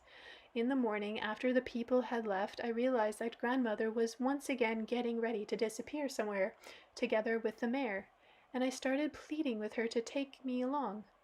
Grandmother, who had always granted all my requests, did not refuse this one either, though she did stipulate one condition: I was to go to bed earlier than usual that night, and I obeyed. Grandmother woke me at the dawn. The mare was standing in front of the house. She was covered with a small piece of canvas. After washing my face with a mixture from the iron pot, Grandmother gave me a small bundle containing something to eat, then took hold of the rope, led, which she had fastened to the horse's bridle. Presently we set off along the border between the garden plots in the direction of the little forest that started just beyond. We walked very slowly along the edges of the forest. To be more specific, Grandmother walked alongside the mare and stopped each time the mare bent her head down to the grass to taste some kind of herb. Grandmother held the lead so loosely that it even slipped out of her hands whenever the mare, having spied something in the grass, jerked her head sharply to one side. Occasionally Grandmother would still keep on leading the horse further, but after coming to a new place she would once again give her free rein. We kept walking, either along the edge of the forest or just a little ways in. It was already past noon when we came to a mud hole in the middle of the field. We sat down by a haystack from the first hay cutting for a little rest and a bite to eat. After snacking on milk and bread, I was tired from our long trek and felt like sleeping. On top of it all, Grandmother took out of her bundle a small sheepskin coat, spread it out beside the haystack, and encouraged me. "Lie down and have a rest, little one. I guess you must be pretty tuckered out." I lay down and began to fight off sleep, fearing that Grandmother might magically disappear along with the mare and without me, but sleep won out. Upon awakening, I saw Grandmother picking some sort of herbs right next to the mare's muzzle and sticking them in her bundle. Not long afterward, we started heading for home, but a different way this time, and as it began to get dark, I again felt as though I needed a rest, and once more Grandmother put me down in the sheepskin coat. When she woke me up, it was still dark, and we continued once more on our homeward journey. From time to time, I could hear Grandmother saying something to the mare. While I don't recall the content of her words, I clearly remember her voice intonations, soothing, tender, and cheerful. When we reached home, Grandmother at once began to give the horse water, adding the mixture from the iron pot to the pail. Later I saw her give the people who came for the horse the bunches of herbs she had picked during our walk and explain something to them. The mare, who had by this time become a little friskier, was reluctant to leave our yard. She had already been harnessed again and kept turning her head to look at Grandmother pulling on her lead. For several days afterward I was angry at my grandmother for not showing me how she could magically disappear like a witch, but the whole time she had just kept on feeding the horse, picking herbs and tying them into bunches. I might have soon forgotten about the walk and the witchery, but when I told the boy who had called her a witch that my grandmother didn't disappear anywhere, but simply fed sick animals, he was just a bit older than me, cited a significant fact that neither I nor any of the village kids who were on my side could counteract. "Why is it, then, that each time the chairman rides by your yard, the horses stop trotting and goes by just at a walk? She doesn't even obey the whip." I don't remember how Grandmother explained this to me. It is only now that I understand the reason. I am confident that a lot of people today who have kind hearts and have an attentive relationship to nature and animals could also treat creatures' ailments the way she did. Now I realize that she allowed the horse to tie bunches of various herbs simply to determine what specific herb the ailing animal required. She also used this to decide the route she would take the next day, counting on finding these herbs along the way, and at the same time replenishing her own stock. She needed to make this whole day's trip, since each plant has a particular time when it is consumed. It's especially beneficial she held the lead loosely so as to allow the mare to determine for herself which herbs and how many she needed to take in. Animals can feel this in an inexplicable way, since the mixture was prepared from herbs chosen by the mare herself. Grandmother's use of it for washing, as well as letting her nightcap soak in it, was probably to make the animal more predisposed to her. See how simply everything turns out to be, only it's still not clear to me how all this was known by my semi-literate grandmother. Oh, how we have complicated the simplicity. May that not be the reason for the large-scale, episodic, mad cow disease that recently swept across Europe, and our modern scientific thought came up with nothing better than to destroy thousands of diseased animals. I have cited just one example attesting to the fact that the achievement of our modern medicine are illusory. Indeed, I could write a whole lot of similar examples of the illusory achievements of our contemporary society, but why talk specific details when we can go right off to the main thing? To live in a marvelous reality. What kind of society are we living in today? Anyway, what are we striving for? What do we suppose we can build in the future? The overwhelming majority of the Russian population will answer without hesitation. We live in a democratic state and are striving to build a free democratic society, just like in the developing civilized Western countries. That is exactly what the majority of politicians and political strategists will say. That is what they say on TV and in newspaper columns. That is exactly what the majority of people in our country think. That majority opinion exactly confirms Anastasia's statement that a part of the people in our modern civilization are asleep, while the rest, because of their programming, are mere bio-robots in the hands of a bunch of priests who imagine themselves to be the rulers of the world. If one can just stop and withdraw oneself even a little from the world's feverish daily monotonous commotion and think independently, it should be possible to understand the following facts.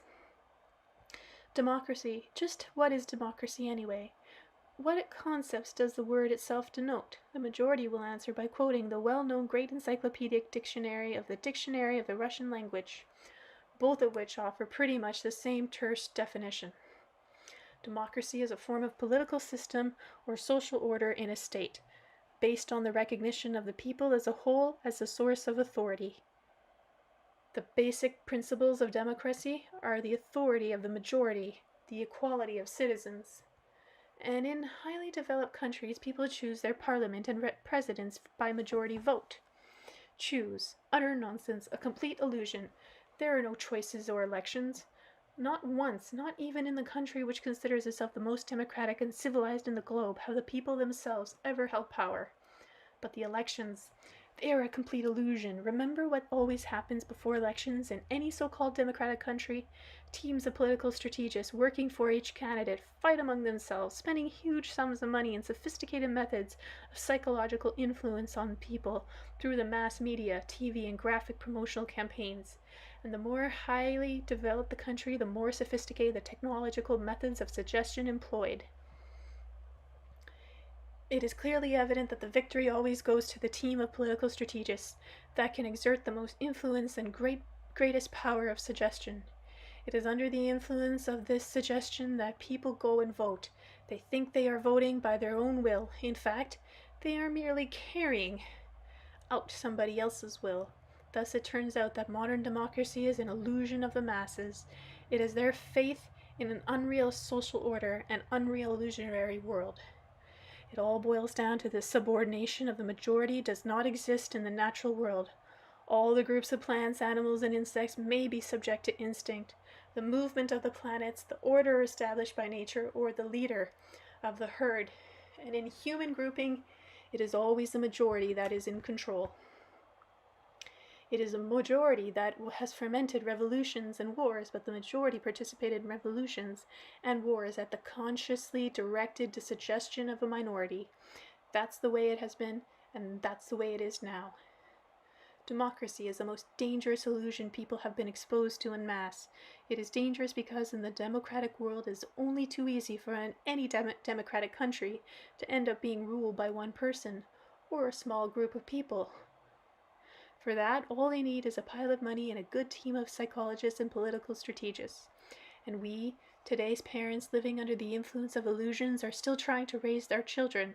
But in actual fact, what we are doing is pushing, one might say, their consciousness into a world of illusion.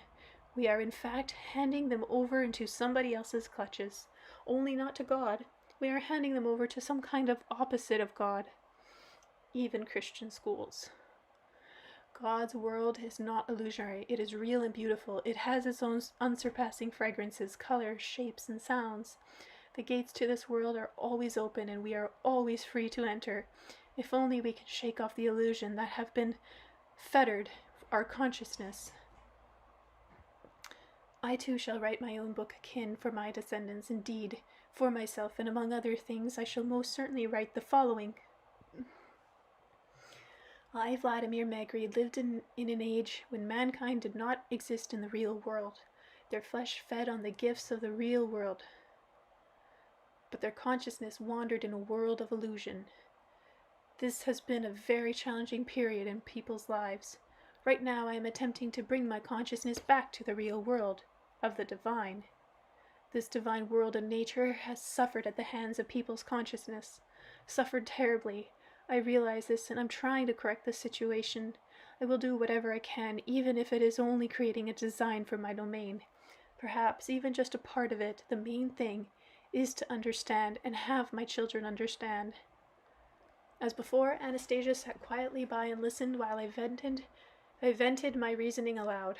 When I stopped, she got up, walked over to the window, and observed. The stars are beginning to twinkle in the sky. It is time for me to go, Vladimir. You are right in many respects, but be careful not to let these new visions of reality make you want to control others. Get the better of such a temptation, and do not join any organizations. Other people, too, are seeing this reality. Once they have organized, they will bring about a significant achievement on the earth. You will understand your own destiny in life. I'm not aiming to join anything or control anybody, Anastasia. But what is this destiny of mine you speak of? The time will come when you will feel this for yourself. Right now, lie down on the bed, go to sleep and rest. You are excited. It is possible that an untrained heart will not be able to withstand such excitement. Yes, I know, but if I go to sleep, you will go away. You always do. Sometimes I have a strong desire for you to stay and not go away. I want you to be always beside me. I am always beside you. Whenever you think of me, you will soon begin to feel and understand this. Now wash yourself with water and go to sleep. I can't sleep. Lately I haven't been sleeping all that well. My thoughts have been keeping me awake. I shall help you, Vladimir. Would you like me to read some of the poetry your readers have sent you and sing you a lullaby? Go ahead and try. Perhaps I shall really nod off to sleep. After I washed and lay down in my bed, which had already been made up by Anastasia, she sat down beside me and placed her hand on my forehead. Then she ran her fingers through my hair and softly sang a song written by one of my readers from Ukraine.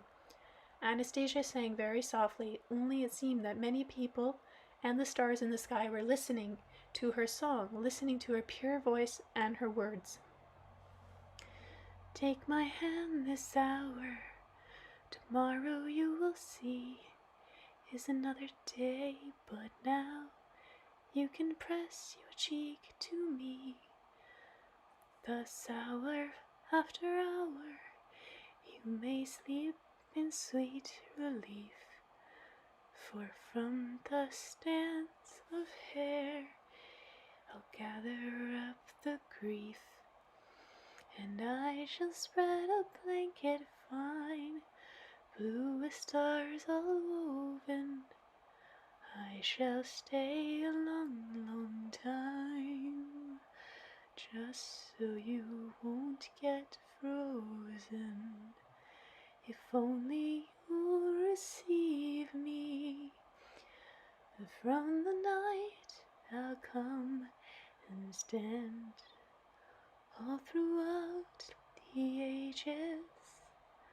I've learned to heal ills by my hand, which will pain the sausages.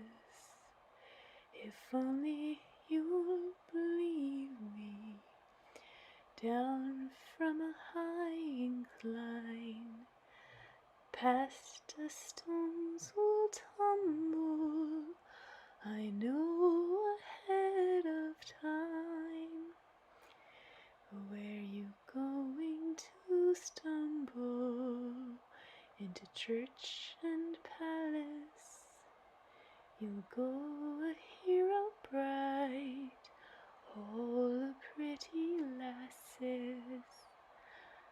I shall keep you from my sight in a world of black and white. I too live and live unimpeded, so that swords and bows drawn tight will never more be needed. If only you, if only you, if only you love me. I'll let the loyal sparrow fly up and team with crane in the heavens above you. I dare not come into your dream too tenderly. I love you. Before immersing myself in a deep and calm sleep, I managed to think. Of course, tomorrow is another day. It will be better. I shall describe the dawn of a brand new day, and many people will start writing in their book of kin about how a splendid new beginning has been dawning on mankind. And these will be the greatest historical books for their descendants for thousands of years of time. And one of them will be mine. Tomorrow I shall start writing a new book, and now I shall be able to give it a more coherent sounding design. And the new book will define a new historic turning point for the people of Earth, turning to the marvelous reality of the divine. Until we meet again, dear readers, in this new and marvelous reality. Vladimir Megre, to be continued. Translators afterward. Suppose you've lived all your life in the same town at the base of a huge mountain. You've looked at that mountain day in and day out as you walked to and from school, plowed your fields, shopped at the outdoor market, or cycled around the town on errands. You are familiar with every detail of its craggy surfaces, and on occasion have even climbed up part way to explore the foothills. But you have never been around to the other side.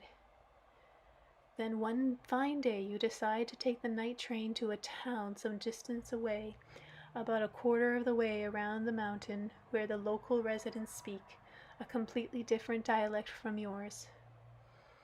Upon arriving the next morning, you set out to take a look at the mountain from this side, and there it is, looming just as large as beyond this new town, only at first it doesn't look like the same mountain at all. Even though your angle has changed to a mere 90 degrees, what was familiar from a frontal view you now see in the profile. Features you knew before in profile are now facing you head-on. Some of these features require closer examination to identify. In fact, many of your fellow residents who made this trip before you and didn't bother to examine the scene in a detail say the mountain here looks nothing at all like the one back home. Some of them refuse to believe it is the same mountain. A few even associate the unfamiliar appearance with something hostile and threatening. Such impressions are further fueled by the different way the locals describe the mountain in their own dialect, either with completely different words or using the same words but with different connotations. Indeed, the terminological discrepancy is rather discerning at first, but little by little, the more you examine these features in detail and even try a bit of climbing exploration, the more you become convinced that you are dealing with the same mountains you have known all your life.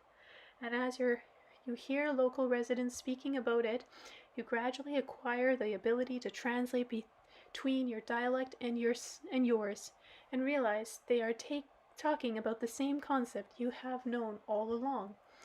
In some, you find yourself simply amazed at what you are learning about a familiar landmark from a brand new perspective.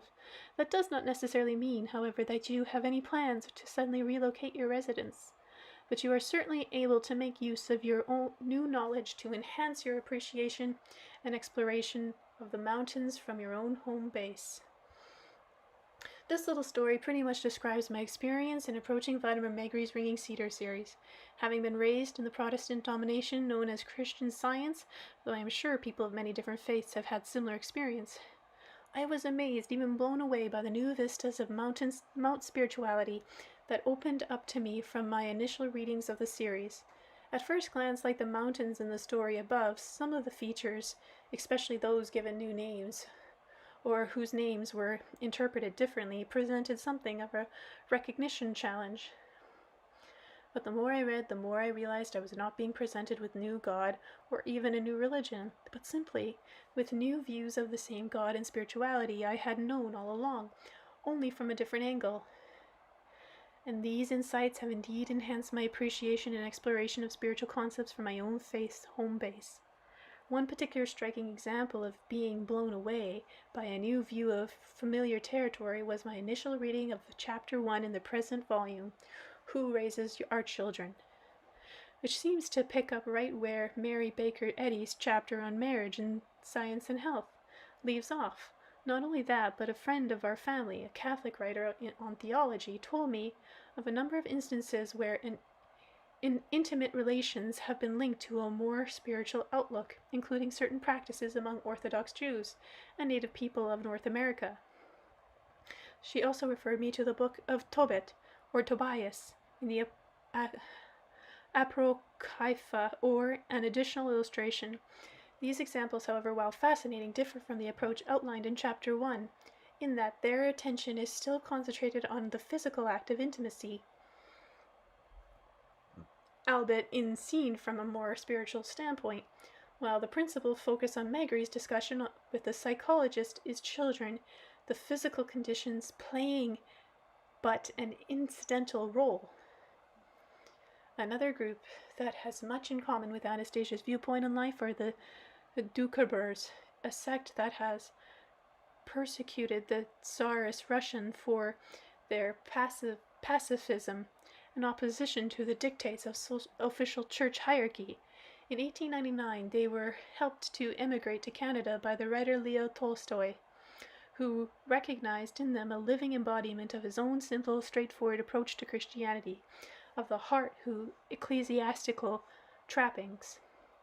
This past year I had occasion to present a conference paper entitled Links Across Space and Time, the life and works of Leo Tolstoy, Mary Baker Eddy, and Vladimir Megre, pointing out some of the many similarities not only in the ideas of these three spiritual thinkers, but also in their personal and professional lives. As specific examples, the paper compares similar statements from all three writers on the subject of life and prayer. I have no doubt that the comparison could be extended to include some other spiritual thinkers too. Indeed, to me, one of the most remarkable features of Megre's whole account of Anastasia and her sayings is its sense of inclusiveness. Megre does not purport to take his readers into another universe, where all the worthy values they have held dear for so long must suddenly be regarded as worthless and forsaken in favor of some new doctrine. He is not presenting them with a new mountain. Rather, he is simply showing them the spiritual values they already have from a brand new point of view, thereby enhancing the significance of these values and helping his readers put them into practice more effectively. As a translator, I was delighted to find that this sense of inclusiveness embraces not just people and their values, but whole underlying foundations of language as well, often seen as a diverse element in human society in the Ringing Cedars series, particularly the present book. Language becomes a unifying force as fragments of its ancient roots are uncovered, enabling us to trace equivalent words in different languages back to their common origin. At the beginning of Chapter 10, footnotes on the name Medvedkovo explains the medved, the Russian word for the animal we call a bear, is compromised to the roots med, honey, oh, it was a bear, and ved, no. Surprisingly, both these roots have their counterparts in English, mead, an alcoholic drink made from fermented honey and water, and wit, an absolute word meaning no, now more commonly used in the sense of quick understanding or the ability to play intelligently with words and their meanings. Historically, knowledge and sight were related concepts. We see, therefore we know, and hence words like video and vision can also be traced through Latin videre, to see, back to this same root. So can the word white, something clearly seen. This example shows some of the many layers of meaning inherent in the original root. But even more interesting is, as my editor, Leonard Leonid Sharskin has pointed out to me, I've met him, is the realization of how these linguistic changes reflect the evolution of the underlying concepts in human consciousness. In both Russian and English, the roots ved and wit may yield in general usage to zuna and no, respectively, indicating mankind's greater interest today in superficial technological knowledge than in the multidimensional awareness and wisdom implied by the earlier times. In fact, with some of their derivatives in both language, each example vedma equals which, the original positive reference in this case to someone capable of harnessing the extended abilities of human mind has given way to popular perception to a more negative connotation of one who uses such abilities for devious or evil purposes. Like many Russian roots, ved comes directly from Sanskrit along with Latin, one of the two proto-tongues from which the whole Indo-European family of languages is derived. And this highlights another aspect of inclusiveness evident in the series, namely certain indications that language transcends mere human invention, hence has great potential for unifying instead of dividing the people of the earth. On a visit to Russia in the 1960s, renowned Sanskritologist Durga Prasad Shastri discovered remarkable similarities between present-day Russia and the Sanskrit spoken in India some 25 centuries earlier. In fact, his knowledge of ancient Sanskrit enabled him to understand spoken Russian well enough that he could get by without an interpreter. And this is one more illustration of how Vladimir Megre, through relating Anastasia's sayings on mankind and its history, brings together people of not only different religions and cultures, but also of different chronological periods, to recognize and embrace their common heritage as human, not of different genetic backgrounds, but rather of the one universal God. Perhaps the author's future volumes will not only show us still new views of our familiar mountain, but transform our whole perception of a mountain into a dimension who cannot yet fathom. Think of how a mountain seen from space may resemble, let's say, a cedar nut. Then imagine how what we see as a mountain of spirituality might be received through spiritual vision itself. The possibilities are endless. John Wordsworth, Ottawa, Canada, December 2006. That's the end of Book 6.